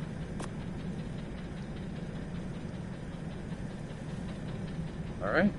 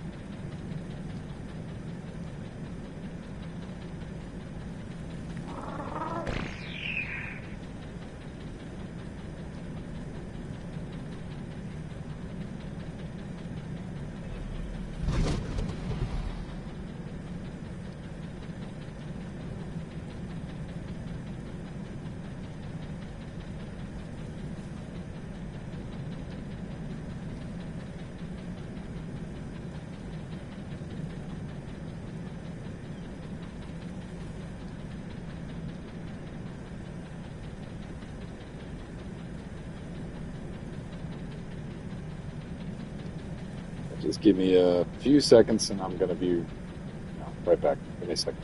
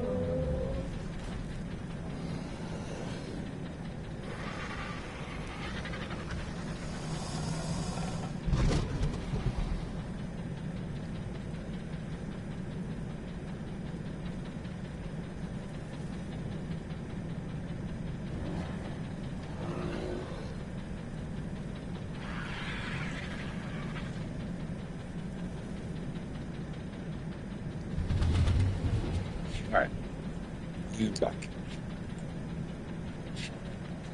Got these pretty much sorted out. Not perfectly, but good enough. I believe this is 18 right here, so we will inevitably have to use a crappy saddle. It's 6, 12, 18, and I need 19, so I might make another couple of saddles, actually. So I have all the stuff except for stone, so if I just go out and gather a little bit more stone.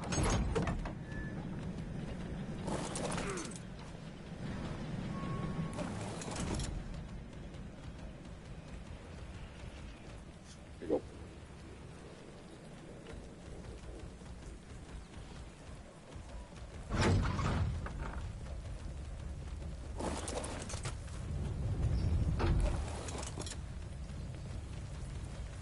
Let me roll down here. I could probably grab some of these. Might as well. They're right here. Just from those couple of rocks.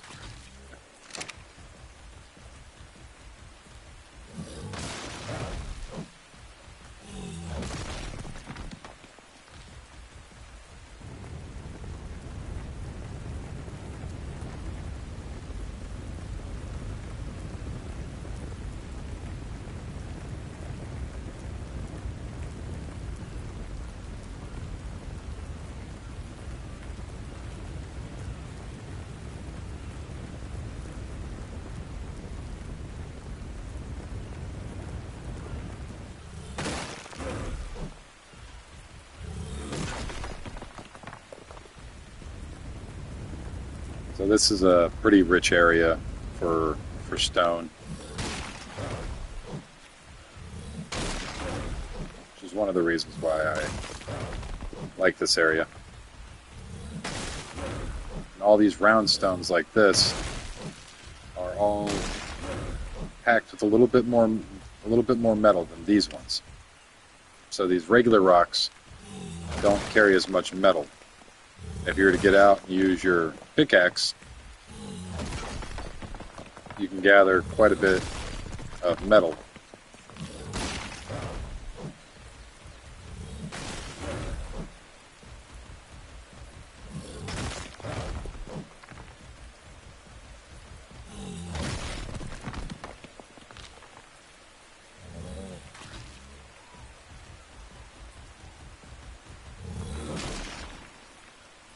But because I'm using a Doedicurus, it's specializes in stone. They're actually the best stone gatherer in the entire game. Other than like special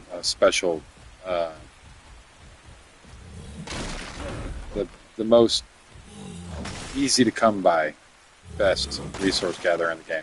You can use rock golems, but not everybody's going to even tame a rock golem, and they're on scorched earth.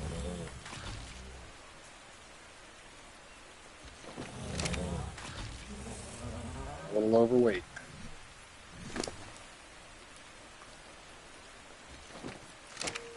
No, not yet. There we go. Should have tried to kill that trilobite. Get some black pearls.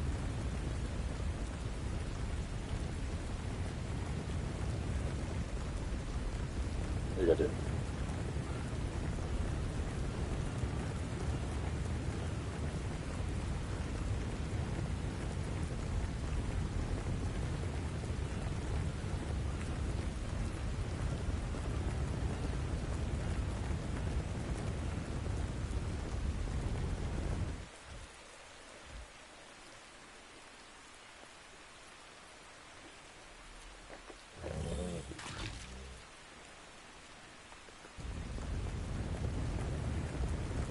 Been at this for about 8.5 hours, almost 9 hours.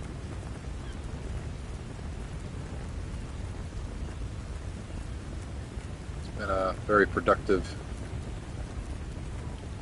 long day on Ark. Got all the saddles. Got basically everything I need for a boss run almost. Once I get all these Megatherium raised up and I get a couple more decent saddles, I could very well just go get some cave drops and some of the artifacts and just run the cave. Or not the cave, the boss fight.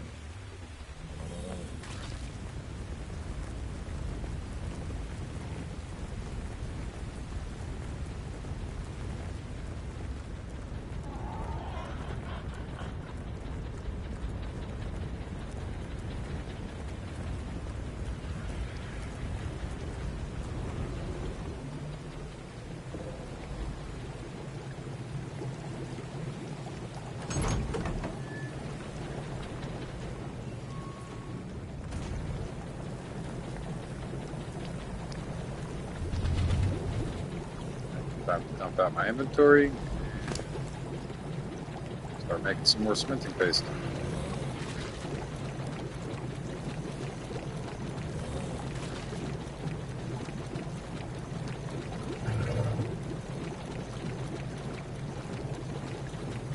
Carry quite a bit of stone.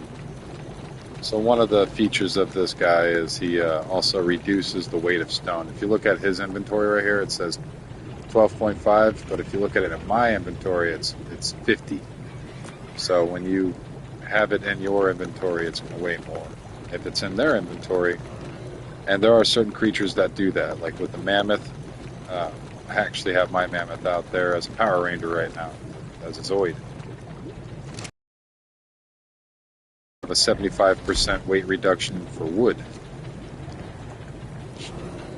So using them to gather wood is a more appealing way of doing it than just trying to hammer it down with your hands.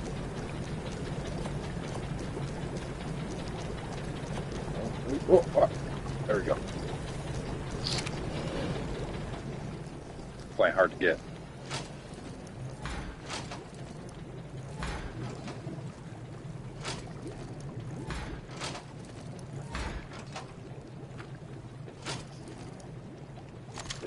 Here, grab this.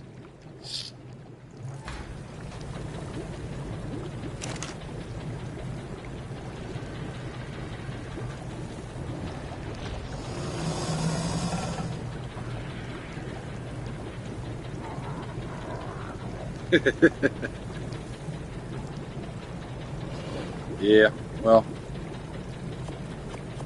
I mean, it's a lot of weight. It's a lot of weight to carry around some of these things. So mammoth being able to carry, 1,000 pounds, it's pretty good to be able to cut that down 75%, carry a lot more. Right, now that I got cementing paste, I should be able to, yep, make another saddle. Only one though. Because I need cementing paste. Oh, that's a lot. It's a lot of cementing paste for this. Might have to go out to the swamp cave, risk my frog again. And it was a shitty, ugh. The saddle. It's a crap saddle.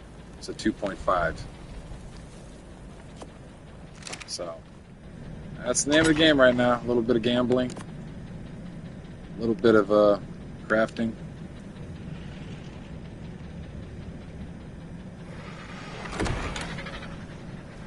I would be terrified to go out to Swamp Cave right now, though. I am very squishy. And, yeah. Used all that up, though. I don't know. I might make bad decisions. I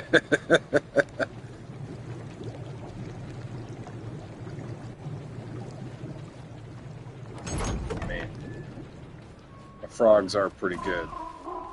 Or my one and only. Oh, yeah.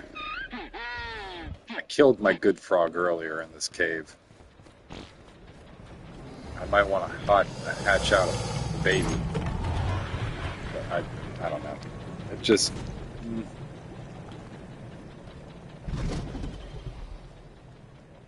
Here you go, dear.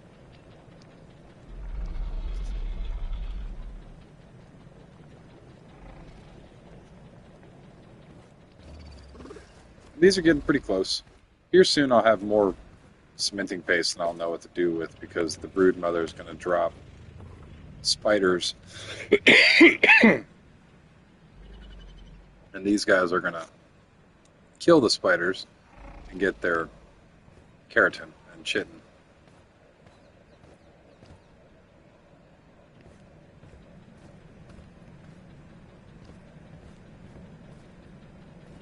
They're getting there. They're almost done.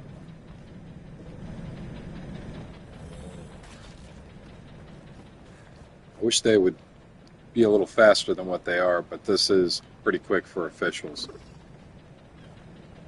They normally, these normally take a good 3 or 4 days of raising. People days, like real time, like actual, like on one-time server, they take forever.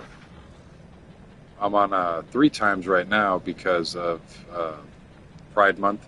So they got unique colors because of Pride Month. So they're following the rainbow. And they're also doing every weekend 3 times instead of 2 times. They're doing 3 times. So it's pretty cool. I'm excited about some of the colors. Some of the colors are just wild. I got some wacky colors. Like, and here I'll show you. This one I just caught a little earlier with the fade out, the purple. And I believe on its belly it's got different colors as well. And then this one, I seen this bird flying through the air and it awestruck me. It just beautiful. All the different random colors all over it. And the fading to the orange and it's just pretty. It's a very pretty bird. Looks like a parrot. I mean, genuinely, it looks like a macaw, like a parrot. So I had to have it. I just had to. I kind of want to clone it. It probably worth something to somebody, to be honest. These color the crazy color pattern right there. So each of these different numbered colors are actually its color pattern. So the color pattern that each creature has, there's several. I think there's as many colors as in here. So there's a random chance. People collect specific numbered colors. So all of these colors right here are all the different colors that different animals can get on those different quadrants, or however many ints there are in their color pattern. Like for Megatherium, there's only 2, so to get a solid is pretty easy. This is a solid, so it's got literally the same 2. So this is a 90 solid. So it's a purple. It's a ID 90 solid. And that's what this is. So certain people will want to track down certain tames and collect specifically certain colors. Obviously, there are certain clans in this server, or not just this server, just the game in general, and the clans hunt down certain color combinations. One of the most popular right now color combinations. They're actually not just solids. Like the color combination I have here it's called a solid. But if you have a red and a black, it's no longer a solid. It's called a Deadpool. Because it's red and black, it will look a little like Deadpool's colors. So if you get a certain color palette that are specific reds and specific blacks, they're actually more valuable than other things. People like to display them, and there's a lot to it. There's a big field of people that actually, like earlier, there's a person that said that he's collecting ID9 tames, anything ID9. So if you see that, those are collectors collecting that certain specific color. I just got Barney here, sitting next to like some cracked out Pikachu on all fours. I don't know.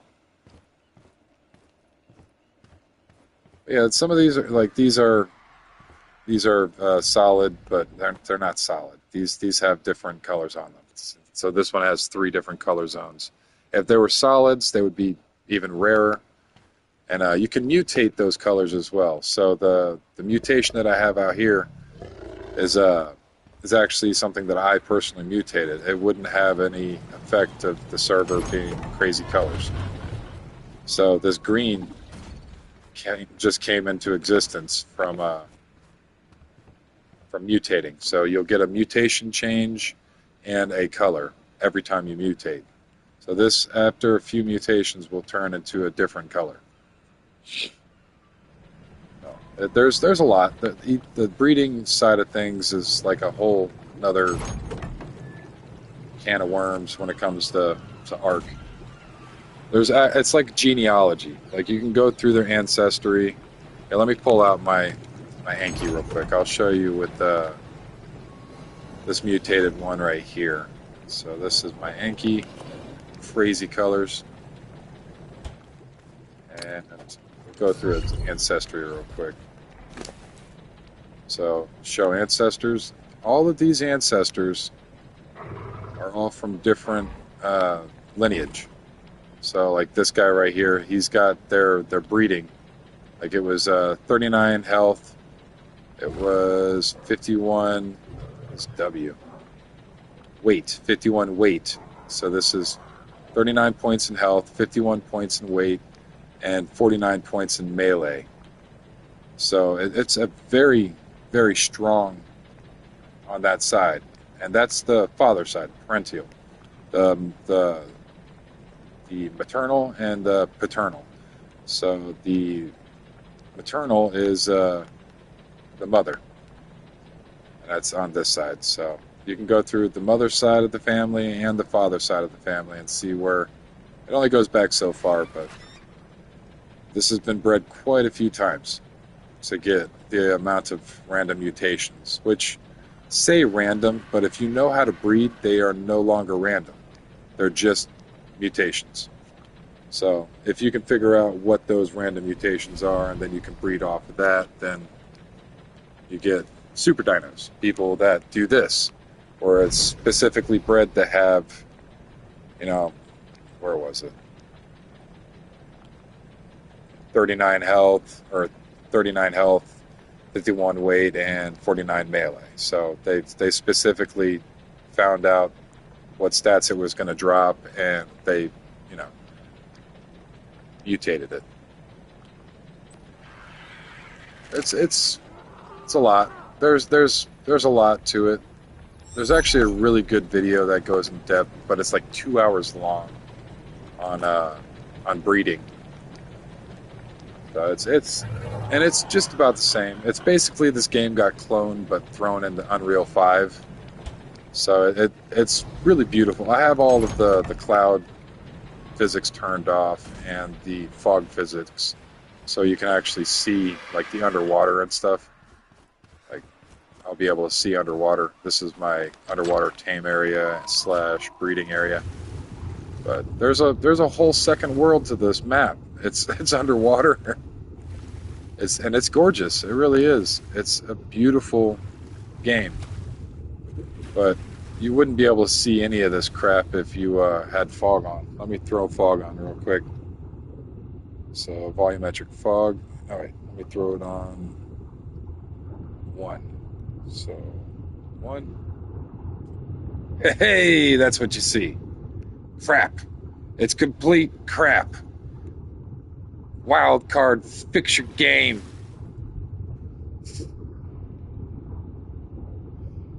So this looks way better. I turned fog off with drowning. With the clouds, honestly, if I'm not drop hunting, I genuinely like to keep the clouds on. Let me see if I can pop them on.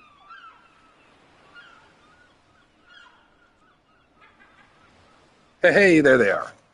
They're gorgeous. Because it's on Unreal 5, they are absolutely beautiful. Volumetric clouds, they shift, they change, they carry water and shit. Like, they're as realistic as you can. I mean, just gorgeous. I could sit outside and just stare at these things all day. I mean, they've got lumps and bumps. They're just gorgeous. They really are. It reminds me of, like, a real cloud. And just like that, you can see how they actually start growing. So as I'm looking at it, I'm not moving. I'm just holding. You'll see them actually start expanding out. And it slowly, through the day, does this. All of these clouds will move positions, and you'll see massive thunderstorms roll in, and it's just the realism with it is beautiful. I can jump on the dragon, or I can jump on the loud-ass Pterodon with its all of its glory. I'll show you you can even fly through them.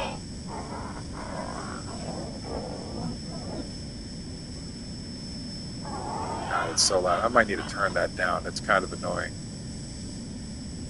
So you can actually get up in them. But if you're loot drop hunting, you can't see anything. Actually get up in them.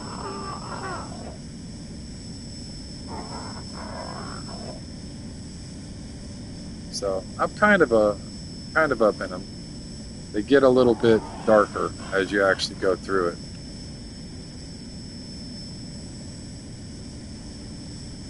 Yeah, you can go up through the clouds, so they actually block all of your sight as you're trying to get to places.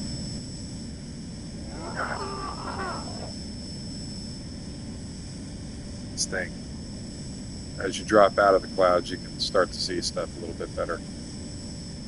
But with how beautiful it is, I can still not see anything when it comes to the drops. So now I can see all the drops. So if I want to go drop hunting, I'll be able to go find them. But yeah, it's one of those things. I dig some of the aesthetics of this game. With it being an Unreal, it's just the mechanics on it are amazing. The water actually moves with your body. Like there's grass moves when you walk through it. Get off this screeching, horrible Jesus, nightmare-inducing headache. Of course, they don't go backwards. So certain flyers just don't go backwards. So you kind of have to wiggle them around until they fit properly. There we go.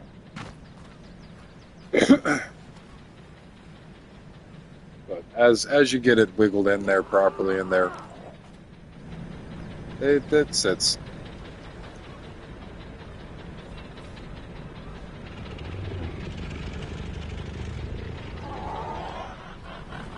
But it's a pretty cool game.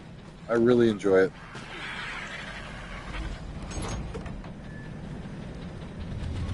Might go over to the cave real quick and grab a. Let's see.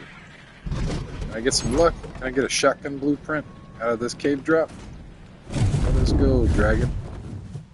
Yeah, the dragon is so much better for flying, unless I take that skin off of it, because the whooshing sounds better than being stuck behind a jet.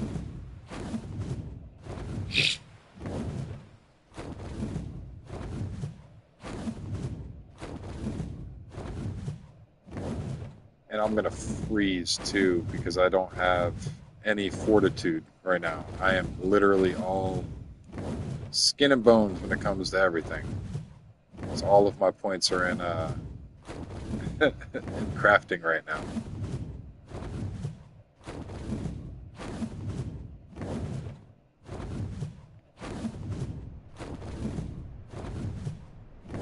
And I'm a ding-dong, and I forgot to grab more water from my canteen. So apparently I'm going in here dry, too. But yeah, this is one of the first and only video games that's completely cross-platform with everything, too. You can play with Xbox, you can play with PC, and you can play with PlayStation. All of it. So, and it's got mods and stuff, so you can download a whole bunch of crazy different mods.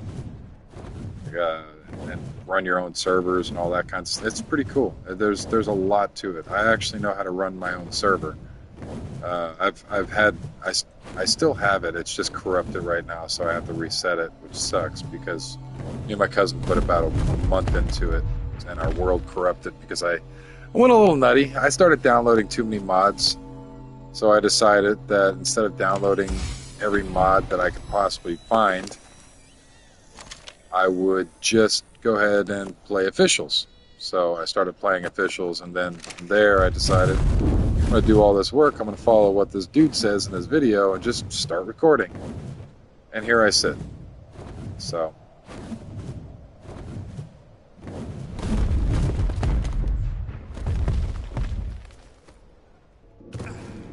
I'm not freezing to death, at least. That's pretty cool. My armor is working pretty well.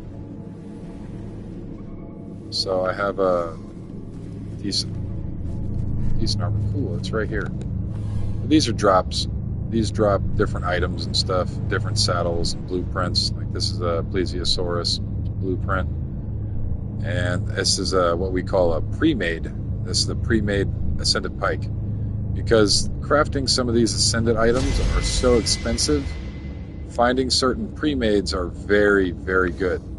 So essentially a Megatherium saddle like I was doing, I was making earlier. If you can find a 100% 124 max saddle pre-made, people will pay you for that, like legitimately. In-game currency, out-game currency. To get those saddles is so expensive to make them that people pay top dollar for anything pre-made when it comes to big boy saddles like Megatherium saddles. If you can find a pre-made Rex saddle, they're worth even more. If you can find a Gigantosaurus or a Carcharodontus saddle, you could trade just about any. You could pretty much get a breeding pair of dinosaurs for just that one saddle. They're very very worth the players. You know that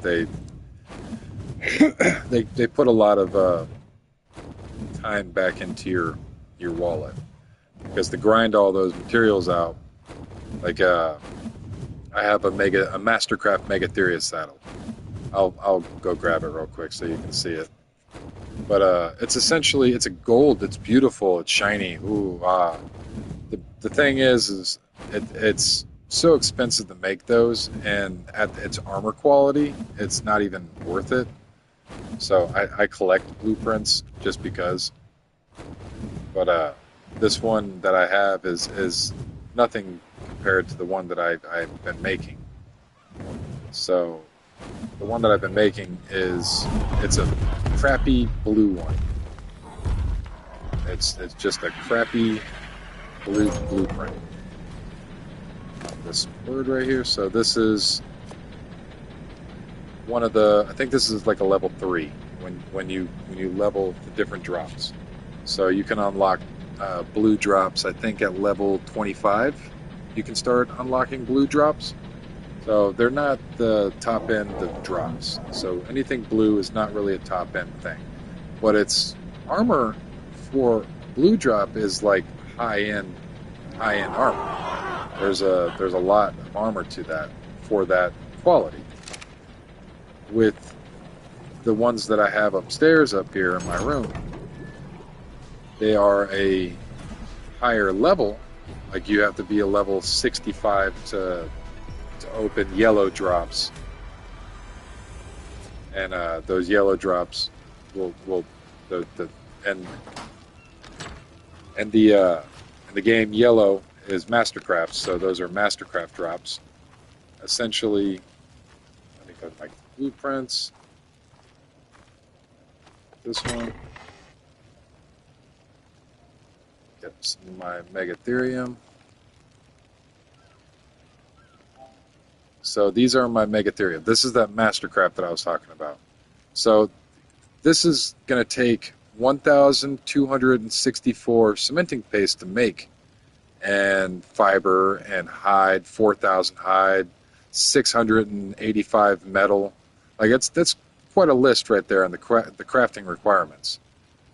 It's a level 6. It's got 69 armor. So regardless of what color it is, it still has less armor, which is what you need, than this. This, I only need 273 metal. I only need 1,000. Instead of 4,000 hide, I'm only using 1,613 for this one. So with the crafting skill boost, I get even more crafting skill bonus, and with that, I can get level 90 armor, which is pretty close. 124 is the max. That's as high as you can go, 124. So just with crafting boost, I can get 95 armor, 90 armor pretty easily with just this cheap. So for one of these, I can make like 2 or 3 of these. So there's quite a bit of a difference there when it comes to colors. Don't normally matter when it comes to saddles. It's all about armor rating. So if you can find cheaper stuff, that's the preferred stuff for an army, because you're not just making one. If you're making one, then by all means go ahead, do what you do. But if you're making like 19, that's a different story. So with mine, I'm just, and all of my pre-made stuff I throw up here, and like that guy right there. This is a perfect blueprint, but to make it is going to cost 12,400 fucking hide. It's quite a bit. There's a lot of hide. That's why hide is so sought after. People actually auction off volts of hide. So they'll auction off so much hide for so much polymer or real cash. People actually buy real cash. Auctions and stuff like that. But yeah, it's a lot for these max saddles. I have a lot of really high level good blueprints, like woolly rhino saddles. So rhino saddles for PvP, that right there would sell for obscene amount of money. I'm not even joking. PvP saddles like this are just obscene, but it costs so much resource to even consider building anything like this that it's not even really worth it. Yeah, that's what I'm saying. Like, there's a lot. If you just look up blueprints, you can go to eBay, man. Like, I'm not even joking. They'll sell that crap on eBay. Just type in on Google. Just look up Ark official PvP blueprints, and some of those blueprints, you will be awestruck. Completely. And on top of that, because it's PvP, they can backstab you. They could sell it to you and tell somebody else about how you just bought it, and then they'll come raid you and steal that shit. PvP is brutal, dude. I do not mess with PvP at all, period. I will not, unless it's my own server where I can fix things and make sure things aren't being messed with. I will not mess with PvP. I cannot stand. I've done it. I know my place. I know my place in the PvP world, and I am not that guy. Like, I know that I'm not that guy. There's too many diehard, sweaty people.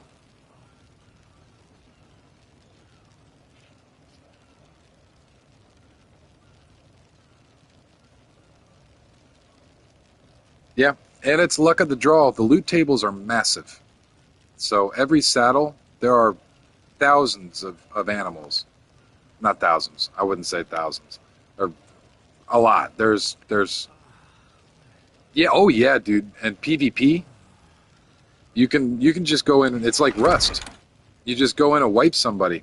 So if you are on small tribes, you can go in and you can it's a maximum of 6 people, 6-man small tribes. But if you're on official PvP, it's no ends bar. You can have as many people on your tribe as you want. So you can literally just own a server by just blocking spawns for everybody else because you have 100 dudes on your tribe and they're all logged in.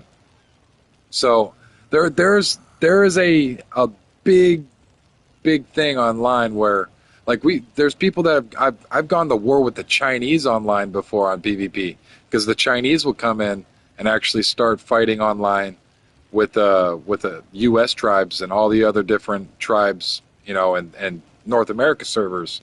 So people will go from North America servers to Asia servers, and from Asia servers to North America servers, man, and they go back and forth. Even in PvE, they do that. When it first dropped with PvE, they all of these Chinese people just randomly just blew up and on North American servers and started dropping pillars everywhere.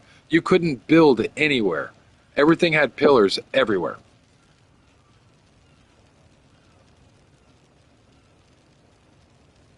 Yeah, yeah. Oh yeah. I've been offered some money for actually, and I'll believe it or not, one of them was an Android game. I got a really rare ring in a video game. Somebody offered me $100 for it one time.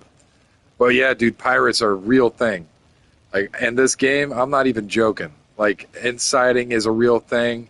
You'll get a guy that works with you for months, and then all of a sudden, all your shit's gone, and he is no longer a part of your tribe, and all your stuff is just gone. Like, I'm not even playing, dude. Like, this is one of those games where, in PvP, it is as toxic as you want to get. You can literally kidnap people in this game. You can kidnap them and put them in a cage. There is a cage in the crafting. Like, you can craft up a cage and kidnap people and keep them knocked out in your cage. There's handcuffs, too. There's your wooden cage right there. You knock them out, throw them in that thing. And you also, to keep them in there even longer, you would throw these on them. You'd throw just handcuffs on them. And then when you wanted to, you shoot them with the tranquilizer, knock them out. If they're dying because they're not being fed, they don't have any food, you force feed them. You force feed them food, and you keep them alive, so that way they can't die. And you also force feed them water, so they can't die from dehydration. You just keep them knocked out in that cage until they eventually rage quit, and you just got a friend in your cage forever. The game's brutal, man. It's brutal. Yeah, oh yeah, when they log in, they spawn. Your body lands exactly where you log out. So if you don't put your body in your bed, there's a reason why I have a room. So I can lay down on my couch and I can make sure that I'm good on my couch, but really what I log out on is my bed. If you don't log out on your bed, you'll actually starve to death on the floor because your character takes less food drain, because your food will drain slowly over time, and your water will drain slowly over time. They want you on the game as much as possible. So when you log out, your body stays exactly where you are. And yeah, if you get trapped, you want to know what's even more toxic in PvP? They block the spawns. So when you get in, they've blocked all the spawns. So you literally just spawn in and you're in a monster mash of spikes, and you just die. And then you spawn in again, and then you're in another giant field of spikes, and you just can't go anywhere because everything is spiked off. and massive, giant, clumped areas where all the spawns are. They just spawn them off. There are people that get stuck on a server, and they can't get out because there are too many people that have built around every single drop site, and they have turrets up because you can make auto turrets. They put giant turret walls out. You can have a maximum of 100 heavy turrets. So they have small turrets, big turrets, plant turrets, elemental turrets like tech turrets, a whole bunch of crazy different turrets, and you can set them up, and if anybody walks near them, they just blast them. Everything's gone. Everybody dies. Your tames die. It kills everything. You're not getting your stuff back, and it's stupid. I don't like PvP. It's really toxic. PvP is one of the most horrid experiences that you'll ever experience in a video game ever. And on top of that, it's rampant with cheaters, and people will come into what's called meshing. I don't have a door to do it. I have one on the roof, but I don't really have a door to do it. If you put a cellar door down on a boat and you open it up, your character will go up at the door, so you can actually get through people's bases and just fuck them up from the inside. Like, there are a lot of messed up things in the game that happen that it's not worth it. It's not worth it. I'm not doing it. I just will not. Absolutely not. PvP is for psychos, and I am not one of those people. I like my PvE. You still have the same experience as Ark, intended. You still have, excluding a few things. You can't pick stuff up, which sucks. Normally you'd just be able to pick up like a wolf and drag it back to your base on your dragon. Just pick it up, drag it back, drop it off in a taming box, and shoot it. But because people are dickheads, even on PvE, people will pick things up on PvE and drop them in people's bases and just let it destroy everything as they can.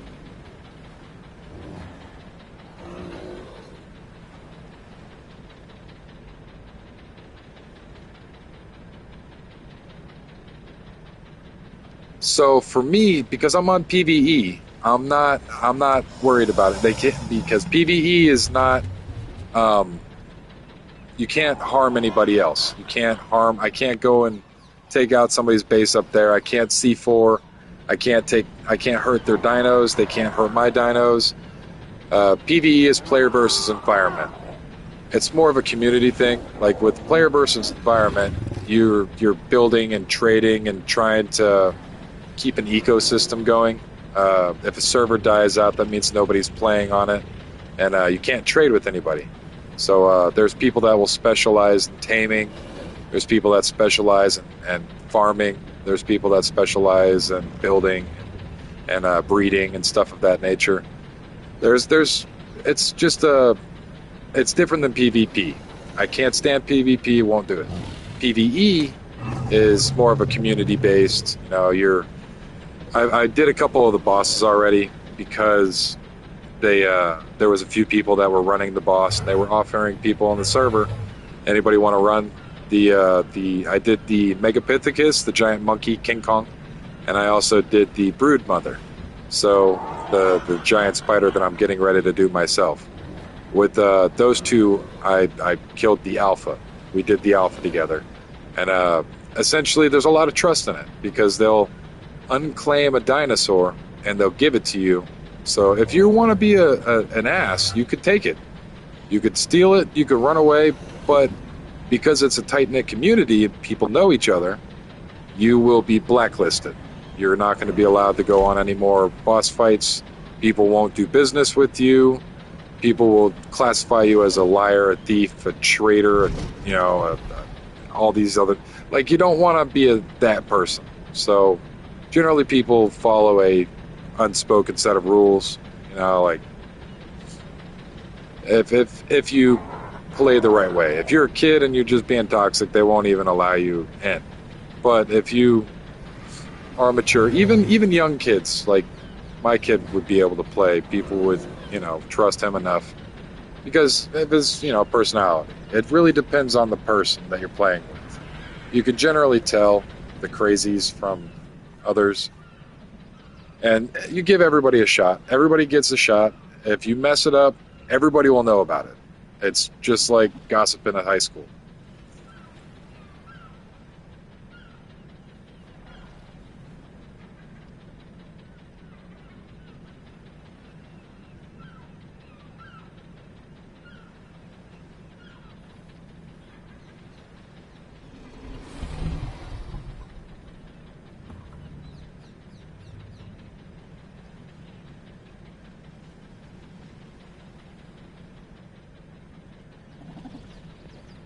But yeah, it's a pretty good community. I buy wyverns, and when I buy a wyvern, the dragons here, I bought this off of a person named Ice Spice.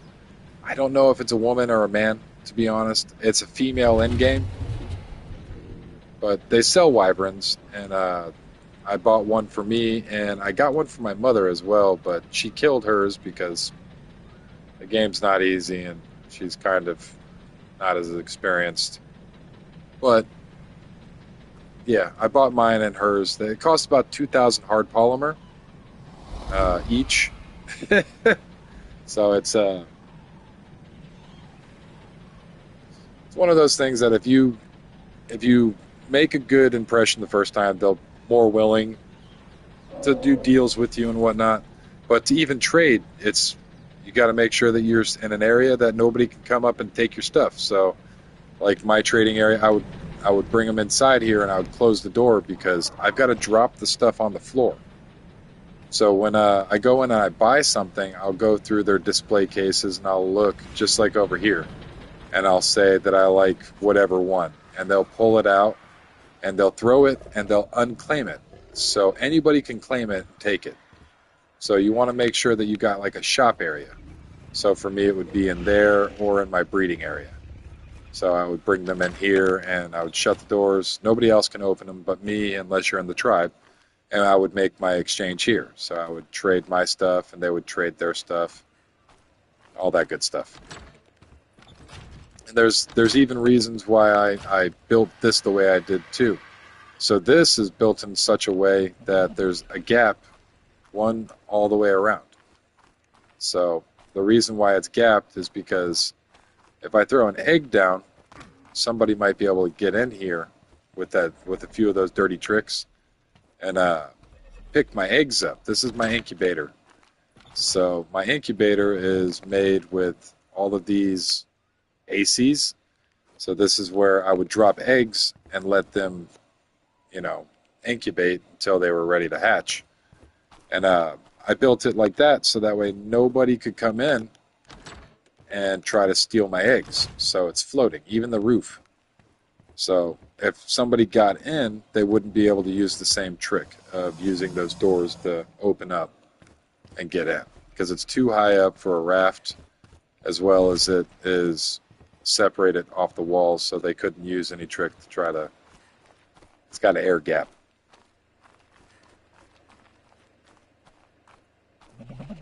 All these are just all kinds of weird right now. They need a poop, and then they'll actually sit back properly. I know it's weird. Whenever they poop, they'll actually sit back upright. I don't understand why. Like that one pooped and it's sitting properly. But these will all sit and lean back like got the gangster lean.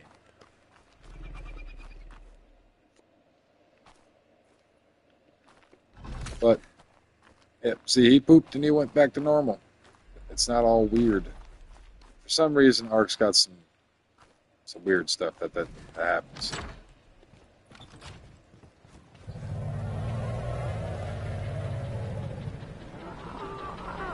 Yeah, it's a lot. There's a lot in this game, but there's actually a really good video that explains the whole. There's actually lore. There's an actual story that happens. So there's these things that you'll find around the island called the dossier, and these dossiers are different. Like the Helena Walker. I don't know if I've gotten any from her, but it tells a story for her. I don't see. Oh, there's one. Titanomyrma is one of the smaller creatures Yeah, on the so island. these are the A dossiers. frightening thought when you And realize it gives you a it's the size story a of, dog. like, what a happened. hive-minded carnivore, Titanomyrma is aggressive on sight to These humans are all the and their dinosaurs in the creature game. companions.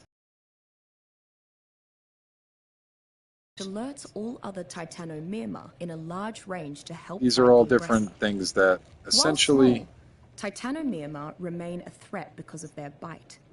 Titanomyrma mandibles produce tell a a story. toxic venom The story that is causes kind loss of stamina, vague and preventing escape, it's hard to and understand increasing at the first. chance of losing But after you unlock consciousness. all of them and you I've seen read through the two story, varieties of Titanomyrma. I forgot how Drones long this and damn soldiers. thing is.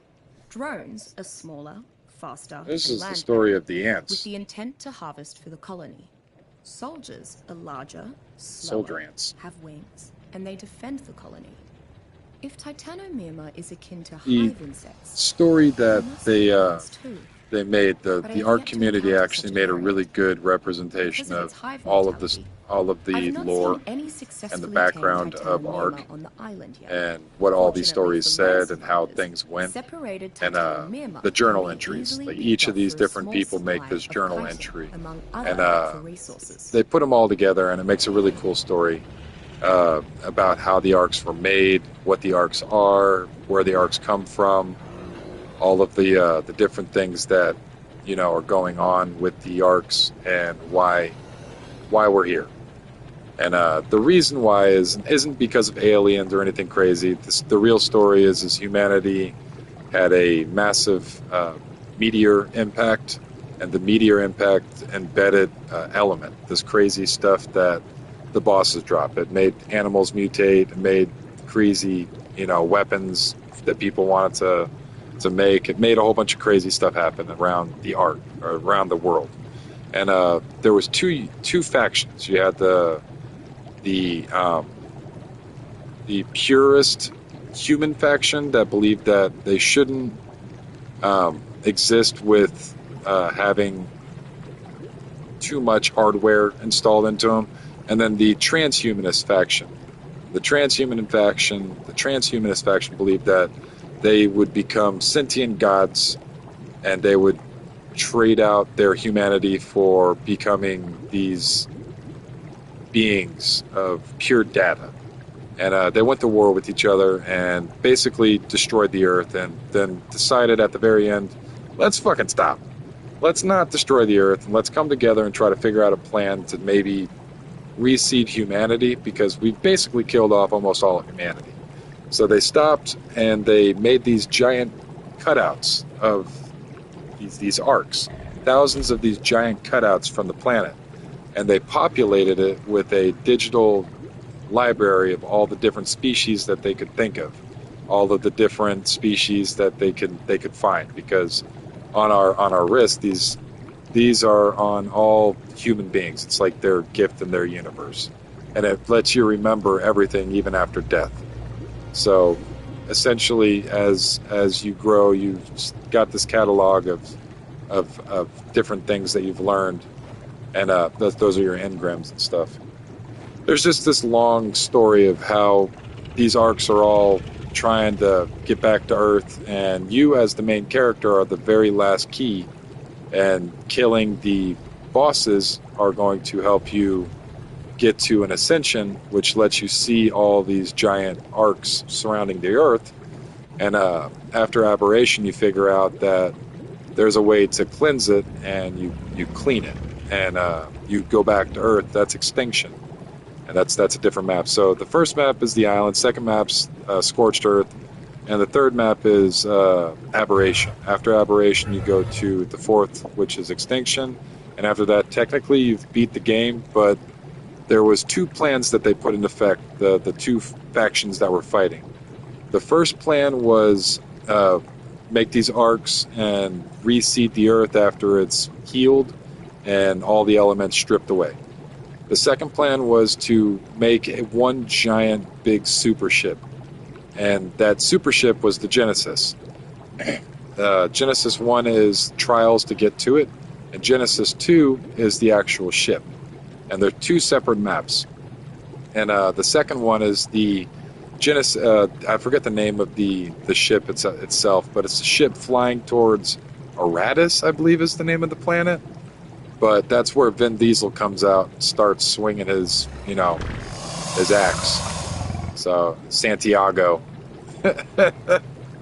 But it's pretty cool. There's a lot of lore. They're actually making a Ark animated series, like this whole tier TV series, and it's pretty cool. The lore of Ark is pretty steep, but it's so hard to get into it because it's so long. For one, for two, for it's literally one of the most difficult ways of figuring out what the hell's going on.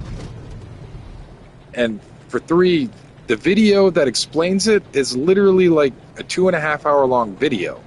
So even to get all the information, everything, is still such a long process. It's just Ark. Even the lore is just like that. So it's very consuming.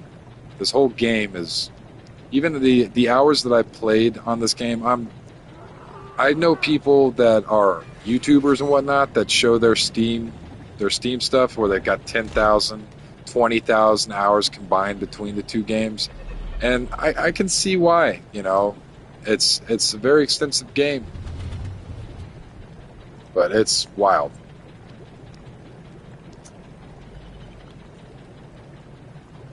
All overwhelming, to be completely honest.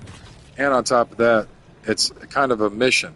If you look at the yellow words, it says finding all the explorers' notes, which are the animal dossiers and all the notes left behind by the original people from the arks. If you find all of them, you get 10 plus levels to your main level right here. So for me, I think because I fought two of the alphas, I think I'm at 110. Oh, dude, the game gets updated all the damn time. Some people say they don't polish it enough and they should go back and fix certain bugs before they start releasing crap.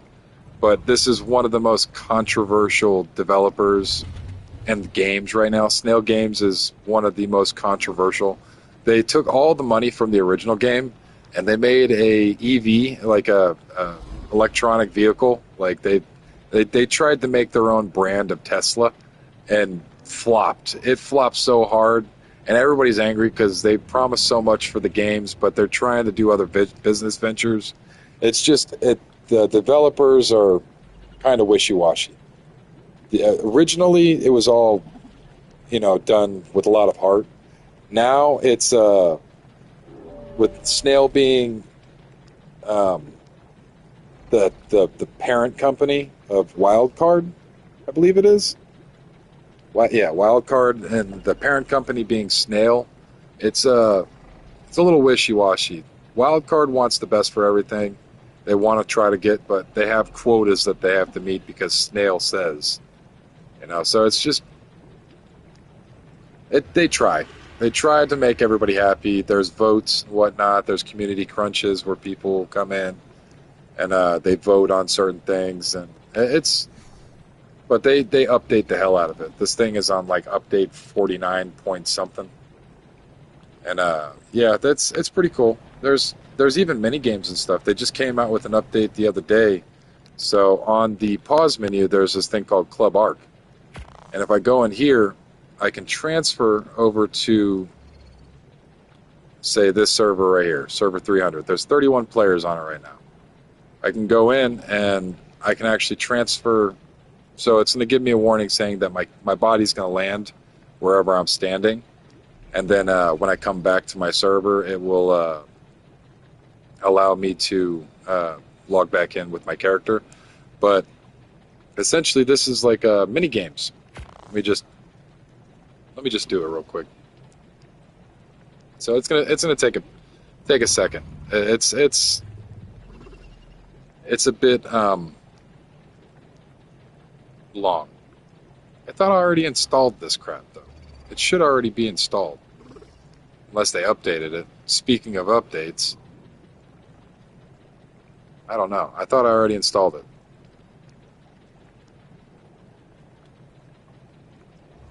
I was just on it.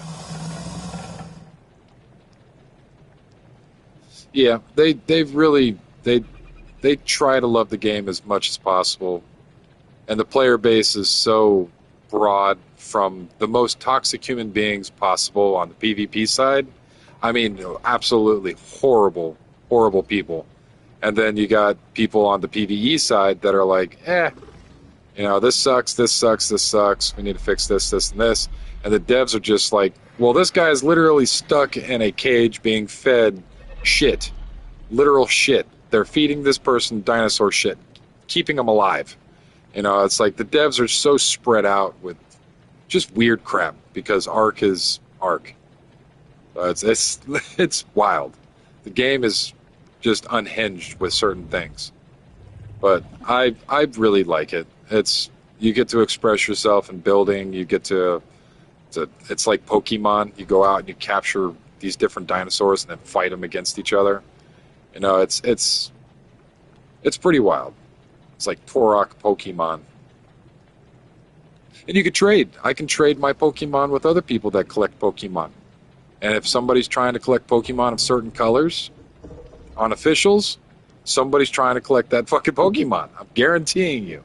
If you put an advertisement out saying that I have these dinosaurs in certain markets, people are going to give you instant messages immediately. So it's one of those things that people are so invested into this game. Like everything that they put out, I've bought. I bought it. I bought this game, literally this game, twice already, and I'll be buying it 3 times. I bought every DLC on this game right now. I bought almost all the DLC on the last game. I bought the last game, I want to say twice, maybe 3 times. 3 times. I bought it 3 times because I also have it on Steam and my computer. So I have my computer for Steam for the original and the second one, the one that we're on now. So I have no shame in it. I am a fanboy. I am a definite fanboy. All the stupid things that they put out, I buy. People hate me for it, especially on the community where they're like, no dinosaurs should be paid content. We should never allow any dinosaur. But even the stupid Pyroman, I don't even have it yet, and I still bought it. Just because you buy it doesn't mean that you get it. You know what I mean? You have to tame it still.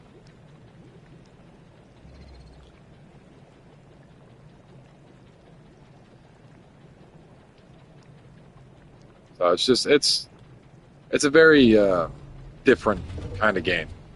It's hard to explain it. Ark is its own culture of people. And some of them are literally the worst people I've ever met in my entire life. I just can't stand them. And I literally wish nothing but the worst for the people that killed all of the dinosaurs that I ever raised up in a PvP server. Some people will take your dinosaurs and if they're on neutral, so if they attack it and they go to attack back, they'll come up with a bird and they'll hit it with a bird. So that way they can fly off and literally just bring your dinosaurs and fly away from them and drag your dinosaurs to the ocean and drown them. So even if you got really, really strong super dinos, they'll still get drowned. It's just toxic. Some of these people are just toxic. And it's bad. It's so bad.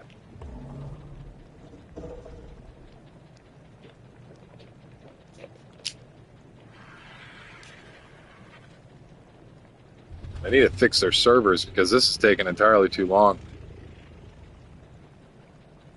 And I just downloaded it like 2 days ago, so I don't know. Maybe they updated it again and here we sit.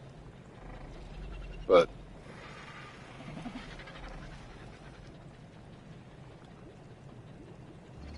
oh, dude, there is a point of being a dick, and there is a point of just being a complete psycho. Like, legitimately. And this game is full of just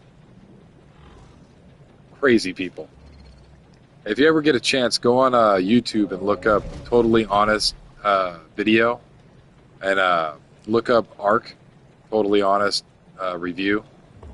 It's hilarious because it explains the game perfectly. It really does. It's the absolute perfect way of trying to get the picture of Ark across because it's just so hard to explain. Somebody made a really good video representing what it is. But totally honest reviews. Ark. It's so good.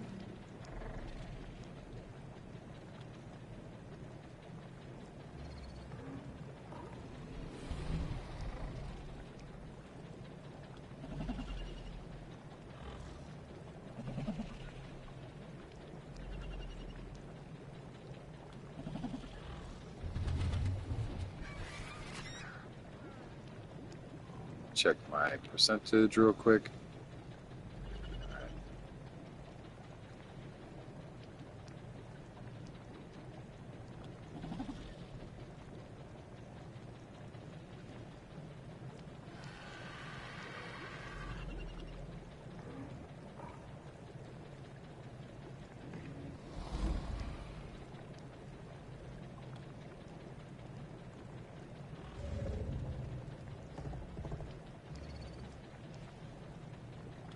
If I mess with the download, I might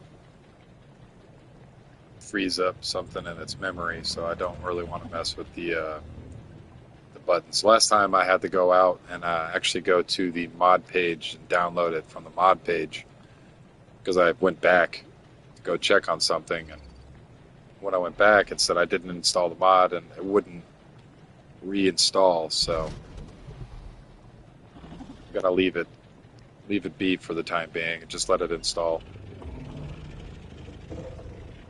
But it's cool, they just updated it. Maybe they put new missions in. They only had like 3 missions because it's brand new. And some of the missions are just ridiculously difficult. They're all skill-based. Some are pretty good at doing the missions already, but for me, I might be able to do the beta, the tier 2 dodo, wackadodo, but I'm such a bad driver when it comes to these horses. One's a lasso game. You have to go and lasso all these different sheep while big giant red sheep chase you down. And it's not particularly easy.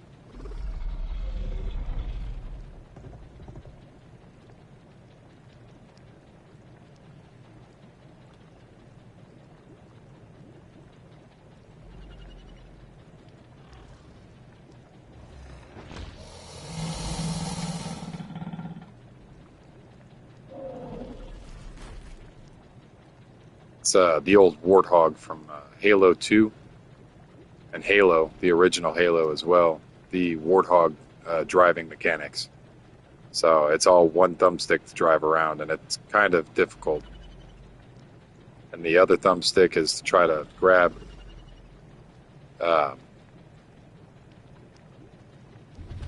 with a lasso.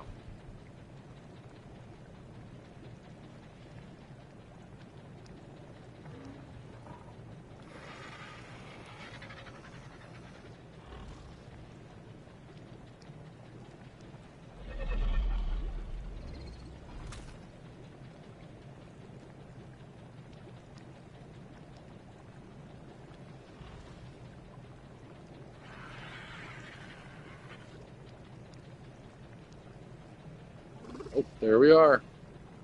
100% installed. Should start transferring over now.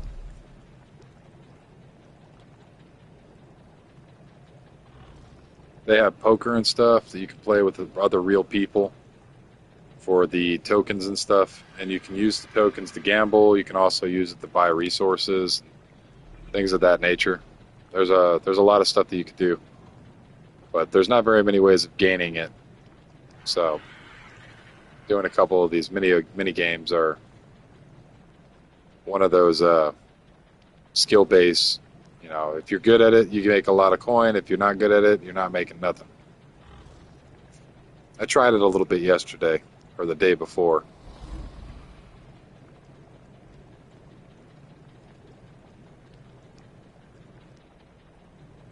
Is it gonna go? It's trying. I see things are flickering.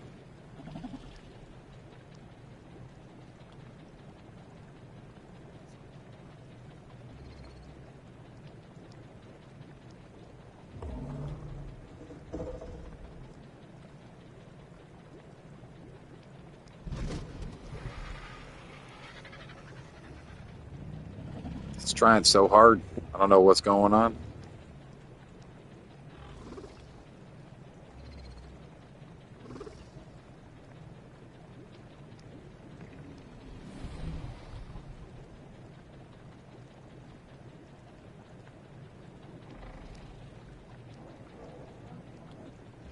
It's already installed. I don't know why it's trying to install it again.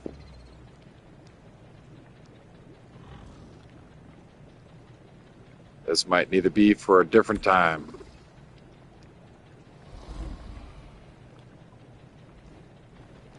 I don't think it's working right now for some reason. Just try it just for the giggles. Let's see, it's verifying. It should already be installed. It just installed it once. Probably going to say it's not installed. Yeah. Acquire content has not been downloaded yet. Yes, it has. But that's neither here nor there. It's not a big deal. That's for a different time, I suppose. It's at 60%. This one is at 90%. These guys should be done. No, not quite. Almost. Very, very close to being done. And that will be nice because it's another egg layer to make kibble. So kibble actually, you need certain eggs for certain things. These and stuff.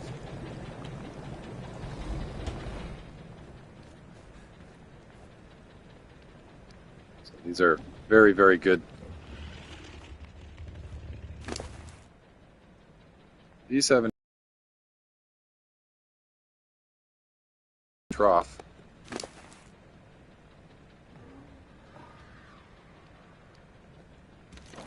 I'm a little wary about the babies being left out. I might put these two up, but let these grow.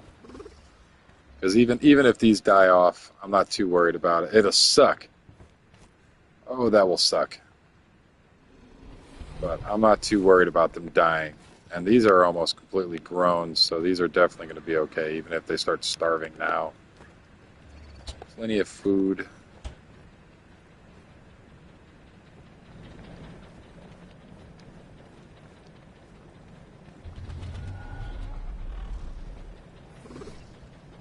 Actually throw the soup up real quick. Right there. Throw this blueprint back in here. My bird, that's where I had it to begin with.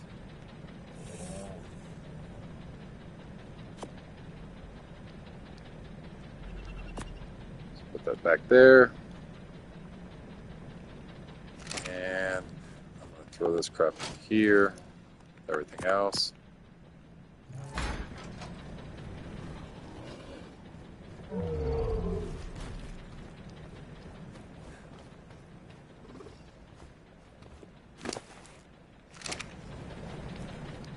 Might go grab some more meat real quick. Go through the swamp. That's not it. Here.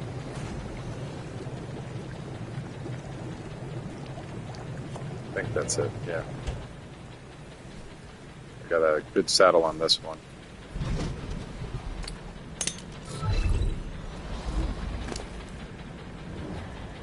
Yep, that's it. Got about 1,000 pounds that I can carry with them.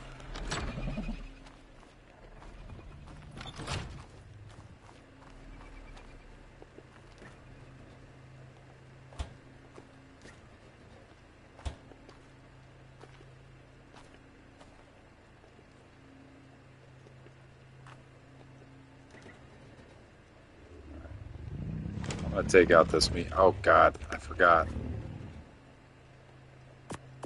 I can't. Comically weak. Can't even carry 19 stacks of meat. Excuse me.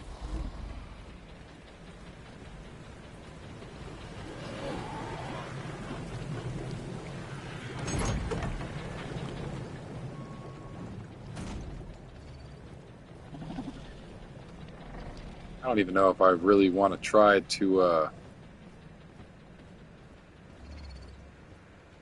do that, because I might actually end up dying going out with these stats. I'm fairly sure I could still do it. It's just it's a little dangerous.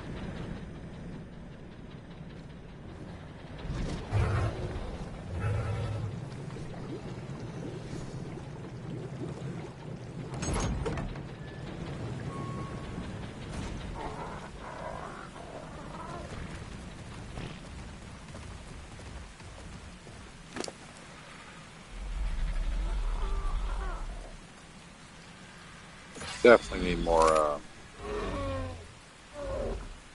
melee.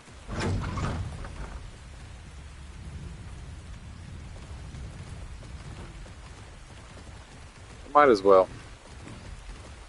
There ain't no sense in not doing it. I've got enough food. I've got enough water. This guy should protect me pretty decently.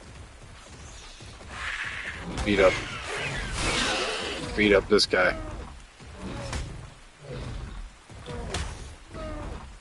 Get the smoke too, baby.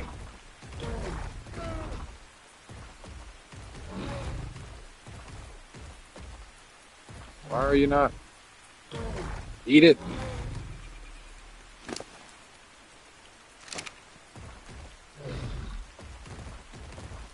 Am I I'm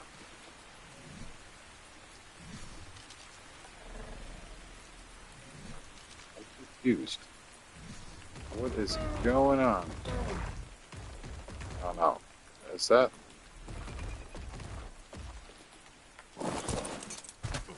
That is. So why aren't you being eaten?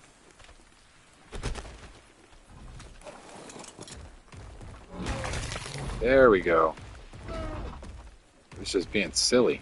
I don't know what was going on. It kind of got stuck in the ground there.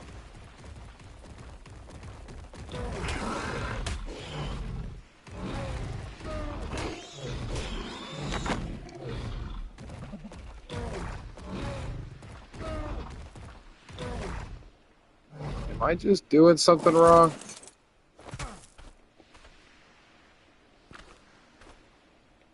I am not understanding. Obviously, I'm not. If that's how that's happening. Something's broken here.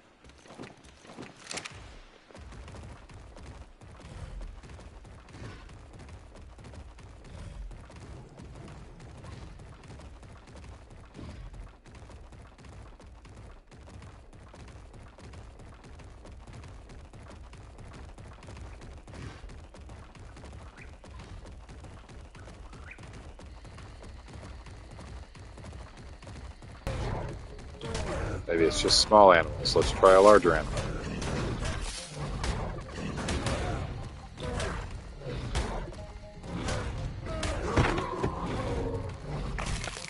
Yeah, so it's just smaller animals were giving me a hard time.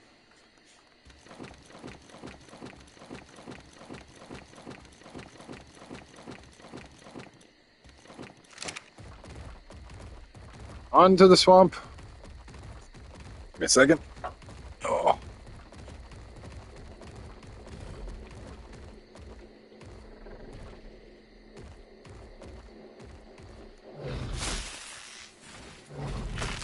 Gone tree?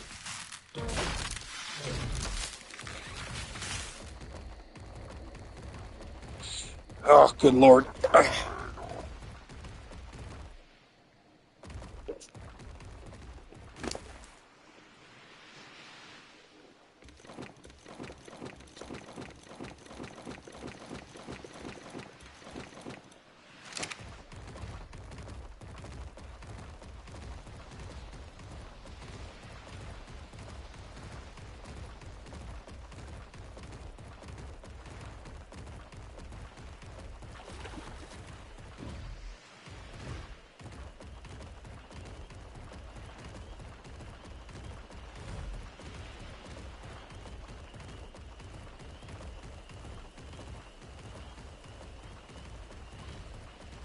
So I'm gonna make my way down here to the swamp area.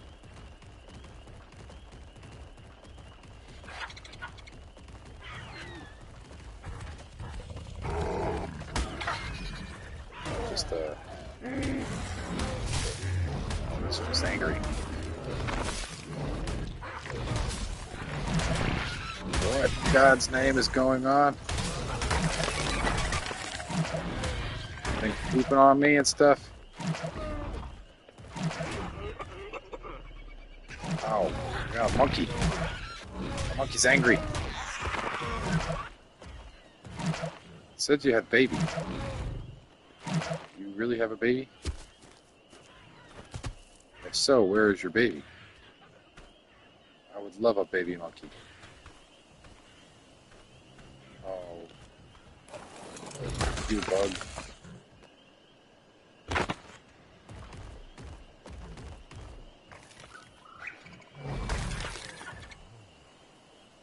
Wow, it's so lagged out right this second.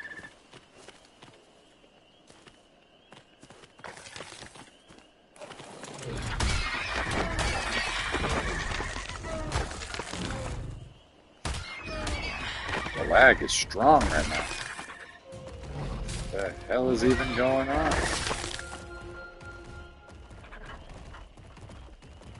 So right now I got the insect buff for the Megatherium. Whenever he eats one of these bugs, he gets 2 minutes of double everything. So you get double strength and double damage resistance.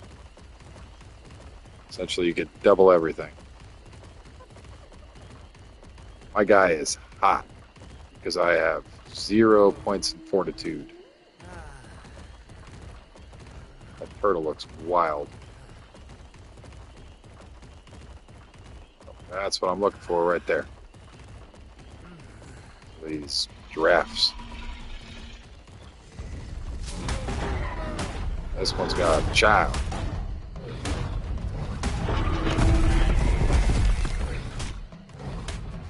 Sorry, child. You are food.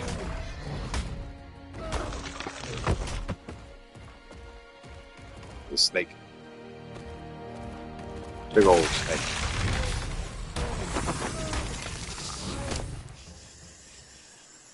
And I need to go in here and drop some berries. Fiber, berries, and I need to drop prime. And all the primitive crap. So all that. I'll keep that. That can go. I could start stacking the hide again. I definitely need it, but because I'm just here for meat. I might keep this. I'm actually going to keep because I'll be hunting bugs down. Smacking things with this Megatherium.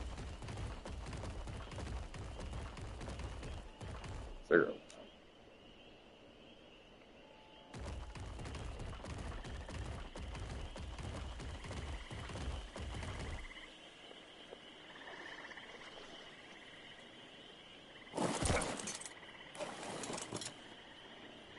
What am I doing? What time is it? Okay, so it's morning. Time just came out. A weird level.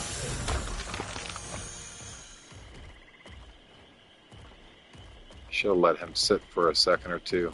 As a corpse sits in the swamp, insects will actually start getting attracted to it. And because there's one of my little crack buggies now. Yeah. Come here, guy. I'm gonna nom on your butt.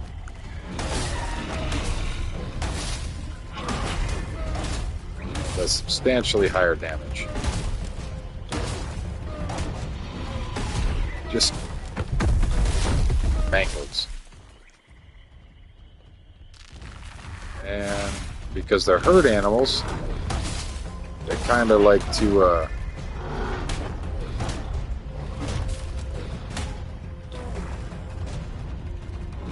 kind of gonna attack you if you... Oh, there's another bug. As I kill bugs, this guy's gonna maintain bug on the ground right there, right? Oh, that's not a bug. Grab these venom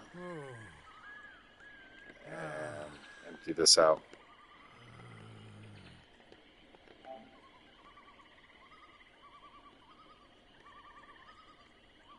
It's good.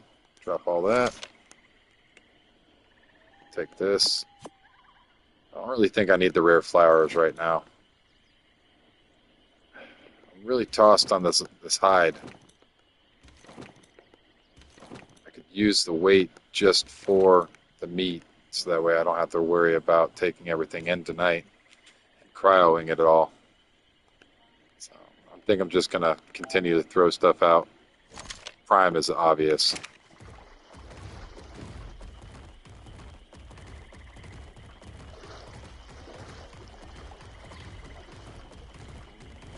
Oh, crack bug. The little scream. I've been playing it for too long, laughing at things. And if I attack mom's baby, it will generally attack at me. There's two of them. So I'm surprised it's not... Oh, there it goes. Because I started attacking its babies. Now it's upset. And I am fat.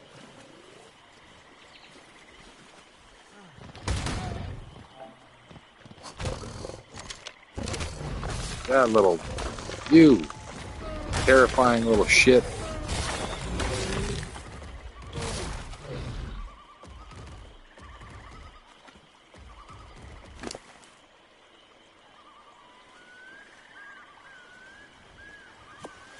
Take all that.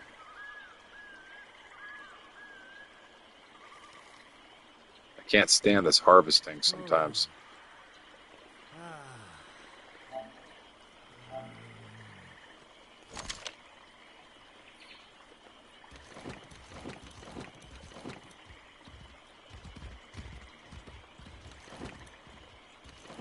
Gotta be careful doing this out in the swamp too. The only reason why I'm somewhat safe is because of the animal I'm riding. Things tend to avoid this animal just because it's very well known in the animal kingdom. Apparently. But there's different weight categories. This weighs up there with a T-Rex, I believe. So most things don't attack it.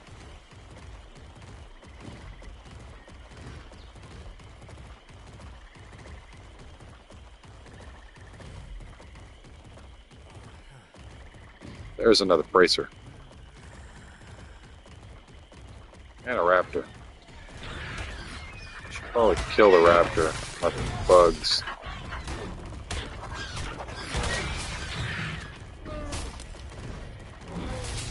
Oh, that's a cool baby raptor, actually.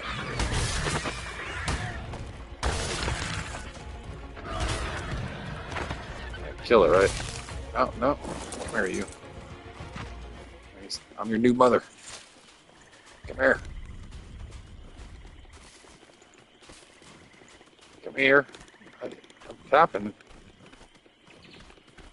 Why? Why lag?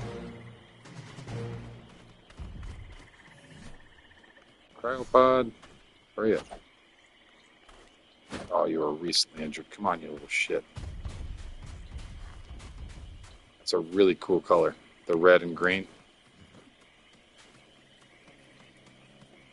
You ready yet? Nope. Oh, shit. Damn bugs.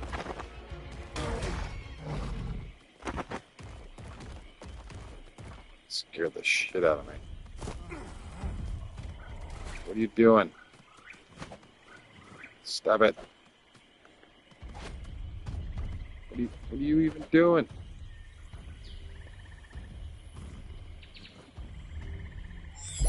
Oh, these animals.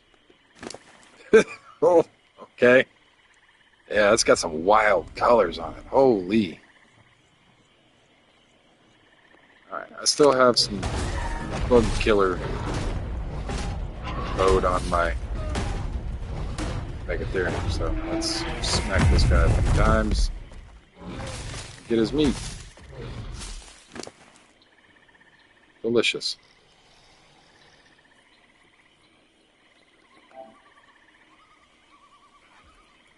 All that's going to be dropped.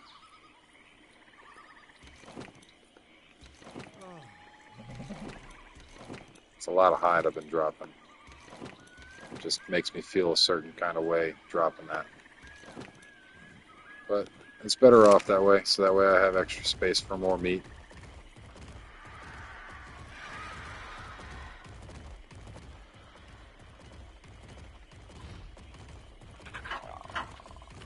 Pigs. Could just eat a pig real quick. Yeah. Just can't stand how I'm just harvesting everything. If I turn resource harvesting off, then I can't harvest meat, I believe. So it's one of those things.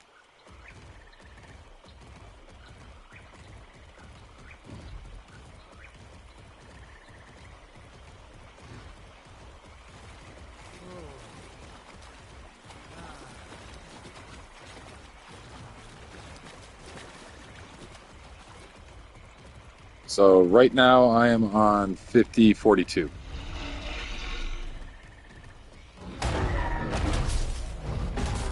That's the PD server. Oh, that's actually a decently high level. 5042 is the server I prefer to play on. That's my official server. I generally play it on the weekends because they have multiple times. I've been trying out a few unofficial servers during the week. But right now I'm gearing up for the Broodmother, and I'm trying to go on a meat run with this because this is one of the higher things for meat that I have.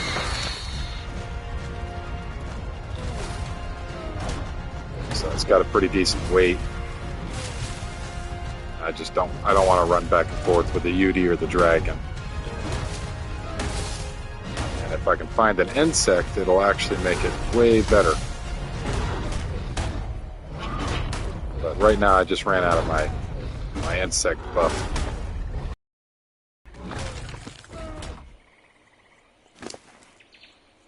But I got a pretty good saddle on this one, and health isn't going anywhere.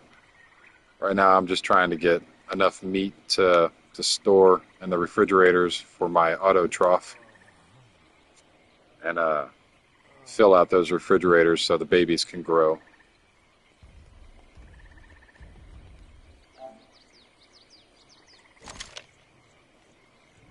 But as of now, I'm just trying to get enough meat. And I keep fighting with myself about this whole dropping hide, because I just went through so much hide. And I keep on dropping meat. I am been streaming too long. It's been like 8 hours, 9 hours almost. I do this every day for the most part.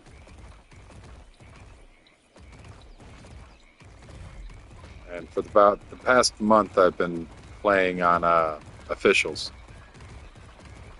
So, and I'm basically solo as well. So it's not going too quickly. But all the videos that I have posted are quite recent. I'm brand new to this whole streaming thing, so things aren't the prettiest sounding or the best looking, I would assume. It's all being done off my PlayStation. So the streaming, the recordings off of my PlayStation controller. The camera is just your standard regular PlayStation camera. All for the PlayStation 5. It's just your run-of-the-mill startup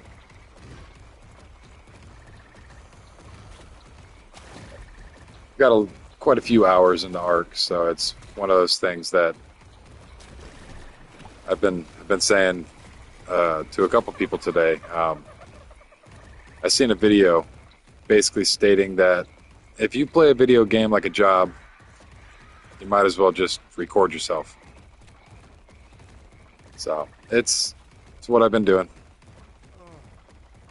It's not bad. It works. It comes in pretty clear. As long as I've got the controller near my face, it comes in pretty decently.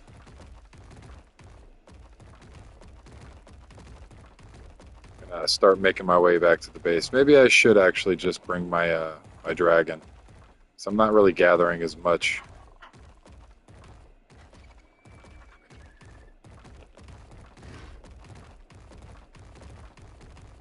Is that a Titan?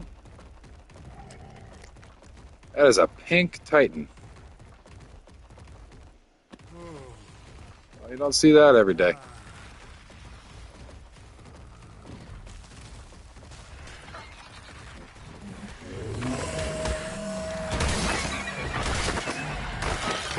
More meat. Why not? Sure. Thanks.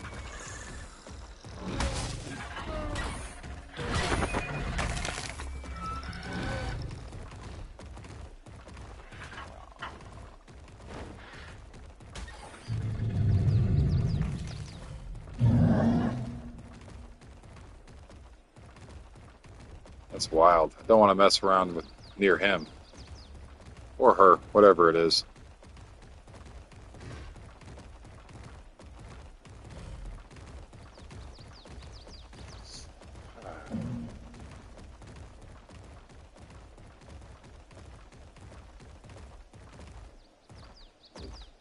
Stuck up here.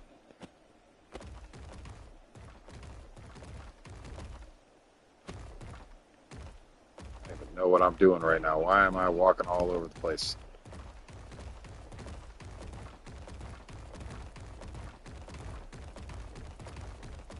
I got lost in the sauce there for a second. Back on the trail.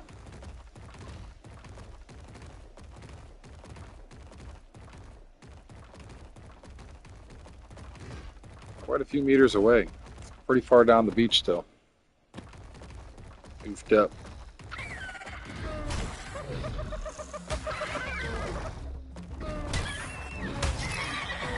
Pretty strong dillo there.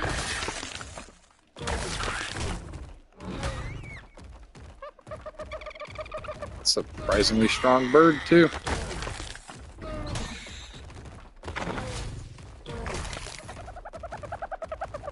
I'm not gonna sit here and kill dodos all day.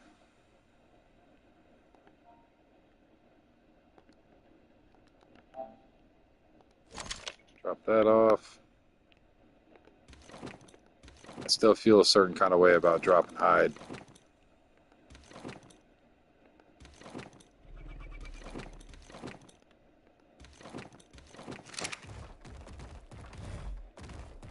We got a pretty decent amount of meat. Fairly comfortable with it. Yeah, we're decently far down the beach right now.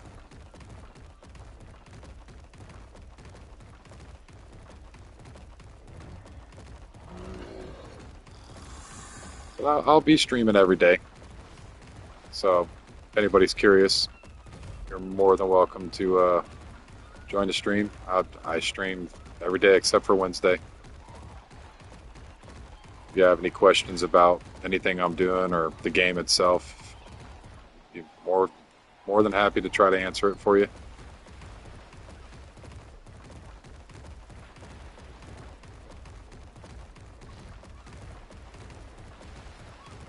Yeah, I went the complete wrong way.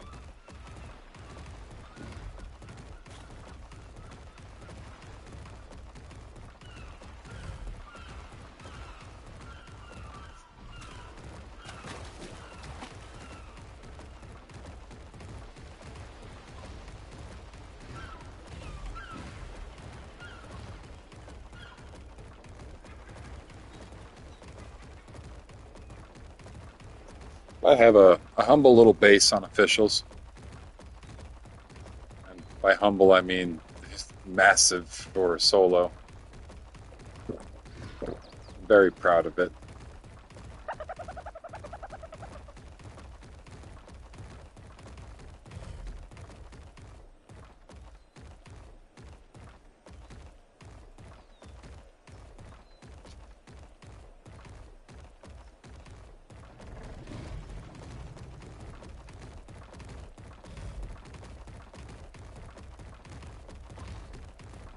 There it is. The color explosion.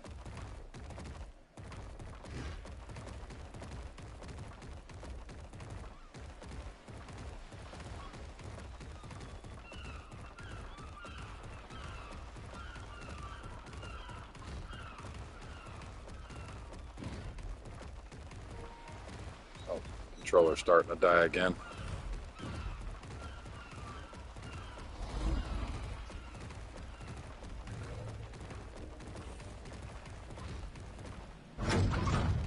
The old one finger trick. Oy.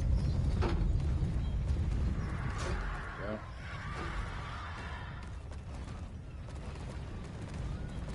Dragon's kind of all up in the way.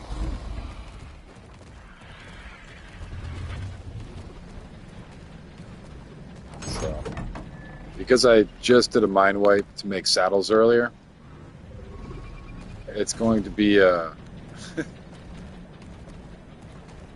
experience to try to get this meat into these fridges. I guess we'll try right here.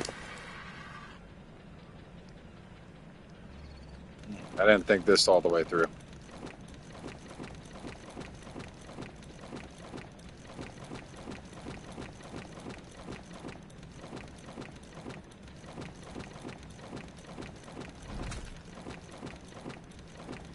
Got a pretty decent amount of meat on them.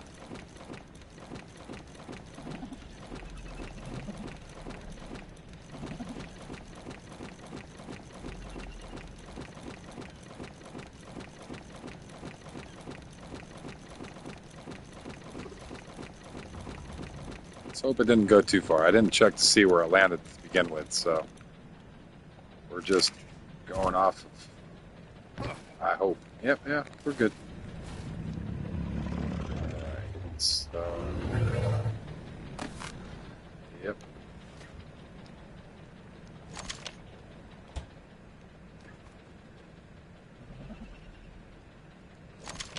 Good enough.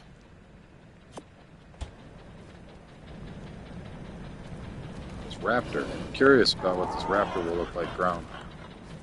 Ay, it's the monster mesh. Grab another cryopod out real quick and put this guy up. It's empty, so we're good.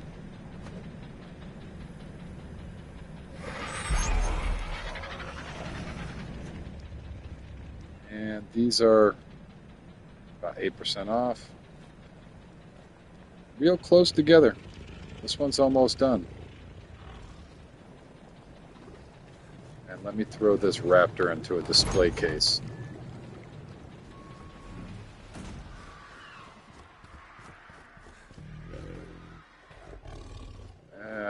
That's supposed to be for my frog, but I suppose it'll be okay. Go in. There we go. That's a wild looking raptor.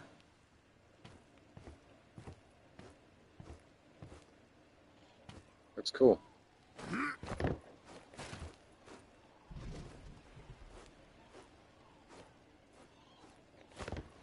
Very nice.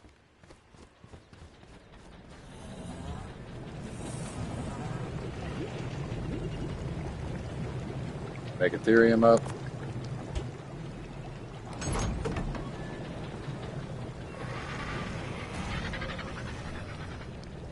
Probably throw that fiber out.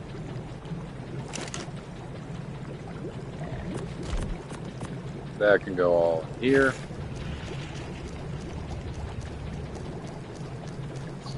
Might actually be able to make one more saddle. I doubt it, but maybe.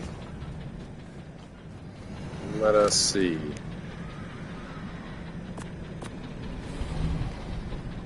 Nope. I still need over 100 more cementing paste for that. It's a lot. There's so much cementing paste that goes into these saddles, and I explained it earlier about these saddles. It's so much resource to go into them, especially the hide. To find the saddle at a low quality like this with this high of a armor rating is nice. I'll be able to craft up as many as I want of those, and I've got plenty of decent saddles because of my crafting skill right now for my army. And with them being this low of a price to build, I can build up a whole bunch of them. I'm willing to take the 90, 95s so that way I can have cheaper saddles and more of them, because I'm going to take 19 of those in, and I'm going to be taking one of my stronger. So these two are going to be raised up, and then my female that I have right here is going to be my main mount, I think. No, it's not imprinted. This, I didn't imprint on this one either. This one will not be it, obviously. I should probably imprint on one of these so that way I can make a better mount. Better stamina, better everything. So that'll probably come from one of these, one of their first babies. If it's a male, it'll be my mount.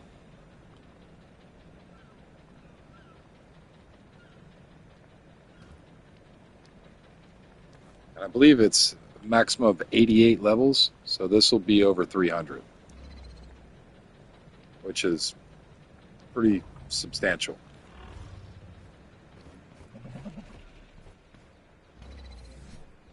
Oh, let me put this Titanoboa Venom up.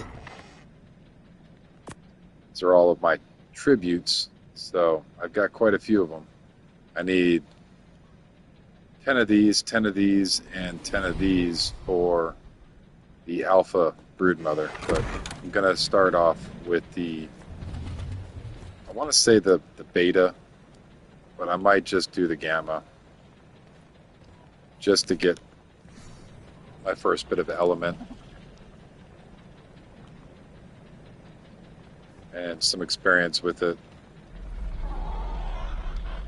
Because I'm solo, it's a little bit more risky. Not only because I might suck at it, but it also might be I lose connection.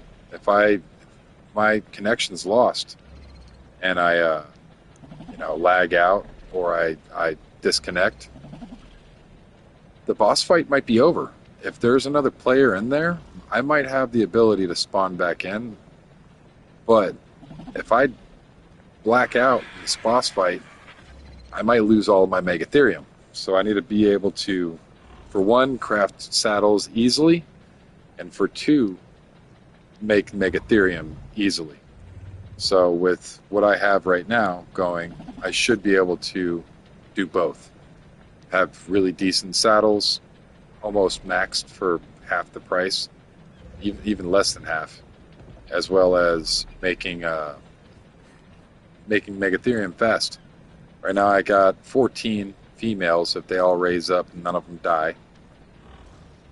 And I should be able to pop out 14 at a time.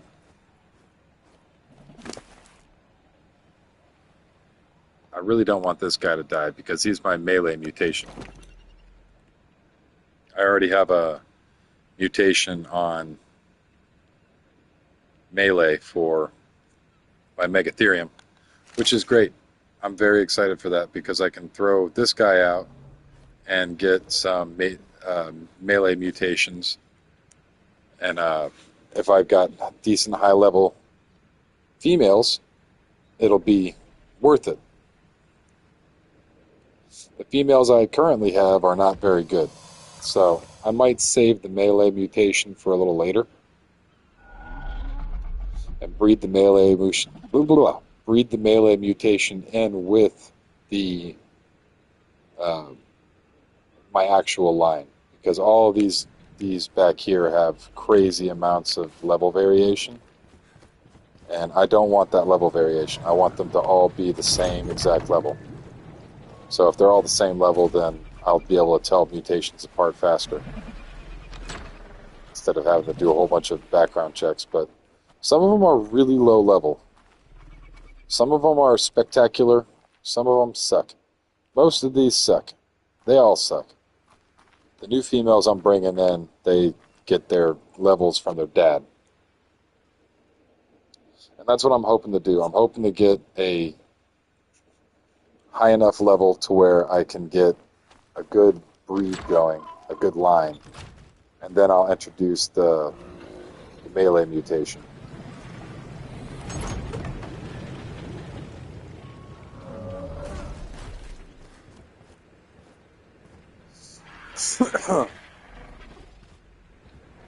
But it's coming along. And I'm hoping because these will be my new line.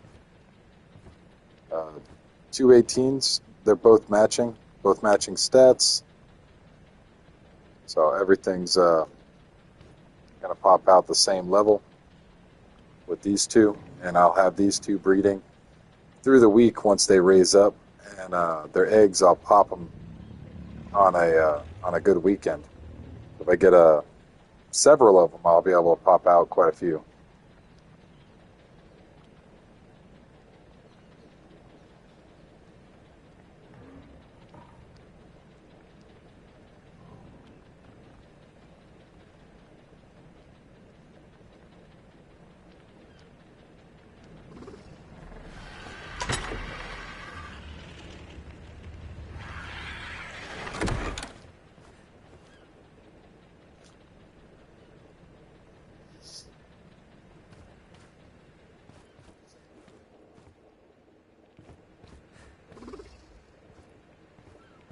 These guys should be pretty much done here shortly.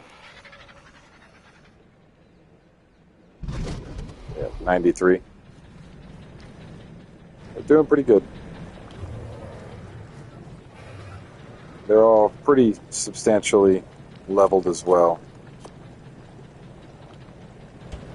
So we will see what kind of army we can get from it.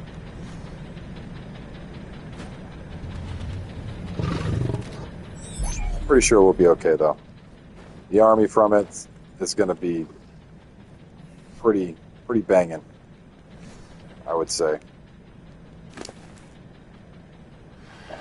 I should probably just start throwing this stuff.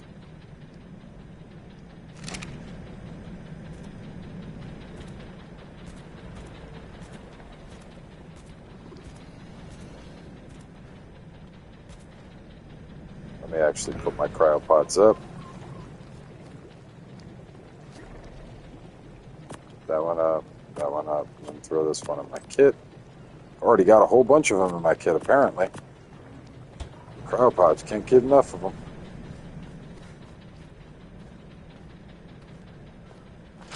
And I think I'm going to just throw everything inside of here. There's more than enough space in here for everything. But I've got to popcorn it, so that's always fun.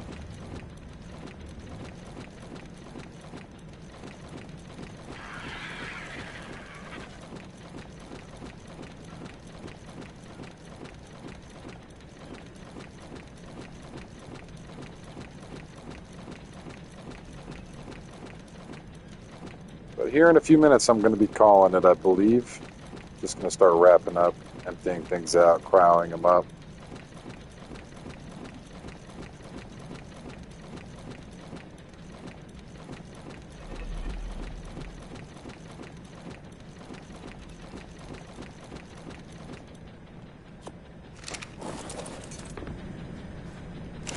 Throw this here. Pick all that up. throw all of that in there. Pull out my cryopod and Bob's your uncle. There we go. Throw that in there.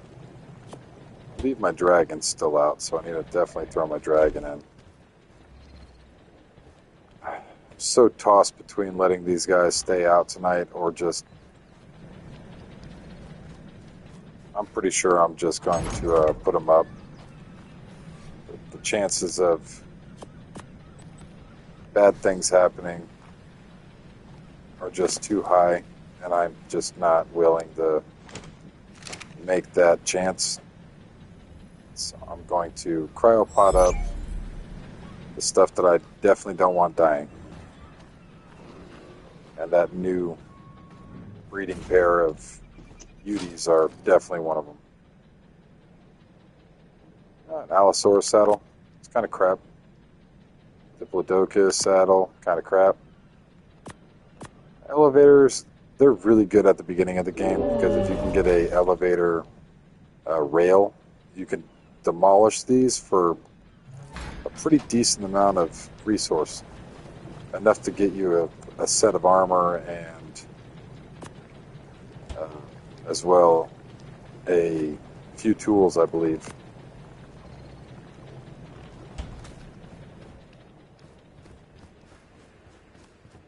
I think I'm going to leave the rest of the Megatherium out. I'm going to put up the breeding pair.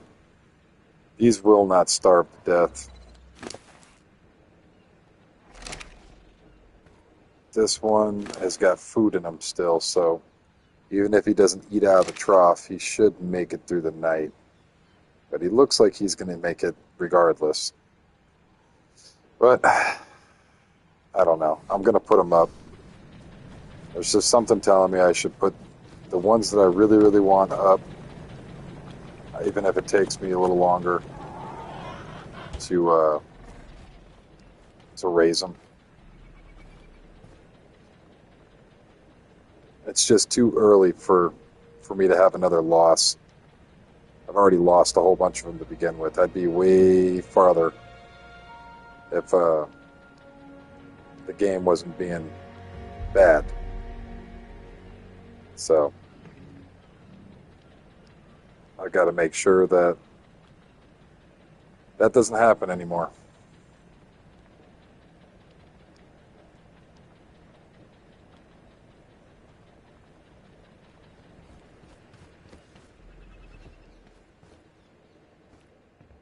These ladies and the rest of these are going to be the ladies that I'm not going to worry about.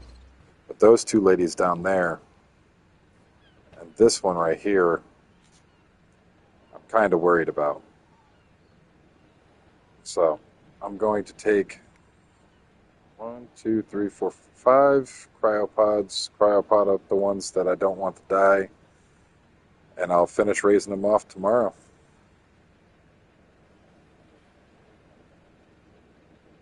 And we will see if the rest of them have made it. This one's almost done, which will be nice. I can throw this one on a cryopod when it's done.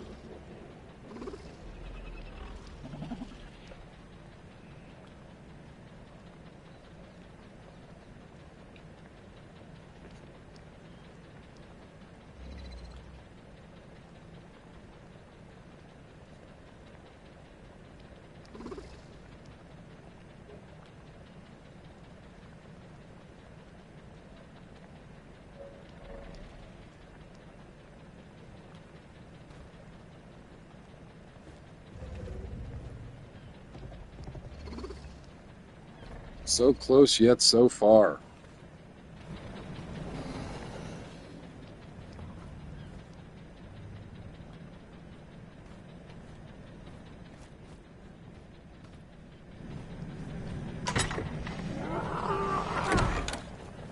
I wonder if the 3 times weekend makes this 3 times faster. Does it? Can I use it? No. Didn't think so. Got 24 hours before I can use it again. So, even though it's 3 times a weekend, I still have 20 hours and 45 minutes. It's a good thing I got a couple of them. This is going to spoil in 7 hours.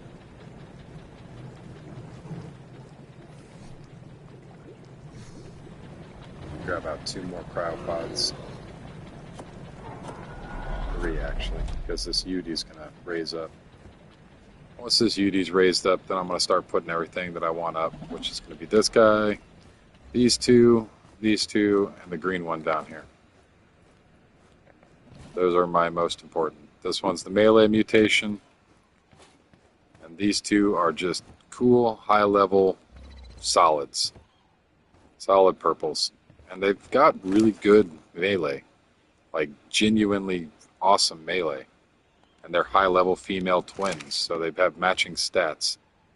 So if I can get a male with matching stats of these, that would be a good start to a pretty good start to a line. But I don't know if I want it to be that low of a level. It's not horrible. It's got great melee, very high melee. But I'm still worried about it being, too weak for the alpha. Color's cool and all, but it's all about strength at the end of the day when it comes to fighting the alpha.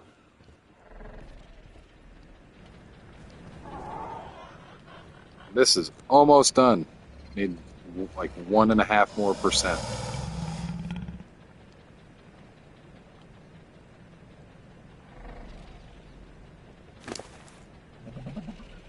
Melee is not horrible either.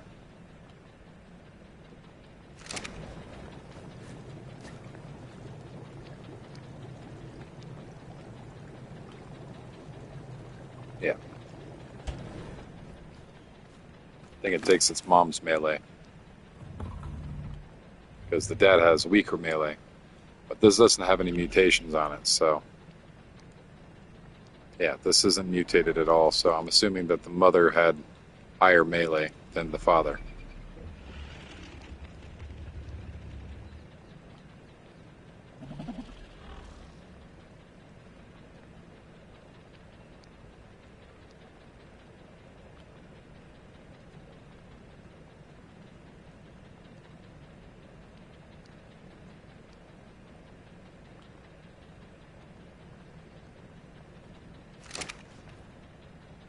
Yep, see, it's 100%, but it still needs a little bit longer before it's actually considered tame. Or an adult. So it'll be 100% for about a 0.1% longer. But it will do its little happy dance once it's done. Just giant chicken feet.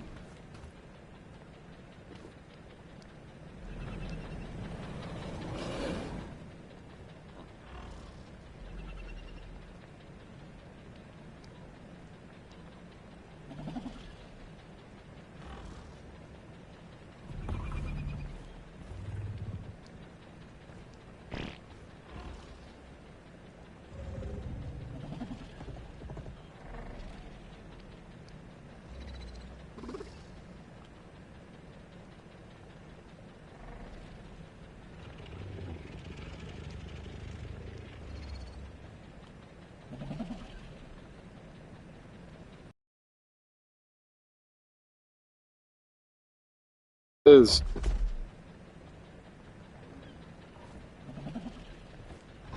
and it's ready to mate, and that's great.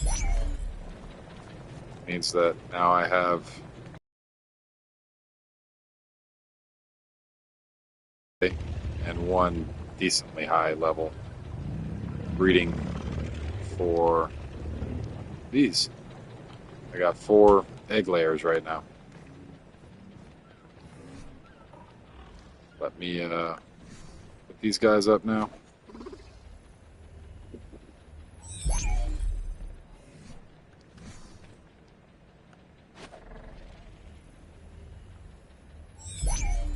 Throw their meat into the refrigerator.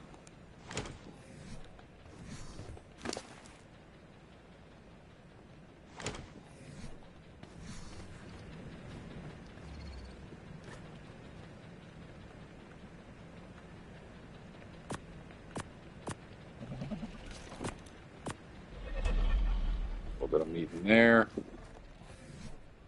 And grab up these last 3. I'm going to leave out the rest in hopes that nothing bad happens. We'll see how that goes. It can't go well for me, I'm only assuming.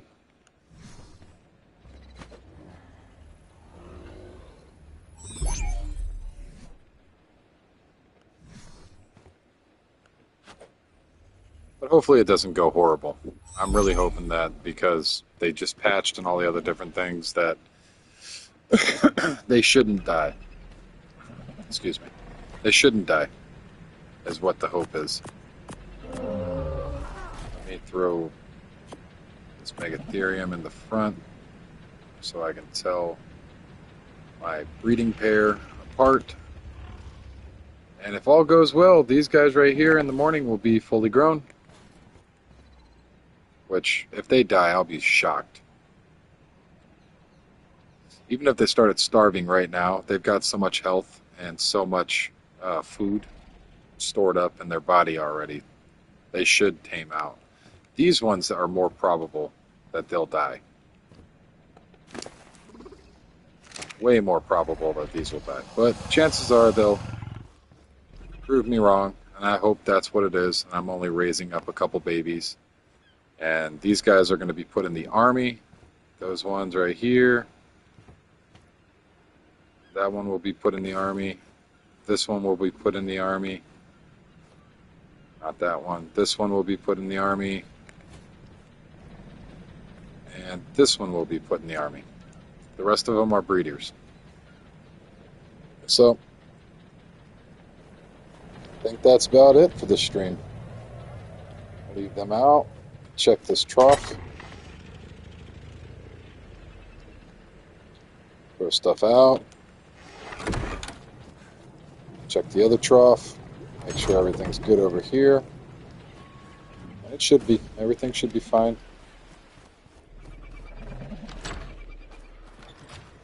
Yeah, they're all good over here. We got quite a bit of meat. Double check the... Yeah, everything should be eating. Yep.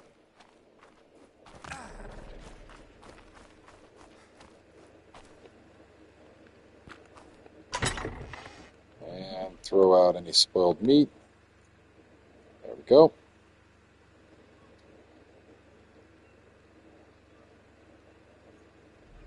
And we should be gravy. Why do I have meat? Oh, I need to go grab the meat off of the floor in here too, I think.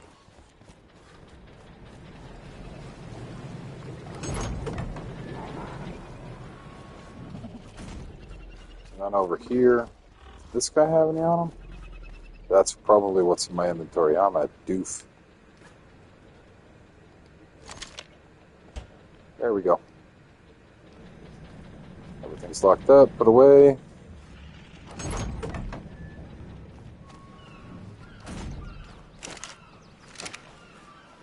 You got berries on you still.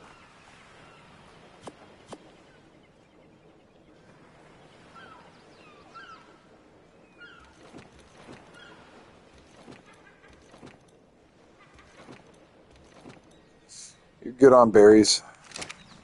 And you're good, you're good. You might need more. You're pretty good.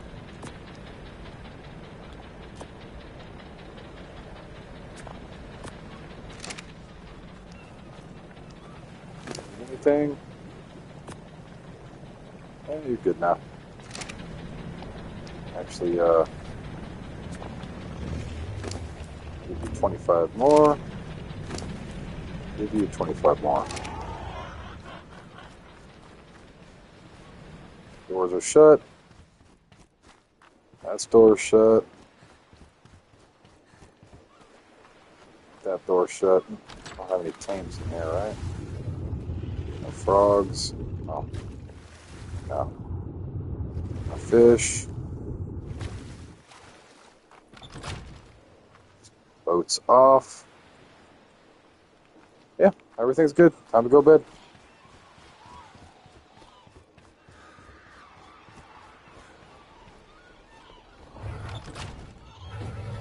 You guys, oh,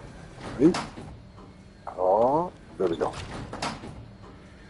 You guys are still watching. I appreciate you. Thank you. And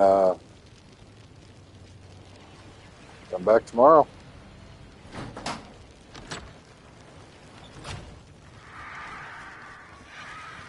And I'm signing out. Good night. Thank you very much for being a part of the stream tonight. Anybody and everybody, questions and everything. Appreciate you all. Thank you. And good night.